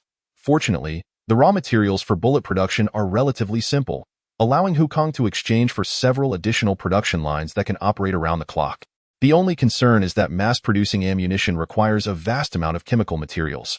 Hu Kong furrowed his brow and inquired, can anyone tell me how much raw material reserves we have left? Before the apocalypse, Xingho Base had frantically acquired and stored a considerable amount of chemical supplies. Under normal circumstances, these reserves could last for a year. However, with Hu Kong's orders to expand the military and the unrestricted daily ammunition training, the consumption has been significant, further exacerbated by the large-scale arms sales that have drastically reduced the stored supplies. Commander, please take a look, Zhu Ke said as he operated the computer to display a set of data. This is the remaining reserve of chemical materials. Prior to the apocalypse, Yadwa purchased all the chemical supplies from Fuzhou, which was planned to support the base for a year. However, due to the enormous consumption, it can now only sustain us for 2.5 months. Oh, Hu Kong's brow tightened. This reserve is alarmingly low. Regardless of whether it is before or after the apocalypse, warfare is fundamentally a battle for resources. And the issue of raw material supply must be addressed. Before the apocalypse, acquiring chemical materials required documentation, and the supplies procured by Yadwa were also limited. Now that the world has changed, one can simply seize whatever they desire. Those who stand in the way will perish. Understood. I will ensure the mission is accomplished. Yadwa acted with remarkable efficiency, swiftly completing the search and sending the information to Guanyin and others' phones. Hu Kong felt a sense of relief and continued to instruct. From now on, at 8 o'clock each day, calculate the inventory of various supplies at the base. If any supplies fall below a 2-month reserve, immediately formulate a plan to replenish them and send it to the respective heads. The issue of inadequate inventory must be prioritized. Understood, Master. Commander, Xuanwu raised his hand to propose, I request to enhance the base's defense system. The current walls are too low and need to be reinforced and raised. The positions for heavy machine guns and city defense cannons are insufficiently dense. I propose increasing their numbers. The others voiced their agreement, having witnessed the terrifying hordes of zombies, seemingly endless and overwhelming, where low-tier zombies could be stacked like steps to reach several meters high within minutes. Indeed, the zombies are far too frenzied. A 10-meter-high wall cannot withstand them, especially against higher-tier zombies, as conventional firearms have become less effective against them. It requires the intervention of those with special abilities to eliminate and clear them. The speed at which zombies assault the city is alarmingly rapid. Wang Jinji suggested, Boss, in the coming days, I will fully utilize my abilities to construct defensive fortifications around the base and deploy troops to delay the zombie onslaught. All right, Hu Kong nodded in satisfaction. Your abilities are versatile. Even without your suggestion, I would arrange for you to build the defensive positions. The group engaged in a lively discussion, each contributing their opinions and suggestions, constantly refining their strategy to counter the impending Blood Moon zombie siege. The meeting continued for an hour and a half before Hu Kong finally raised his hand to halt the discussions. Hu Kong had received the initial response plan for the Blood Moon zombie tide. Today's discussions conclude here. The Blood Moon's arrival is imminent, and it goes without saying that Xingho Base will undoubtedly be at the forefront. Our goal is to eliminate over 500,000 zombies. The following preparations must be made. First, under Wang Genji's leadership, construct numerous defensive fortifications around the base to strengthen our defense system. Increasing the height and thickness of the walls and augmenting heavy machine guns and city defense cannons. Second, the entire base must mobilize to expand arms production, ensuring a sufficient reserve of ammunition, firearms, high-explosive grenades, incendiary devices, and gasoline. Third, Yadwa will formulate a materials plan to search for the necessary resources. Fourth, we will take proactive measures to exterminate zombies in the next 3 days to alleviate the pressure from the impending blood moon. Hukong surveyed the room. Let us see if there is anything else to add. I encourage everyone to speak up. The group collectively shook their heads, indicating that there was nothing further to discuss. These directives were deemed both correct and comprehensive for enhancing the overall strength of the base. Very well, let us establish everyone's responsibilities, Hukong continued. The Baihu combat team will be responsible for the materials search plan devised by Yadwa. Should any survivors obstruct or attempt to seize supplies, leave no one alive. Qinglong and Zhuke will collaborate to ensure the base produces an ample supply of ammunition and firearms. Guanyin, Huang Tianhu, and Du Ziyao will lead their respective troops in continuing the extermination of zombies. Understood, the group replied in unison. Yadwa updated the forum, disseminating the news of the Blood Moon's arrival in 3 days, warning that its enhanced powers would lead to relentless attacks on survivors. Hukong, with a resolute expression, commanded, "What? Boss, this may not be appropriate. It could cause panic among the survivors." Chapter 59. Halting the sale of firearms and certain essential goods with the announcement made. Various factions and survivors would undoubtedly compete with us for resources. Confusion and hesitation were evident on everyone's faces. Open the pattern. Hukong waved his hand dismissively. Our base lacks for nothing in terms of daily necessities, and the remaining chemical materials are sufficient to sustain operations until the blood moon concludes. We are simply taking precautions to stockpile in advance. The conflict between survivors and mutated beasts is a relentless war to the death. If the major factions and survivors are aware of the blood moon in advance, it will alleviate some pressure on the base. This blood moon will undoubtedly claim many lives. Scattered survivors hiding away, whether in battle or not, are all striving for survival and the preservation of human strength. Our base lacks personnel and will still require recruitment from the outside. The dissemination of this information poses no threat to the base. Zhuke was instructed to cease the external sale of firearms and ammunition immediately, as well as to suspend the sale of most daily necessities, with the base fully preparing for the blood moon. Yes. The group responded affirmatively. As the meeting dispersed, the heads began to convene their teams for another meeting, swiftly implementing the orders and becoming busy. Hukong exited the conference room, striding purposefully toward the armory. With only 3 days' worth of ammunition reserves, every moment counted, and production must continue around the clock. The primary bullet production line can produce 180,000 rounds per day, with full capacity increasing to 250,000.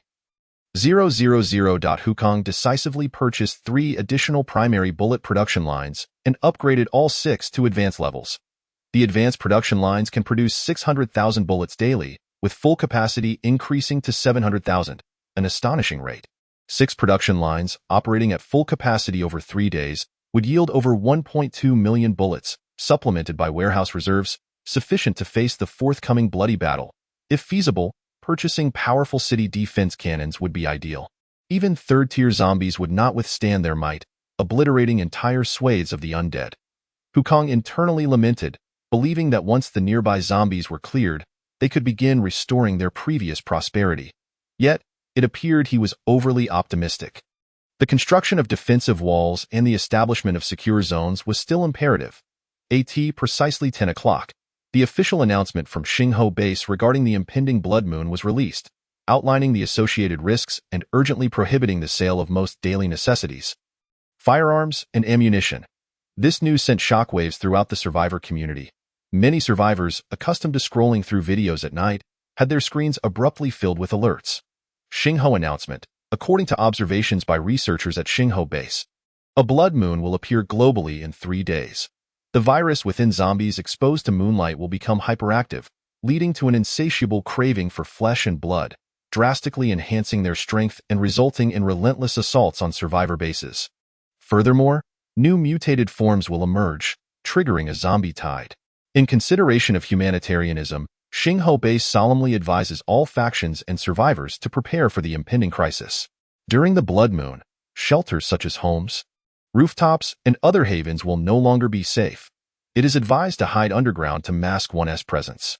Effective immediately, the sale of firearms and ammunition is halted, alongside the cessation of most daily necessities, leaving only the most basic survival supplies available for sale. Each announcement ignited a frenzy among survivors who rushed to share the news. Whether in official shelters or among scattered survivors, anxiety and fear were palpable. Given Xingho Base's formidable strength, no one doubted the authenticity of the information. I can't believe it. After all my efforts to kill a few zombies and trade for supplies, enjoying a few days of comfort, you tell me a zombie tide is about to erupt? Is this some kind of joke? I wonder if my basement could withstand a zombie attack. Let it all end. I'm exhausted, and my parents are dead. My wife is gone, and my son was cooked by survivors yesterday. I still don't even know who did it. I don't want to live anymore. A gang of thieves broke into my home, chopped off my foot, and violated my wife while forcing me to watch this damned world. The impending blood moon and the associated zombie tide appeared terrifying, leaving many uncertain of their chances for survival. Damn, this must be a fabrication by Xingho Base, seeing that everyone is living well and no one is purchasing supplies from them, trying to scare us into buying. Don't believe it. Unbeknownst to whom, someone posted such a message, and surprisingly, many echoed in agreement. The four major official factions and other survivor groups, upon learning of the announcement, immediately grew tense and convened emergency meetings to discuss defensive strategies. Better to believe it and prepare thoroughly than to disregard it and take no action. With the advent of the blood moon and the ensuing zombie chaos, many faction subordinates would meet unfortunate fates. The safe underground shelter locations were limited, and even if filled to capacity, it would be impossible to accommodate everyone. Thus, it was inevitable that some would be left exposed to the impending horrors of the zombie tide, resulting in a significant loss of life. That evening, the official forces, along with influential figures such as Su Chong, incessantly called Hukong, expressing their desire to procure additional military arms and ammunition, all of which were categorically denied by Hukong. Consequently, all factions confirmed the veracity of the ominous news regarding the blood moon's arrival. Every faction mobilized, erecting defensive measures, digging ditches, setting traps, and creating hideouts. Amidst the calm before the impending storm, the city's survivors cowered in their homes. Consumed by dread of perishing in the forthcoming zombie tide that would descend in 3 days, as dawn broke the next day, thousands of survivors congregated outside the Xingho Base. Most were those who had relocated to the area for its perceived safety.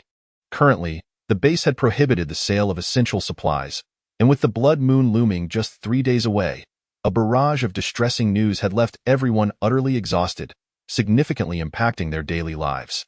They had arrived early to ascertain the truth of the rumors and to see if they could still purchase supplies for storage. Father Hu, I am your long-lost son. Please let me in to reconnect with my roots. Leave, a soldier at the entrance coldly replied. You are the 250th person today to call me father. Do I truly have that many brothers? Commander, could you let us in to take shelter? We will leave once the blood moon tide has passed. You must be dreaming. You think you can just waltz in here without being a resident of the base. Instead of wasting time with your tricks, you should be gathering survival supplies. The supply exchange. Most items had already been barred from exchange, leaving only water and a type of rectangular plastic-wrapped food that, when unwrapped, revealed a dark, cube-like substance. Observing the puzzled expressions of the crowd, a soldier at the exchange began to explain. This is a nutrient-rich meal packed with protein and essential trace elements required by the human body. Long-term consumption enhances immunity, and it is highly nutritious with excellent storage capabilities. 1 piece can provide all necessary nutrition for a day. There are 5 boxes available for exchange. Please line up if you wish to purchase. If not, kindly leave. Is it really that cheap? 1 box sustains a person for a day, and a single zombie core can be exchanged for 5 nutrient meals. It seems incredibly economical. I'll take 5 boxes. Soon, the majority of individuals had acquired their nutrient meals. That moment, a middle-aged man, inspecting the dark meal in his hand, smelled it and exclaimed in anger. Damn, this is made from cockroaches, what? The crowd gasped in shock. Chapter 60. A friend's last wishes words instantly ignited a wave of uproar among the survivors. They rallied around the base, demanding accountability. You heartless scoundrel! It's bad enough that supplies are rationed, but you dare sell us cockroaches to eat? Wukong, come out and explain yourself. We demand clean water and meat. As the apocalypse descended, Wukong, with all his resources, offered no glimmer of hope for survival. He must distribute fruits and vegetables for free. Initially calm, the crowd, incited by certain individuals, grew increasingly agitated and restless.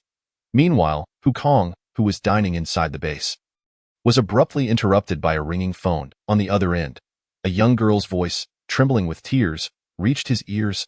"Daddy, can you come save Mommy? Bad people are hurting her every day." Wukong was momentarily taken aback, then realized it must be a wrong number. Adopting a gentle tone, he replied, "Little sister, did you dial the wrong number? If one day you find yourself without means to survive, and Daddy is not there, call this number. He lives somewhere else and will take my place to care for you." Upon hearing this, 4 words flashed through Wukong's mind. "A friend's last wish, little one. Do you know your father's name?" he inquired. "Zhao Liidatus. Oh, it is him." Wukong recalled the sunny, cheerful boy he had met while working part-time at a restaurant, always the first to volunteer for overtime and saving money by working at construction sites. During one drunken gathering, Zhao Lei had bared his soul, crying over his tumultuous fate, vowing never to give up. His life had been riddled with hardship. His grandfather passed away a month after he was born. His grandmother was diagnosed with leukemia when he was 3, and his parents divorced when he was 5. Raised by a single mother, he witnessed her battling cancer until her last breath, holding him close and weeping. "What will you do when I am gone?" From that moment, he was left with no family. His homeland remained, yet he had no home. That night, Zhao Lei had confided in Wukong, sharing countless stories. Before leaving to save money for a future with a wife and a shop of his own, Wukong had believed Zhao Lei would find happiness. Little did he know, the apocalypse had struck. And for ordinary people, mere survival was a stroke of luck. The sound of a woman's anguished cries broke through the phone. "Please, don't hurt my child. I will do anything. Just spare her, then drink this." A man's voice bellowed from the other end. "You brat, who are you calling?" The call abruptly ended. "Damn it." Wukong's expression shifted to one of furious rage. "Yadawa, trace this phone number and send me the location." Upon receiving the coordinates, he promptly set off towards the base's outskirts where countless survivors continued to clamor for answers. Wukong drew his pistol and aimed at the most vociferous among them, firing without hesitation until his magazine was empty. "Do you take me for a charity?" Wukong's voice was icy, exuding an oppressive aura. "If you have the guts, come inside and rob me. I'll slaughter you all if you dare to complain." His fierce and merciless glare swept over the crowd as he hastily departed. After Wukong left, the frustrated crowd redirected their anger towards the middle-aged man. "At least cockroaches are something to eat. Better than starving. How dare you anger Mr. Hu? You've ruined our chance for an exchange. 1 zombie core could be exchanged for 5 boxes, enough to last 5 days. How could that be so cheap and beneficial? What's wrong with cockroaches? They're not inedible. You're an idiot for stirring up trouble." Having received the location from Yatua, Wukong wasted no time and sped towards the destination. An hour later, he arrived at a massive warehouse in Zhaoyang City. The tracking device pointed right here. He kicked open the iron door, and a nearby security guard rushed out to stop him. Wukong's expression remained grim as he swiftly decapitated him, the head rolling to the ground, blood splattering everywhere. With a single punch, Wukong smashed open the heavy iron door of the warehouse. Inside, a crowd was gathered, feasting on hot pot, who promptly dropped their chopsticks and armed themselves with knives and guns. Surrounding Wukong. "Who the hell are you?" A yellow-haired man, cigarette dangling from his lips, swaggered forward. "Do you know we are from the Connard Company? You dare to come here alone and cause trouble?" "Frankly, I neither know nor care," Wukong retorted. A voice suddenly echoed from an adjacent container. Wukong strode over to the container door and raised his hand, slicing through the chain lock. Inside, he found a group of 10-year-old girls, huddled together on the ground. "Get the hell away from me!" the yellow-haired man shouted. "These goods are meant for Lolita Island. If anything goes wrong, we're all dead." The crowd trained their guns on Wukong, their fingers poised on the triggers, ready to fire. However, Wukong summoned his formidable mental energy, creating a protective barrier that halted all incoming bullets mid-air. "Who called me just now?" Hu Kong stepped into the container, his gaze scanning the frightened faces. "Daddy, are you here to save me?" A filthy, ragged little girl emerged from the crowd. "Yes," Hu Kong nodded gently, smiling as he asked, "What is your name, dear?" "I am Zhao Xiaoya." The girl broke down in tears. "Daddy, please save Mommy. She's turned into a monster." Hu Kong gently closed the container door, careful not to startle the children. He turned, his expression suddenly icy and menacing. "None of you will escape. You will all die." Since ascending to the 5th tier, Hu Kang's speed and physical prowess had reached an unfathomable level. The lead yellow-haired man had yet to react when Hu Kong swiftly cleaved him in half. In the face of absolute strength, resistance was futile. Hu Kong moved through the crowd like a wolf among sheep, leaving a trail of carnage in his wake. Within moments, the warehouse was littered with dismembered bodies. A scene reminiscent of hell itself. 2 minutes later, only one person remained kneeling on the ground, urine streaming uncontrollably down his legs. Hu Kang's eyes flashed with disdain as he approached, bloodied blade in hand. "Hey, can you tell me about the Connard Company and Lolita Island?" Chapter 61. The Connard Company and Lolita Island. Just then, a flurry of whistling knives sliced through the air, hurtling towards Hu Kang's throat. The kneeling subordinate was caught in the crossfire, his throat slashed as he fell to the ground, clutching his neck, warm blood seeping through his fingers, but he couldn't utter a word. "Little brother, if you want to know about the Connard Company and Lolita Island, you can come to me." A woman appeared on the 2nd floor, leaning against the railing with a smile, gazing down at Hu Kong. Her voice was melodious and enchanting, yet her arm commanded the flying knives with increasing ferocity. Hu Kang's formidable spirit surged forth like a torrent of river water, deftly controlling the errant flying daggers that hovered and aligned themselves behind him in a state of suspension. In an instant, as the nascent formation of his domain unfolded, he exchanged positions to materialize beside the woman. "Very well, I would appreciate your clarification, Miss." Hu Kong consented with a solemn expression, devoid of joy or sorrow. The woman, upon realizing her loss of control over the daggers, felt her pupils constrict, and she leapt from the 1st floor, distancing herself from Hu Kong. Her gaze remained vigilant, fixated on him, and in that fleeting confrontation, Li Wanji recognized that she was no match for this individual. After awakening her telekinesis, she had never faltered during missions, yet she was unprepared for the sheer terror of his prowess. She needed to find an opportunity to escape. The loss of the cargo was inconsequential. Her life was paramount. Taken aback, Li Wanji hastily bowed and apologized. "I am merely a humble warehouse supervisor, and I deeply regret inadvertently detaining your friend. If you take your friend, I will provide you with a universal core and a year's worth of provisions. Let us consider this matter resolved, shall we?" "Agreed," Hu Kong replied with a nod. Approaching the container's entrance, he lifted Zhao Xiaoya and said, "Bring her mother over, and then present the resources you just mentioned. I will leave immediately. As for the others, Hu Kong had no intention of rescuing them. In a world so vast, why should he concern himself with the fates of strangers? "No, I cannot acquiesce." A furious voice rang out from outside the warehouse. A woman in a yellow dress strode in, flanked by 2 or 3 dozen men clad in security uniforms, rifles in hand. The Conrad Company had descended into depravity, establishing strongholds across various provinces, seizing individuals for inhumane experiments.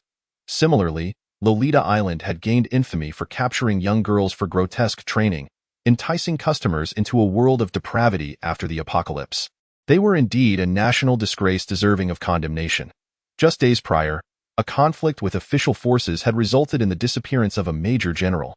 The Conrad Company and Lolita Island had ascended the list of wanted criminals in Xia country, ranked 53rd and 58th, respectively.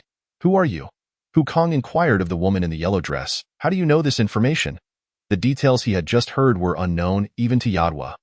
"I am Feng Chong, the heiress of the Feng family real estate before the apocalypse, and now the vice president of the Feng base." The woman in yellow introduced herself. "Very well," Hu Kong replied nonchalantly. "I have no interest in your affairs. Hand over Zhao Xiaoya's mother, and I will depart. Any grievances you may have are of no concern to me." While the woman in yellow conversed with Hu Kong, Li Wanji had stealthily made her way behind 5 containers in the warehouse. Without hesitation, she opened a box. Roar! The peculiar forms of 5 zombies erupted forth, one towering at 5 meters high, its flesh rolling to reveal a human-shaped recess. Li Wanji leapt high and melded into it, the crimson, savage eyes of the zombie momentarily flickering with sentience. The 5 zombies vanished from sight, and Wukong, caught off guard, was struck in the chest by a powerful punch. Crashing into a nearby pillar and falling to the ground in an instant, he rolled to avoid Zhao Xiaoya from hitting the ground. The nascent formation of his domain unfolded, and his mental energy surged forth, vigilantly surveying the surroundings. The fate of the woman in yellow's entourage was grim. As the zombies charged, they found themselves ensnared in an invisible force, struggling in vain before being devoured by the ravenous horde. "Brother, save me!" The woman in yellow cried out in alarm. A young man standing beside Fong Chong transformed his arms into wings, flapping them to ascend, his feet morphing into claws that grasped the woman's waist, whisking her away to safety. The surviving security personnel, paralyzed by fear, fired their weapons indiscriminately, yet failed to hit anything. Boom! The sound of explosions reverberated as the warehouse walls crumbled, red bricks cascading down and stirring up clouds of dust, creating 3 gaping holes. Aware that remaining would render her no match for Wukong, Li Wanji commanded the zombies to disappear and decisively made her escape, taking advantage of Wukong's momentary bewilderment. "With such strength, why do you not prevent the zombies from fleeing?" The transformed man set Fong Chong down on the ground, his face twisted with fury as he confronted Wukong. "Sister, do not provoke him. We cannot contend with him," the young man whispered urgently, tugging at Fong Chang's sleeve. As Wukong approached the exit of the warehouse without acknowledging him, Fong Chang's countenance darkened. Feeling humiliated, it's the Fong base. Aside from her father, who had absolute authority, she was accustomed to being revered by those who wished to curry favor, and no one had ever dared to disregard her. Enough prattling, Wukong turned, his expression frigid, as his mental energy surged forth, forming a formidable fist that ruthlessly struck Fong Chong. He was sent flying into a nearby container, crashing to the ground, his face paling as he coughed up blood. His head tilting as he fell lifeless, Wukong shook his head. At last, the world had grown quiet. The young man hastened to examine Fong Chang's injuries, but upon discovering his demise, he let out a deep sigh. "You are in deep trouble." By the time they returned to the Spark base, it was already past 1 o'clock. Wukong entrusted the peacefully sleeping Zhao Xiaoya to Ailey. "This is my daughter. Please take her to bathe and let her live with Ai Qian. Fulfill her needs, and if there is anything lacking, procure it from Zhu Ke." "Huh?" Ailey exclaimed, astonished and bewildered. After lunch, a hot bath, and a brief rest, Wukong donned the specially crafted leader's attire from Zhu Ke, his previously languid demeanor transformed. With his sharp brows and starry eyes, coupled with his imposing stature, he exuded an aura of authority and power. As the blood moon approached, he convened a meeting to relay various orders, ensuring a thorough inspection of the progress. He could not afford any oversights that might jeopardize his goal of exterminating over 500,000 zombies. The issues of resources and defensive structures were of utmost importance. Chapter 62. Successfully collecting various chemical materials, Yadwa was tasked with gathering intelligence on the various factions within Xia country. Before leaving the base, Wukong instructed, pay particular attention to the Conrad Company and Lolita Island. Upon arriving outside the base, he beheld the 30-meter-high earthen wall, a magnificent structure reconstructed by Wang Jinji using his abilities. Standing guard like a giant on the wall, Xuanwu directed the soldiers, fervently arranging defensive artillery and heavy machine guns. Crates of shells, high-explosive grenades, and incendiary bottles were methodically stacked in the corners of the wall. Every soldier moved with purpose. Below the Spark City wall, a broad area was being constructed into a sloped platform surrounding the base, where heavy machine guns, Gatling guns, and crates of ammunition were systematically relocated by the soldiers to designated spots. It appeared promising, however. It remained uncertain whether it could withstand the onslaught of zombies. In the Northern Industrial Park, as Wukong arrived by helicopter, he observed plumes of black smoke rising, corpses discarded carelessly along the roadside, and signs of conflict everywhere. This area, once a vast industrial park prior to the apocalypse, primarily focused on state-owned production, supplemented by numerous chemical factories in the vicinity. Accommodations, factories, night markets, and many small villages surrounded it, employing around 70 to 80,000 workers before the apocalypse. The industrial park lay far from the city center, and with the rapid transformation of zombies in densely populated areas, Very few dared to venture into this territory, especially with the zombie king ensconced at its heart, surrounded by layers of lesser zombies. Outside the factory area, 6 large transport planes were parked, and 2 combat helicopters were stationed in a secure zone. Amidst the rows of military vehicles, by who skillfully issued combat commands via radio, a squad of combat helicopters launched into action, firing to draw the zombies away. The remaining combat teams advanced from all directions to execute supply retrieval plans. Should they encounter survivors, they were to eliminate them on the spot. Received. The 2 helicopters immediately ascended to the open area of the park, where a 30-meter-high black nest had been erected, with zombies continually hauling flesh inside before departing. After Baihu issued the fire command, soldiers aboard the helicopters unleashed rockets targeting the zombie nest. The 6-barreled Gatling guns roared to life, unleashing a terrifying rate of 6,000 rounds per minute, delivering overwhelming firepower to suppress the zombies below. Boom! The rockets struck the zombie nest, resulting in a cataclysmic explosion that sent flames and smoke billowing into the sky, leaving 2 enormous gashes in the black structure. Roar!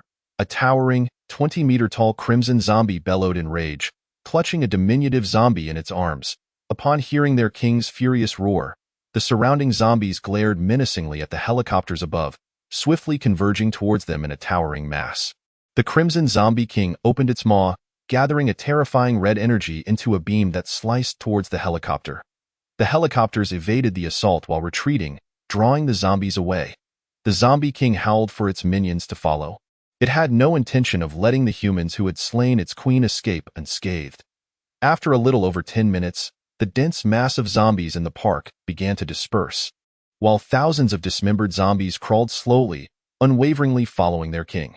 The 6 transport helicopters entered the park, unloading hundreds of soldiers who swiftly eliminated the crawling zombies below and commenced their search for materials. Report: a block, Building 2 has revealed a substantial quantity of white phosphorus and other chemical materials. Report: a block, Building 5 has yielded a significant cache of sulfuric acid and black powder products. Report: B block, Building 3 has uncovered a large amount of aluminum powder, nitroglycerin, and nitrocellulose. Report: B block, Building 4 has disclosed a considerable quantity of trinitrophenol. 1 Good news after another stream through the radio. A smile involuntarily crept onto Hu Kang's lips. Although not well versed in chemistry, he understood that these were essential components for crafting explosives. The soldiers below were divided into 2 teams, one engaged in the search for resources, while the others swiftly loaded supplies, both tasks occurring simultaneously. The roar of helicopters drew the attention of countless survivors. They rushed to the windows, peering out to catch sight of the colossal helicopters flying overhead, carrying containers, leaving them utterly astonished. Many hastily pulled out their phones to capture the moment and vent their frustrations online. Why, dear family, I am utterly overwhelmed.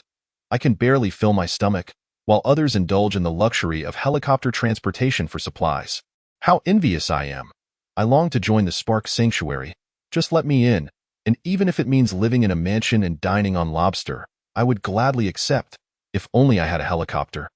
I could traverse the vast world at will. Countless hearts sighed in frustration. The scene of Hu Kang boarding a helicopter was captured and shared online, accompanied by the caption, "This is my father. Show me some respect from now on." Hu Chong and the other prominent figures, who were tirelessly scouring for supplies, were consumed by envy as they watched Hu Kang's helicopter soar above them. Meanwhile, in the power center of the capital city of Xia Country, a magnificent and awe-inspiring city floated at an altitude of 10,000 meters. In the largest building at the center, Wu Hu sat in his office, slamming his fist onto the desk in anger, his weariness evident. The Tang Dynasty Night City, the Conrad Company, Lowly Island, Skull Island, Beast King Mountain Range, Future City, Dawn City, Frontier City, Snowstorm City, Golden City, and many more are societal blights that must be eradicated. Should the Heavenly Palace produce weapons, I will eventually settle accounts with all of you and eradicate these tumors. Wu Hu pondered the rankings of powerful factions from his past life and realized he had never heard of the Spark Sanctuary. He dismissed it casually, stating, a mere city-level base. It would be good to send someone to make contact, but if they refuse, there's no need to force it. The world is vast, and it won't create much of a stir. After the soldiers departed, Wu Hu rubbed his forehead, murmuring to himself, Gu Jian, where on earth are you? Alas, It is truly a tumultuous time. The wanted list has been created and dispatched, but who among these brutal forces dares to hunt? Chapter 63. Undercurrents at the Municipal Government Base's conference room in Fuzhou City. Qi Jinghua, Zhuang Changfeng, Xie Wenhao, and Lu Kunda were gathered, exchanging toasts and enjoying a meal, with several bottles of Maodai on the table, relishing their comfortable lives. Zhao Tai is quite arrogant, Lu Kunda remarked while serving himself food. He actually refused to attend the meeting. The 21st Army might be no more. Zhuang Changfeng replied nonchalantly, I went to the 21st Army base yesterday to look for Zhao Tai. And from a distance, I saw it was filled with Hu Kang's people. What the hell? Has Hu Kang become so ruthless as to silently consume Zhao Tai? Xie Wenhao exclaimed, downing a drink in anger. Damn it, I will issue a challenge tomorrow and demand a one-on-one duel with Hu Kang. Laughter erupted around the table, tears streaming from their eyes. Old Xie, I'm not trying to discourage you, but according to my spies, Hu Kang could probably defeat you with a mere fart, Zhuang Changfeng said, patting Xie Wenhao on the shoulder. Moreover, Hu Kang is making significant moves, purging zombies daily to restore power and water, secretly taking over the 21st Army, and announcing the Blood Moon's arrival, all while disregarding the threats to survivors and prohibiting the sale of essential supplies. Now, even the industrial park in the northern part of the city has fallen into his hands. With helicopters transporting resources, where does he get all this luxury equipment? How come we don't have such extravagance? Qi Jinghua sighed. We simply cannot compare, and jealousy does no good. Old Xie, don't you have a few helicopters too? But they can't possibly compare to Hu Kang's. Ha, if you have the ability, then show it, Lu Kunda retorted coldly. In today's world, resources are king, and might makes right. Whether we can survive this Blood Moon zombie tide is still up for debate. Enough of this chatter, Qi Jinghua frowned and inquired. I didn't summon you here to bicker. Have you all considered the plan to jointly eliminate the armed headquarters? I have decided that once we survive the Blood Moon zombie tide, we will prepare for the offensive. The armed headquarters was the superior force of Xie Wenhao's previous unit. Initially, a large number of troops were stationed there, but most had turned into zombies in the apocalypse.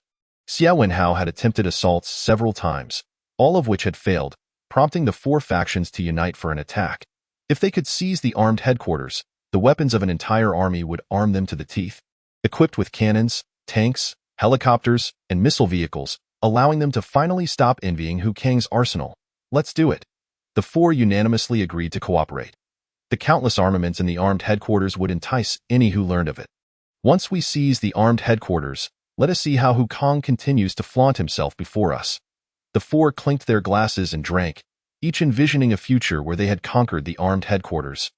Unable to suppress the smiles creeping at the corners of their mouths, in Zhaoyang City, within the Fong family base, Fong Zhang, who should have been dead, lay in bed sipping kanji, while a doctor vigilantly monitored her condition. In the base's office, Fong Yuan, dressed in a suit, sat at the main seat, his stout, rotund figure straining against the fabric, pounding the table in fury as he shouted, You spark base.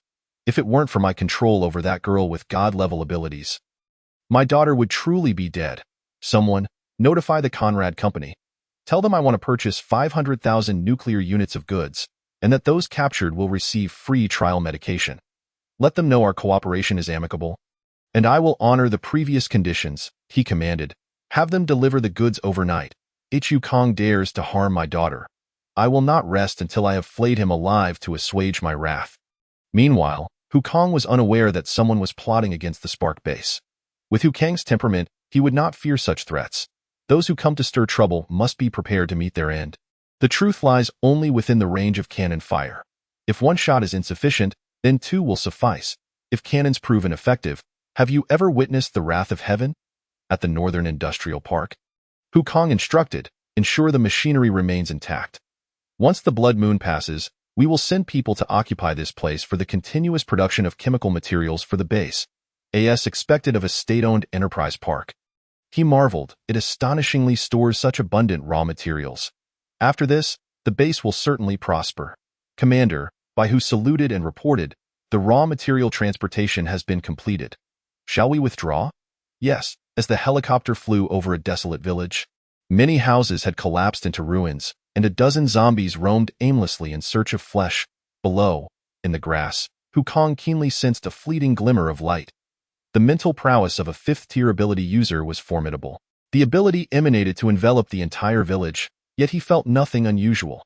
However, the sensation of being watched was unmistakable. Someone was hiding below. "Land ahead," Wukong commanded. The helicopter swiftly descended and stabilized in a wide area. Intrigued, Wukong approached the grass, using his mental power to form large hands that parted the foliage, revealing a concealed entrance. With his mental force, he opened the lid, and as his domain began to take shape, he remained prepared to swap positions at the first sign of danger, boldly stepping inside. What lay beneath was a long, dark passage, with light emanating from the far end. Wukong approached and discovered the door was ajar. Seemingly waiting for him. "Since a friend has come, please come in for a cup of warm water," a middle-aged man's voice called from within. Wukong entered the cellar, which was not large, illuminated only by a dim light. A panoramic map of Fuzhou City hung on the wall, and in the corner, there was a small generator, a processing machine, and a dark laptop. A frail little girl, dressed in ragged clothes but with exceptionally bright eyes, held a military knife, watching Wukong warily.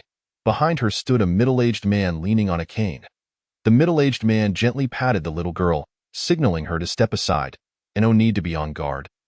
"Young one, this gentleman means no harm." "Apologies for the intrusion," Wukong said kindly. "Allow me to introduce myself. I am Hu, the person in charge of the Spark Sanctuary, merely passing through on a mission." "You are Wukong from the Spark base." The middle-aged man's eyes deepened as he poured a glass of water, saying, "Mr. Hu, you are indeed a remarkable young man, renowned throughout Fuzhou City.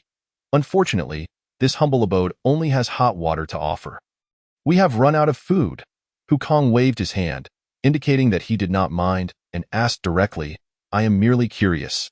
How is it that this place can obstruct my mental probing?" "I do not know," the middle-aged man explained. "Before the apocalypse, I found a type of stone, and after consuming it, I gained the ability to create a domain at will. It has offered little assistance for survival. But since it consumes little energy, I have kept it open." "I see." Wukong deduced that he must have obtained an ability to shield against mental probing. Yadawa, search for information on these two. Chapter 64. The appointment of Zhao Tao from Xia Country. Wukong directed his phone's camera towards the two, capturing their image. Within seconds, their basic information was retrieved from the database. The girl's name was Lu Shui. Her mother had died during childbirth, and her father, a comrade of Zhu Jian, had sacrificed himself while rescuing Zhu Jian during a mission. After the mission's completion, he adopted Lu Shui as his daughter, and they relied on each other. Wow!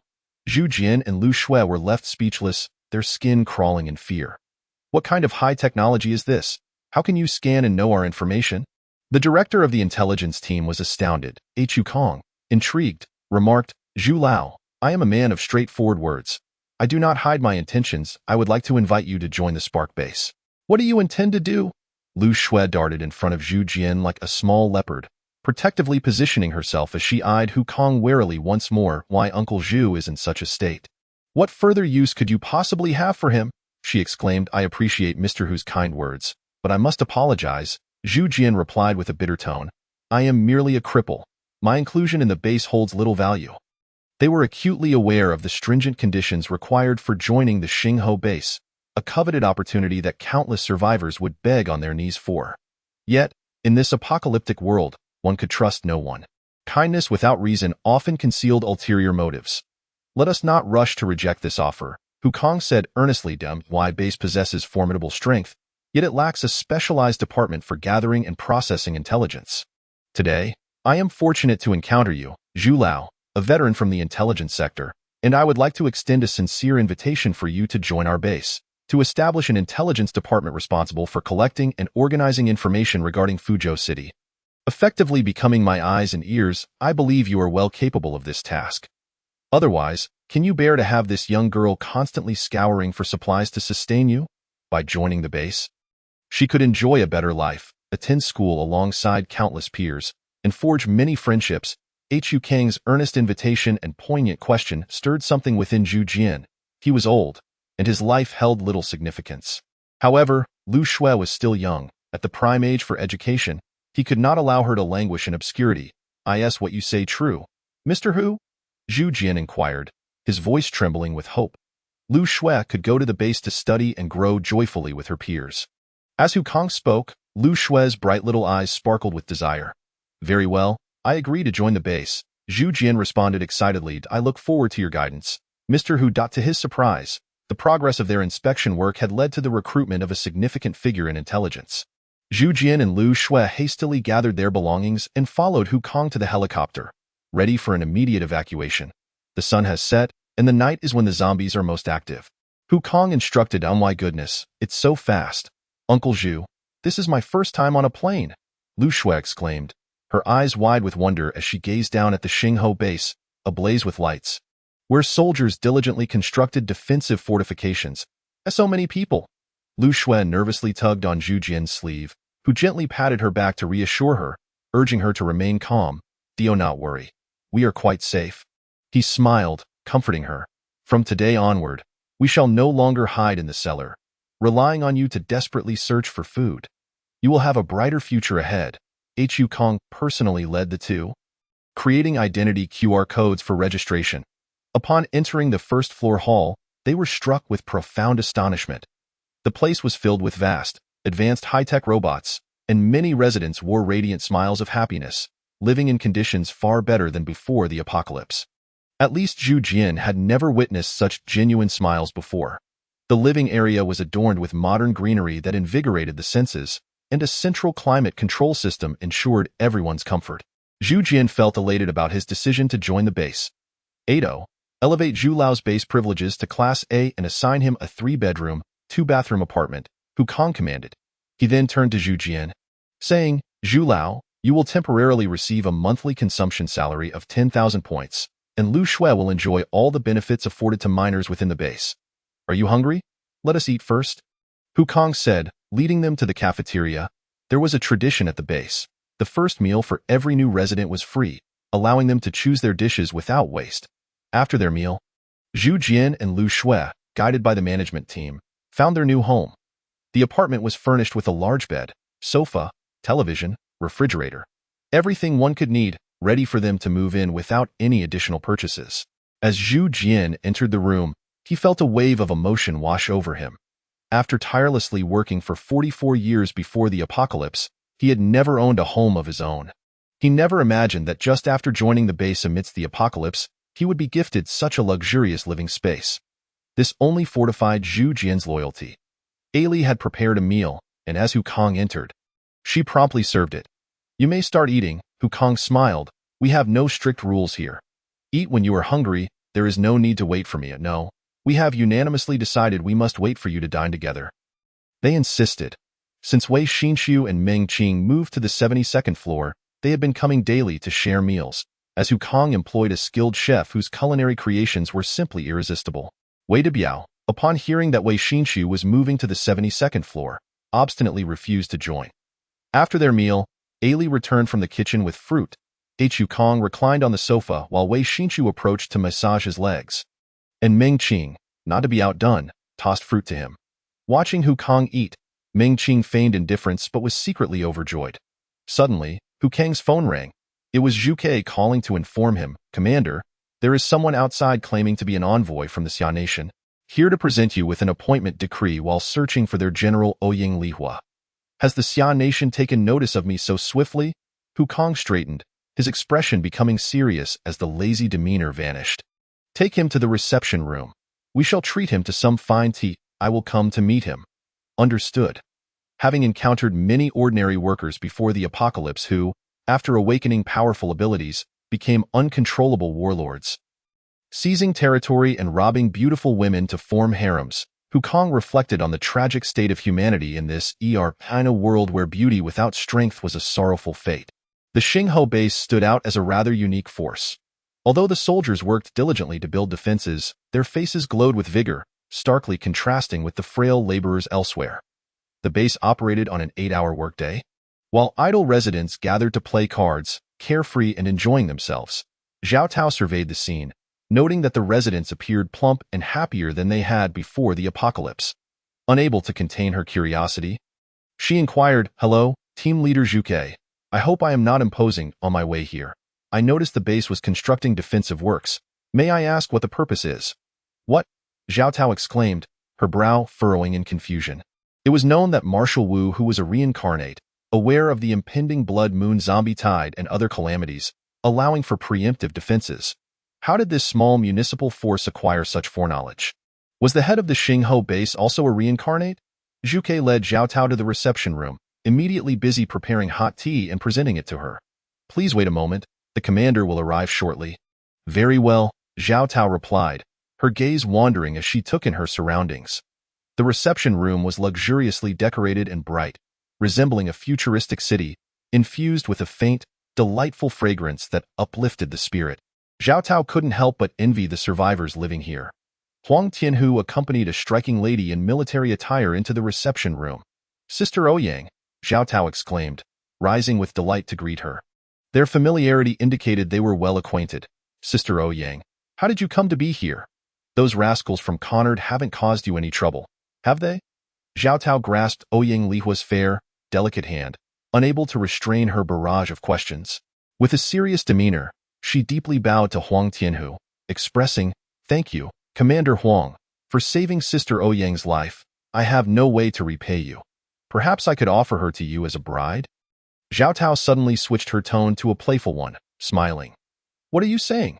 Ouyang Lihua quickly covered Zhao Tao's mouth, casting a furtive glance at Huang Tianhu's handsome face, feigning anger as she warned. "If you keep talking nonsense, I will ignore you from now on." Huang Tianhu scratched his head, a smile spreading across his face, his heart soaring like honey. From the moment he laid eyes on Ouyang Lihua, he was captivated. It was undeniable. Ouyang Lihua was simply too beautiful, with her delicate, fair face and flawless skin igniting endless fantasies, especially the desire to kiss her. At that moment, Hu Kong entered, dressed sharply. His pace was unhurried, yet his towering height and powerful physique exuded an air of authority. Everything about him was impeccable, save for the somewhat jarring green hair atop his head. Upon Hu Kang's arrival, the group fell silent. Sitting upright, Hu Kong strode to the main seat and sat down with a cheerful smile, addressing them, "Zhao Tao, Envoy, and General Ouyang Lihua. My name is Hu Kong, and I am honored to be the head of the Xingho base. It is a pleasure to welcome you both." After the customary pleasantries, Zhao Tao got straight to the point, stating, "I trust him, Hu is aware of my purpose for being here." She produced a brand new red appointment letter, stating succinctly, "I prefer not to beat around the bush. Since the meteor fell, the people of the Xia nation have endured tsunamis, typhoons, earthquakes, zombie mutations, and various disasters. During this tumultuous period, where residents struggle to survive, it is you, Mr. Hu, who has risen for the sake of the nation, establishing the Xingho base, recruiting survivors, and daily battling zombies and mutated beasts, creating a safe haven for the people. Mr. Hu, you are indeed a pillar of the nation and a stabilizing force. Your contributions are visible to the public and will not be forgotten by the state. Therefore, it is with great honor that I hereby promote Comrade Hu Kong to the position of Mayor of Fuzhou City. I hope you will lead the people in eradicating all zombies within the city, establishing a protective wall around Fuzhou, and rescuing more citizens of the Xia nation. Once the state secures transportation routes, various mineral resources and supplies will be prioritized for Fuzhou City." Upon hearing this, Hu Kong remained silent, a cold smile creeping into his heart as he pondered whether these individuals had lost their sanity. With nothing more than a nebulous position of mayor, a few mind-numbing phrases and hollow promises, they expect me to serve their interests. Do they truly perceive me as such a fool? The formidable strength of the Xingho base could effortlessly dominate Fuzhou City without the need for any so-called mayoral title. Indeed, one must not indulge in overly optimistic notions about them. They are solely engaged in these insipid trivialities. I will contemplate the matter. Hu Kong, with an apologetic expression, remarked, "I apologize, I am rather preoccupied at the moment." He then turned to instruct Zhu Ke, arrange accommodations for the appointed envoy and General Ouyang Lihua, allowing them to rest comfortably for the night. They will need to set off tomorrow in the conference room. Zhao Tao was engulfed in a profound sense of dejection. Once again, she faced rejection. This marked the 24th instance of encountering a base leader who refused to accept an appointment. It baffled her. Shouldn't those with abilities be more industrious, protecting a greater number of ordinary people? Why do they all seem to recoil as if from venomous serpents? Alas! Suddenly, Zhao Tao's eyes sparkled as she gazed intently at Huang Tianhu. Shall I give you this appointment letter? No, no, no. Huang Tianhu immediately waved his hands in refusal. Don't jest. I could never betray my leader. I did not suggest betrayal, Zhao Tao retorted, her tone one of exasperation. Are you perhaps interested in pursuing my family's Ouyang? The Ouyang family is far more formidable than you might imagine. Without a powerful status, they would never consent. Hence, you require this position, I do not. Huang Tianhu asserted earnestly, as long as I steadfastly follow my leader. My name will one day resonate throughout the world. At that time, such notions of power will hold no value for me. Zhao Tao was momentarily at a loss for words. I believe in you. Ouyang Lihua said, looking at Huang Tianhu with conviction. Peach, if he is unwilling, then let it be. One cannot force what is not meant to be. Ouyang Lihua attempted to mediate. Take us to dine first. And then we can stroll in the park. The scenery here is exquisite, and the air is refreshing, quite pleasant. Time swiftly passed, and the following morning, Ouyang Lihua and Zhao Tao departed by helicopter. News of the Blood Moon's arrival loomed over the survivors of Fuzhou City like a heavy storm cloud, inducing a state of heightened anxiety and fear.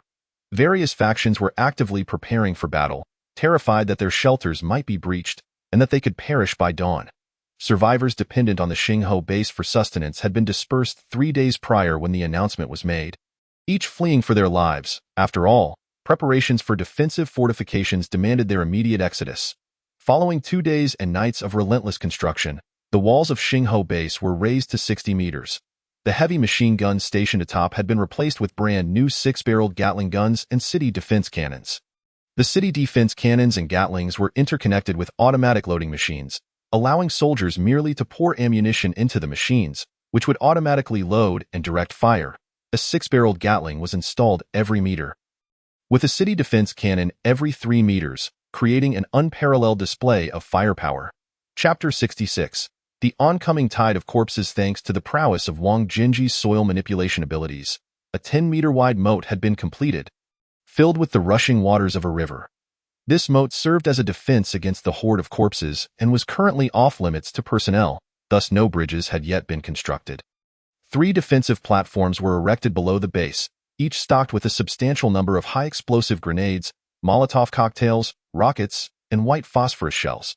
Additionally, numerous bombs were buried beneath these platforms, set to detonate in the event of a retreat, obliterating any approaching zombies. As night fell at 6 o'clock, floodlights atop the base walls illuminated the surroundings as brightly as day. In the plaza of Xinghu base, troops assembled in orderly ranks. The White Tiger combat team comprised 6,000 men. The Xuanwu City defense team numbered 1,000, while teams led by Guanyayan, Wang Jinji, and Gujian Chixio gathered 10,000 fighters.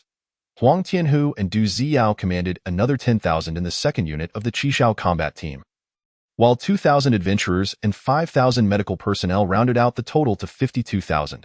The military displayed formidable might, formed into multiple formations, all equipped with the latest weaponry, donned in exoskeletons to enhance their combat capabilities, and supported by armored vehicles, helicopters, bombing drones, and suicide drones, pooling the full strength of the base.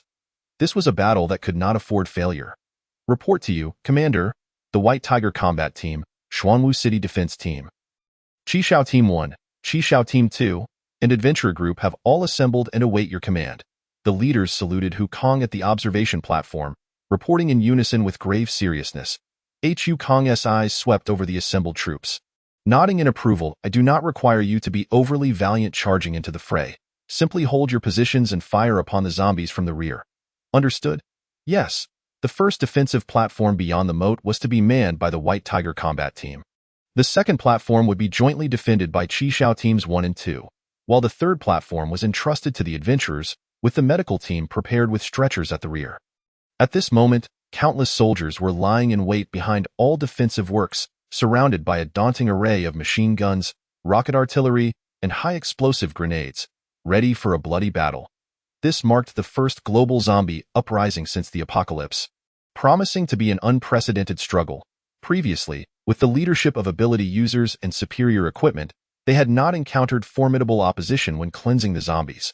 Now, it remained to be seen whether they could defend the base. All eyes were fixed on the unfolding events. Hu Kong's voice rang out robustly. This blood moon zombie tide, None can predict its duration. Prepare yourselves for a protracted battle. The ultimate objective of this fight is to slay over 500,000 zombies and hold the base. Can we achieve this? Yes, yes, yes. A chorus of fervent roars erupted from the soldiers below. All understood the significance of this battle. It could not be taken lightly. After absorbing the energy cores of 100,000 zombies, Guanyin, Wang Jinji, Huang Tianhu, Du Ziyao, and Bai Huangho had all successfully advanced to the 4th tier just days prior, their control over abilities becoming more adept, and their strength magnified several-fold. Hu Kong summoned the system to check the evolution points. Discovering substantial upgrades available for Tier 6, reluctantly, he opened the marketplace interface, locating the anti-air dome section, and without hesitation, spent 100,000 energy cores to upgrade. Ding! Congratulations, the anti-air dome system has been upgraded to 1 star. Increasing its coverage to 2 kilometers, with the power to annihilate anything below mid-tier 4 directly. Upgrading to 2 stars requires 200,000 energy cores. Yet, he lacked sufficient energy cores for the next level. However, even this was a boon, significantly boosting morale. Yadwa assessed the current military supplies at the base. Hu Kong inquired .9 helicopters, 164 armored defense vehicles, 8,432 bombing drones, and 30,000 self-destruct drones.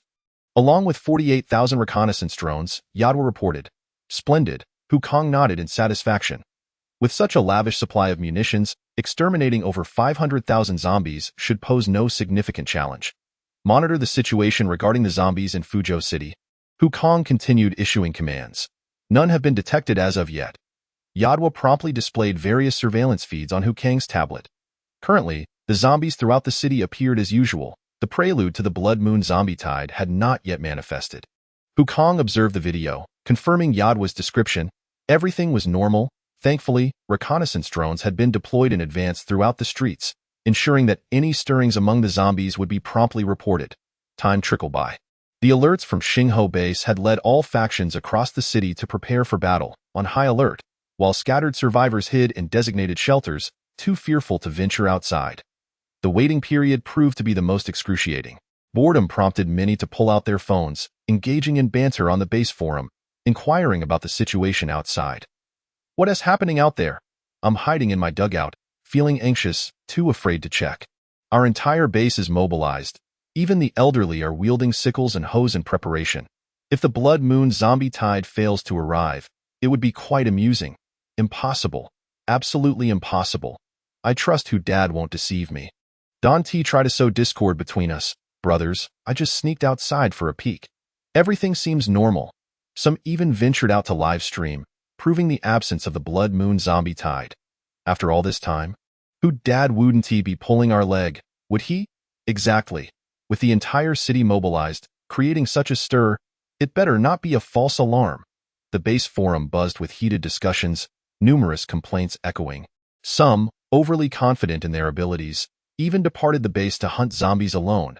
Hu Kong paid little mind to these reckless individuals, recognizing that no amount of reasoning could deter those fated to meet their demise.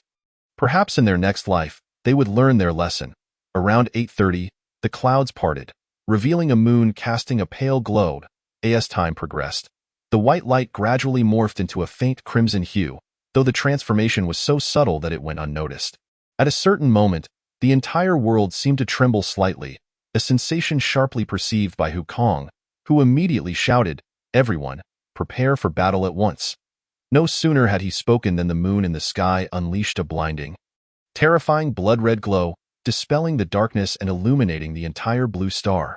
The crimson light was visible across the land, shrouding Blue Star in a blood-like hue, evoking a hellish terror. Roar Ea, the world's zombies, drawn by the blood moon, simultaneously emerged from their lairs, ravenously absorbing its light, emitting earth-shattering roars.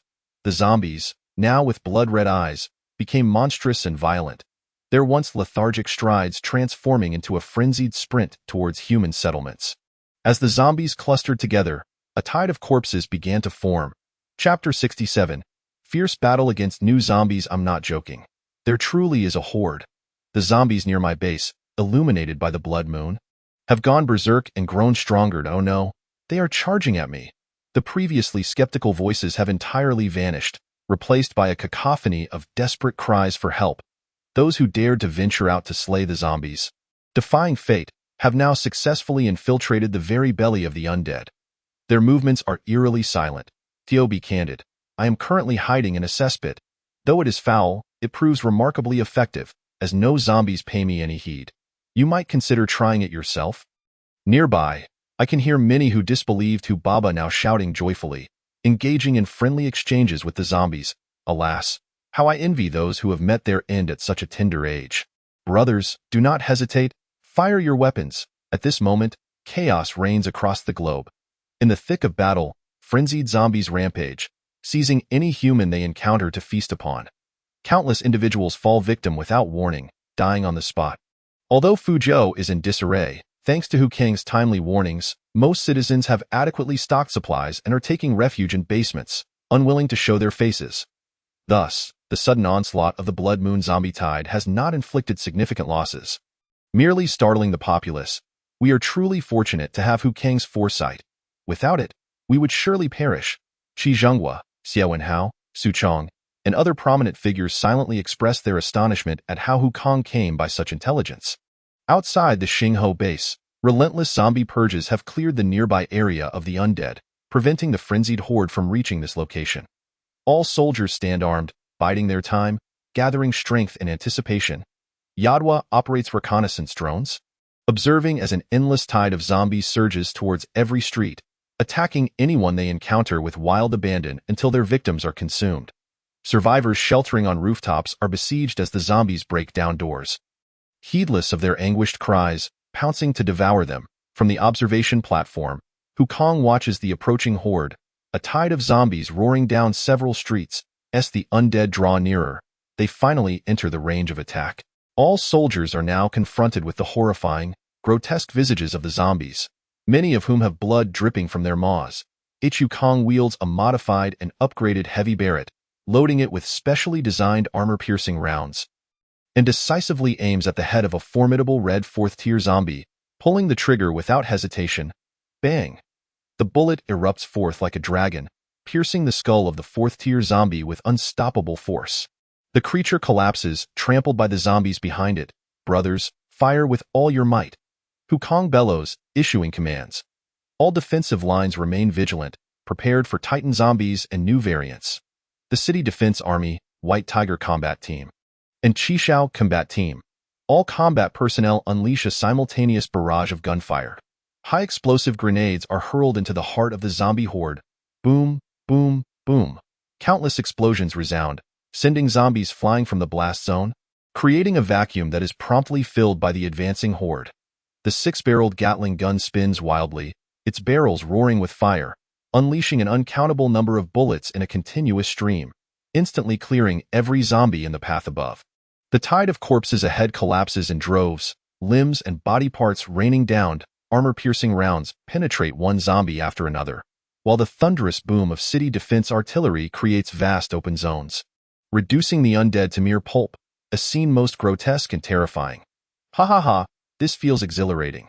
These rampaging zombies are nothing extraordinary. Kill, kill, kill, brothers. Let us show them no mercy. Damn it, the zombies are too dense. I don't even need to aim. Just fire away. The battle cries echo, and the morale of the base's forces surges. Soldiers quickly reload their magazines, emptying them in rapid succession, exhilaration coursing through their veins. This is truly exhilarating. Rat-a-tat-tat, boom, boom. The fierce gunfire and explosions intertwine with the roars of the undead, creating a terrifying symphony of destruction.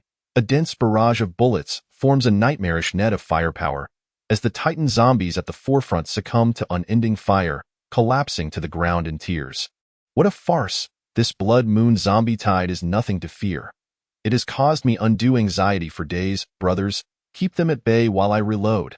In the distance, on a rooftop, several crimson zombies roar defiantly, opening their maws to unleash energy beams. With thunderous roars, the beams strike the mercenary zone, instantly severing anyone they touch in two. Firearms. Damn it. Huang Tianhu conjures two fiery long spears, launching them skyward towards the rooftop zombies. The spears pierce the chests of two third-tier zombies, creating gaping holes the size of bowls.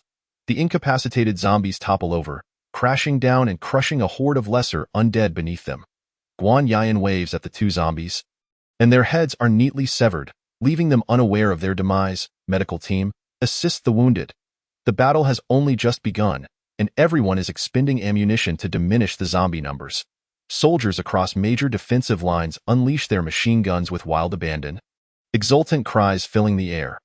What was once a mere video game has transformed into a heart-pounding reality, and the soldiers, initially fraught with anxiety, now revel in the chaos, quickly adapting to the battlefield. Wukong observes the soldiers' performances from the observation platform, nodding in approval. His mental energy radiates outward, granting him a clear view of the battlefield. The seemingly endless horde of zombies is terrifying, converging from all directions. And Wukong spots 3 colossal zombies exceeding 8 meters in height. Their monstrous size crushes countless first-tier zombies with each step. Fortunately, the streets, though not excessively wide, and the towering buildings effectively redirect the zombie tide, allowing the base's forces to defend at the street's end. If all the zombies were of this caliber, as long as the base maintained sufficient ammunition, they would pose no threat. Yet, the battle has only just commenced. Ha ha ha, these zombies are simply too weak. Just as the soldiers revel in their newfound prowess, thousands of slender zombies with claw-like appendages rapidly scale the buildings between the streets. Their crawling speed is astonishing, outpacing even the keenest-eyed ordinary soldiers. Upon reaching the nearest floor, they leap into the midst of the Qishao team, wreaking havoc and slaughtering indiscriminately, catching countless soldiers off guard. The swift winds carry an ominous darkness. As bodies are cleaved into pieces and dropped to the ground in mere seconds, hundreds of Qishao's soldiers fall. This new type of zombie exhibits terrifying combat prowess. Guan Yian, Huang Tianhu, and others swiftly navigate the battlefield to provide aid. But their efforts are limited by human constraints. Everyone gathers closely, on high alert. Guan Yian's eyes widen as he bellows in fury, "White Tiger, request reinforcements. These ordinary soldiers can't hold out." Chapter 68. The Fierce Gu Jian. Team 1, Team 2, White Tiger activates his earpiece, shouting, "Disperse your positions to support the Qishao warriors. The rest continue to hold the line." Understood. The White Tiger combat team pulls back 1,000 men, drawing their alloy knives from their belts. With a slight bend of their knees, they leap into the fray, landing with a flourish as they bring their weapons down upon the clawed zombies, cleaving them in two with tremendous force. Without pause, the White Tiger soldiers rush toward the remaining clawed zombies. Although the third-tier zombies are swift, their defensive capabilities are somewhat lacking, and in the chaotic melee, their speed is greatly hindered. Thus, they are quickly overtaken by the White Tiger warriors, who dispatch them with clean, decisive strikes. Wukong remains at the observation platform, watching the unfolding scene below without intervening. He understands that for the soldiers to grow, they must endure the trials of fire and life and death. Among the battlefield's most remarkable performers, aside from a few with special abilities, is Gu Jian. Wukong's mental energy sweeps across the battlefield, observing how Gu Jian's internal energy is extraordinarily dense, perpetually honing and nurturing his cells, enhancing his physique. Gu Jian's combat style epitomizes brutal aesthetics. His enhanced physique accelerates his speed, explosive power, and attack strength, rivaling even Wukong's at the third tier. It is worth noting that Wukong underwent comprehensive augmentation through the system. Gu Jian's invisible energy circulates rapidly, bolstering his defensive and offensive capabilities as he strikes like a lightning-fast predator at the clawed zombies. Before they can react, he executes a swift claw strike, creating a gaping wound in the chest of one zombie, its core ripped out, rendering it lifeless. The battlefield quickly transforms into Gu Jian's showcase. With techniques like Dragon Lady observes the mirror, monstrous flip, and Black Dragon swings claws, he employs a combination of hands and feet to unleash lethal strikes, leaving zombies disarmed and maimed.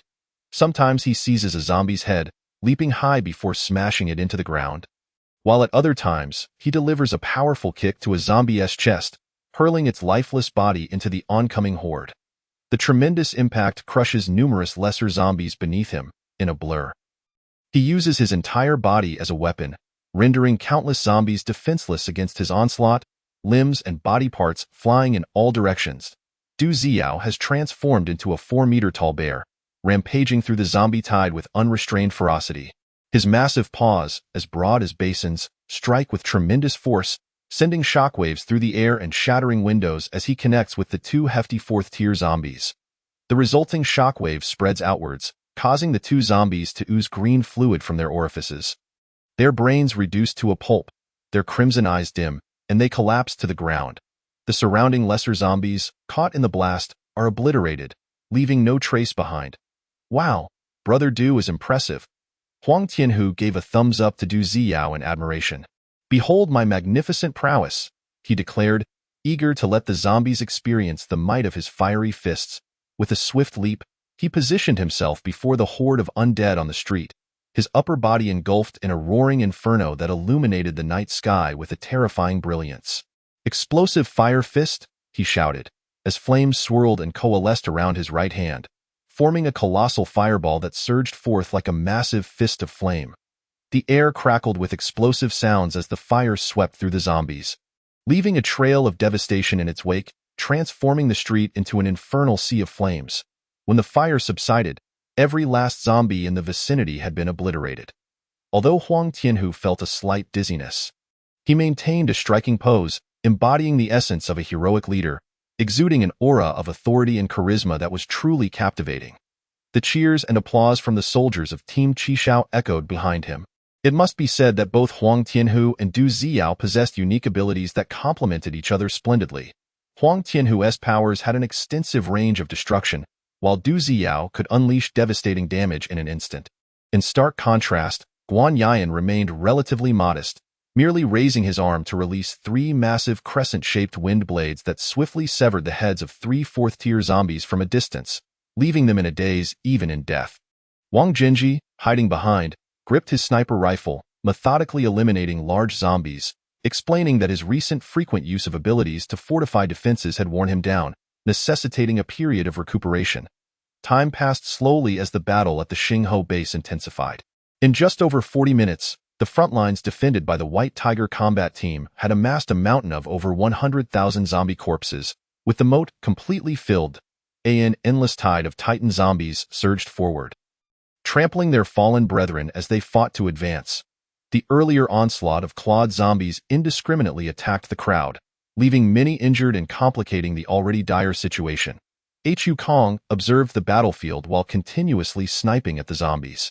During this process, he discovered that encasing his armor-piercing rounds with his abilities significantly increased their lethality, ensuring a headshot with every hit. Huang Tianhu seized several incendiary bombs and hurled them into the tide of zombies, igniting the street in a brilliant conflagration. The zombies caught in the flames screeched in agony, and he relished the moment. Just then, Ada's voice cut through the chaos, alerting him, "Master, countless zombie rats are emerging from the sewers. Please exercise caution." Hu Kong immediately grabbed his tablet to check, where live surveillance footage displayed the streets swarming with hordes of grotesque zombie rats, their eyes glowing red and their bodies festering with putrid flesh. Revealing ghastly white bones in places, they moved with astonishing speed, voraciously feasting on any fallen zombies or humans in their path. Utilizing the cover of the zombie tide, they darted from the shadows of buildings, taking advantage of the soldiers' impaired night vision to launch surprise attacks. As countless agile zombie rats infiltrated the ranks, they viciously bit at the soldiers' ankles. Those who fell victim to their bites quickly succumbed, overwhelmed by the swarm as they were viciously gnawed upon, leaving only silence in their wake. Chaos erupted among the crowd. "Understood, Commander," came the response. "All ordinary soldiers, remain still," Hu Kong bellowed, unleashing his mental energy to cover the battlefield. His intimidation skill targeting every last zombie in an instant. All the frantically scurrying zombies collapsed, lifeless, on the city walls. Xuanwu was prepared with white phosphorus grenades, launching them without hesitation. Guan Yian, keep an eye on the battlefield for any drifting white phosphorus smoke towards the base. If you see any signs, use your abilities to disperse it immediately. Understood, boss. The cannon fire resounded on the walls as hundreds of white phosphorus grenades soared into the sky above the zombie rats. Exploding like fireworks, upon contact with the air, they ignited in a terrifying blaze, casting a crimson glow that illuminated the heavens, accompanied by billowing black smoke that expanded over an extensive area. Chapter 69. The attack of two fifth-tier zombies, the falling white phosphorus grenades, ignited the gasoline on the ground, creating a raging inferno. Countless zombies were struck, instantly engulfed in flames that burned relentlessly like maggots clinging to bone. The ground was littered with the charred remains of the mutated zombie rats, many of whom, in their frantic escape, met their demise. Yet the advancing zombies pressed forward, seeking to extinguish the flames with their bodies. Brothers, throw the incendiary bombs without hesitation, Guan Yian shouted in fury, glaring at the advancing horde. Faster, faster. As his words fell, incendiary bombs rained down upon the tide of zombies, igniting the gasoline and creating an overwhelming inferno. Countless zombies and mutated beasts attempting to charge through were engulfed in searing flames, their anguished roars piercing the night as they struggled in agony. The advance of the zombies slowed significantly. Minutes later, some clever mutated rats scaled the towering buildings, leaping down into the crowd below. Many soldiers raised their firearms to fire, but were met with several zombie rats lunging at their faces, sinking their teeth into flesh. The bitten soldiers cried out in pain, their panic leading to erratic gunfire that unintentionally claimed the lives of their comrades. Fire with all your might. Do not hold back on the incendiary bombs. Use every high-explosive grenade you have, Xuanwu yelled from the city wall, issuing commands amidst the chaos. The zombie rats were a relentless nuisance. Hukong unleashed the full extent of his mental power, extending it to a 5-kilometer radius before using his intimidation skill once more, causing the zombies and zombie rats within the area to lose their vitality and collapse lifelessly. Seizing the opportunity, all soldiers checked their equipment, preparing incendiary bombs, high-explosive grenades, and rocket munitions. Yes, they sprang into action, working together to lift the wounded onto stretchers.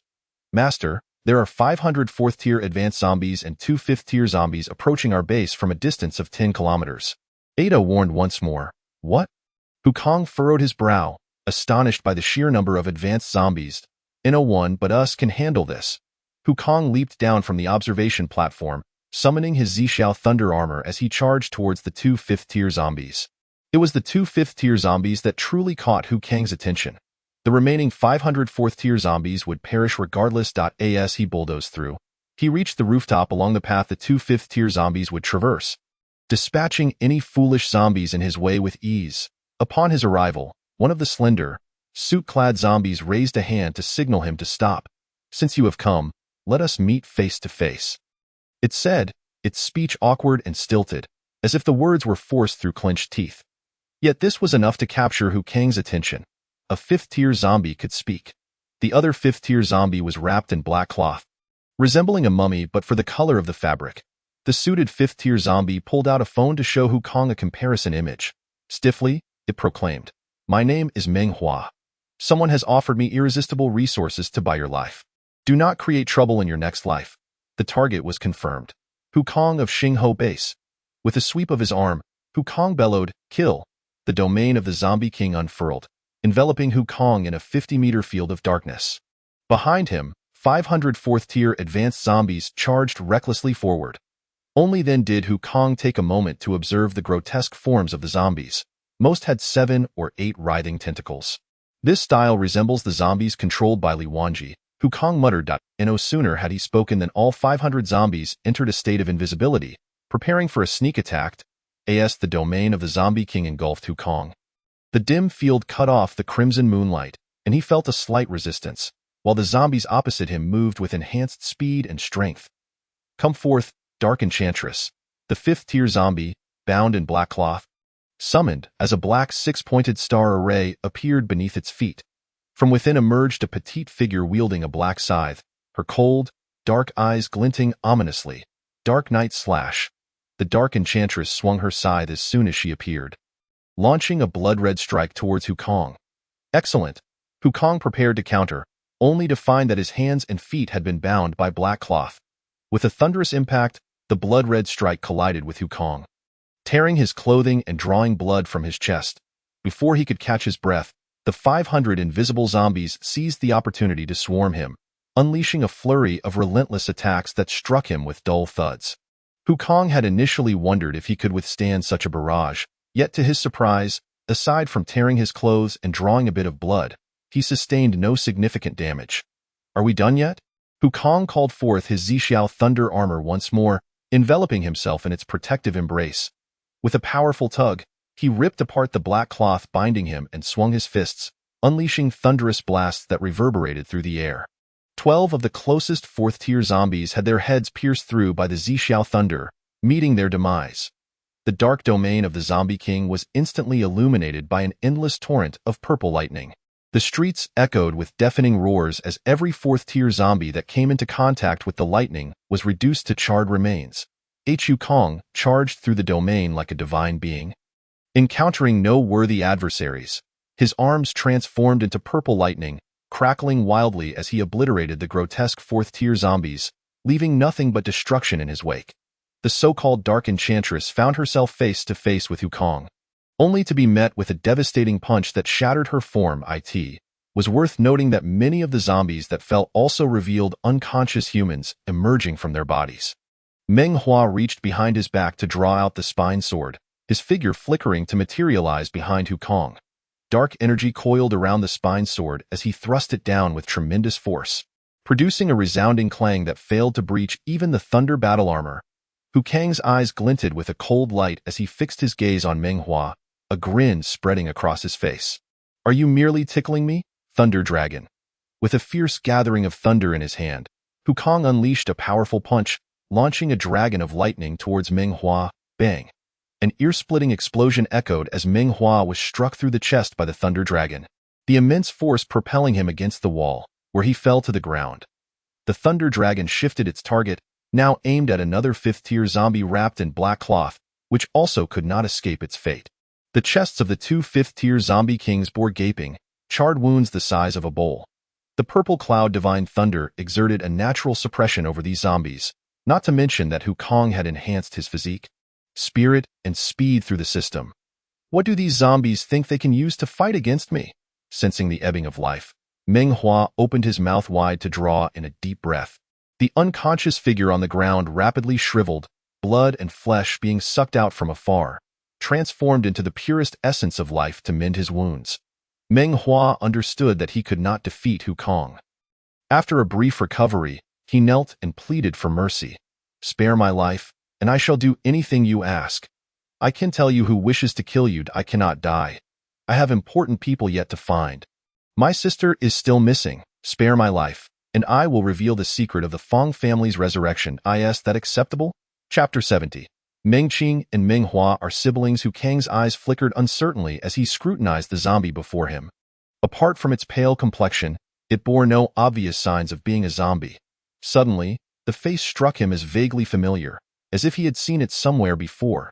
He inquired in a deep voice, "What is your name? What is your sister's name?" Kong reached into his pocket, retrieved his phone, and quickly dialed Meng Qing's account for a video call. The call connected swiftly, and Kong got straight to the point. "Do you have a brother named Meng Hua?" Regrettably, there had been no news until now. Kong switched the camera to focus on Meng Hua, asking, "Is this your brother?" "Xiao Hua, sister." The siblings recognized each other with excitement, recounting the hardships they had faced since the apocalypse. Meng Hua deliberately concealed his transformation into a zombie, sharing every other experience with his sister without omission. After a lengthy conversation, the call ended, and Meng Hua knelt before Kong, his voice trembling as he expressed, "Thank you for saving my sister. From now on, I am willing to traverse mountains of knives and seas of fire for you." "Boss, how can you speak? You possess human consciousness?" Kong inquired with curiosity. "Apologies, but I am uncertain myself," Meng Hua continued. "When I transformed into a zombie, I retained my self-awareness, and it was only after reaching the fourth tier that I regained the ability to speak." As he spoke, Meng Hua dispelled the Zombie King domain, causing the remaining 13 zombies within to collapse and become immobilized, resulting in the emergence of 13 human forms from their chests. "Those who wish to kill you hail from the Fong family base in Zhaoyang. These 500 zombies were purchased from the Conrad Corporation, led by a person named Li Wanji, who is an ability user. The zombies birthed from the serum at Conrad Corporation are significantly stronger than ordinary wild zombies. The secret of resurrection also originated from the Fong family base. It is said they captured an ability user, and by drinking her blood, they can heal injuries and even produce elixirs within their bodies." Kang's gaze flickered with determination. It seemed a visit to the Fong family base was imperative. In the past, The notion of resurrection was absurd, but in the current apocalypse, anything was possible. An ability user capable of reviving the dead must be under his control. Another fifth-tier zombie, entirely wrapped in black cloth, seized Li Wanji by the ankle and dragged her forward. Meng Hua pointed at the black-clad zombie, introducing, "This one is named Jibata. He is my enemy. After the apocalypse, I turned him into a zombie to serve me for life. This is Li Wanji, the leading ability user from Conrad Corporation." Hu Kong glanced at the unconscious Li Wanji, whose alluring figure lay on the ground. If she could join the base, the Xingho base would gain another ability user. He then casually remarked, "I'll take this person with me." Meng Hua, do you know the location of the Fong family base? Hu Kong asked with urgency. Earlier, he had attempted to locate the Fong family base through Yadwa, but unfortunately, Yadwa could not find it. All right, Hu Kong agreed, adding, "We must act swiftly. Boss, may I bring my people to pledge allegiance to you?" Meng Hua continued, "I have occupied a territory in Qingyo town, gathering over 21,000 survivors. I informed the survivors that the warriors searching for supplies were injured and required blood transfusions. The base's populace has been eager to donate blood, and now we can hardly keep up with the demand. The Fong family base contacted me, offering 200 tons of supplies and assistance in finding people, which is why I agreed to come." "No," Hu Kong pondered for a moment before stating, "My base does not lack personnel. By the way, who are you searching for?" "I forgot." Meng Hua sheepishly scratched his head, a nervous smile accompanying his pale face. "You should concentrate on developing your power in Qingyo town and gather information on the Fong family base's location. I will reach out to you if I need anything, and you are always welcome to visit the Xingho base to see your sister." Hu Kong instructed. Without hesitation, Meng Hua turned to leave. The unconscious figures on the ground, aside from Li Wanji, rapidly shriveled, their blood and flesh consumed by Meng Hua. "Thank you, boss, but there's no need. We can wait. My current appearance is not suitable for meeting my sister." Outside the base, the zombies continued their relentless assault, undeterred by death. The air was thick with smoke as fierce battles raged on. The Xingho base was embroiled in a desperate struggle. The survivors of Fuzhou City had plunged into chaos. All factions, large and small, including the hidden survivors, faced furious onslaughts from the zombies, particularly after the arrival of the zombie rats and zombie bats, leading to a scene of utter carnage. Casualties escalated to horrifying levels. The zombie bats utilized sound waves to locate survivors hiding in basements, while the zombie rats dug tunnels to find people, overwhelming them in a frenzy of gnashing teeth and claws, reducing them to mere skeletal remains within minutes. The defensive measures prepared by various factions crumbled before the Titan zombies, proving utterly ineffective. 500 meters from the Xingho base, Su Chang's position was desperately holding on. Initially, they believed that with their pre-constructed defenses, they could easily repel the first and second-tier zombie waves. However, the subsequent onslaught of zombie rats and zombie bats shattered Su Chang's hopes. Within mere minutes, the base's defenses were breached by the zombie rats. This shelter, composed of over 20,000 people, was instantly transformed into a mountain of corpses and a sea of blood. Countless souls were torn apart by the zombies. While the zombie rats devoured every last morsel, above, the bats screeched wildly as they swooped down to feast on blood. Many villagers perished in the basement of the shelter. Those who frantically fled were engulfed in panic, seeking refuge in every available corner. The air was filled with wails of despair throughout the base. "Everyone, give it your all to hold the line. Don't hesitate to use high-explosive grenades," Su Chang bellowed. His eyes reddened as he fired a heavy machine gun with ferocity. The other wealthy individuals huddled in the basement, barricading the entrance with everything they could find, trembling as they lay on the ground, gripping their machine guns, anxiously watching the door. They resolved to fire back if the zombies breached their defenses, even if it meant death. The relentless pounding from outside filled the basement with dread. Chapter 71. The gruesome struggle of major factions. No. The expressions of those in the basement turned bitter at the response. Unbeknownst to them, Su Chang was also fighting for his own survival. The zombie rats infiltrated every nook and cranny with their sharp teeth, rendering even wooden doors utterly defenseless against their gnawing. Even iron doors fell prey to the zombie rats' claws and fangs. If a heavy steel door were to be breached, the Titan zombies would launch their assault, their immense fists relentlessly striking, boom, boom, boom. The thunderous impacts felt like hammers striking the hearts of the people, instilling fear and trepidation. As time passed, The massive steel doors began to buckle and break. Why heavens! Someone save me. Even the thick steel doors cannot hold them back. Whoever saves me, I will acknowledge them as my father. I detest this blood moon. There is not a shred of hope left. I have yet to experience the pleasures of a woman, and I do not wish to die. As the atmosphere grew increasingly oppressive, panic spread among the crowd. Some became so desperate that they forced their 52-year-old daughter to perform a mock duel with them, all in a bid to leave no regrets before death. The scene descended into chaos. Numerous individuals cowered in the basement, wailing and weeping in terror, I in the dim light. Many men took advantage of the chaos, embracing sobbing young girls and groping them amid the turmoil.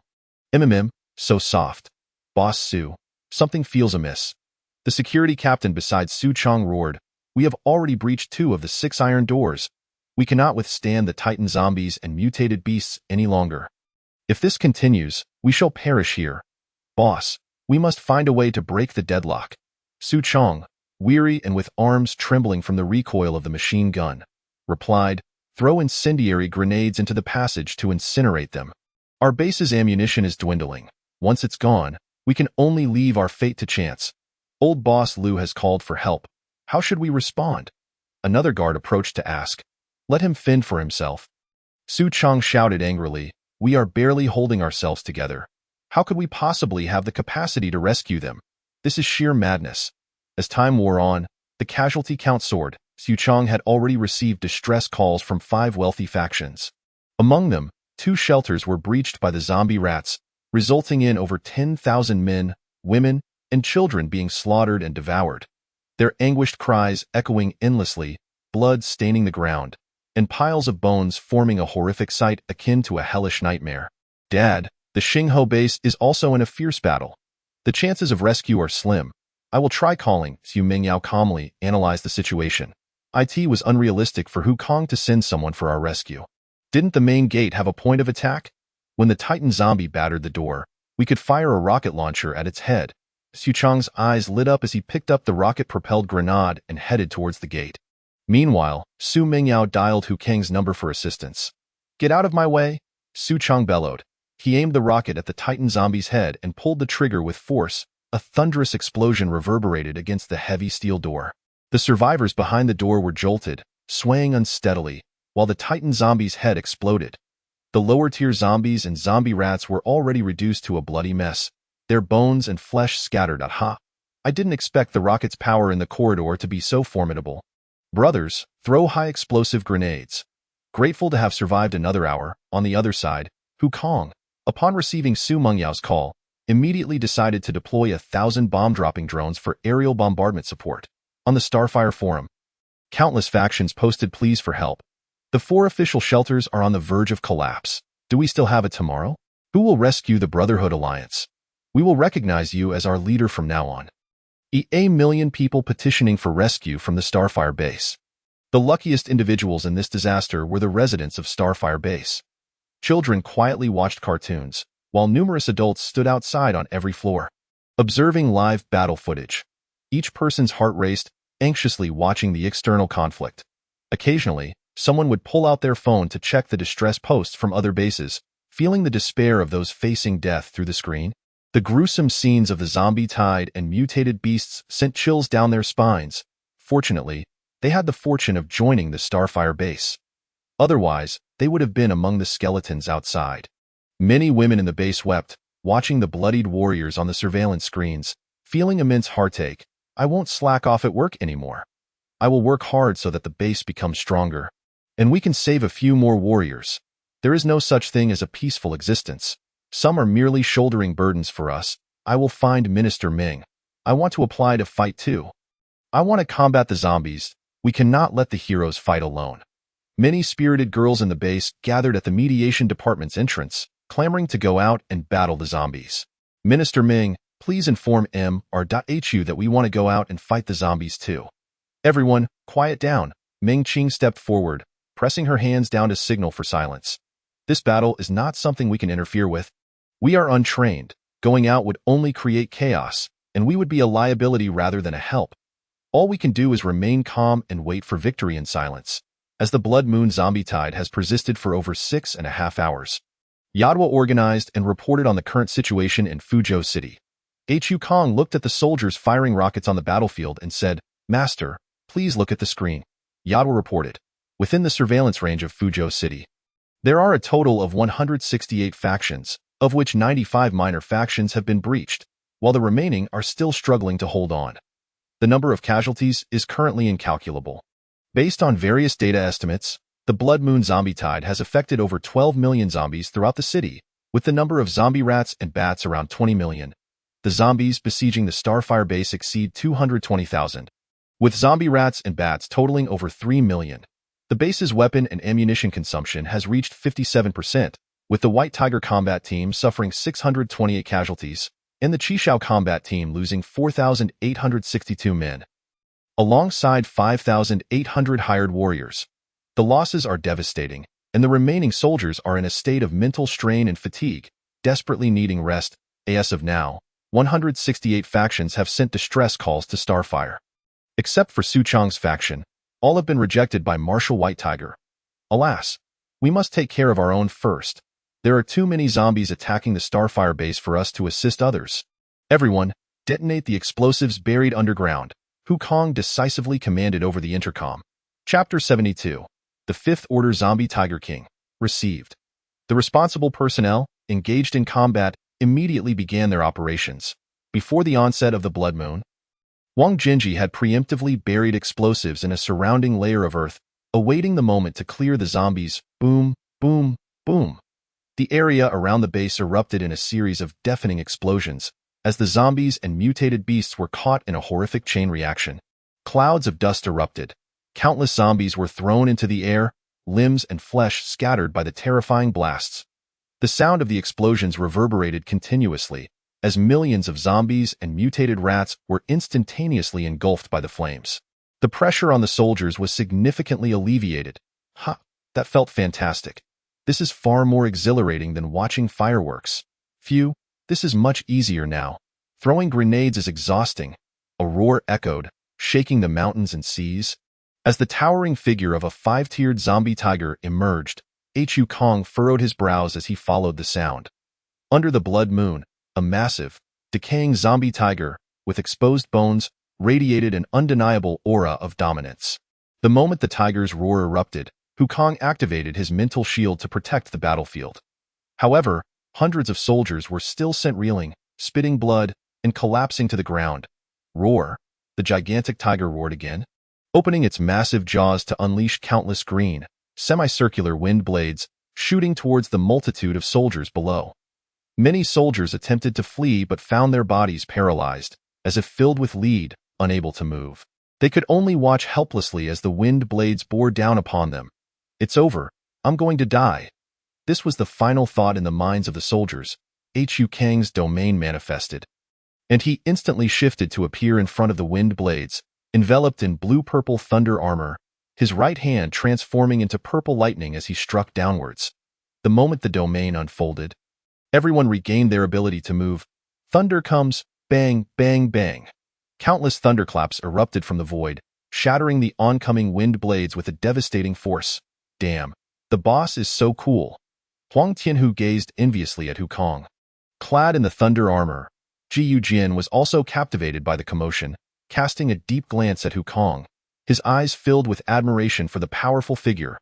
Damn it, everyone else awakens nature-type abilities, and I can only turn into a bear. So frustrating, Du Xiao grumbled, swatting away a third-order zombie with his bare paw. Despite Hu Kang's infrequent interventions in the base, no one ever doubted his strength. This is never ending. Hu Kang's piercing gaze brimmed with fury, his wrath surging like a volcano on the verge of eruption, instilling fear in those who beheld it.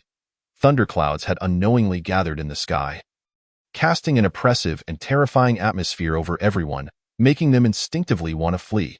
The arrogant zombie tiger king atop the building visibly recoiled in fear, realizing it had provoked a force it should not have. I simply came out to grab a bite. Is it too late to run now? Hu Kong had no intention of granting the zombie tiger king the opportunity to explain. He vanished from his spot, briefly appearing above the zombie tiger king. With a cold gaze looking down at the tiger king, he extended his hand, now transformed into lightning, pressing it upon the zombie tiger king's head. softly uttering 2 words, Thunder Dragon. The zombie Tiger King's pale eyes widened. In that instant, it realized it had attracted the attention of a great terror. Enduring this attack would mean death. The trembling tiger body thrashed wildly, attempting to break free from its restraints. Under the immense pressure of impending doom, the zombie Tiger King let out an anguished roar, as if some kind of confinement in its mind had been shattered. It vanished in an instant. Reappearing 200 meters away, and within a few breaths, it had fled several kilometers distant. Hu Kong observed the direction in which the zombie Tiger King had escaped but chose not to pursue, as it was too swift to catch up. Exhaling deeply, he looked down at the relentless tide of zombies surging forward as if driven by bloodlust. Heaven's wrath. Beneath the canopy of thunderclouds, countless bolts of lightning descended like torrential rain, illuminating the pitch-black night sky, nearly blinding everyone. The zombie tide on the ground, regardless of their third or fourth order, was obliterated into black ash in an instant. Slowly cascading to the earth, those below gazed at this apocalyptic scene, utterly stunned. Their expressions a blend of disbelief and shock, standing frozen in place, their machine guns dropping to the ground, forgotten. Is this an attack that a human can unleash?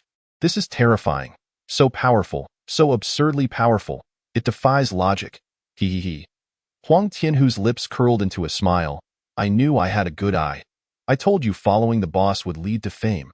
Aristocratic families? Trash, all of them. Hu Kong paid no mind to the terrified gazes of the onlookers below. He swiftly moved towards the direction of the zombie tide.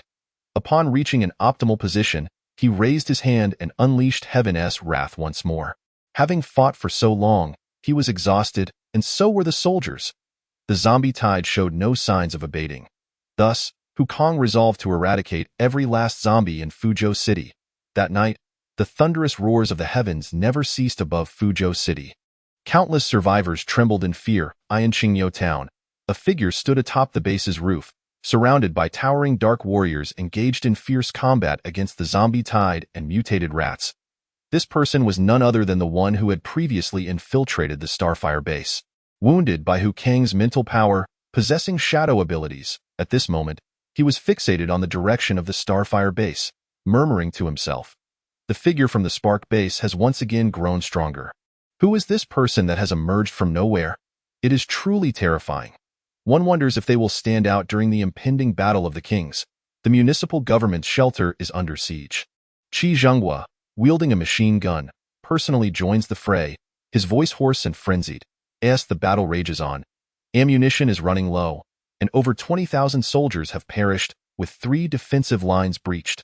More than 40,000 residents, trapped on the surface, are overwhelmed by a horde of zombies breaking through the walls, devoured on the spot. The scene is utterly horrific, enough to send shivers down one's spine. Countless frontline soldiers begin to fix bayonets, fighting desperately against the zombies in a fight to the death. If they are scratched by a zombie, their attacks become frenzied and reckless, for they know they are beyond salvation. They might as well take down a few more zombies. Just as the 4th defensive line is about to fall, and despair grips the hearts of countless survivors, Hu Kong appears on the rooftop. Boom, boom, boom. The crowd hears a deafening thunderclap, and as countless bolts of lightning illuminate the night sky, they gaze in shock at the surrounding area, now devoid of zombies. By the heavens, a deity has descended. This is simply extraordinary. Amidst the shock, they also feel a sense of relief at having survived. Regardless of the circumstances, being alive is what matters most.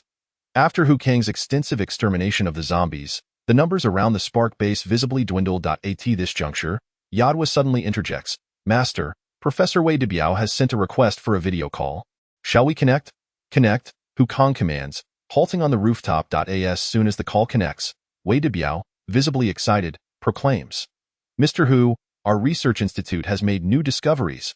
After extensive studies by several research teams on the blood moon in the sky, we have found that the crimson moonlight contains an unknown energy that can increase the virulence of the virus within the zombies, accelerating their evolutionary pace, but it renders them frenzied, requiring a certain miraculous energy to sustain them. Fortunately, all survivors possess this miraculous energy. Chapter 73. The end of the zombie tide. Sensing Hu Kang's displeasure, it is clear that the aftermath of this blood moon zombie tide will greatly improve the living conditions for various factions. Only 2 hours left. Wukong nods in satisfaction. Well done. I shall commend you for this. If you require any resources, consult Zhuke. After hanging up, Wukong calls upon Yadwa, instructing, immediately draft an announcement under the name of the Spark Base and disseminate it. Sharing our research findings. Let everyone hold on for just 2 more hours. The Blood Moon zombie tide will soon come to an end. Understood, Master, Yadwa replies sweetly. After some contemplation, Wukong contacts Zhuke via video. Zhuke promptly issues orders. 1. Immediately prepare the dining halls across all levels for a celebration feast. Beef, ham, barbecue, beer, and a variety of delicacies. Spare no expense. 2. All personnel in the base will have a 3-day holiday. Except for children and the elderly, everyone will come out to clean the battlefield. Received, Commander. I will arrange this immediately. Zhuke responds efficiently, without delay. Shortly after, Yadwa finishes editing and publishing the announcement. Not long after its release, the expressions of those following the base's forum shift to overwhelming joy, and they rush to report to their faction leaders. Upon receiving the news, the leaders of various factions exhale deeply, feeling a significant weight lift from their shoulders. After enduring such prolonged hardship, the calamity of the Blood Moon zombie tide, which affected all of humanity, finally sees a glimmer of hope. With renewed optimism, the previously numb and despondent survivors suddenly brim with energy. They joyously share the news. Ha ha ha, the Spark Base has announced that the zombie tide will end in 2 hours. This is wonderful. We finally see a chance to survive. If it lasted any longer, I wouldn't have held on, brothers, have you heard? The Blood Moon zombie tide will conclude in 2 hours. Hold on for the sake of our families behind us. Just 2 more hours, we can endure. We will prevail. On the base's forum, survivors leave messages of gratitude. Thank you, Spark Base. Thank you, Wukong. From now on, let anyone dare show disrespect to the Spark Base, and I shall be the first to slay them. This zombie tide has been a devastating blow to the scattered survivors. Fortunately, countless individuals heeded a friend's advice to hide in cesspools, where the foul odors masked their presence from the zombies, allowing them to survive. This calamity has allowed many to witness the might of the Spark Base and filled them with gratitude towards Wukong. With hope in their hearts, time passes swiftly. 2 hours fly by. The blood-red moonlight in the sky gradually dissipates. The zombies on the ground, once frenzied, now have their crimson rage fade, reverting to the pallid, lifeless eyes they once had, devoid of their previous ferocity and madness. Their movements becoming sluggish. By Wukong commands through the intercom, notify all teams to organize drones for bombarding the remaining zombies, then lead the troops to radiate outwards from the base to collect the zombie cores. Any who dare to obstruct shall be killed. Wang Jinji, Xuanwu, inspect and restore the damaged city defenses and maintain order at the scene. Zhuke, mobilize the residents of the base to assist in cleaning the battlefield and collecting the zombie cores. Be meticulous. Not a single one should be overlooked. The weary soldiers resisting the mercenaries lay on the ground, resting upon witnessing the retreat of the zombies. The only thing keeping them going until now has been sheer willpower. I am so exhausted. This is far more tiring than my usual rewards. How wonderful it is to live another day. The Baihu combat team swiftly deploys AS third-tier bionic clones. They are constructed from super-strength alloys, enabling them to fight for 10 days and nights without feeling the slightest fatigue. The Baihu combat team remains in peak condition.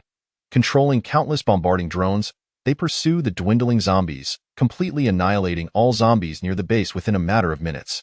Subsequently, the Baihu combat team boards battle vehicles and rushes outside to collect the zombie cores exterminated by Wukong.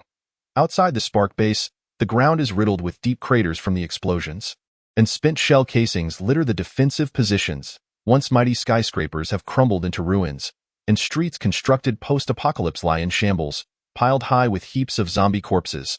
Discarded limbs and shattered remains are scattered everywhere, and flames burn across the base's perimeter, sending thick plumes of black smoke into the air, releasing a foul, acrid odor.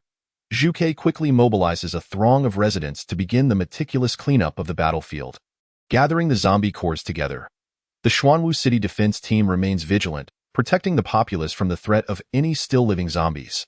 Simultaneously, outside the territories of various factions, the pressure from the zombies suddenly eases, and the people embrace one another, overwhelmed with joy, erupting into cheers. The leaders of each faction rapidly issue orders. Ding! Congratulations to the host for successfully surviving the Blood Moon. You and your soldiers have cumulatively killed 224,000 zombies and mutated beasts, earning you a reward of 428,000 evolution points.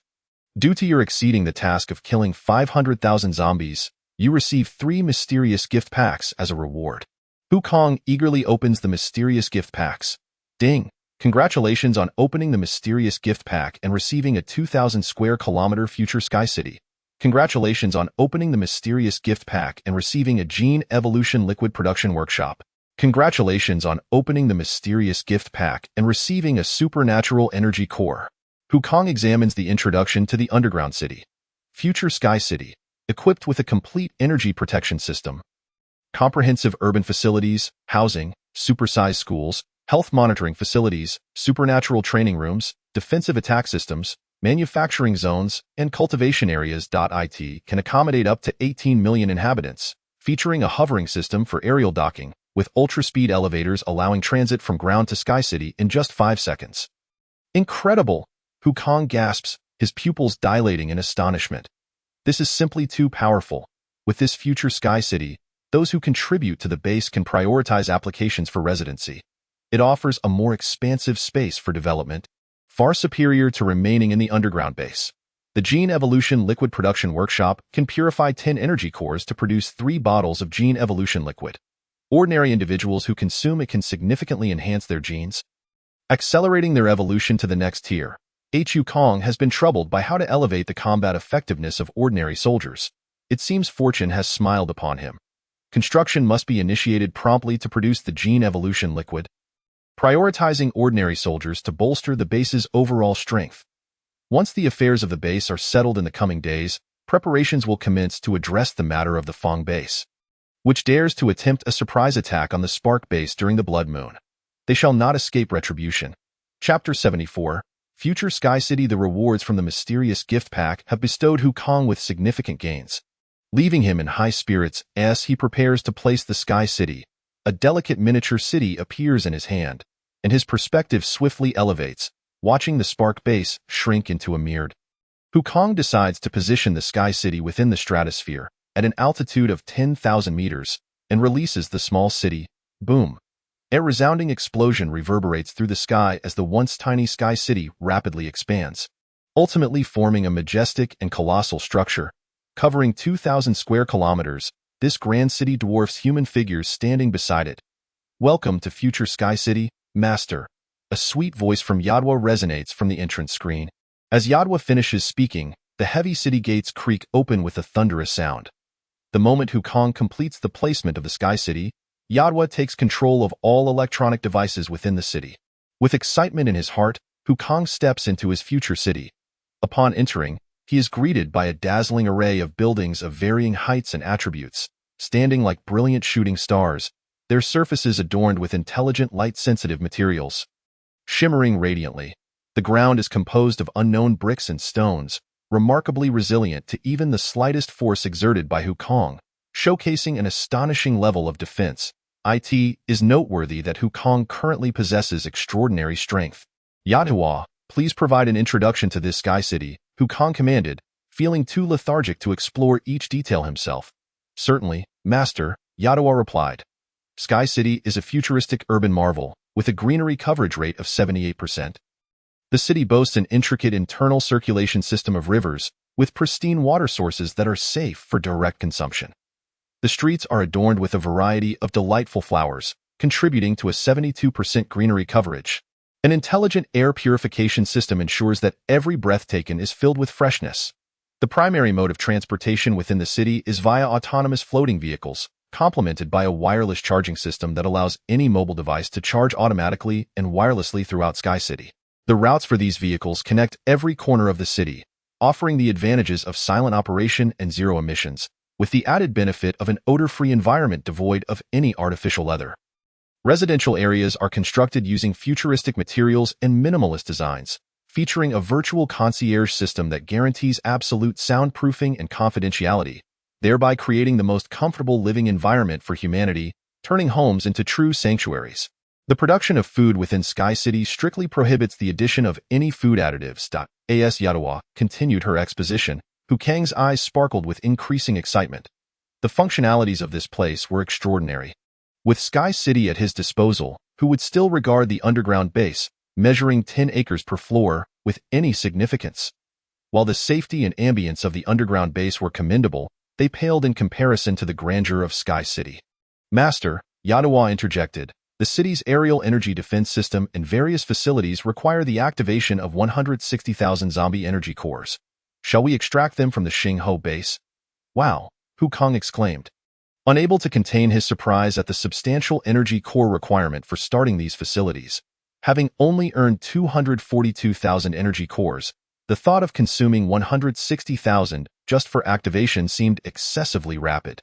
Master, this figure represents the cumulative requirement for all city facilities. Subsequent operations will not necessitate such a large consumption, Yadawa clarified.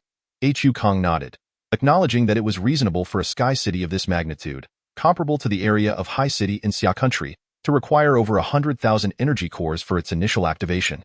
With a decisive nod, 160,000 energy cores vanished from the Xingho base. Enormous devices throughout Sky City powered on, and a translucent energy screen gradually ascended, coalescing into a dome-shaped protective shield. The ground beneath Sky City erupted with a thunderous roar, releasing countless white mists that enveloped the city, rendering its location invisible from a distance, leaving only a massive cloud of white. The colossal city defense cannons activated, aligning toward the external directions after calibrating their positions. The previously tranquil rivers within the city began to flow vigorously towards the lakes, with fish joyfully leaping through the water, as the energy cores were consumed. The air purification system commenced its operation, and Hu Kang distinctly sensed the air becoming fresher and more comfortable. He opened the door of a floating vehicle, which smoothly accelerated without any jostling, providing an exceptionally comfortable ride. In mere minutes, Hu Kang arrived at the factory area, mindful of his purpose, to establish the Gene Evolution Liquid Production Workshop. He accessed the system and initiated the installation. In what was once an empty room, imposing machines materialized, their stern exteriors gleaming under the lights. Inside, the transparent covers, gears, and bearings meshed tightly, exuding a unique metallic allure. Once the Gene Evolution Liquid Production Workshop was set up, the next step was to arrange personnel for production. Yadawa granted access to all clones and artificial beings to enter Sky City. Understood, Master. Hu Kang then contacted Zhuke via video. Zhuke, arrange for our management team to come to Sky City and commence the production of Gene Evolution Liquid. The residents of the base are not permitted. Yes, Commander, Zhuke acknowledged, having already been briefed on Sky City by Yatuo. Almost forgetting, Hu Kang slapped his forehead.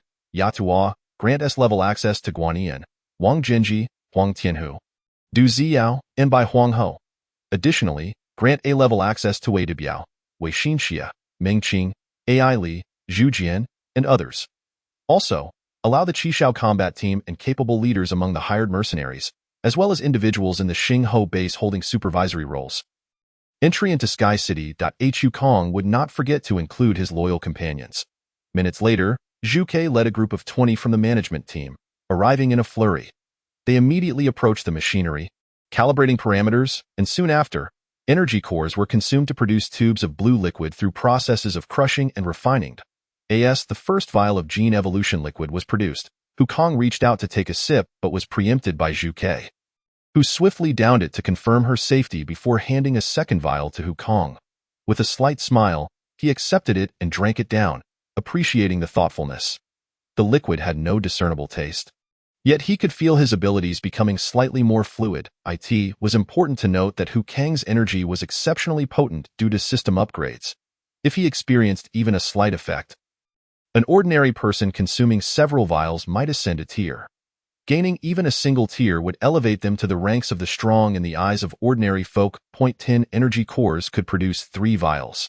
Hu Kang instructed Zhuke to expend 300,000 energy cores to manufacture 90,000 vials of Gene Evolution Liquid. The energy cores at the base were depleting too rapidly, while the pace of zombie extermination was insufficient to keep up with consumption. A strategy to generate resources was imperative. Chapter 75. Gene Evolution Liquid. Yatuo, Hu Kang continued, establish a hierarchy of resident permissions from S to D levels, with different privileges associated with each tier, and publish the criteria for advancement based on contributions from base residents. All personnel from the Xingho base achieving B-level permission would be eligible to apply for residency in Sky City through the official website. Successful applicants would receive a complimentary suite in Sky City, which they could share with family. Residents who had not yet reached B-level permission could apply to bring one person to visit Sky City for 10 hours every 10 days. Wukong articulated his directives, and Yadua quickly took notes, editing and publishing the information immediately. Only residents registered with the Xingho base would be able to view the updates. Attention, residents of the base. All permissions have been reassessed and redistributed based on previous contribution scores. For details, click to view your profile. Residents with B-level permissions and above may apply for residency in Xingho Sky City. Successful applicants will receive a 50-year property right for a suite in Xingho Sky City, which offers a more spacious area, enhanced security, and improved transportation options. What is going on? When did our base suddenly acquire a Sky City? Does anyone know where it is? Please explain, as I've never heard of it before. At that moment, someone shared a screenshot of their B-level permission and successful application for residency in Sky City, accompanied by a comment. Stop whining, just apply to join and see for yourself. As long as you steadfastly follow Hupapa's lead, life will be filled with abundance. After all, Hupapa delivers real resources and housing, and who knows, he might even provide us with partners in the future. This comment garnered the most likes. Many residents chimed in, expressing their excitement. Haha, I also have B-level permission and successfully applied to join Sky City. I can't wait to have my own room in this post-apocalyptic world. It's fantastic to be part of Xingho. Hee, my permission is A-level. Bowing down to the big shots. Many C-level residents, still a few hundred contribution points shy of B-level, felt a pang of disappointment, while D-level residents vented their frustration at the perceived injustice. Failing to realize they had contributed nothing to the base and had even acted maliciously in secret. Outside the Xingho base, residents worked diligently until nightfall, finally clearing the battlefield, filling in the craters left by explosions, and removing the rubble of collapsed buildings. The warriors, having rested during the day, were now in peak condition. As night fell, the interior of Xingho base was ablaze with lights, lavish banquets were laid out, and an array of delectable dishes, including tuna, salmon, tomahawk steaks, and lobsters, tantalized the senses. On stage, numerous young women clad in ancient attire danced joyfully, entertaining the audience as they dined. Most of these women had been streamers before the apocalypse, and now their performances provided immense satisfaction to the warriors. Life should be like this, either enjoying leisure in the company of fine music or achieving great deeds on the battlefield. Meanwhile, in one of the base's rooms, Li Wanji had already awakened and was pacing around, attempting to escape, but found the doors locked without proper authorization. Even her powers proved futile. Fortunately, the refrigerator was stocked with fresh vegetables, allowing her to prepare meals and stave off hunger. Click! The sound of the door unlocking announced Hu Kang's entrance. Oh, you're awake. He plopped down onto the soft sofa, reaching for a ripe peach from the table and taking a large bite. With a calm expression, Hu Kang inquired, "What is your decision?" Li Wanji's lips twitched, revealing a bittersweet expression. At this point, do I have any other options? I choose to join Xingho City, but I have one condition. You must accompany me to Conrad Corporation to rescue my sister. Without her, I have no desire to remain in this world. Death would be a release. This individual was formidable. Perhaps there was a chance of rescuing her sister. Hu Kang, without a moment's hesitation, nodded in agreement. After all, with his own strength, rescuing a person was hardly something to fear, even in the face of the formidable Conrad Corporation. Welcome to Spark City, he declared, extending his hand in greeting. I have granted you access to the S-Class base privileges. Take some time to familiarize yourself with the surroundings. Li Wanji, with her delicate and fair hand, grasped Hu Kang's warm palm. Their handshake was brief yet meaningful. The base is currently hosting a celebration banquet. You should join and mingle, Hu Kang added before turning to leave. As time passed, the residents of the base became increasingly inebriated, marking the happiest day since the apocalypse began. After the banquet concluded, Wei Xinqi could no longer suppress her urge to move into the new house. She insisted on accompanying Wei Debiao to pack their belongings overnight and relocate to the newly assigned suite in Sky City.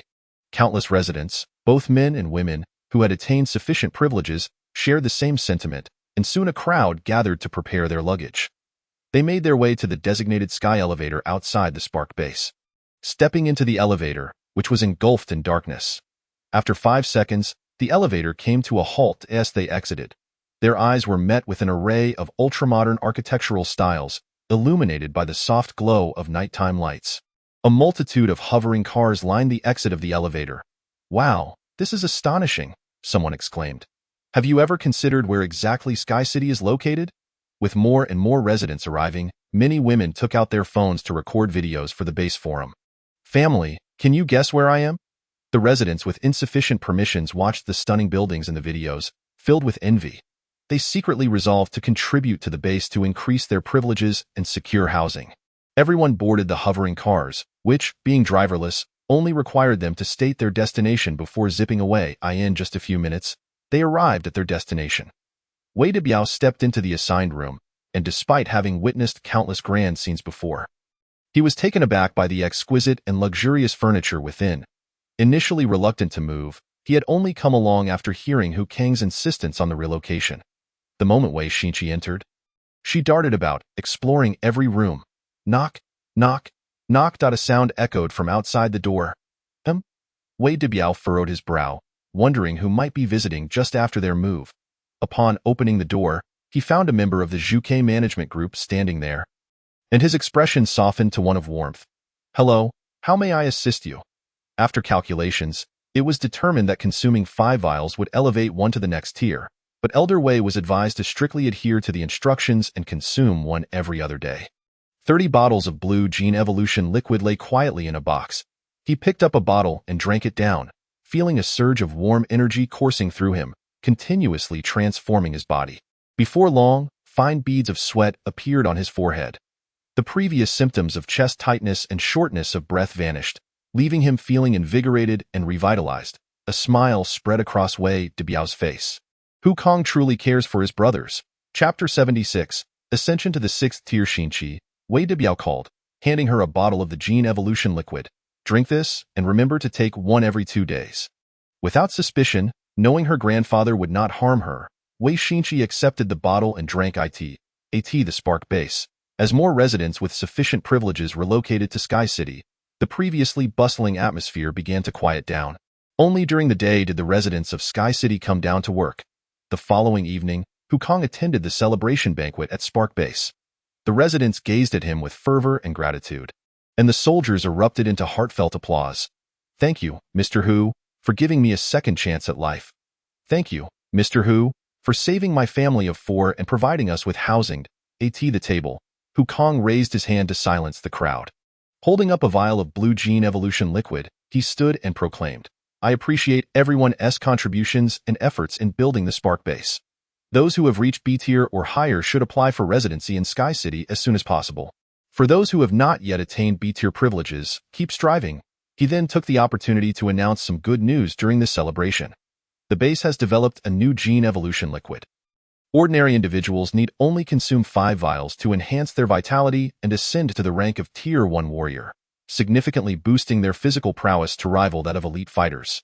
15 vials will elevate one to Tier 2, while 45 vials will promote one to Tier 3, providing the potential to awaken special abilities and become a powerful Esper. This will be sold to base residents at cost price, requiring only 10 energy cores per vial, while non-residents will pay 100 energy cores per vial.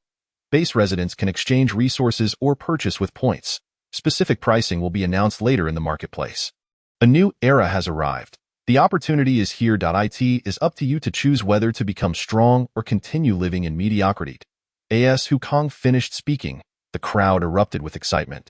The news of the gene evolution liquid stunned them, and both men and women gazed at the vial in Hu Kang's hand with fiery intensity. In this post-apocalyptic world, no one knew what tomorrow would bring or what unexpected events might transpire. Only by becoming stronger could one ensure survival. "I must join the mercenary team tomorrow, go out and slay zombies, and acquire energy cores to buy the gene evolution liquid." Moreover, the fact that the leader set such a low price to accommodate them was truly generous. Tears of gratitude welled up in their eyes.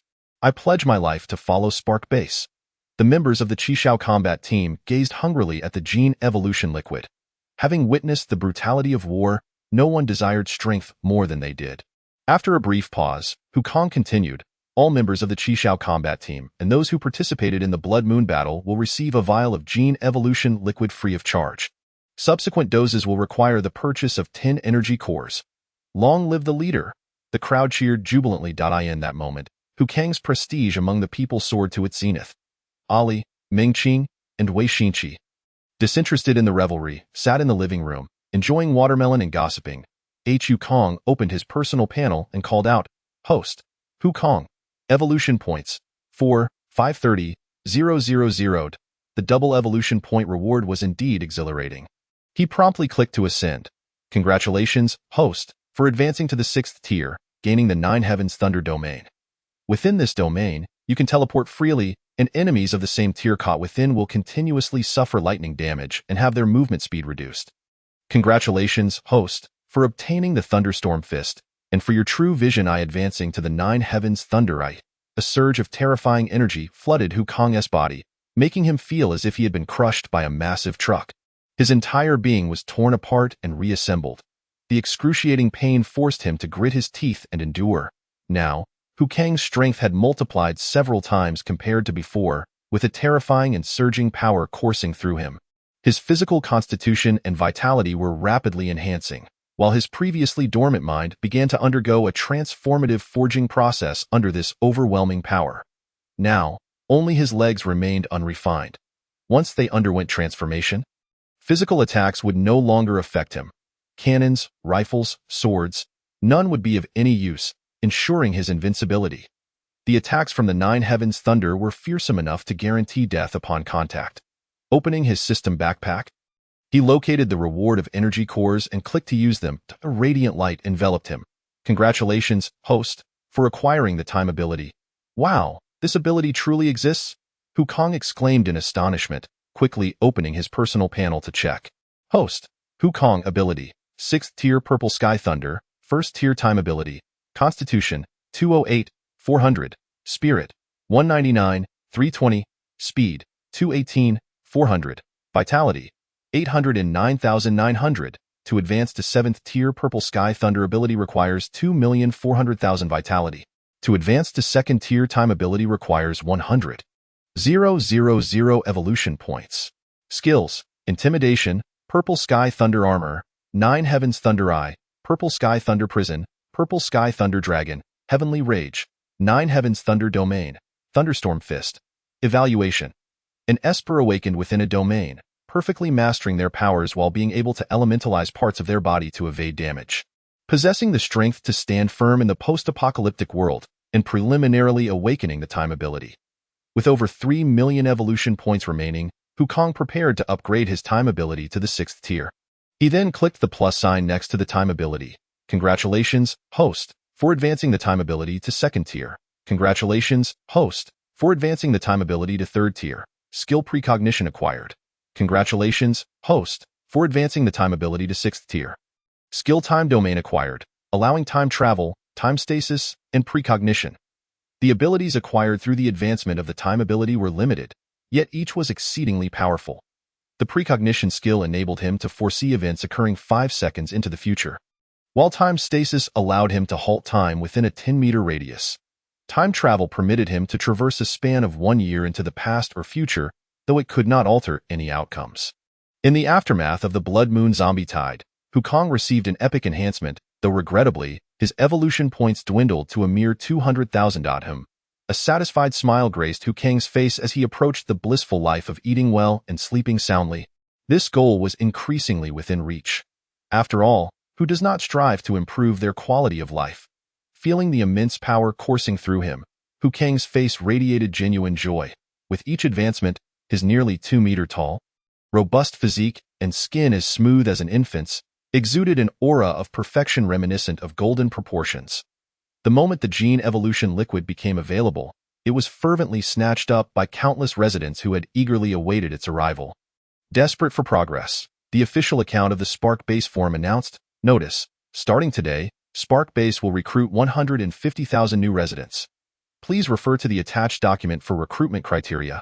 Priority will be given to unaligned survivors. We welcome all to apply enthusiastically. Effective immediately, Spark Base will gradually resume the sale of living supplies." Chapter 77. The recruitment of residents. A wave of fervent discussion erupted on the Xingho forum as soon as the news broke. "Doesn't your family have internet upstairs?" According to my reliable sources, countless residents have collectively relocated from the Xingho base. Though the exact destination remains unknown to IT, is rumored that photography and dissemination are strictly prohibited. However, I was verbally informed that the new location is a vast, futuristic city, a place of unparalleled beauty I have never witnessed in my life. I care not for your opinions. I am determined to seize this opportunity and join the Xingho base. What they say is undoubtedly true. My brother serves as a team leader in the Xingho base factory, where he was directly allocated a residence, with the added benefit of bringing family members along. Moreover, those relocating to the Xingho base are given complimentary housing upon their move. The esteemed who is not one to engage in false pretenses. He genuinely provides homes and resources as long as one joins the Xingho base and avoids reckless behavior. Survival in this apocalyptic world is assured. It is also said that there are discounts for purchasing gene evolution liquids internally. This is a substance that can enhance one's physical constitution, and it is rumored that reaching the third tier may grant the ability to ascend to a superhuman. The power of superhumans hardly requires elaboration, does it? Damn it, my own faction is frail and minuscule, burdened with endless tasks each day. I must join the Xingho base, even if it means cleaning toilets. Outside the Xingho base, several long lines have formed, filled with survivors who have traveled great distances to seek admission. Xu Chong leads Su Mingyao and a group of followers, eagerly waiting in line. This time, he is resolute in his decision to join the Xingho base. After experiencing the Blood Moon, Su Chong has come to realize that without weapons or superhuman abilities, doom is inevitable. It would be far wiser to seek refuge under Hukong, where one can find shelter beneath a great tree. Ha ha ha, I have successfully joined the Xingho base. Envy me. As time passes, the throng of survivors outside the Xingho base continues to swell. Some even arrive with their families. Hundreds strong, all hoping to join Xingho. Trucks roll out from the base, guarded by heavily armed soldiers on alert. Cases of food and water are unloaded from the vehicles, beginning distribution to the newly admitted residents, allowing them to take a moment to quell their hunger.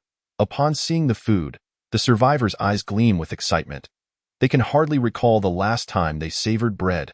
These survivors, gaunt and reeking, are desperate to eat, causing a frenzy among the crowd.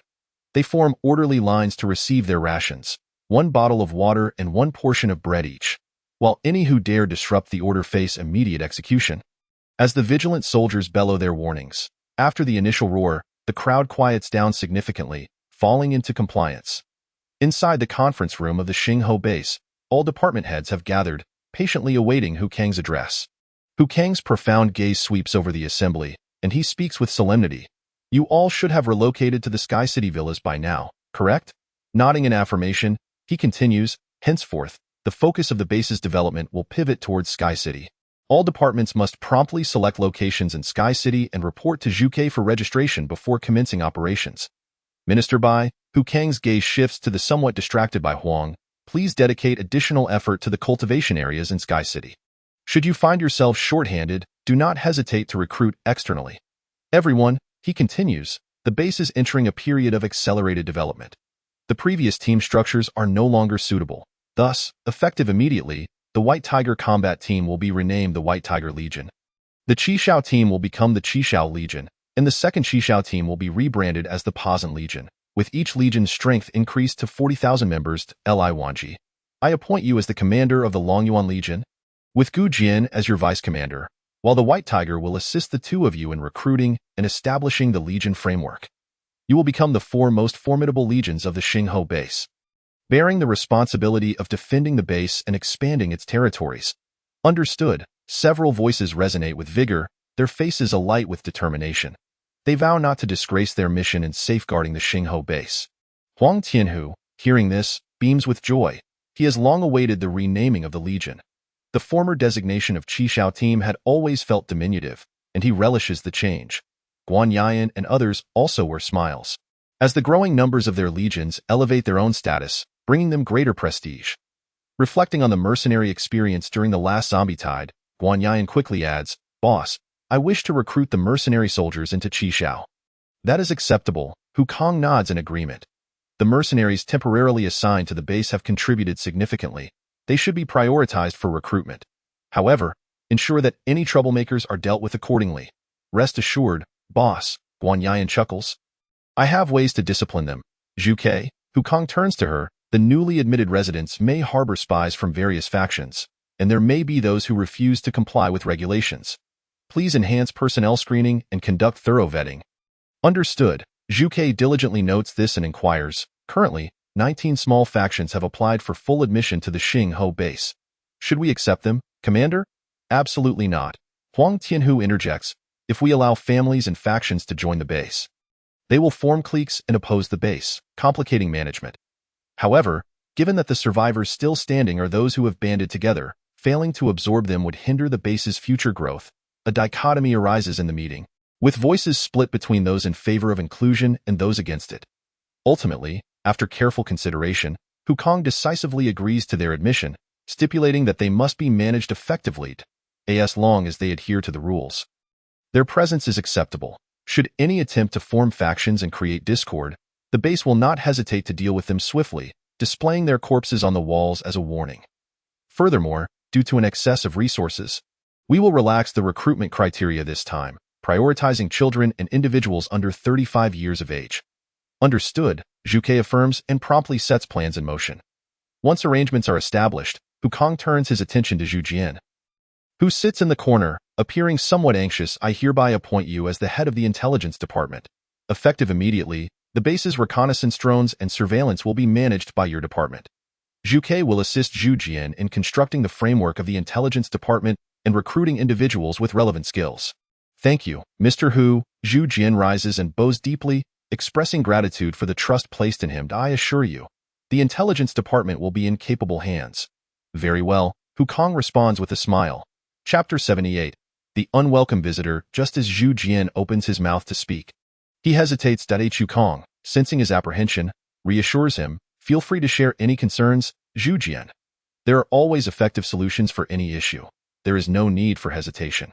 With Hu Kang's encouragement, Zhu Jian confidently states, a few days ago, I observed that during the base's ban on selling resources, some management personnel took advantage of their positions to purchase supplies at low prices from the base store, subsequently reselling them at inflated rates to outside survivors. Further investigation revealed that the captain of the Qishao combat team was involved in this resource trafficking. Upon hearing this, Hu Kang's expression darkens. His demeanor grave. It is crucial to note that the residents of the base have never suffered from lack, thriving instead on an abundance of resources, leading to many being better nourished than they were before the apocalypse. In such circumstances, how dare anyone defy base directives and engage in clandestine resource sales? This matter concerns Guan Yayan and Huang Tianhu. You two must collaborate with Zhu Jian to identify and punish these troublemakers severely. Anyone involved will be blacklisted from the base and permanently barred from future recruitment. Those who betray the base's trust have no right to enjoy its privileges. Rest easy, boss. No matter who it is, we will not show leniency. The trio of Guan Yayan, Huang Tianhu, and Zhu Jian solemnly vow, their expressions serious. Hu Kong nods slightly before turning to Zhu Ke, stating, the Sky City is vast, yet sparsely populated. Residents with B-level privileges should be arranged for relocation to Sky City as soon as possible. Understood. After 2 hours of discussions, the meeting concludes, and the department heads depart to implement the base's development plans. Exiting the conference room, Guan Yayan and Huang Tianhu catch up to Zhu Jian, speaking politely. Zhu Jian, please send us the list of those involved in resource trafficking. We will initiate the apprehension operation in half an hour. Certainly, Zhu Jian agrees, retrieving his phone to send the prepared document to them. Lu Chong, a former soldier, had been promoted to captain after joining the base due to his impressive combat skills in defeating zombies. After relocating to Sky City, he was assigned to a luxurious suite. In this post-apocalyptic world, he quickly attracted 3 wives to himself. With his solid abilities and recent exploits, he has been raking in substantial profits through his position. At this moment, he reclines on the sofa with his eyes closed, humming a tune, while his 3 wives pamper him with massages, their hands wandering restlessly. Life has been exceedingly pleasant. Suddenly, his phone rings. It is Zhang Tao, another captain, inviting him for drinks. Lu Chong, having a good rapport with Zhang Tao, eagerly tidies himself up and strides out confidently. Now that he is a captain, he walks with an air of assurance. To his dismay, as he opens the door, he is suddenly tackled to the ground by 5 burly men. Silver handcuffs snapping shut around his wrists. Zhang Tao, what the hell are you doing? Lu Chang roared in fury, while Zhang Tao stood nearby, announcing in a loud voice. Lu Chang, 3 days prior, you colluded with the residents of the base to engage in the illicit trade of supplies, receiving a sum of 3,500 units of nuclear materials, thereby violating the base's strict prohibition on the sale of supplies. The evidence is irrefutable, and all financial privileges of the base are hereby revoked. We are now executing a unified arrest and immediate execution. Zhang Tao, do you truly wish to ruin me to this extent? What nonsense are you spouting? I cannot comprehend a word. Though Lu Chang felt a pang of guilt, he stubbornly defended himself with loud protestations. Zhang Tao, however, paid him no heed and gestured for him to be taken away. Simultaneously, in the Sky City and the living quarters of the Xingho base, hundreds of grim-faced Red Sky soldiers, armed with real weapons and holding lists, swiftly moved about, executing arrests. Anyone implicated in the trade of supplies, regardless of their identity, was mercilessly apprehended by the Red Sky Legion. Those who dared to resist were shot dead on the spot. The large-scale mobilization of the Red Sky Legion naturally incited panic among the residents of the base. What is happening? Why are you suddenly arresting me? I merely bought a durian and have been taken away. What the hell is going on? Help me. Someone save me. The guards are arresting people indiscriminately. The Red Sky Legion has gone mad, killing everyone in sight. Those involved in the illicit trade, upon being captured, realized the gravity of their situation and began to scream in a frenzy, hoping to incite chaos. What is going on? Why are so many people being arrested? My wife was just taken after finishing her meal. She has always been diligent and made no mistakes. There must be a dark conspiracy at play. Damn it, the Red Sky Combat Team has lost their minds. Arbitrarily arresting people. I swear, every living area has individuals being apprehended. Hundreds in total. The Red Sky Legion worked swiftly, concluding all arrests within 10 minutes. The apprehended individuals were gathered in the square on the first floor of the base. Guan Yan approached, his murderous gaze fixed on the 3 battalion leaders he had promoted. You have truly brought shame upon me, kneel. After his furious command, Guan Yan ascended the platform and declared, all of you have violated the base's regulations by purchasing supplies at low prices and selling them at exorbitant rates during the prohibition period. I hereby revoke your status as residents, and you shall never be recruited again. All supplies will be confiscated. Now, get out of my sight. I am innocent, Commander Guan. I did not engage in the trade of supplies. Everyone knows I am blind, yet you accuse a blind man of selling goods. Many in the crowd immediately knelt, vehemently denying their guilt and shouting their innocence. Bang, bang, bang. A few gunshots rang out, and those who had protested the loudest were struck down, blood splattering upon the faces of others. The crowd fell silent, their terrified gazes fixed upon Guan Yan. You have 30 seconds. Those who remain standing will be shot on the spot in a frenzy. The crowd scrambled towards the exit of the base. Guan Yan slowly approached the 3 kneeling battalion leaders. With a sharp clap, he threw a handgun to the ground. You have brought disgrace upon the Red Sky Legion, betraying my trust. Will you take matters into your own hands, or shall I assist you? Lu Chang picked up the handgun from the ground, a bitter smile on his face as he replied, I will do it myself, but I regret disappointing you, Chief. Suddenly, Lu Chang aimed the gun at Guan Yan's head and pulled the trigger without hesitation. Die! The bullet halted mid-air before dropping to the ground. Disappointed in the 3 before him, Guan Yan raised a finger slightly, and a blade of azure wind flashed, severing the heads of the 3 leaders cleanly. Instantly, soldiers waiting nearby approached with black bags to clean up the scene. Guan Yan proceeded towards the elevator leading to the Sky City. Ever since learning of the existence of the ability training room in Sky City, several individuals would often go there to hone their powers. A figure suddenly rushed towards him at high speed, colliding with those walking normally and knocking them down. Hey, good sir, I wish to meet your base commander. Would you be so kind as to introduce me? A deep, resonant voice called from behind Guan Yan. Turning, he found a massive figure had appeared behind him, standing nearly 3 meters tall, clad in a green vest that showcased his explosive bronze muscles. With a colossal, heavy 9-ringed machete strapped to his waist, he exuded an intimidating presence. Who are you? Guan Yan sensed that this individual was an ability user and, given his arrogance, surmised that he was not there for friendly purposes. He decided to gauge the stranger's capabilities. My superior is extremely busy. Do you think someone of your lowly status can just waltz in to see him? Chapter 79. The Assault on the Breaking Team, damn it. Guan Yian. I am not that busy. Hu Kong, who had been watching from a corner, nearly lost his composure and leapt out to kick the giant. Huang Tianhu and Wang Jinji, along with Du Ziyao, quickly gathered around, intrigued by the unfolding drama. Thankfully, Li Wanji is not here. Young man, your temper is quite fiery. That could be problematic, the giant remarked casually, showing no signs of tension, though a glimmer of murderous intent flickered in his eyes. Do you think a beating will persuade you to relay my message? Guan Yian snapped his fingers, precisely. Should you defeat me, I will gladly relay your message. Then I shall beat you into submission. The giant declared, bending his legs and launching himself into the air, his massive fist descending upon Guan Yian with tremendous force. It was hard to fathom that such a large individual could possess such explosive speed and power. Yet, alas, he encountered Guan Yian, renowned for his speed as a wind ability user. Each strike from the giant narrowly missed as Guan Yian deftly evaded, appearing on the opposite side with a smile, beckoning the giant with a teasing gesture. Despite the giant's impressive power and speed, Guan Yian was simply faster. After a prolonged exchange, the giant's anger intensified, his face flushed with rage. Gripping his 9-ring machete, he bellowed, 8th level whirlwind. Wielding the heavy, fearsome machete, the giant spun in place with terrifying force, gaining speed as time passed. A powerful and violent tornado formed at the center, whipping up sand and debris, as it surged towards Guan Yian with the intent to deliver a decisive blow and end the fight. Ha! You dare to play with wind in front of me?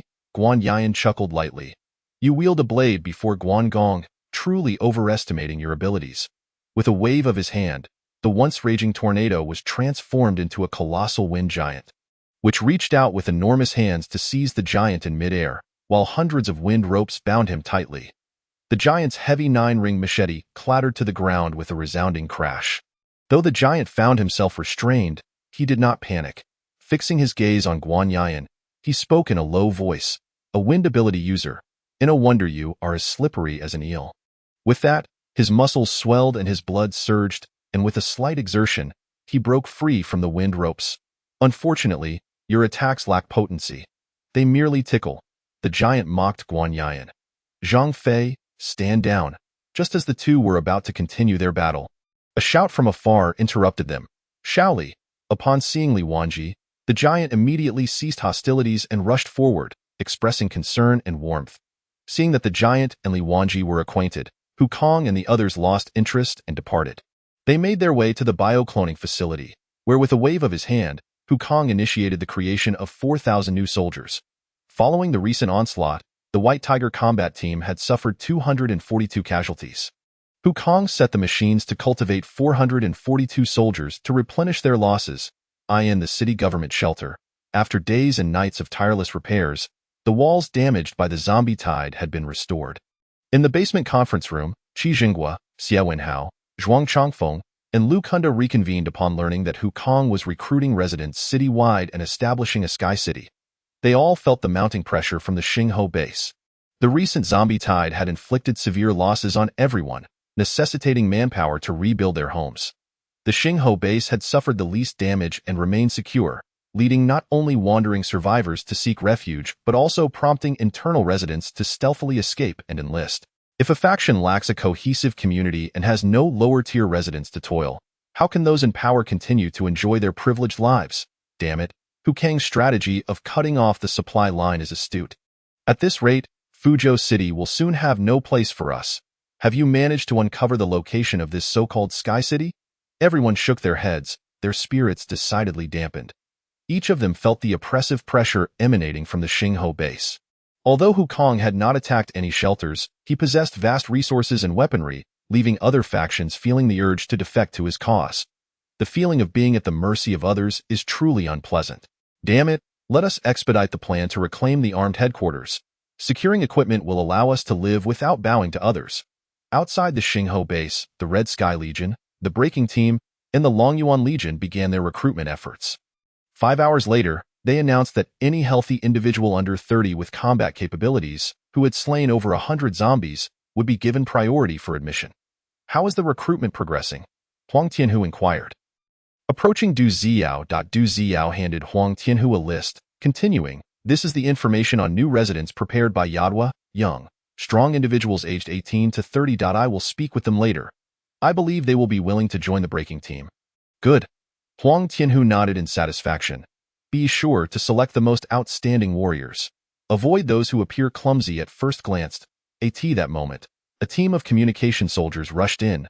"This is bad." After saluting, they reported, "A team of 1,000 sent out for a cleanup mission has gone completely missing.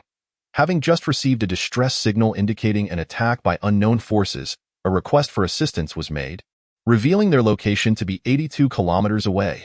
Who on earth possesses the audacity to assault my people?" Du Ziao bellowed. "Teams 2 and 3, follow me to rescue Team 1. Huang Tianhu intended to accompany them, but Du Ziao waved him off, stating, "There's no need for a sledgehammer to crack a nut. Brother Hu, you stay here and rally more men. I shall handle this." After a moment of contemplation, Huang Tianhu agreed, reasoning that few would dare to challenge the Xingho base, thus deeming the situation manageable. A convoy of dozens of military vehicles rolled out of the Xingho base, brimming with fully armed soldiers. Over an hour later, the vehicles came to a halt near a park, as the last known location of the missing team was pinpointed to be 500 meters within. Everyone disembarked, loading their weapons, and Du Ziao urged, "Join me as we go to rescue our brothers in Team 1. As they ventured deeper into the park, Du Ziao's eyes widened in horror at the most enraging sight of his life. Hanging from a towering tree in the park center were 1,000 soldiers from the Breaking Formation Legion, their appearances grotesque and pitiful, their garments tattered, revealing grievous wounds deep enough to expose bone, with blood dripping from their torn clothes, pooling onto the ground. Several severed arms lay scattered nearby, alongside a pile of communication devices. "Run, boss, do. They're coming for you," a brother still clinging to life on the tree faintly called out. No sooner had the words left his lips than a piercing sound sliced through the air, and a jade-green branch shot forward, instantly piercing his skull. The surrounding trees shifted positions, completely blocking Du Ziao's escape route, and 15 figures clad in black dropped from the trees, assuming a menacing formation to confront him. "Send out a distress signal," Du Ziao roared. "By the blazing heavens, should you harm my brothers, I shall ensure your demise." Chapter 80. Du Ziao falls in battle. Closing his eyes momentarily to gather his thoughts, Du Ziao realized that all 15 adversaries before him were endowed with abilities, each wielding a black sickle meant for harvesting wheat. 3 of them matched his own prowess at the 4th tier, while the remaining 12 were at the pinnacle of the 3rd tier. Sensing the murderous intent emanating from his foes, Du Ziao understood the gravity of the situation and resolved to buy time for his brothers to escape. His earlier fury had merely been a ruse to deceive his opponents. "Attack!" he bellowed, as his muscles swelled, bursting through his clothing, transforming him into a towering bear-like figure radiating ferocity. With a powerful thrust, he condensed his energy into a transparent sphere and hurled it at the trees obstructing their path. Boom! The barrier of trees exploded upon contact with the sphere, scattering debris and creating a massive opening. "I will cover our retreat. Teams 2 and 3, fall back." With that, he charged into battle against the 15 assailants. In comparison to the 3 4th-tier opponents, Du Ziao's speed lagged slightly, unable to evade in time. He suffered several cuts from the sickles upon his arms and back. Though only superficial wounds, blood dripped from his fur, rendering his appearance quite tragic. "Roar!" Du Ziao let out a primal scream, disorienting 3 black-clad assailants attempting to ambush him. Causing them to falter momentarily, he swatted one away, sending him crashing into a tree, where he thrashed about briefly before collapsing, his form gradually vanishing from sight. Fueled by a surge of combat fervor, Du Ziao seized the opportunity to engage 7 or 8 of the black-clad attackers. With a thunderous strike, he unleashed a shockwave from his bare paw. The devastating sound wave erupted, obliterating the internal organs of the attackers and tossing surrounding trees aside like leaves in a tempest. Only 4 adversaries remained. Du Ziao's gaze fixed intently on them. A flicker of confusion crossed his mind. This group of black-clad figures seemed slightly weaker than others of comparable rank. Undeterred, Du Ziao pressed on, his eyes glinting with a fierce determination. Seizing the moment, he grasped a 4th-tier opponent and, with a ferocious exertion, tore him asunder as if he were mere parchment. Death claimed him on the spot. Not long after, Du Ziyao had vanquished all in his immediate vicinity. Yet, from the distant trees emerged another 15 black-clad figures, brandishing sickles, 3 at the 4th tier and 12 at the 3rd. Du Ziyao's pupils constricted. And a chilling voice escaped him. "You must be summoned beings, are you not? Which brother of mine dares to toy with me from the shadows, too cowardly to reveal himself?" Outside the Xingho base, Huang Tianhu, who was busy recording names, suddenly received a distress message from Du Ziyao. The situation appeared dire. He urgently requested assistance from Boss Hu. Without delay, Huang Tianhu contacted Hu Kong via video, anxious as he spoke. "Something is amiss, boss. It seems we are being targeted. First, Team 1 from the Breaking Formation Legion called for help during their extermination mission. Du Ziyao took 2 or 3 men to assist, and now we received another distress signal. Notify Guanyan, Wang Jinji, and Li Wanji to cease their current tasks and set out lightly to provide support. Let us investigate together," Hu Kong calmly instructed after listening. "Understood, boss." Huang Tianhu swiftly contacted Guanyan and Wang Jinji. Within the park, Du Ziyao stood panting heavily, his body riddled with wounds, blood seeping from them, staining his black fur. He had just slain the last of the 15 black-clad figures, though he had sustained only minor injuries. The accumulation of small wounds threatened to drain him dry if this continued. His gaze darted uncertainly towards the reappearance of another 15 black-clad figures. Clap, clap, clap, a round of applause echoed from behind him, prompting Du Ziyao to turn and discover 3 figures emerging from the shadows. One bore a massive black flag, from which a chilling aura emanated. "I sit you." Du Ziyao's pupils contracted as he spoke in a hushed tone. The other 2 figures were immediately recognizable. One was petite and delicate, while the other towered over 3 meters tall, wielding a massive 9-ringed broadsword. It was none other than Zhang Fei and Li Wanji, who had made their appearance that very morning. Zhang Fei grinned widely, driving the tip of his sword into the ground with such force that it effortlessly pierced the concrete, glancing at Du Ziyao as he proclaimed, "It seems you possess great strength. Allow me to have some fun with you." With a powerful flex of his arm, his bronze muscles bulged, shattering the stones beneath him as he lunged towards Du Ziyao.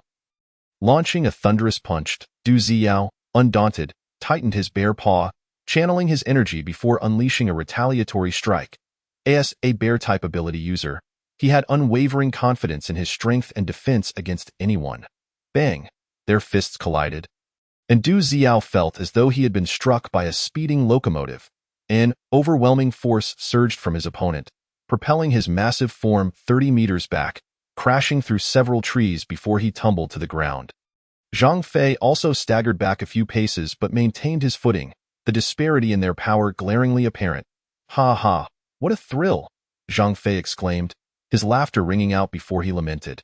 "Had we met sooner, you would have become my friend, but alas, we are pressed for time."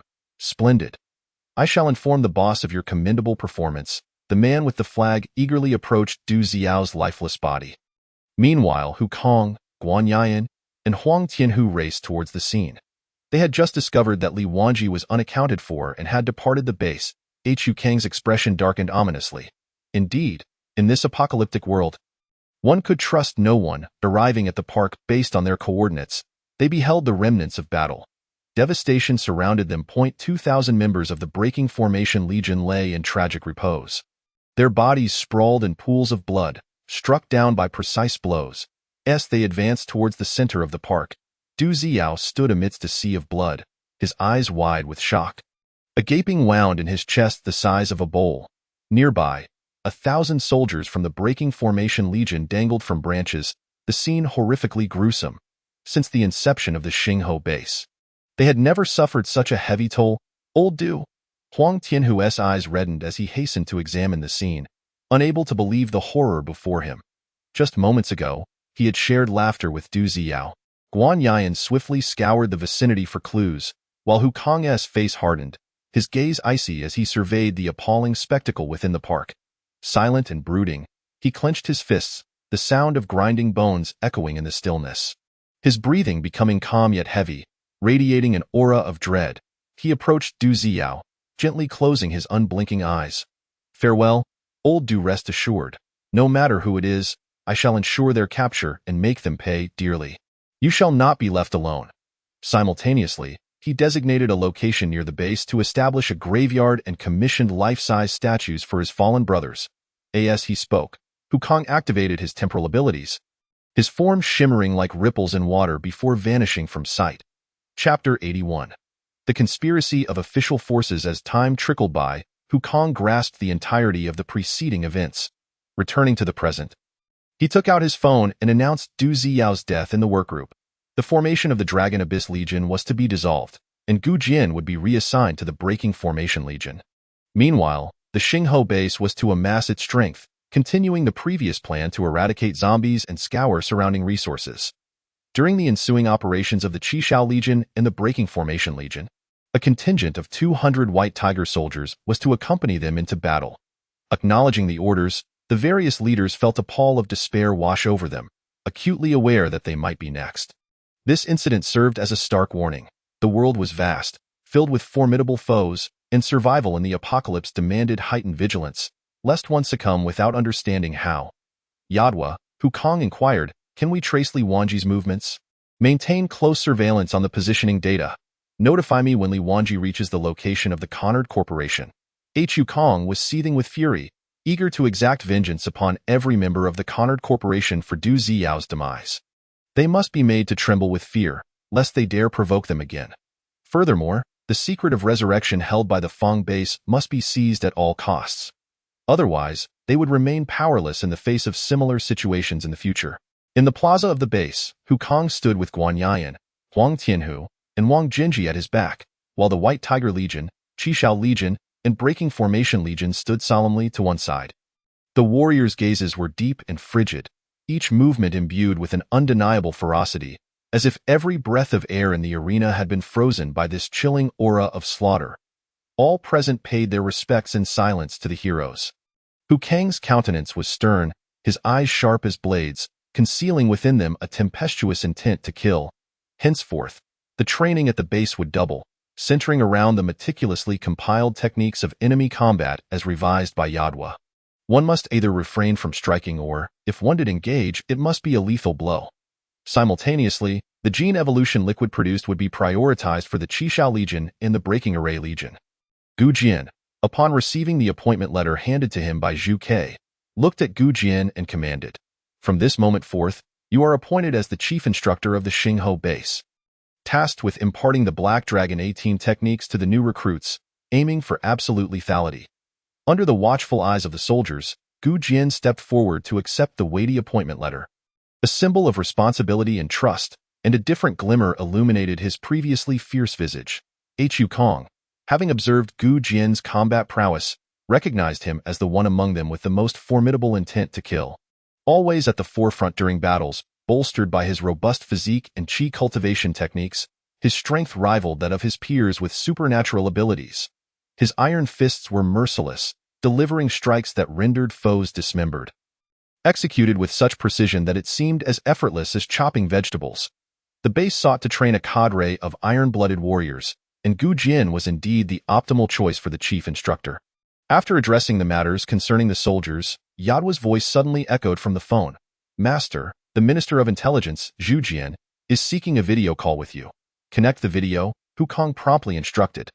After exchanging salutations, he reported, Boss Hu, the framework of the intelligence department has been established. The recruited personnel have commenced training, and in recent days, we have utilized nuclear materials to recruit numerous operatives from various factions to act as our eyes and ears, assisting in reconnaissance drone operations. They had just received credible intelligence indicating that Qi Zhonghua, Xia Wenhao, Lu Kunda, and Zhuang Chongfeng, 4 official factions, had formed an alliance, amassing an army of 120,000 warriors, preparing to assault the armed headquarters to the west of the city. Investigations revealed that the armed headquarters harbored a significant number of mutated zombies, boasting exceptional strength. However, it also contained 2 large warehouses filled with aircraft, artillery, tanks, and ammunition. Should the 4 factions succeed in capturing the armed headquarters, they would be immediately equipped with a plethora of advanced weaponry, dramatically enhancing their capabilities and posing a substantial obstacle to our dominion over Fuzhou. I recommend that the base intervene to ensure their failure before we send in our own forces to seize the armed headquarters. Qi Zhonghua and his associates are truly formidable, creating such a commotion without a sound. After a moment of contemplation, Hu Kong stated gravely, "The base will not interfere with their plans. Firstly, the Breaking Array Legion has suffered considerable losses and requires reinforcements. And secondly, the newly expanded forces lack adequate strength. The base has recruited a diverse array of personnel, and we must ensure internal stability before executing any extermination of zombies. We possess ample military supplies, and there is no need to compete with them. We shall continue to monitor their movements. If they dare to challenge Xingho after securing the 2 warehouses, I will ensure they regret it." Understood. Zhu Jian nodded in agreement before ending the call and stepping out of the office to observe the training within the intelligence department. On the following day, just as dawn broke, an immense military force advanced, with buses and military transport vehicles carrying armed personnel, marching resolutely towards the armed headquarters situated 12 kilometers away. Following a period of consolidation and the widespread dissemination of the introductory qi cultivation techniques, various factions emerged like mushrooms after rain, with countless warriors eager to absorb qi. Amidst extensive resource searches, the 4 major factions had attracted numerous individuals, each driven by their instincts to seek out source crystals and become powerful supernatural beings. The overall strength of the 4 official factions had undergone a remarkable transformation. The armed headquarters, nestled within the mountains and excavated from the very earth, was a desolate place, making it difficult to attack. Qi Zhenghua, Zhuang Changfeng, Xie Wenhao, and Lu Kunda had already arrived in an armored vehicle, their spirits soaring as they beheld the formidable army behind them. With such a robust lineup gathered, they were confident in their ability to seize the armed headquarters and acquire the vast military supplies within. The might of the Xingho base's forces exerted unparalleled pressure on the 4 factions. To escape their current predicament, they required an abundance of firearms and artillery to bolster their confidence. Dignity lies solely at the edge of the blade. Truth exists only within range. This sentiment had proven especially poignant in the aftermath of the apocalypse. Lacking strength, even their previous attempts to curry favor with Hu Kong had met with disdain. Failure is not an option. The armed headquarters must be taken. 2.5 hours later, the troops assembled 500 meters from the armed headquarters. The nearby first-tier zombies were effortlessly slain. Qi Zhenghua and his associates gazed at the vast armed headquarters built against the mountains. With its thick, expansive walls, each flanked by a massive watchtower, rows of housing, and in the square, groups of zombies could be seen, with glimpses of fighter jets and tanks in the background. Among the visible zombies, 2 were of the 4th tier. Chapter 82. The perfect strategy. Everyone, be cautious, Xie Wenhao urged, instructing. We must not attack the left ammunition depot. Doing so will result in a massive explosion. Before the apocalypse, this location was garrisoned by 80,000 soldiers, all exceptionally strong, and now as zombies, they are exceedingly ferocious. As you are aware, I have attempted assaults here multiple times, only to return empty-handed. I suggest we draw the zombies out by opening the gates and then gradually wear them down. Zhuang Changfeng reassured everyone. Let us not speak in despair. We have brought our entire arsenal this time, and we will not be overpowered. Enough talk. Relay the orders to prepare for battle. Have the excavator come to dig the trenches? Qi Zhenghua commanded. Although they had gathered 120,000 warriors, the 4 factions did not possess such a surplus. There were only 20,000 to 30,000 armed with long knives and makeshift firearms. While Hu Kong sold firearms and ammunition, the base's nuclear supplies were prioritized for enhancing the abilities of supernatural beings, and many found Hu Kang's prices steep, resulting in minimal purchases. The city government, led by Qi Zhenghua, and the armed division under Xie Wenhao were the most formidable, having amassed countless firearms since the onset of the apocalypse, with even the least among them receiving handguns. Although their firearms were not particularly powerful, the 4 had made thorough preparations. They had brought explosives, Molotov cocktails, and even 5 armor-piercing cannons, each capable of dispatching a 4th-tier zombie in a single shot. The excavator dug a circular pit at the entrance, burying ample explosives beneath. Soldiers readied grenades, aiming at the pit, prepared to toss them in the moment a zombie fell inside. Move quickly. The armor-piercing snipers are in position. Be prepared. Act swiftly. If we capture the armed headquarters, everyone will receive new equipment and enjoy the spoils. We will develop and grant each of you 2 wives, Qi Zhenghua shouted, directing the operations. With the collective effort of 120,000 warriors, a semicircular encirclement formed at the nearby armed division entrance, the soldiers poised for attack. Their dark muzzles trained on the gates. Utilizing the terrain, mountains, and boulders as cover, they stood readied. An atmosphere of impending violence enveloped the scene. As Qi Zhenghua observed the preparations nearing completion, he waved his hand and commanded, "Prepare the drones to lure out the zombies." Buzzing filled the air as over 100 drones, under the deft control of skilled soldiers, swiftly maneuvered towards the armed headquarters, each dangling large, blood-red chunks of meat exuding a pungent odor as they soared in. They attracted over 200 wandering military zombies, which lunged at the bloody morsels, quickly drawn out from the base. Their speed was remarkable, several times that of ordinary zombies, and their jumps were astonishingly high. Enough chatter. Shoot them down, bang, bang, bang. Without hesitation, they pulled the triggers, the sound of gunfire shattering the morning tranquility. A torrential downpour of bullets ensued, and within moments, over 200 zombies lay vanquished on the ground. The zombies roaming inside the armed headquarters, sensing the commotion outside, began to converge. Yet the limited entrances hindered their simultaneous emergence, causing them to pile up at the gates. "Did you see that, old Xie?" Qi Zhenghua laughed heartily.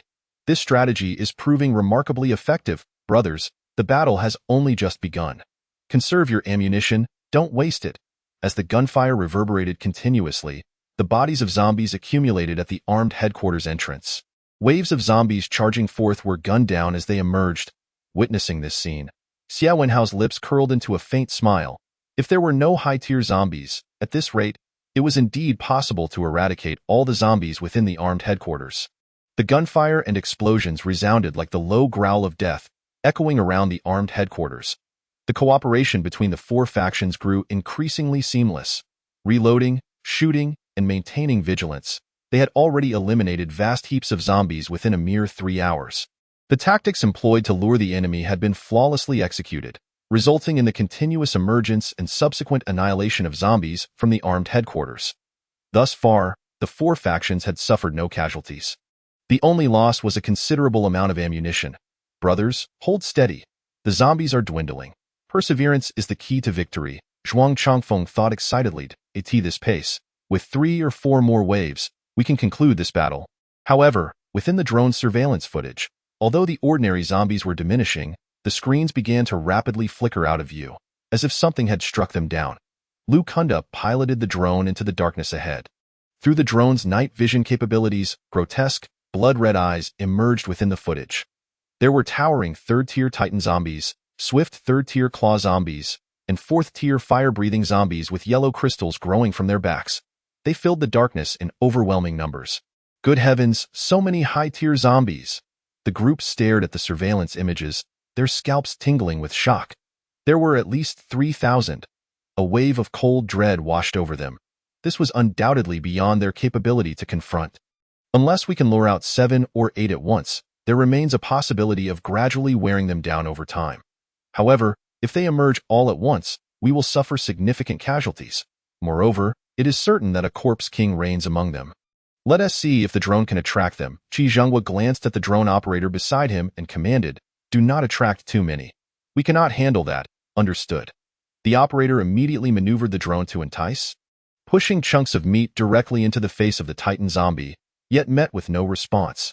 Instead, a nearby clawed zombie extended its claws and shredded the drone into pieces. The screen went black, leaving the group in a state of bewilderment. The four exchanged worried glances. What should they do now? "We only have 3 third-tier ability users among us. Should we attempt something?" Director Zhuang inquired. Qi Zhenghua, with a determined grit, replied, "Send 3 ability users in to lure the zombies out and test the waters. We have 12,000 people here. If we do not take action, we will be frightened away. And we cannot afford to lose face." Qi Zhenghua commanded. "Chen Qian, you lead 2 others to lure out 2 third-tier zombies. Retreat once you reach the entrance, and we will be ready with armor-piercing rounds to shoot the zombies." "Yes." Chen Qian drew her long knife, her skin taking on a stone-like hue, as she was followed closely by her companions, swiftly entering the armed headquarters.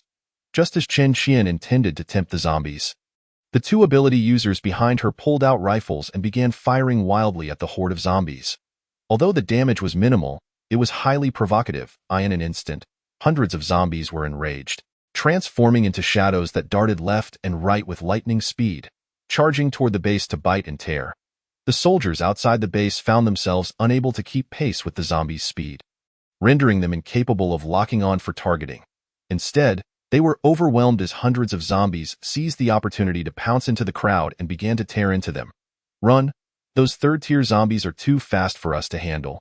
Chapter 83. Seeking a deal. Help me, save me. As countless third-tier zombies surged into the well-trained army, wreaking havoc, the chaotic battlefield turned into a hell on earth, filled with desperate cries for help, intermingled with the sounds of bodies being torn apart, staining the ground in crimson. In just a few minutes, the death toll had risen to 4,000 or 5,000. A chill ran down the spines of the soldiers stationed at a distance. They could not hit anything, and did not dare use large-scale destructive artillery. The speed of the clawed zombies was simply terrifying. Damn it, Qi Zhenghua cursed, his expression grim. What a mess this is. Who can contend with such a situation? This was troublesome. There were too many zombies above the third tier, and there was no way to deal with them.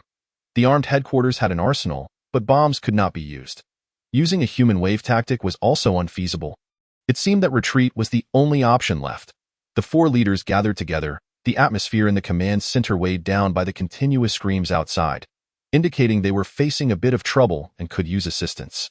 Suddenly, a voice emerged from Qi Zhenghua's computer. Hu Kong is here.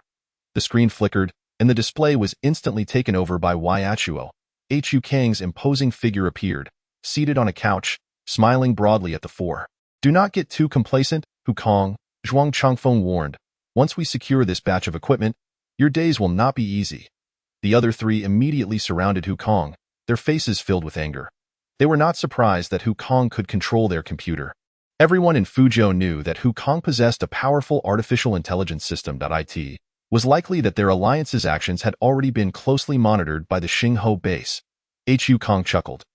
Whether I have a good time or not is not your concern, but you are certainly having a rough time right now. Qi Zhenghua scoffed. If you have come to mock us, please do so at your leisure. Hu Kong raised a glass of red wine to his lips. I have no time to mock you. It's rather amusing that you cannot even take down a single base with 12,000 troops. Let us make a deal. I will handle the zombies inside for you, but I want all the tanks and missiles. Are you out of your mind? Qi Zhenghua retorted. This is national property. Do you think you can take advantage of us? You might want to watch your tongue. Once the country stabilizes, you will be the first to face repercussions. And these are our armed department's possessions. Not a single strand of hair will you take. The four were instantly enraged, their teeth grinding in fury at Hu Kang's audacious attempt to seize their resources. Hu Kong remained unfazed. Since you are ungrateful, I will wait until your forces are depleted and you can't handle it anymore. Then I will send someone to collect everything. Rest assured, I will leave not a single thread behind. Damn it, Hu Kong, you are shameless. Xie Wenhao trembled in anger. This is our armed headquarters. You cannot touch the national resources. Our soldiers have paid a heavy price to clear out so many zombies. You are not welcome here, or else we will report to the nation once the zombies are subdued, and you will not survive. There is no such thing as a free lunch. After Hu Kang's outburst, the four found themselves in a bind, unable to confront the zombies inside and unwilling to retreat. Hu Kong shrugged, displaying a look of helplessness. Since you are ungrateful, continue to hold your ground. I assure you that while you guard this location, I will not send anyone to interfere, but you must keep your strength up. Otherwise, when the zombies riot at night, none will escape if you cannot hold out and are forced to retreat. Everything here will inevitably belong to me. If you agree to the previous terms now, I can offer you a discount on 400 bottles of gene evolution liquid. By the way, Hu Kong continued, are you aware of the effects of the gene evolution liquid? To put it simply, an ordinary person can evolve into a first-tier gene warrior after consuming 5 bottles. Consuming 45 bottles allows one to evolve to the third tier with a chance to awaken abilities. Moreover, it has no side effects.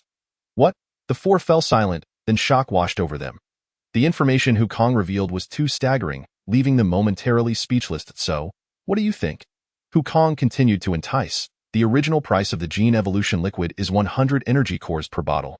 If you agree to my terms now, you can enjoy it at half price, 50 energy cores per bottle. There is a limit of 400 bottles. With 400 bottles of gene evolution liquid, you could quickly cultivate 80 first-tier gene warriors, greatly enhancing your strength. If you refuse, even if you miraculously breach the armed department, do you believe you can protect such devastating weapons as missiles? Hu Kang's words rang loud and clear, leaving the four with bitter expressions, unable to speak. In this apocalypse, without strength, one does not even have the right to survive. Although possessing a large number of troops seemed powerful, when faced with strong ability users, they were merely lambs to the slaughter. No one was more desperate for more ability users than they were. After a brief discussion, Qi Zhenghua and the others nodded in agreement.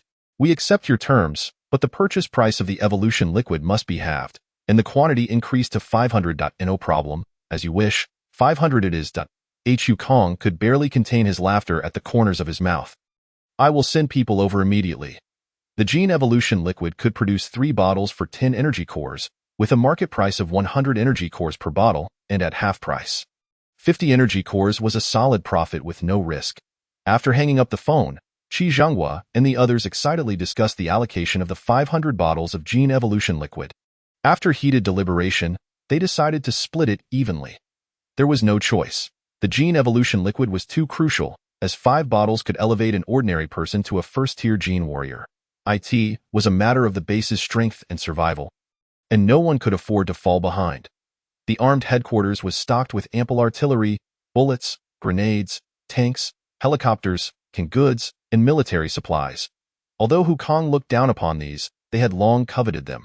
While Hu Kong would take the tanks and missiles, the four would have the opportunity to purchase 500 bottles of gene evolution liquid, each receiving 125 bottles, rapidly increasing their number of first-tier gene warriors. This would significantly enhance the base's strength. After finalizing the deal, the four felt a sense of balance within. It didn't seem like a loss at all. Minutes later, Hu Kong arrived with 13 helicopters, swooping in from the distance. 3 attack helicopters and 10 transport helicopters circled above, prompting Qi Zhenghua and the others to emerge from their tents, their eyes filled with envy and as soon as the aircraft landed. Soldiers from the White Tiger Legion jumped out one after another, swiftly adopting a defensive stance, weapons drawn. Hu Kong stepped out of the helicopter and commanded, Bai Hu, Guan Ian, Huang Tianhu, Wang Jinji, Gu Jian, you 5 lead 200 soldiers from the White Tiger Legion to clear the zombies inside. Understood. Behind him followed 200 tall, muscular soldiers from the White Tiger Legion, each wielding alloy swords and emanating an intimidating aura. Qi Zhenghua and the others greeted them with warm smiles, joyfully approaching. Chapter 84. Taking the armed headquarters. Ha ha ha, Brother Hu, welcome. We have been eagerly awaiting your arrival. The 4 old foxes, despite their desire to eliminate Hu Kong immediately, maintained cordial smiles, resembling old friends reuniting after many years. Hot tea has been prepared in the command center. Please enjoy, Brother Hu. Of course, Hu Kong replied with a smile, engaging in light banter with the 4 as they entered the temporary command center. As they walked, an overwhelming surge of mental energy emanated from Hu Kong, enveloping the armed department, granting him immediate insight into the layout and the zombies within. In the training room hall of the armed headquarters lay a massive red corpse nest, within which rested a gigantic zombie, entirely crimson, its back adorned with dozens of sword-like bone spikes, soundly asleep, a 5th-tier blood corpse king. Outside the nest, 4th-tier zombies stood guard. Hu Kong's mental energy transformed into a colorless spike, swiftly penetrating the brain of the zombie king. The poor 5th-tier blood corpse king met an undignified end, unaware of its demise as it slumbered. As the White Tiger team entered the armed headquarters, they were immediately beset by 3rd-tier zombies lurking in the shadows. All combat must be conducted using conventional weapons. The use of supernatural abilities is strictly prohibited. Exercise caution to avoid hitting the ammunition depot on the left. Ordered by Hu, upon entering the command center, Hu Kong placed a black briefcase on the table. He opened the lid, revealing 500 vials of a liquid shimmering with a blue light. The 4 men gazed eagerly at the genetic evolution serum on the table, their breaths quickening with excitement.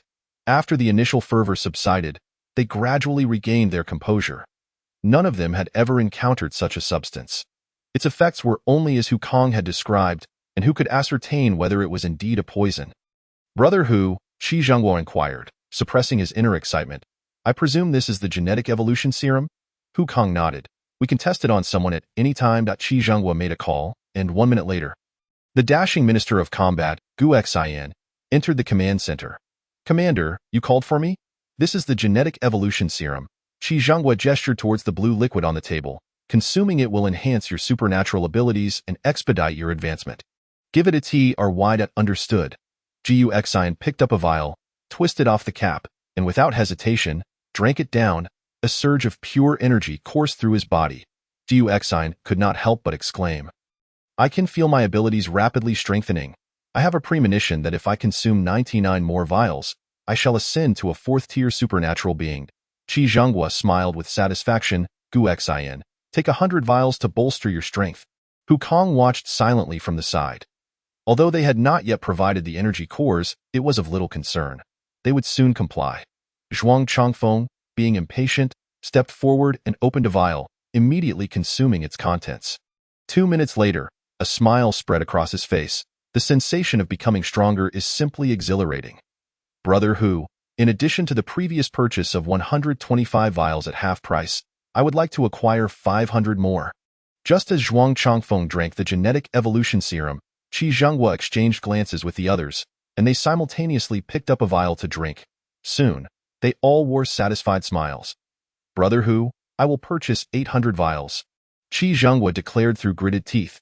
I'll take 700, and I want 900, echoed Xie Wenhao and Lu Kunda, enthusiastically joining in on the additional orders. The 4 men felt a surge of unprecedented ambition. With this batch of genetic evolution serum, the shelter would swiftly amass a substantial number of supernatural beings, greatly enhancing their strength and confidence to face future calamities. Excellent, Hu Kong nodded in agreement. Smiling, the 4 men were elated, but Hu Kong was even more jubilant. In just over 10 minutes, they had sold 3,400 vials of the serum, effortlessly accruing 315,000 energy cores. The production of 3,000 vials required only around 10,000 energy cores. Thus, they profited an astonishing 300,000 zombie energy cores. This business was outrageously lucrative. Moreover, seeing the joy and excitement on the faces of the 4 men, they remained blissfully unaware of the potential pitfalls. It was a happy occasion for all. Inside the armed headquarters, 200 soldiers from the Baihu Legion, led by Guan Yan, were already poised for battle with their alloy sabers in hand. In the next moment, they lunged forward with the swiftness of leopards, unleashing a series of glinting blade strikes directed at the zombies with remarkable precision. Guan Yan, utilizing his lightning-fast speed and bizarre movement techniques, weaved through the battlefield. 2 crescent-shaped wind blades formed beside him, effortlessly clearing the surrounding zombies, severing them in half with every strike. Huang Tianhu remained silent, his hands ablaze, crushing the throats of zombies with every strike. Wang Jinji wielded a massive hammer made of earth, and with deft maneuvers, he swung it ferociously, causing the zombies he struck to instantly disintegrate, painting a horrific scene of flying bones. The Baihu combatants moved with rapid decisiveness, wielding their sabers to slash fiercely, plunging into the horde of zombies. Countless zombies, caught off guard, found their heads severed from their bodies before they could react. What the hell? How are they so powerful? Are these guys even human? Their speed surpasses my 30 years of hard training. Damn, I just saw someone punch a car out of the way. The soldiers observing from outside the 4 major factions erupted in astonishment, their hair standing on end. Many discreetly pulled out their phones to record videos. Qi Zhenghua and the others watched the Baihu Legion's formidable combat prowess on the monitors, their expressions filled with disbelief. They were aware of Hu Kang's military strength, but they had not anticipated such a brutal fighting style. Killing zombies was akin to a dimensional downgrade. 3rd-tier and 4th-tier zombies were easily slaughtered. Wherever they went, the zombies posed no challenge. The 4 exchanged glances, each recognizing the fear and trepidation in the other's eyes. According to their intelligence, the Baihu Legion consisted of 10,000 members. If each soldier possessed such terrifying combat capabilities, who in their right mind would dare stand against the Xingho base? Witnessing the frightening strength of Hu Kang's forces, the 4 men's expressions shifted, and they suppressed their previous mischievous thoughts. There was no denying it. They simply could not match up. They once contemplated seizing this batch of arms and confronting the Xingho base, but after witnessing the stark difference in their capabilities, they had come to terms with reality and decisively abandoned their unrealistic notions. Hu Kong, with his keen perception, noticed these subtle changes and cast a sidelong glance at the 4. These individuals were astute. After this lesson, they would undoubtedly behave more cautiously. After 15 minutes, the battle concluded. The Baihu Legion suffered no casualties and was now engaged in clearing the battlefield. Commander, all zombies at the armed headquarters have been exterminated. Please provide further instructions, reported a spirited Baihu soldier after saluting. Excellent. Hukong nodded appreciatively, speaking with seriousness. Maintain vigilance and ensure there are no threats before collecting the energy cores. Remove all tanks and missile vehicles from the premises. Hukong turned to Qi Zhenghua and the others with a smile. Are you satisfied with my arrangements? Very much, Zhuang Changfeng replied, grinning broadly. This was indeed agreed upon in advance. We have no objections. Absolutely, Lu Kunda concurred. Truly, heroes emerge from youth. Were it not for your arrival, Brother Hu, we would not have been able to secure this place. Their heartfelt compliments and flattery filled the command center with laughter and cheer.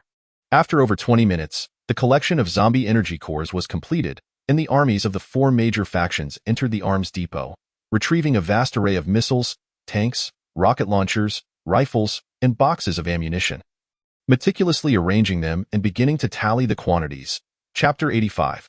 The base's objective report. Commander, we have seized a total of 100 tanks, 6,000 rounds of accompanying ammunition, and 20 vehicle-mounted missiles. The inventory has been completed. Please provide further instructions. As the inventory data was reported, Qi Zhenghua and the others couldn't help but twitch their mouths, a flicker of pain flashing in their eyes.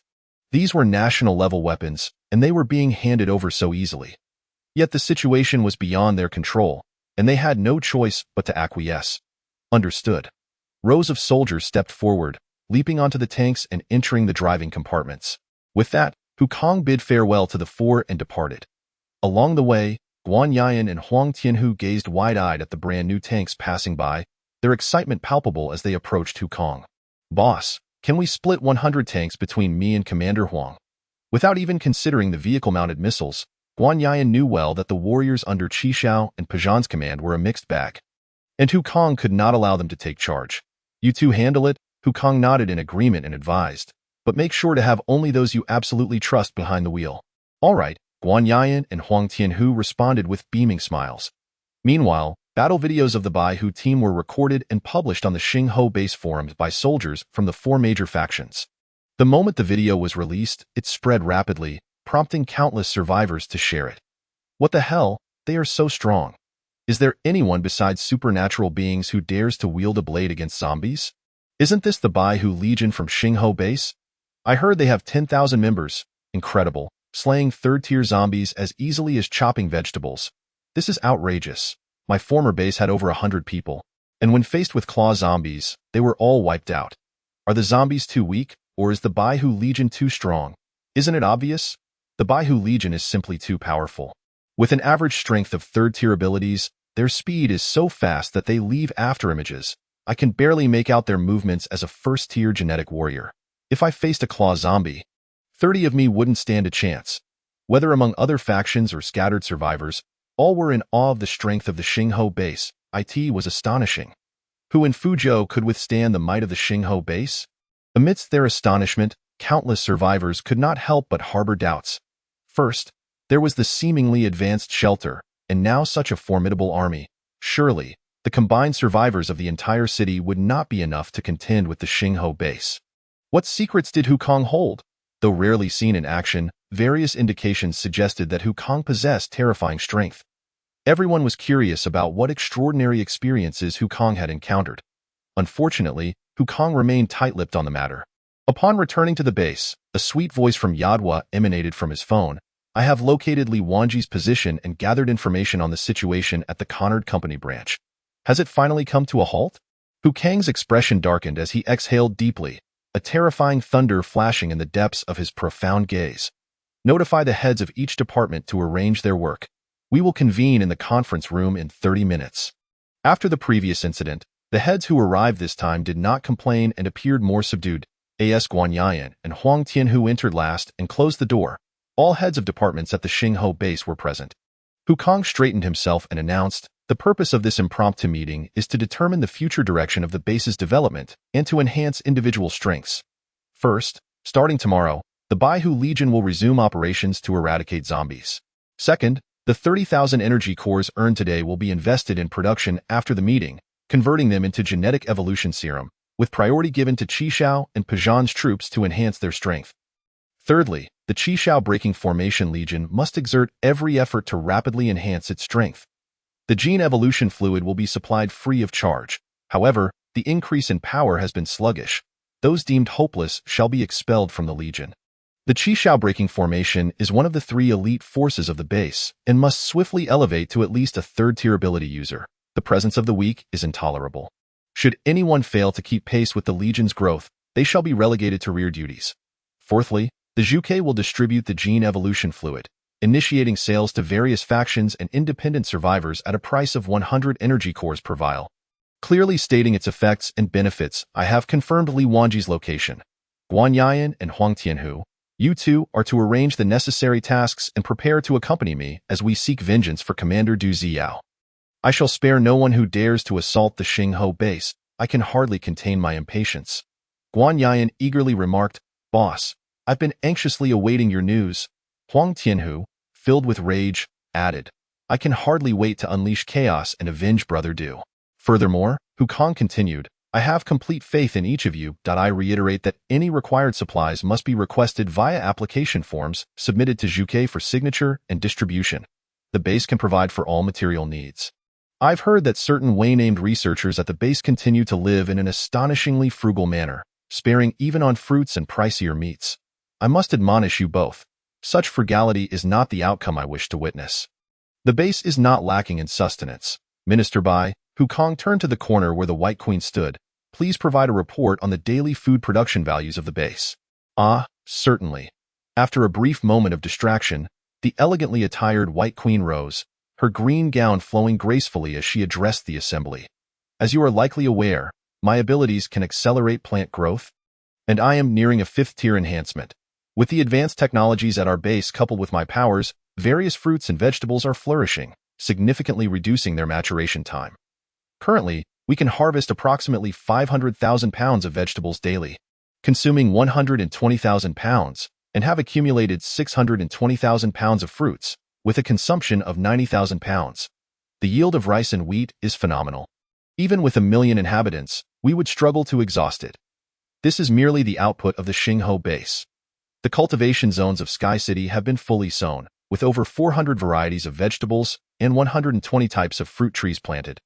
Their vastness unparalleled by Xingho based, a single harvest could sustain 4 million people for an entire year. In summary, the food production value of Sky City is exceedingly high.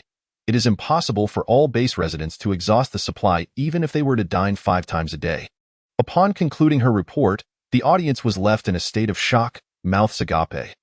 Their perception of the base had lingered on the days of rationing from the stockpiles, unaware of the agricultural department's formidable capabilities. Chapter 86. The Cruelty of the Renai Hospital. Hu Kong then addressed Zhuge. Please issue an announcement notifying base residents that medical treatment will be provided free of charge for illnesses, and that fruits and vegetables will be sold at cost price, ensuring that everyone can afford to eat well. He inquired, does anyone have any additional suggestions regarding the aforementioned policies? If there are no objections, this meeting shall conclude. Effective immediately, all registered residents of Xingho Base will receive lifelong free medical care and be able to purchase various fruits at cost price. Xingho Base will begin selling gene evolution fluid. Following is a lengthy introduction detailing the effects and pricing of the gene evolution fluid, with regulations stipulating that each individual may purchase only 1 vial per day to be consumed in the presence of staff. Once announced, this stirred an uproar in the forum. Are we truly living in the same world? Others have Sky City and gene evolution fluid, while I can barely find sustenance. Well, if you're useless, who can you blame? Who Papa treats us so well. As long as you're willing to venture forth to slay zombies for resources, you won't go hungry. You can trade for weapons, and now the gene evolution fluid is up for sale. Just 5 vials can transform you into a 1st-tier gene warrior. If it weren't for Hu Papa's good looks and benevolence, we would never have this opportunity. Damn. This gene evolution fluid is incredible. I'm willing to sell everything I own to buy 5 vials. The announcement ignited fervent discussions on the base forum. Meanwhile, after Guan Yayan and Huang Tianhu completed their assignments, they arrived at the helicopter station on the 1st floor of the base. Hu Kong had already been waiting. The two boarded the helicopter, sealing the door behind them, and the aircraft roared to life, soaring toward Jiangnan Province. Outside the largest Renai hospital in Wujing City, Jiangnan Province, 3 donation windows stood erect, while countless survivors gathered in the safety zone square, appearing utterly drained, weeping in anguish. They mourned the loss of fathers, the death of mothers, the betrayal of friends, and the parting from loved ones. Inside the hospital, the lights blazed, and nurses and doctors bustled about. The first-floor lobby was filled with the sounds of pained moans and agitated shouts. "What? My brother merely has a cold, and you're telling me he's dead? I demand an explanation, or I'll smash this hospital to pieces." At the entrance of the treatment room, a young man with a severed arm glared fiercely at the attending physician. "Please, calm down. We have done everything we could." The doctor, clad in a white coat, feigned sorrow while his eyes flickered with derision and disdain, continually apologizing to assuage the young man's anger. "What the hell? How could my mother die from a knife wound to the thigh?" A robust man emerged from behind the young man, indignantly questioning the doctor. "You run a hospital, yet when anyone comes in, you just send them for registration and a CT scan without even examining them. After the CT, it's blood dialysis.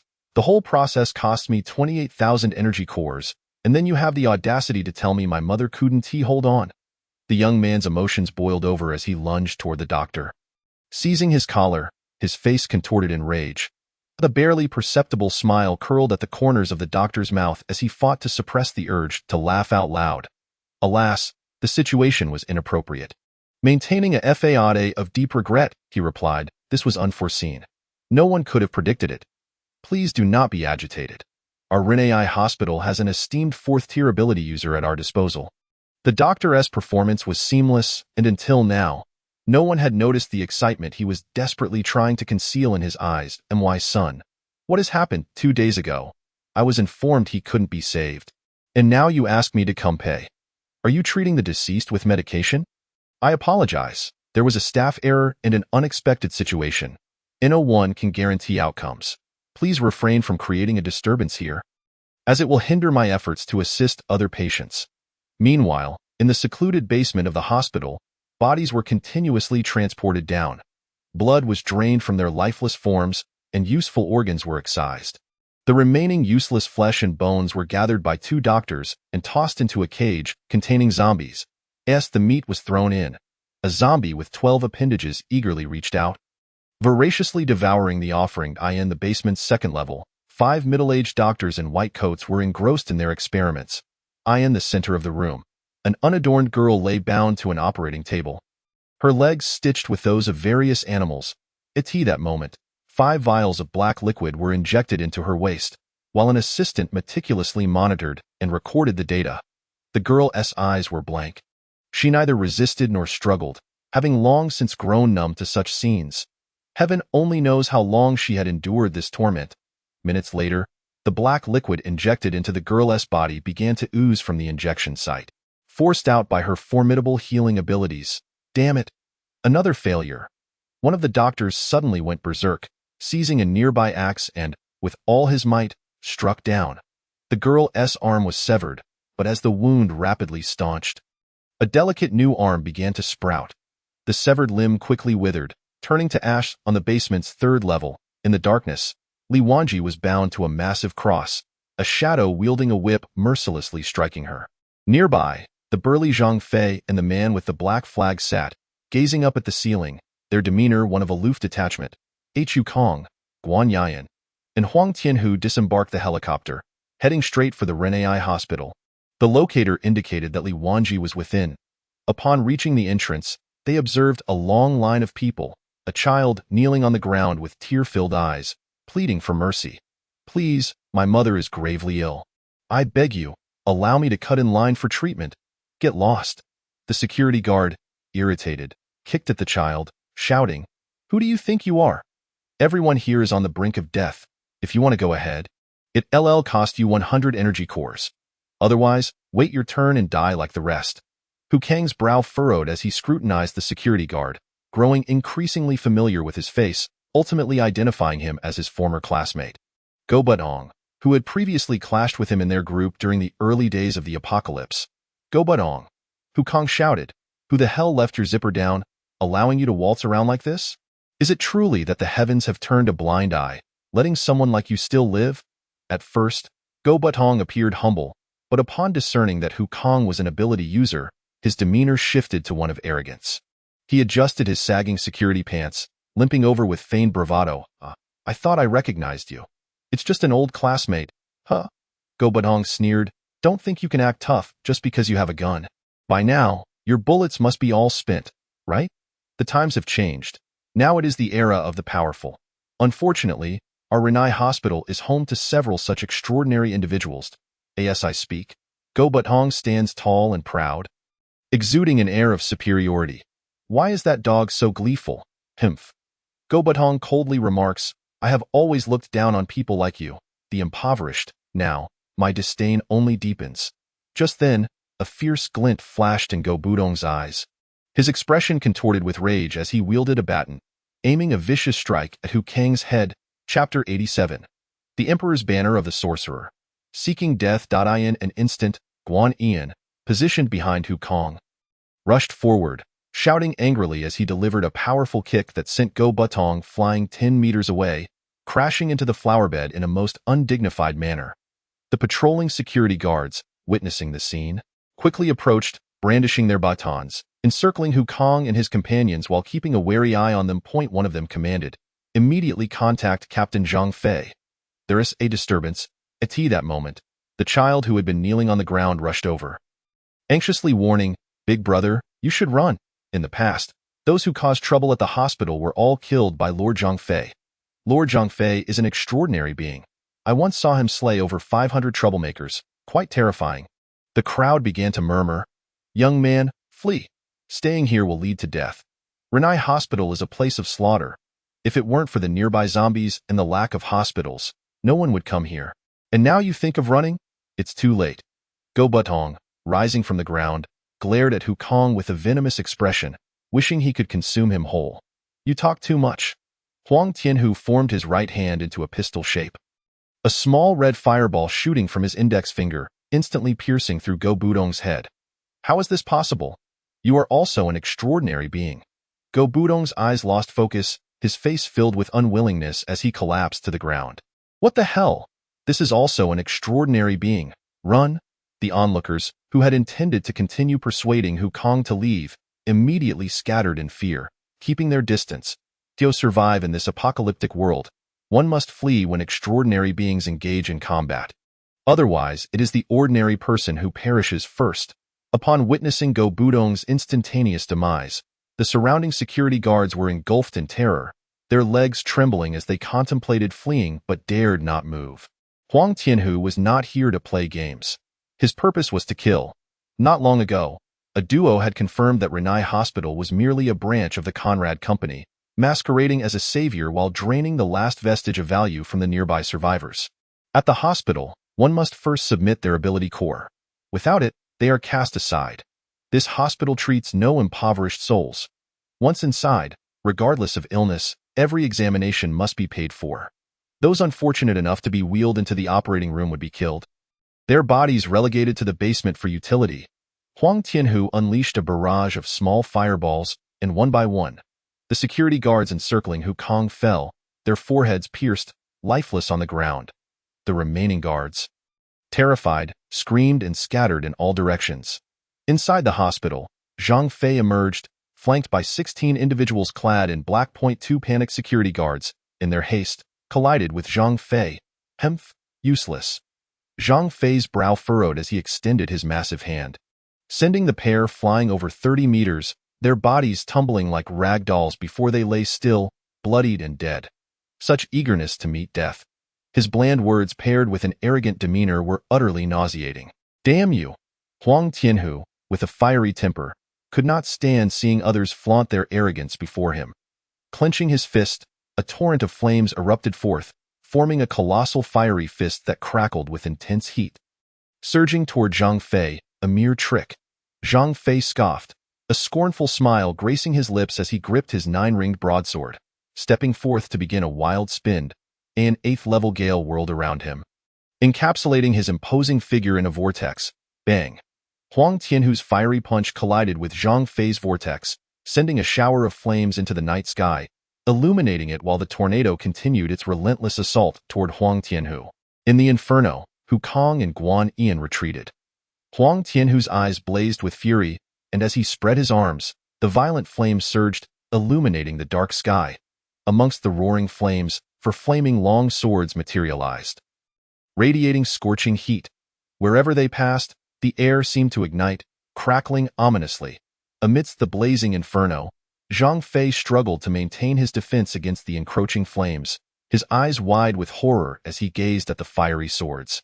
The 9-ringed broadsword swung wildly, but upon colliding with the flaming swords, the iron blade was quickly gouged, melting into droplets of molten metal. A pained scream escaped Zhang Fei as a flaming sword slashed across his back, the searing heat instantly cooking the surrounding flesh, causing him to yell in agony. At that moment, Zhang Fei was no longer the arrogant figure he had been. His body was scorched and battered. Desperately dodging the relentless onslaught of the flaming swords, "Sorcerer, if you don't intervene, I shall perish."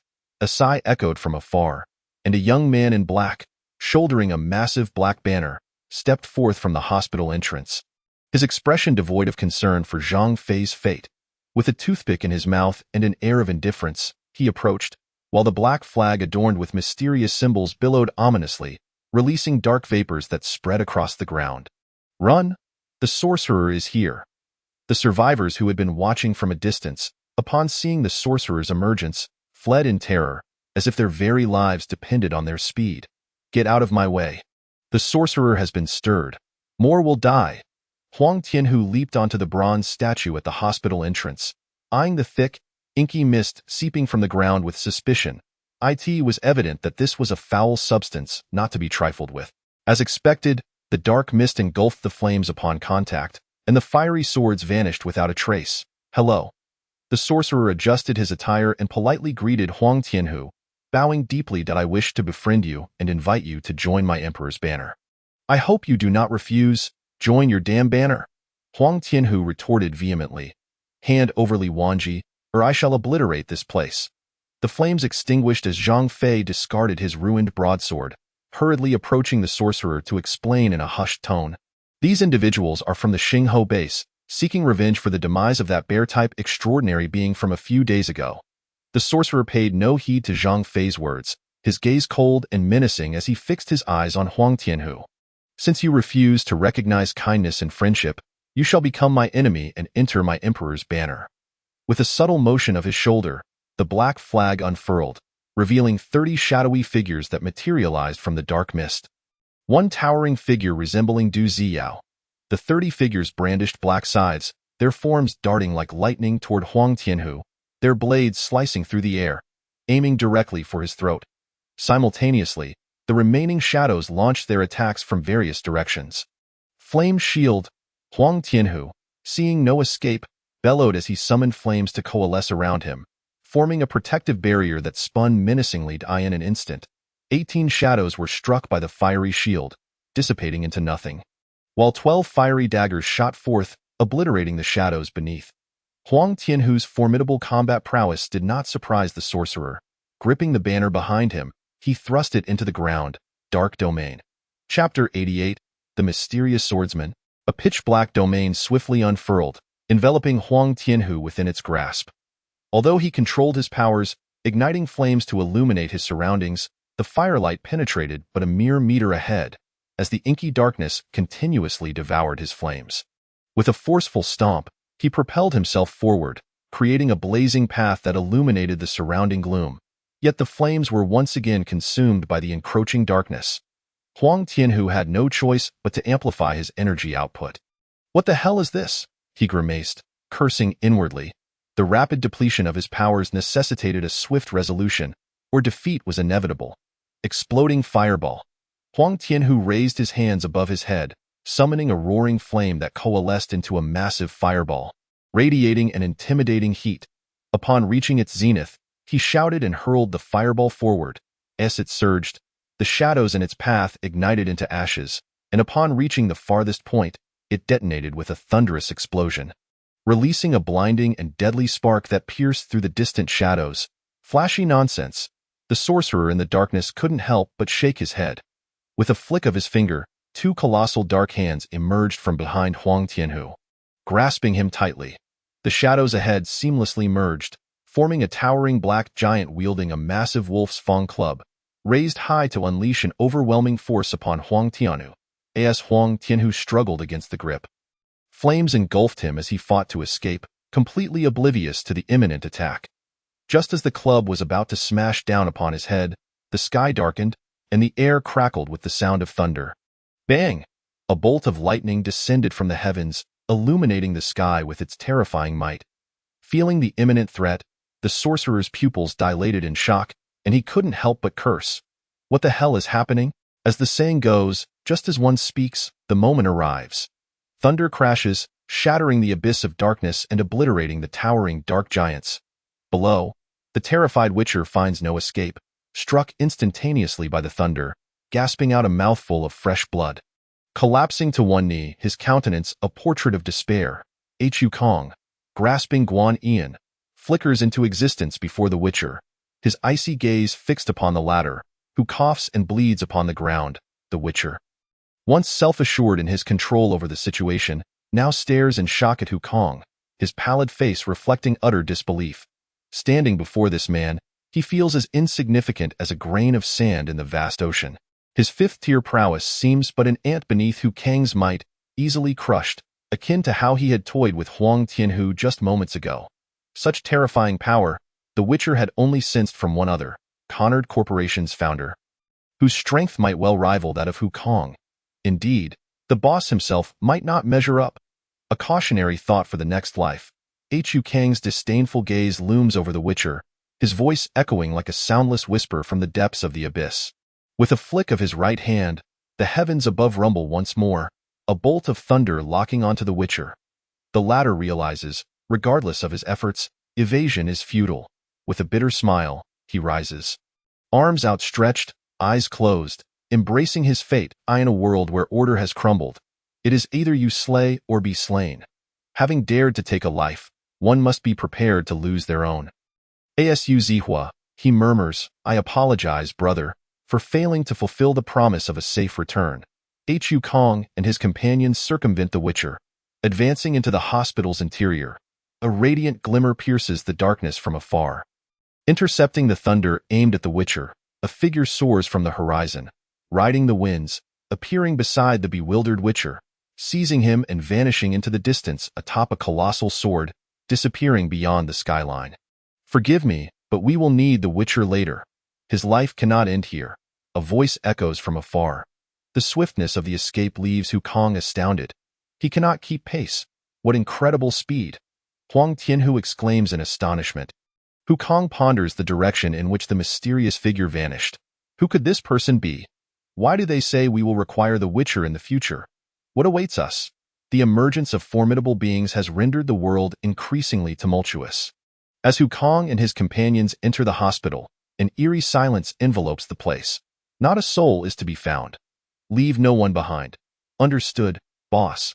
Guan Ian and Huang Tianhu disperse, heading toward distant storage lockers. The doctors discovered are swiftly met with terror and screams before being silenced. Hu Kong finds the fire escape, descending to the basement level, where a dozen doctors clad in white coats remain oblivious.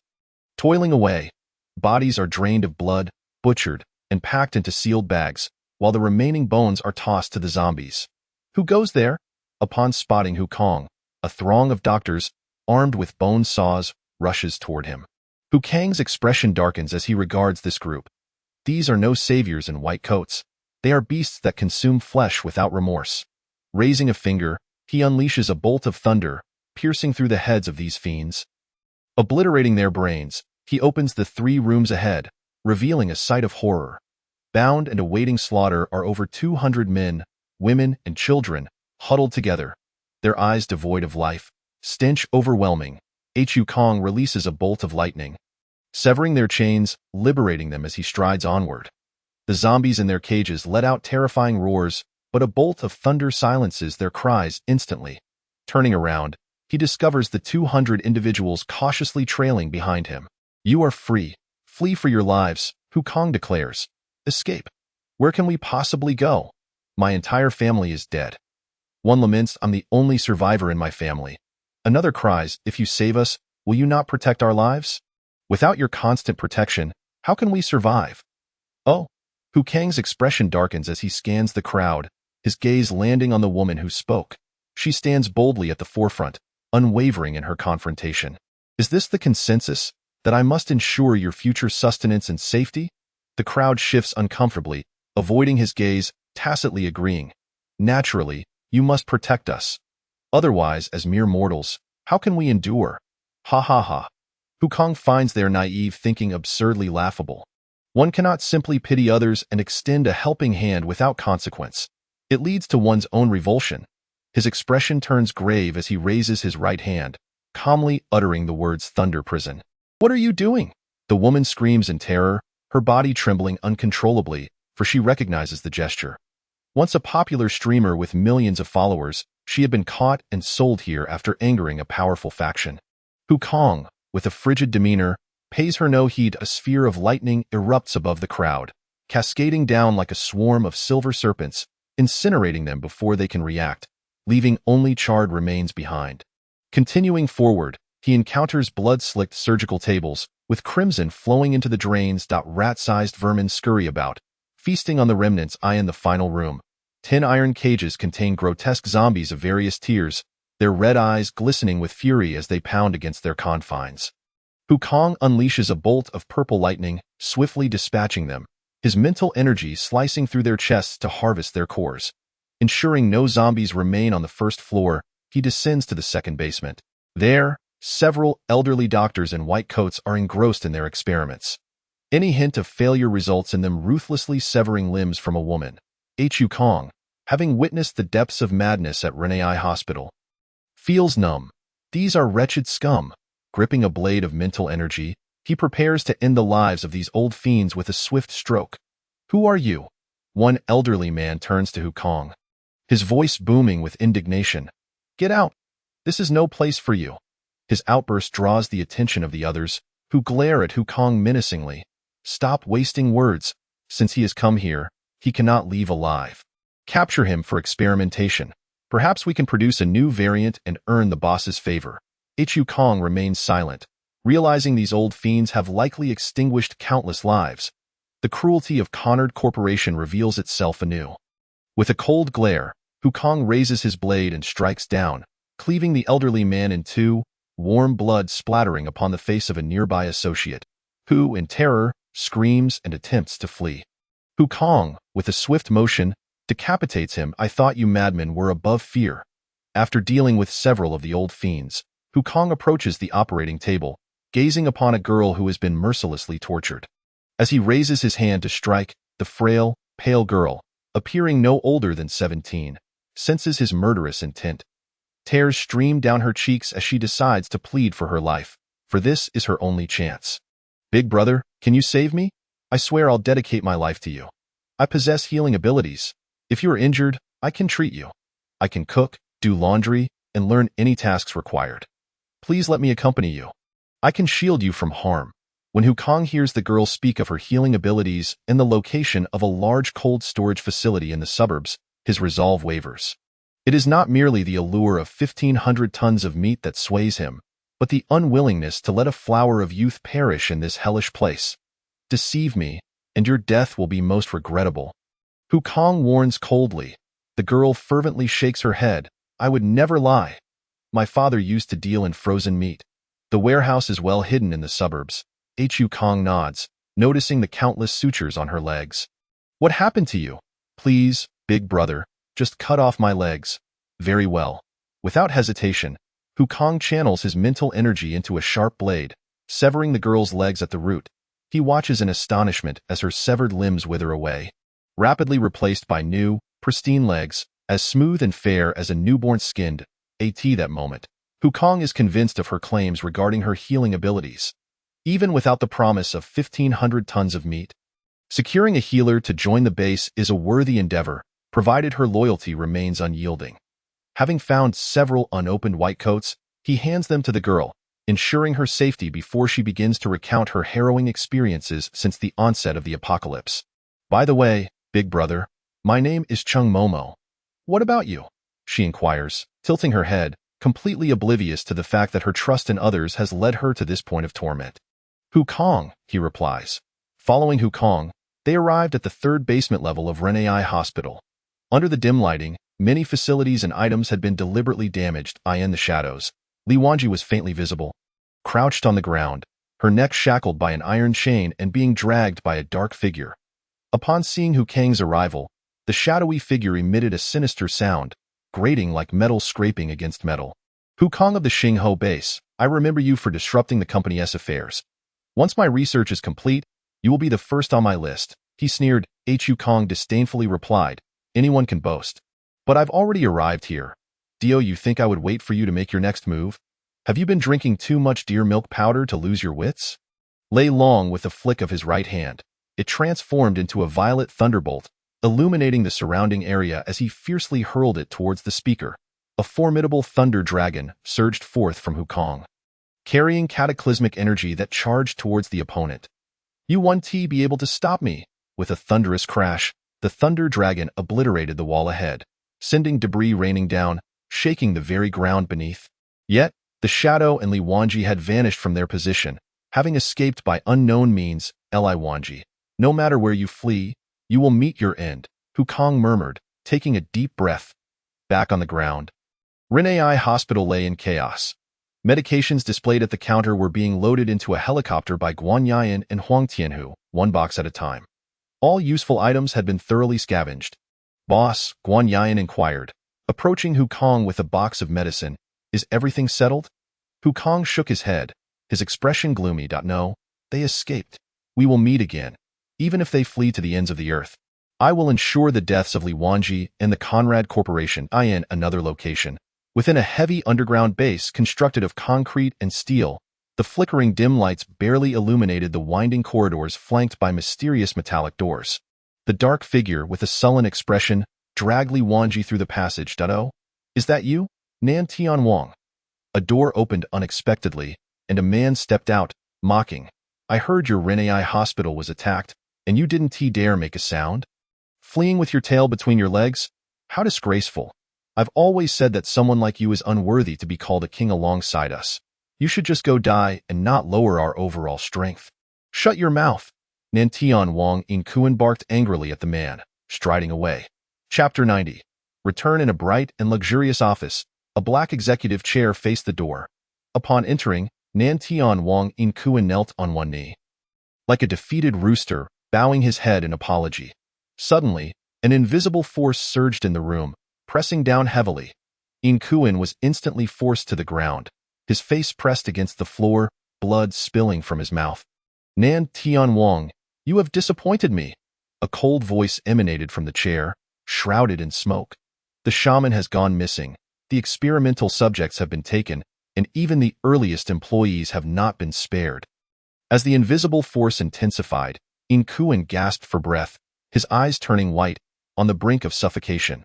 He opened his mouth to plead, but words failed him, lodged in his throat. The company does not support waste. The pressure on In Kuan lessened, and he gasped for air on the ground. Yes, boss, thank you for the opportunity to atone. I will go through fire and water without hesitation. She betrayed the company to join the Xingho base. Should she be dealt with? You will bring her along to atone for your sins. In front of Renai Hospital. The crowd grew larger as Hu Kang explained. The Renai Hospital pretends to treat and save lives, but secretly raises zombies for human experiments. Everyone who comes here for treatment is subjected to various means of disposal. They deliberately kill patients, then transport them to the first floor to drain their blood and feed the zombies. I will eliminate this scum. The food and water in the hospital's warehouse are available for all. Please help yourselves. After Hu Kang left, Lu Chong, among the survivors, was seething with anger, kicking at a flower bed. Damn, they're so arrogant, they don't even regard us. Cutting off my livelihood is like killing my parents. They come to our hometown to kill without a word. These lowlifes have no right to the food of Renai Hospital. Send someone to guard the area and take the supplies on the plane. Chung Momo continuously surveyed everything around her, silent tears streaming down her cheeks. Brother Hu, where is our base? Is it powerful? Will we have enough to eat? Are there delicious foods? Can we have sweet fruits? I love fruits, but they were too expensive before. Now in the apocalypse, it must be hard to find fresh fruits. I regret not eating more before. Chung Momo tilted her head to look at the vast desolation below, witnessing once thriving towns reduced to zombie havens. Flames flickered along the streets, and aside from a few hidden human settlements, the roads were littered with abandoned, wrecked vehicles, while countless grotesque zombies roamed in search of humans. Chung Momo's hands fidgeted restlessly in the plane, her incessant questioning a veil over her inner turmoil. Fear is like stepping from the wolf's den into the tiger's lair. She wished to glean the nature of these people through conversation. If they were as cruel as those at Renai Hospital, she would have to endure endless torment. I promised Dad I would survive. I wonder where my second brother is, if he is still alive. Hukong sensed the fear rising within Chung Momo and spoke soothingly with a gentle smile. Everything you desire is available at the base. Rest assured, you will live well here, and there will be no danger. After several days of cleanup, the area outside the Xingho base had become remarkably tidy. The bones of zombies and the debris from buildings had been collected and fed into large crushing machines, reduced to powder and dumped into the nearby river. At this moment, the area outside the base was flat and illuminated by brilliant lights, with a multitude of workers busily constructing scaffolding, fervently rebuilding the houses. The base mandated that each shift could only work 8 hours, thus dividing the construction into 3 shifts, working day and night. The workers were residents recruited by the base, and despite the labor-intensive tasks, they appeared healthy and lively, joking as they worked, a stark contrast to the emaciated workers before the apocalypse. Tonight's braised pork is truly fragrant. I heard the chef used to work in a 5-star hotel. Who would have thought he'd be here cooking for us? I prefer braised spare ribs. It costs 13 points for a large bowl, and 1 bite of the tender meat is simply divine. Did you notice? The kitchen supervisor said that in the future, we builders can purchase meat at the lowest price, and vegetables and daily fruits will be free as long as they are not wasted. I heard it was Boss who arranged this, concerned about our nutrition while doing heavy work. This life is truly wonderful. I never ate this well before the apocalypse. If only my wife were still here. Chung Momo followed Hukong to the registration area in the hall. Upon entering the base, she was struck by the brightness of the administrative hall, feeling profoundly astonished. Her eyes darted around, filled with curiosity like all first-time survivors entering the Xingho base. Brother, is this paradise? The decor is so luxurious. Chung Momo exclaimed in awe. The residents in the hall greeted Hukong with sincere respect. Hello, Mr. Hu. Chung Momo noticed the happiness on everyone's faces and felt the reverence they held for Hukong. Thank you, Mr. Hu, for your generosity. The boiled fish slices served tonight were incredibly tender. Good. Hukong nodded and instructed. If there are any issues with the base staff, feel free to voice your concerns to the mediation department. Let us work together to make life better for everyone. The crowd erupted into enthusiastic applause. After finishing his show of grandeur, Hukong took Chung Momo to the 72nd floor. The sight that met Chung Momo left her utterly speechless. As she stepped into the room, a refreshing breeze enveloped her, as if she had entered a magnificent palace adorned with jade, the starry ceiling above sparkling brilliantly. The floors were intricately carved from jade, exuding ultimate luxury. The enormous dining table in the restaurant was laden with an array of delectable dishes, filling the air with irresistible aromas. Chung Momo couldn't help but swallow hard. It had been ages since she tasted rice after being captured by Renai Hospital. Surviving solely on nutritional fluids, the table was set with juices, wines, and fruits for dessert. Just then, Ai Li entered with the final dish, a delicacy known as the 5-serpent soup, placing it in the center of the table. Meng Qing and Wei Xinqi were already eagerly waiting, their appetites whetted by the mouth-watering banquet before them. As they faced the sumptuous spread, the prolonged wait for food turned into a torturous experience. Hukong, now more powerful as an ability user, sat comfortably at the head of the table, eagerly indulging in the food. Chung Momo joined in, her face radiating happiness as she savored her meal. After dinner, Hukong casually instructed while eating watermelon, Meng Qing, later you will take Chung Momo to Sky City to select a villa and familiarize yourselves with the surrounding environment. Chung Momo will be meeting the leadership at the hospital tomorrow to assume the position of department head at the base hospital. From now on, the heavy responsibility of healing and saving lives at the base will rest upon you. Chung Momo, still savoring her meal, looked up at Hukong with a sweet smile, quickly patting her trembling chest in assurance. Brother, you can rest assured with me. From this day forth, I shall live my life for you, madly devoted. You point me east, and I shall not stray west. Whatever you ask of me, I shall obey. Meng Qing and Ai Li Wei Xin she exchanged glances, feeling a twinge of frustration. Great. Another one vying for their man. In the base, anyone who came across Ming Qing, Wei Xian Shi, and Ai Li treated them with utmost respect. As everyone understood the significance of the three women residing on the 72nd floor, Ming Qing instructed someone to tidy up Villa Number 1 in Sky City. We will be moving there tomorrow. Understood. After a gentle nod, Ming Qing added, by the way, Hu Gu, my brother Meng Hua said he has something to report to you today. He tried to call you, but you were out of the service area, so he asked me to notify you. Meng Hua must have learned about the location of the Fong family base. Hu Kong immediately called out to Yadwa, instructing, Yadwa, connect me to Meng Hua via video. As the video call connected, Meng Hua's voice came through, filled with urgency. Boss, it's bad. The Fong family base has been wiped out by an unknown force, and they've issued me an ultimatum, ordering me to report to Jingji Haoyuan in 3 days. If I defy them, they'll send someone to eliminate me. They VE got 35 tier teams, and my little zombies can't hold them off. Boss, you must save me. Hu Kong nodded in agreement. Stay calm. Send me the location of Jingji Haoyuan. When we set off, I'll bring people with me. A stiff smile immediately appeared on Meng Hua's face. All right, after hanging up, Meng Hua quickly sent over the coordinates. Hu Kong checked, finding it to be 160 kilometers from Starfire Base. From Meng Hua's description, Jingji Haoyuan seems quite formidable. Yadwa, Hu Kong instructed, can you gather information about Jingji Haoyuan? Yadwa's sweet voice responded, I'm sorry, master, but there's an unfamiliar energy barrier interfering with my search. So I cannot obtain useful information. It's similar to Minister Zhu Jian's abilities, which also prevent others from querying base information. Yadwa patiently explained, as the strength of survivors increases, various forces are beginning to emerge, suggesting that each area can only have one leader. The strong will consume the weak, and the weak will be consumed. The base must also grow stronger to prevent petty individuals from harboring ulterior motives. Hu Kong stepped out from the 72nd floor and made his way to the White Tiger's office, sitting down on the sofa with ease. White Tiger immediately stood up and saluted, saying, Good evening. Commander. Hu Kong waved his hand. White Tiger, report on the recent regional recovery situation. White Tiger picked up the documents from the table and reported, after the last Blood Moon zombie tide, the number of zombies in the vicinity has significantly decreased. Today, we have advanced a full 17 kilometers, collecting a total of 240,000 zombie cores. However, the closer we get to the city center, the stronger and more numerous the zombies become, and the resistance we face is increasing. Meanwhile, various survivor factions are becoming increasingly vocal against the base's efforts to clear the zombies, often scheming behind our backs. Commander, should we send troops to give them a little shock? Hu Kong nodded in approval.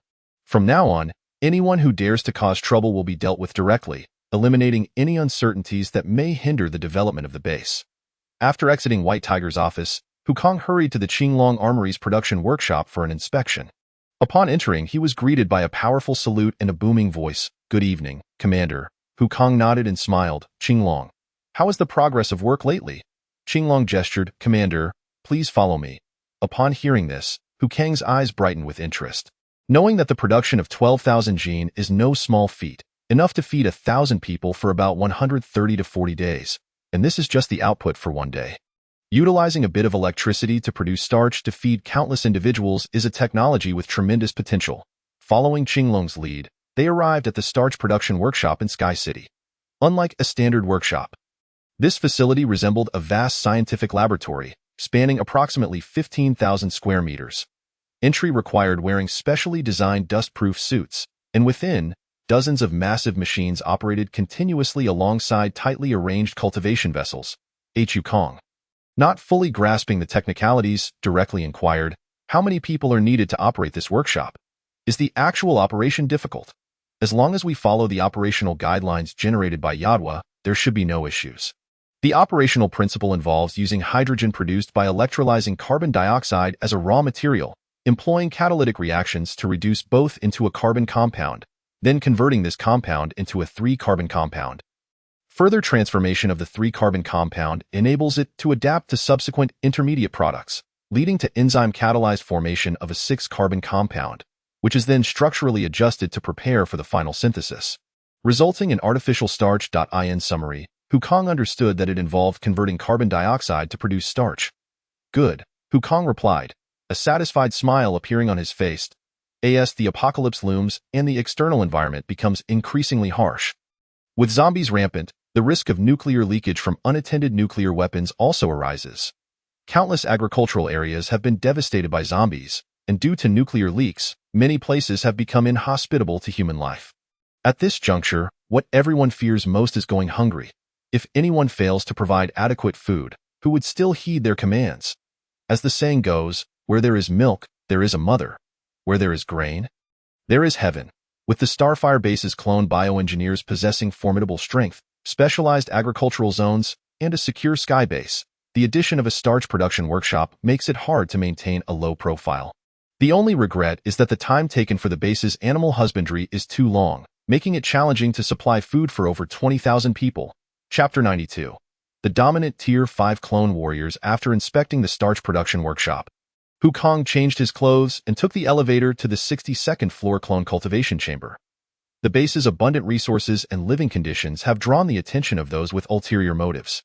It is time to upgrade the cultivation chamber and enhance the White Tiger Combat Regiment, the Xuanwu Defense Regiment, the Zhuke Management Bureau, and the Qinglong Maintenance Team. Wukong could not help but feel a sense of anticipation regarding the strength of the Tier 4 clone bioengineers. Summoning the system, he opened the cultivation chamber interface and clicked the upgrade button. Ding! Consuming 320,000 energy cores, the bioengineer cultivation chamber has been upgraded to Tier 4. Each bioengineer warrior requires 240 energy cores for cultivation. Existing warriors need 150 for upgrades. With the upgrade notification sounding, the appearance of the cultivation chamber transformed, resembling a series of iron fortresses standing proudly. Its surface, with sharp, knife-like lines, emitted a chilling metallic sheen, and the massive chamber stood like a silent giant, exuding an overwhelming sense of pressure. On either side of the chamber, enormous energy transfer pipelines stood side by side, filled with azure-colored energy liquids that shimmered faintly, as if containing boundless energy. It was truly awe-inspiring. One could only wonder how much stronger the White Tiger Regiment would become following this upgrade. Yadwa notified Qinglong, White Tiger, Zhuke, and Xuanwu to come immediately to the 62nd floor. Wukong once again accessed the system, consuming 250,000 energy cores to upgrade 10 cultivation chambers to Tier 5. The cost of upgrading from Tier 4 to Tier 5 skyrocketed, increasing by more than tenfold. There was no choice but to adopt this strategy and upgrade 10 chambers first. Ding! Consuming 250,000 energy cores, 10 bioengineer cultivation chambers have been upgraded to Tier 5. Each Tier 5 bioengineer warrior will require 360 energy cores for cultivation, and existing soldiers will need 250 for upgrades. The 10 bioengineer cultivation chambers vibrated in unison, their appearance shifting from a pale silver to an imposing dark red, with mysterious patterns covering the surface, and red energy coursing silently within it. The top of each chamber was a massive energy core, shining like a brilliant star, casting a dark red glow that illuminated the interior with an aura of mystery and power. As the elevator doors opened, Qinglong, White Tiger, Zhuke, and Xuanwu stepped in unison towards Wukong, raising their hands in a synchronized salute. Greetings, Commander. The bioengineers were unwavering in their commitment to Wukong's orders, executing them without hesitation. Wukong pressed the button beside the cultivation chamber, opening the chamber lid. Qinglong, White Tiger, Zhuke, and Xuanwu lay down and closed their eyes as the lid automatically sealed and the operation commenced. With a rush of water sounds, energy liquid filled the chambers and massive needles were inserted into their bodies, enhancing the strength of their alloy skeletons. After 15 minutes, the operation ceased, and the four emerged, their presence significantly amplified. However, in Wukong's eyes, they did not seem particularly impressive. They remained weaklings easily crushed, not much different from their Tier 3 selves. Calmly pointing to the imposing Tier 5 cultivation chamber, he instructed, "Get back in." As the Tier 5 cultivation chamber activated, it injected a thick, dark red energy liquid. Wukong sensed that this upgrade to Tier 5 would likely differ significantly from the previous one, and anticipation welled within him. What kind of surprise would it bring? 20 minutes later, as the energy liquid was fully absorbed, the chamber lid opened. Releasing a swirl of smoke. 4 pairs of crimson eyes gleamed through the mist, with White Tiger stepping forward first, followed closely by Qinglong, Zhuke, and Xuanwu. At this moment, the appearance of the four had undergone a remarkable transformation. Standing in unison before Wukong, Zhu towered at approximately 190 centimeters, while Baihu, Qinglong, and Xuanwu loomed at around 210 centimeters. Resembling majestic, towering mountains standing tall with their heads held high. Clad entirely in black battle armor adorned with intricate crimson patterns, they exuded an aura as profound as the depths of the night sky, seemingly capable of engulfing all light. The armor was forged from a high-strength, mysterious alloy, with vibrant red markings that appeared like flickering flames and surging magma, spreading across the armor and converging at the heart. Reminiscent of an everlasting battle fire poised to unleash astonishing power at any moment. Zhu and Qinglong bore no weapons, while Baihu wielded two crimson long blades strapped to his back, and Xuanwu grasped a massive black and red shield in his left hand and a colossal hammer in his right, instilling an overwhelming sense of security. The four pairs of piercing crimson eyes, sharp and cold as the stars, twinkled with boundless resolve and determination, emanating a formidable aura that commanded respect and fear. For a moment, Wukong found himself entranced.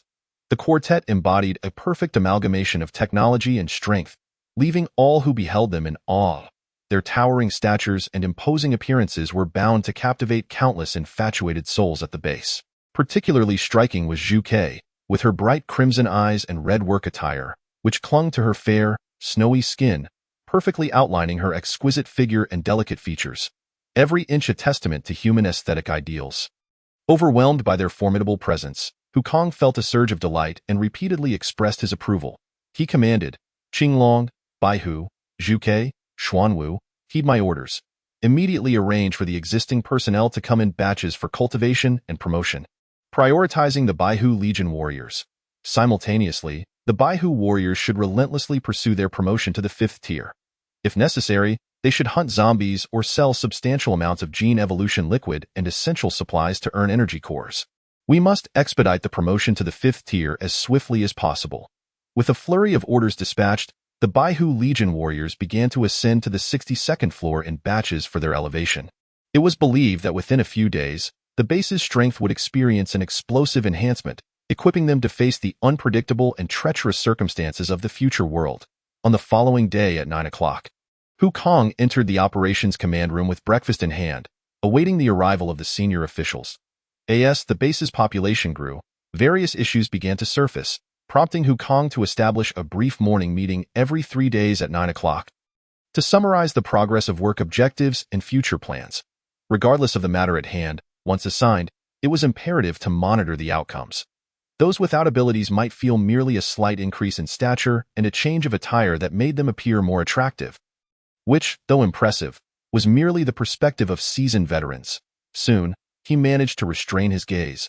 Baihu, the White Queen, swiftly approached Zhu, her breakfast in hand, and exclaimed with surprise, "Wow, Sister Zhu, you look absolutely stunning today, and your strength has transformed drastically. It's quite a frightening sensation." Zhuchua's face blossomed with a sweet smile. "Thank you for the compliment, dear sister." Guanyin, seated beside Wukong, inquired with a hint of envy, "Boss, did you perhaps provide special treatment to Baihu and the others? Giving them some miraculous tonic? Their formidable aura makes me feel like Baihu could easily overpower me with one hand." The members of the Huang Tianhu Wang Foundation cast inquisitive glances, clearly feeling disheartened. It was astonishing to witness such a meteoric rise in strength after just one night apart. One could only wonder how much more would change in the coming nights. Jiyu Jian observed Baihu's transformation with glimmering excitement in his eyes. After enduring countless life and death trials, Gu Jian's qi cultivation technique had also made significant strides, enabling him to envelop any part of his body with qi to enhance both defense and attack. With a powerful strike, he could leave imprints even on iron plates.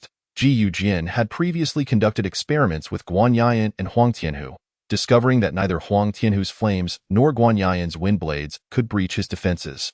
However, in a life-and-death duel, there remained a considerable gap between them. Notably, with the widespread availability of gene evolution liquid, most of the base's senior officials had ascended to the 1st or 2nd tiers, significantly boosting their capabilities. Cheng Momo sat beside Meng Qing, devouring her breakfast heartily. "You need not envy," she remarked, prompting a collective realization among the others. No wonder they lacked any sense of civility or humanity. It turned out they were not truly human. Wukong admonished everyone. This is a secret of the base. Just keep it among yourselves and do not spread it indiscriminately. Understood, boss. While the senior officials of the Xingho base gathered for breakfast and a meeting, individuals with ulterior motives in the factory area began to spread rumors. On the assembly line, several women chattered while working.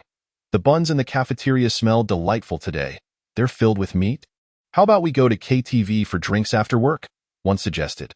Life has become so comfortable, another exclaimed. It's incredible to think that we're working in a place we once dreamed of in the pre-apocalypse. Mr.Hu is truly wonderful. Thank goodness we joined the Xingho base. Otherwise, we'd still be hiding from zombies and starving for days. A chorus of sentiments echoed among the women. By the way, did you buy the gene evolution liquid that was released a few days ago? I heard that consuming 5 bottles could elevate you to a first-tier gene warrior and enhance your physical abilities, and it's only 10 energy cores a bottle. One chimed in, hypocritical men. Scoffed a plump woman. Do you not realize that the gene evolution liquid is sold to outsiders for 100 energy cores? That's a tenfold markup. Just think about it. While our comrades outside are dodging zombies and struggling to survive, they can hardly afford the exorbitant prices for gene evolution liquid. Hu is truly exploiting them, leaving them with no means of survival. Her words sparked immediate dissent. What do you mean, Sister Wang? Why do you care about the expensive gene evolution liquid that others buy? We have food and drink here. Why do you disparage Mr. Hu? Acknowledging the gazes directed at her, the plump woman clarified, I'm not disparaging. I'm merely sympathetic towards our struggling comrades outside. I believe the price of gene evolution liquid should be uniform. At 10 energy cores a bottle, we're all part of the same family, and Mr.Hu is charging too much. And I've heard that their leadership provides it for free. This is incredibly unfair to us. We do all the work, yet reap none of the benefits. It's truly lamentable. What has gotten into you today, Sister Wang? Why the sudden concern for these matters? Whether those outside live or die? What does it have to do with us? As long as we're living well, isn't that enough? I care for our comrades outside.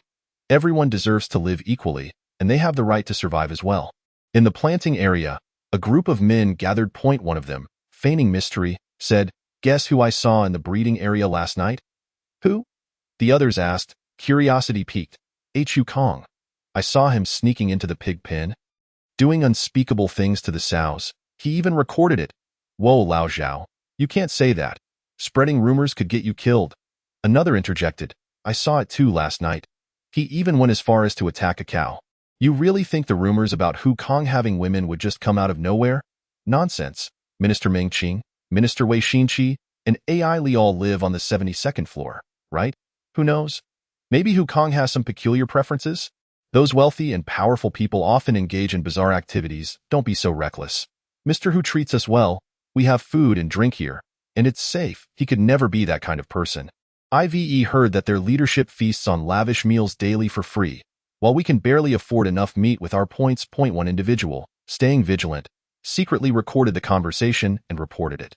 Similar scenes unfolded across the assembly lines, living quarters, and training rooms of the Xingho base, as many seized the opportunity to fabricate slanderous remarks against Hu Kong, intentionally stirring discord and inciting public outrage. Various factions infiltrated the base, disseminating rumors and fostering internal conflict. However, several astute individuals discreetly reported these occurrences. In the base's conference room, after breakfast, Hu Kong announced, Today, we are establishing the hospital's inpatient department. With Comrade Chung Momo as the head. Chung Momo possesses recovery abilities. Henceforth, all medical matters concerning the base residents will be under her purview. Anyone feeling unwell can seek treatment from Chung Momo. The crowd gazed at Chung Momo with expressions of surprise. Recovery abilities? That's remarkable. We shall no longer fear incurable diseases. Chung Momo replied with a calm smile. I'll rely on everyone's support moving forward. At that moment, Zhu Jian received urgent news, his expression shifting dramatically as he reported, Mr. Hu, there are individuals within the base maliciously spreading detrimental rumors about you. This revelation piqued the curiosity of everyone present. Guan Yan asked, What's going on, Zhu Jian? Given the confidentiality of the intelligence department, such matters were not to be divulged lightly. Hu Kong, recognizing the concern, instructed, Speak freely. All present are senior officials of the base whom I trust completely, so there's no need for discretion. Yet, it appears that even with such favorable conditions at the base, some are still ungrateful. The room fell silent as everyone turned their attention to Zhu Jian. These individuals with ulterior motives must have received orders. This morning, they have been spreading rumors throughout the base, openly tarnishing MRHU's image and authority. MRHU is accused of discriminatory treatment. The price difference for the gene evolution liquid is tenfold between internal and external sources. Despite possessing the capability, he remains indifferent to the plight of his compatriots outside, displaying a cold-hearted selfishness. Furthermore, there are undercover agents within the Qishao faction, stirring trouble and alleging that MRHU is unfair, claiming that the Baihu Legion possesses resources that they do not. Rumors abound within the base, suggesting that Boss Hu had a scandalous incident last night involving a sow, flaunting his prowess. Even more scandalous are the whispers that Mr. Hu is impotent, having been seduced multiple times without any reaction. The crowd listened, their eyes blazing with fury, fists clenched as a tempest of anger surged within them. Guan Yian, with a pallid complexion, rose and turned to Hu Kong, beseeching, "Boss, I shall immediately apprehend those spreading these rumors and deal with them severely." Truly a pack of ungrateful wolves. Meng Qing, her brows knitted in indignation, added, "Had I known, I would never have allowed these beasts entry. They should have been exterminated long ago." Wang Jinji slammed his fist on the table, roaring in rage. These wretches who cannot even afford a decent meal, would they have enjoyed 3 dishes and a soup without the boss? They show no gratitude. If the boss merely speaks a word, I shall throw them into the oil fryer. Maintaining composure, Hu Kong raised a hand to quell the furious crowd, offering a calm smile. Reputation has its pros and cons. It is unsurprising that various factions do not wish for our dominance and seek to instigate trouble. "Ada," Hu Kong called, "have you observed the rumors circulating within the base?" Hu Kong nodded in understanding, while simultaneously instructing, "The aforementioned issues pose potential hazards. Zhu Ke, please compile improvement strategies to swiftly rectify the vulnerabilities within the base." "Understood, Commander," came the prompt reply. It was no wonder Zhu Jian had already received news.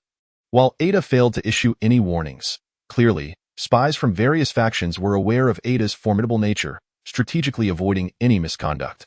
This indeed highlights a minor flaw in artificial intelligence. However, Hu Kong did not dwell on it. Recognizing the indispensable role of the intelligence department, received, Zhu Jian affirmed, fully grasping Hu Kang's intent. The current disturbances were merely the antics of minor players, mere pawns destined to be sacrificed, while the true traitors lurked in the shadows, biding their time. If heaven wishes to destroy a man, it must first drive him to madness, Hu Kong mused, allowing these clowns to flaunt their bravado for a few days, until they could trace the roots of the trouble and apprehend more individuals. At which point a thorough reckoning would ensue. In the northern suburbs of Fuzhou, a technical school stood surrounded by thick walls of ice, serving as a fortified sanctuary. The school gates constituted the sole entrance and exit, and a multitude of trucks were busily transporting supplies in and out. Clearly, this place had been seized and transformed into a vast refuge. Within the school grounds, countless makeshift tents dotted the open areas, housing tens of thousands of survivors, in addition to classrooms and dormitories. At the entrance, a crude lookout tower constructed of steel pipes housed a young man clad in a white leisure suit, who was intently observing the distant horde of zombies through binoculars. His features were strikingly handsome, complemented by his unique blue-gray heterochromia, the blue reminiscent of the unfathomable depths of the ocean, while the gray exuded a cold, misty detachment, emanating an intimidating aura that commanded respect. Though youthful, the patrolling soldiers surrounding him regarded him with a mixture of fervor and reverence. In the distance, a burly man swiftly ascended the lookout tower, reporting in hushed tones, "President, we received word from our undercover agent at the Xingho base that various factions are conspiring together. They inquire whether we intend to participate." The young man, named Dongfang Shuo, furrowed his brow with interest as he gazed into the distance. A true prodigy, Dongfang Shuo had exhibited extraordinary intelligence from a young age, consistently achieving first place in various academic competitions throughout his schooling. In high school, he participated in the strongest brain competition, triumphing over the so-called undefeated prodigy Du Yuhong. He had received an invitation to join the Tsinghua University elite team and had provided strategic counsel for his family's business, which had rapidly gained prominence across the region. Just prior to the apocalypse, he found himself trapped in Fuzhou. After the outbreak, He adeptly leveraged his foresight and led his subordinates to seize firearms from the local authorities. With careful planning, he secured 2 massive grain depots, fortified the campus for enhanced defense, and quietly recruited and amassed strength. It could be said that the food reserves he commanded could sustain over 100,000 people for several years, making it the best-stocked refuge aside from the Xingho base. He had stockpiled vast quantities of food, established a protective militia to combat the zombies, and procured dozens of machines for the continuous production of firearms and explosives.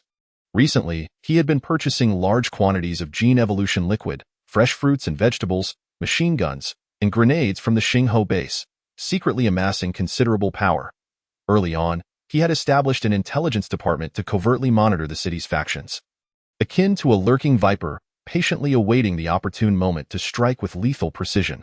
Listening to the burly man's report, Dongfang Shua's lips curled into a disdainful smile, possessing an intellect bordering on the supernatural. He immediately discerned Hu Kang's intentions.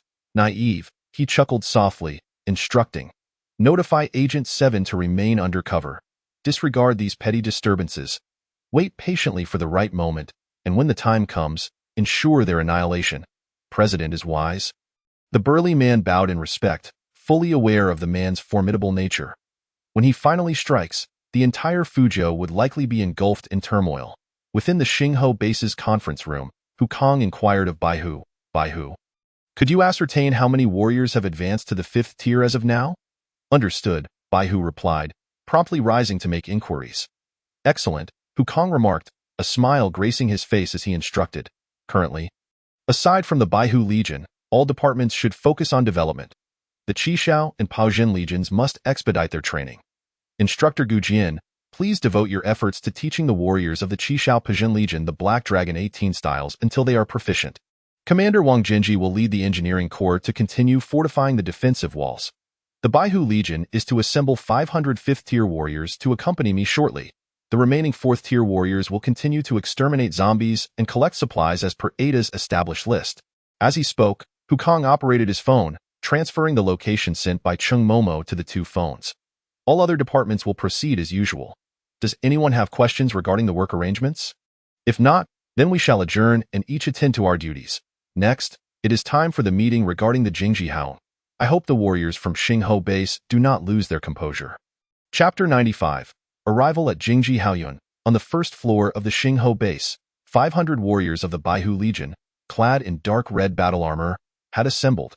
The faces of the clone soldiers were concealed beneath their helmets, leaving only their cold, sharp eyes visible, as they bore red military blades, exuding an intimidating presence. A video of the Baihu Legion's assembly was captured by residents and shared on forums, sending ripples of shock through the survivor community.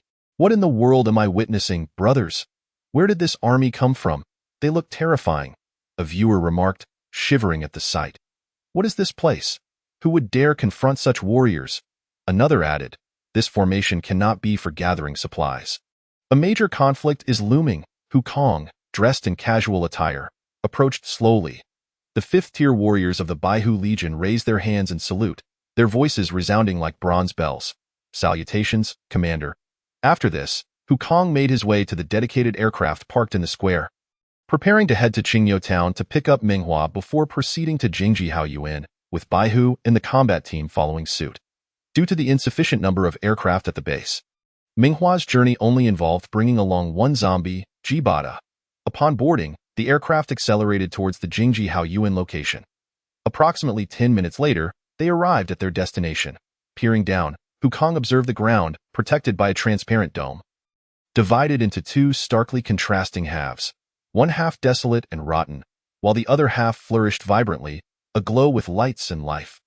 Vehicles continuously flowed into this lively area, where striking men and women mingled, creating a bustling atmosphere.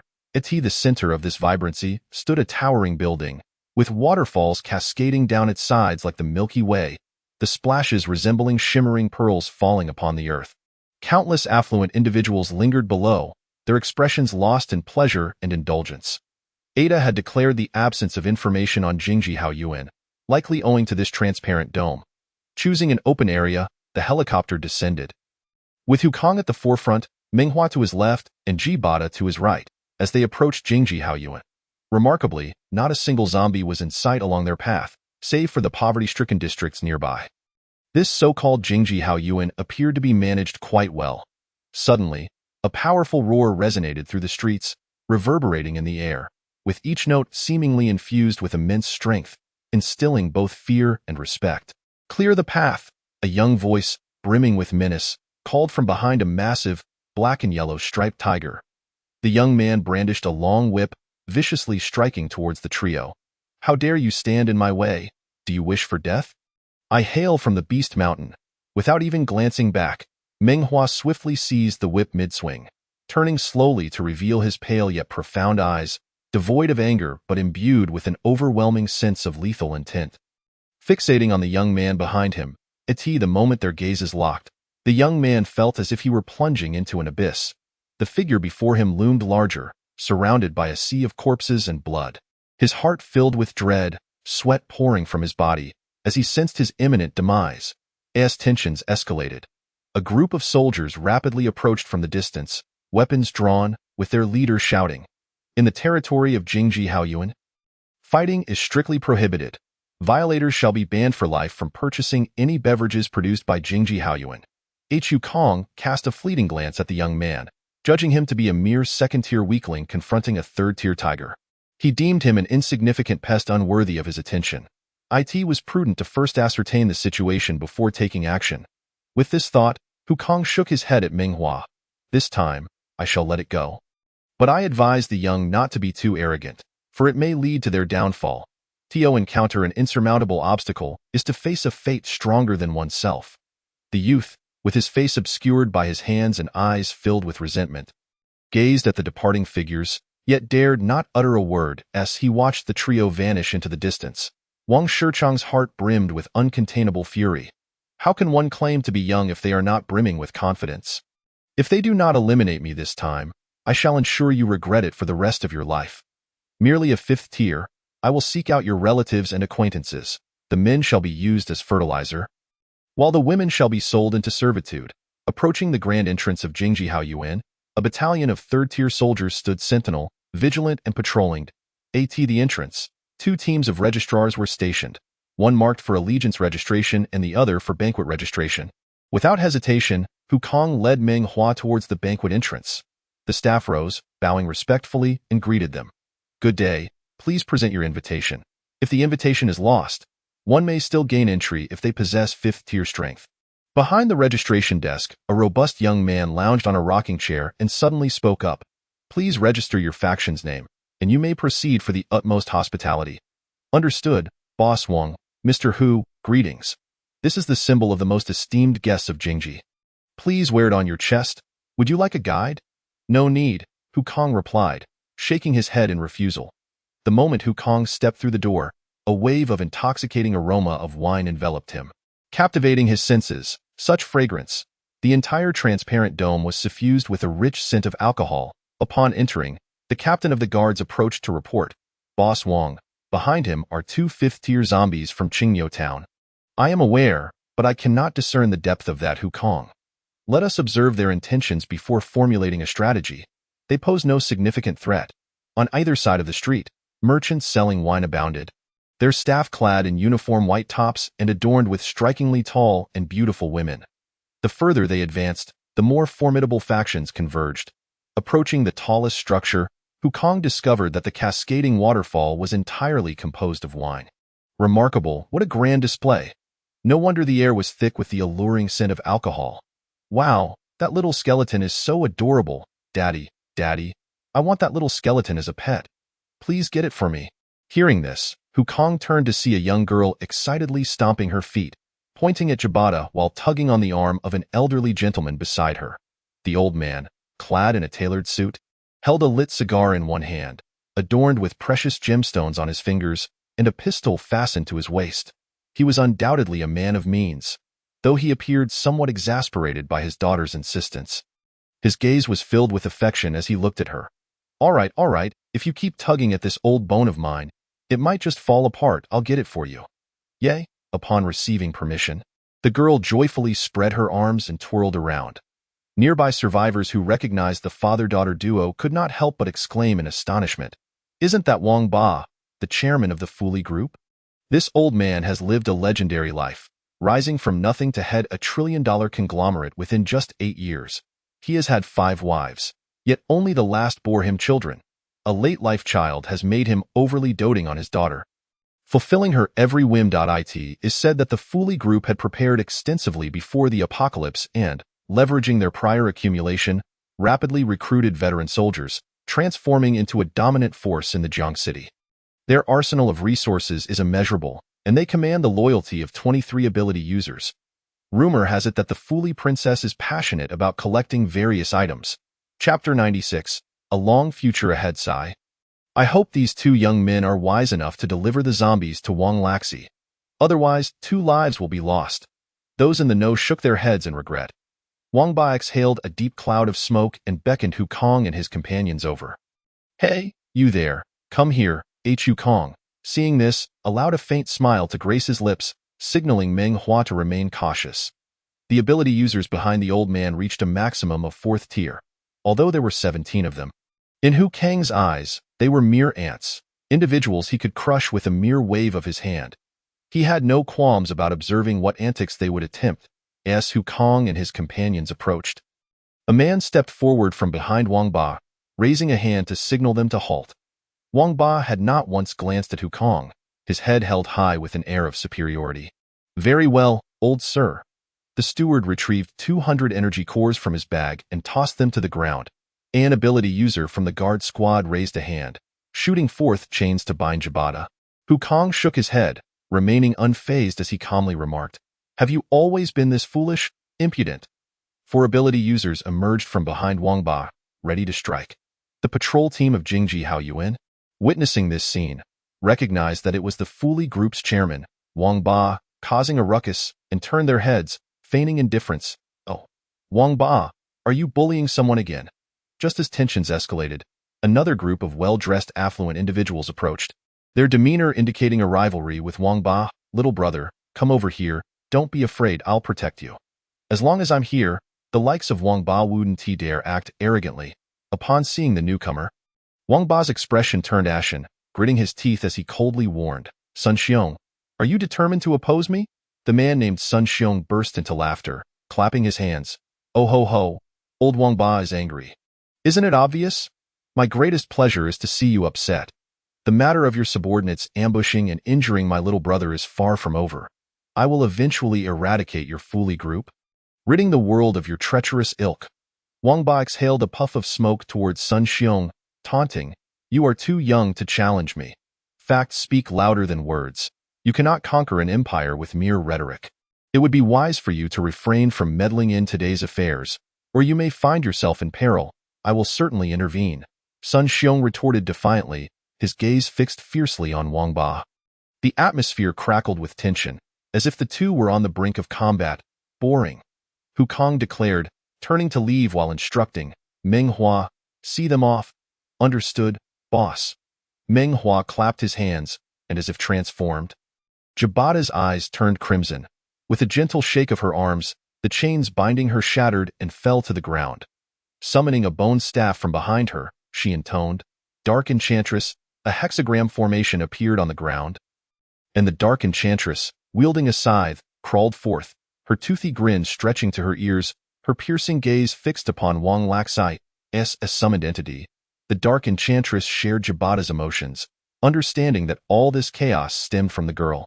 Eliminating them would resolve everything in that instant. As the Dark Enchantress emerged, the ability users behind Wang Ba immediately stepped forward, shielding the two and watching the Dark Enchantress warily, feeling an overwhelming aura of malevolence. Cold sweat trickled down their foreheads. Were these employers truly so foolish as to provoke such a formidable foe? This terrifying presence could only belong to a zombie of 5th tier or higher. Should the guard team engage, all present would meet their demise. Esteemed guests, today I, the god of wine, shall host a banquet. Fighting is prohibited within the city. Let bygones be bygones. We can settle our grievances outside the city gates. A jovial voice rang out as Wang Ba, reclining on a nearby chaise, approached. It's hard to reason with those who are insatiable. Those who cling to their delusions after being saved once can only be deemed deserving of their fate. Daddy, I want the little zombie for my collection. Wang Laxi pouted, dissatisfied, twisting her body in a tantrum. Oh, my little darling, please calm down. I promise to get it for you once the banquet concludes. A glimmer of cunning flashed in Sun Xiong's eyes, the corners of his mouth curling into a suppressed grin. Wang Ba had become so infatuated with his daughter that he had lost the business acumen required to navigate this world, creating enemies left and right to satisfy her perverse desires. Today, he had surely bitten off more than he could chew. I must inform my brothers in the group to prepare. Once this old fool is gone, we will seize his territory. Were it not for the alliance between the Fuli and Dingli companies, Wang Ba would never dare act so brazenly. Hu Kong remained unfazed, raising his hand to flick his fingers. A tiny bolt of lightning shooting forth, striking Wang Laxi squarely on the forehead. The girl, who had been coaxing her father, suddenly froze, her eyes rolling back as she collapsed lifelessly to the ground. Laxi, my dear Laxi, what has happened to you? Sun Xiong stared in shock at the suddenly deceased Wang Laxi, resolutely quickening his pace to catch up with Hu Kong and his companions. Greetings, I am Sun Xiong from Yi County. May I ask your name, little brother? Within minutes, they entered the main banquet hall, where the reception led Hu Kong to a prominent dining table. The air was filled with the lingering melodies of traditional music, while 5 teams of tall dancers in ancient attire swayed, their scant fabrics barely concealing their modesty, revealing ample porcelain skin, captivating the attention of numerous esteemed guests. Among them, one group, clad entirely in pitch-black attire, posed provocatively, vying for attention. The hall featured 60 tables, half of which were already occupied by influential figures, familiar factions from the pre-apocalypse, mingling and toasting, whispering amongst themselves. The first-floor banquet hall resounded with laughter and merriment, starkly contrasting the dimly lit space on the negative 3rd floor. In that shadowy chamber, hundreds of beautiful, tall women hung helplessly, subjected to torment and training. In the corners, some were bound to rusted iron pillars, their bodies marred with ghastly wounds, blood cascading down. Each struggle only intensified their agony. These individuals were captured by the god of wine, victims of the forces he had eradicated. The men were shackled and forced to undertake the most arduous tasks, while the pristine women were sent to the negative 3rd floor for reconditioning, honing their ferocity. Once they became utterly obedient, they would be trained in the arts of serving the influential guests who graced their halls. As for the resolute woman who would rather die than submit, she would be sent to the pleasure house to fulfill her final value, allowing the warriors returning victorious from the Bacchus banquet to select their enjoyment at any time and place. At this moment, a command to assemble echoed outside the pleasure house. Everyone assemble, there is plenty of time ahead. The phrase was repeated thrice, emphasizing its importance. Chapter 97. The arrival of various forces. A storm is brewing. The joyous moment has arrived once more. The news spread. Nearby warriors, filled with excitement, hastily removed their garments and ran over to line up. The warriors in queue laughed heartily as they engaged in lively discussions. As time passed, one by one, individuals emerged from the room. In a small chamber, Fong Chong sat on the bed, his vacant eyes staring blankly at the ceiling. The beautiful world he once knew crumbled before his eyes. Dreams faded and expectations vanished, leaving the world around him shrouded in darkness. If he were to find a purpose in life, it would undoubtedly be to eradicate this pack of beasts. In the ruins of the office building approximately 1 kilometer from Jingji Haoyuan, a temporary office had been set up at some unknown time.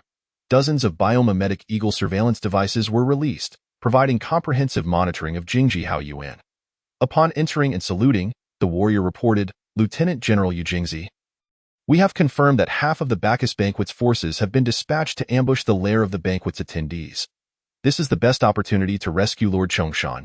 Yu Jingzi lowered his head, taking a deep drag from his cigarette before exhaling slowly and saying, I understand. Inform the team to initiate the rescue plan. Understood. The reporting warrior exited, closing the door behind him. In the room, Yu Jingzi raised his head, his 2 sharp canines glinting ominously. Let the fervor of madness ignite this flame even brighter. Having said that, he puffed out his impressive chest, revealing a vast expanse of snow-white skin adorned with intricate red peony tattoos. A fleeting red glow flashed as dozens of small red snakes slithered out from the peony tattoo. writhing their bodies toward Jingji Haoyuan. Most were the infamous forces listed on the wanted posters. Deemed unworthy of life, however, an intriguing individual had emerged. Yu Jingzi glanced down at the photographs and information on the table, and there it was, information on Hukong and the Xingho base. What was the intelligence department doing? With the front lines in turmoil, how could such a power go unreported and unassessed? Clearly, it had been suppressed by those with ulterior motives. Well, as long as the mission is completed, I shall ignore the lack of reports and refrain from wading into this murky water. In the banquet hall of Jingji Haoyuan, as time progressed, more and more powerful figures entered the hall. The dazzling lights, accompanied by melodious songs, cascaded like stars, while a chandelier, towering several meters high, hung from the ceiling, refracting vibrant colors. The dancers, clad in translucent gowns, captivated the audience with their movements, while those who finished their performances were assigned to serve at each table, pouring drinks and clearing away refuse, all while accommodating special requests to the best of their abilities. This was the essence of their existence. A procession of female servers navigated through the guests, holding trays laden with fine wines and delectable dishes, their faces adorned with smiles, exuding elegance with every gesture. Exquisite culinary creations, appealing to both the eyes and palate, were served at the dining tables, rare delicacies that made even the leaders accustomed to lavish feast drool. Danfeng snow abalone, ink charm lotus shrimp, jade dragon roll, dreamy starry steak, emerald fairy pasta, rose kiss salmon, and more, offering a feast for the senses. As the tables bore no names, Hukong, leading Ming Hua, casually chose a seat at the front of the stage. The moment they sat down, the nearby tables turned in unison, casting incredulous glances. Sun Xiong, trailing behind, froze in place, hesitating to approach. After a sigh, he scurried to the back of the hall to take a seat. Wang Ba's murderous gaze fixated on Hukang's back, a smirk of malicious delight curling at the corners of his mouth, as if a cunning scheme was about to unfold. Wang Shichong, observing Hukang's seating arrangement, snorted coldly, muttering to himself, "What a foolishly oblivious individual. You will soon regret this." He lacked the courage to sit in the front row, for it had already been predetermined and arranged during the invitations. Lord Silver Kuan of Conrad Corporation has arrived. A warm welcome awaits you at your seat. Vice President Mu Huayuan of Daughter Island has arrived. A warm welcome awaits you at your seat. The world's richest man, the dream lover of countless maidens. Mr. Wu Jian has arrived with his group. A warm welcome awaits you at your seat. As the announcements echoed from the entrance, an abundance of flowers rained down, and numerous dancers had already positioned themselves along the red carpet, cheerfully welcoming the guests with smiles and laughter. To the end of the carpet stood a middle-aged man in a well-tailored black suit, a vibrant red rose pinned to his left chest. Gleaming brightly, his facial features were chiseled, as if sculpted by time itself, exuding an air of refined elegance. Even standing there, he radiated a composed demeanor, captivating everyone with his every move. "Ha ha ha, Elder Dukong, you are as busy as ever. What merit does a junior like me possess to warrant Mr. Du's personal weight? Please forgive my rudeness." The booming laughter of Yin Kuan filled the air, with Li Wanji trailing closely behind. Dukong, awaiting the arrival, could not help but frown slightly, feeling a twinge of annoyance. "Isn't Li Wanji right behind you? Slander, absolute slander. My lifetime reputation is being tarnished in this manner." Following Yin Kuan was Mu Huayuan from Conrad Corporation, wearing golden-rimmed glasses and a pristine white suit, exuding an aura of tranquility and elegance that captivated the attention of numerous young women and even caught the eyes of vigilant warriors. Countless infatuated hearts silently cried out, "Husband! Oh, he is my husband, so handsome. I want to bear his children. I want to lie in my husband Huayuan's arms and fall asleep romantically." Beside Mu Huayuan walked a woman in a flowing white dress, wielding a delicate long sword, their synchronized strides resembling a pair of celestial beings, evoking envy from those around them. The banquet hall was filled with jealous gazes from countless women who would have gladly harmed her. The laughter at the entrance erupted once more. "Dukong, my dear brother, is my fine wine ready? Today, let us drink to our heart's content." Embracing two petite women, followed by 19 others, all of whom were stunningly beautiful and adorned in gold and silver. This entourage radiated wealth. "Ha ha ha, Brother Wu, I am eagerly awaiting your drunken revelry." Upon the appearance of Wu Jin, Dukong beamed and approached, extending his fist for a friendly bump. The two appeared to share a close camaraderie. Having known each other for an extensive period, Dukong's demeanor toward Yin Kuan and Mu Huayuan was markedly different. The little matriarch of the Beast Mountain has arrived, and Jingji Haoyuan warmly welcomes her esteemed presence. Upon hearing the announcement, the informed magnates in attendance ceased their laughter, adopting solemn expressions, and even Dukong's demeanor turned serious. Chapter 98. The banquet commences. Not even the seated dignitaries dared to remain seated. All standing to greet her, their eyes reflecting astonishment. Wang Shichong crossed his arms, his head held high, casting a resentful glance toward Hu Kong. What the hell? The little matriarch is here. This is the true invincible force of the Eastern market. Indeed, an extraordinary figure had arrived. The little matriarch was said to have been able to communicate effortlessly with her family pets and small animals before the apocalypse, and after awakening her beast-taming abilities through the acquisition of source crystals, she became immensely powerful. She had contracted countless animals, from the tigers and lions of the zoo to the wild creatures of the mountains, wolves, wild boars, and even ants and bees, leading them to establish the Beast Mountain and cultivate her own crops. Countless zombies and forces that attempted to assault Beast Mountain had been effortlessly dispatched by 5th-tier tigers and lions, and it was rumored that she possessed a 6th-tier cat with extraordinary strength. Under the influence of the little matriarch's abilities, the evolution of extraordinary beasts occurred with astonishing ease, with the lowest tier of creatures at Beast Mountain being 3rd tier and above. Mu Huayuan and Yin Kuan were transfixed at the entrance, their eyes sparkling with unspoken thoughts. Amidst the anticipation of the crowd and a shower of petals, the little matriarch made her grand entrance, gracefully clad in simple casual attire, exuding elegance and nobility. Perched upon her shoulder was a pure white golden eagle, feigning slumber yet emanating spiritual energy to observe the banquet hall's inhabitants, on the verge of breaking through to the 6th tier. The eagle regarded everyone as potential prey, suddenly erupting in alarm as its gaze fixated on Hu Kang's dining table, sensing an unparalleled aura emanating from him, reminiscent of a terrifying hellscape, though he endeavored to conceal it. He could not escape the scrutiny of the eagle's innate perception. Sensing the eagle's agitation, the little matriarch extended her delicate hand to soothe its feathers, a green energy swirling briefly before entering the eagle's body. Restoring its composure as the dignitaries approached, Mu Huayuan's expression grew increasingly grim. Having relished the envious gazes of the crowd moments ago, he now realized that the reserved space for Lowly Island had been seized by Hu Kong and his companions. Turning to Dukong beside him, he coldly questioned, "Mr. Dukong,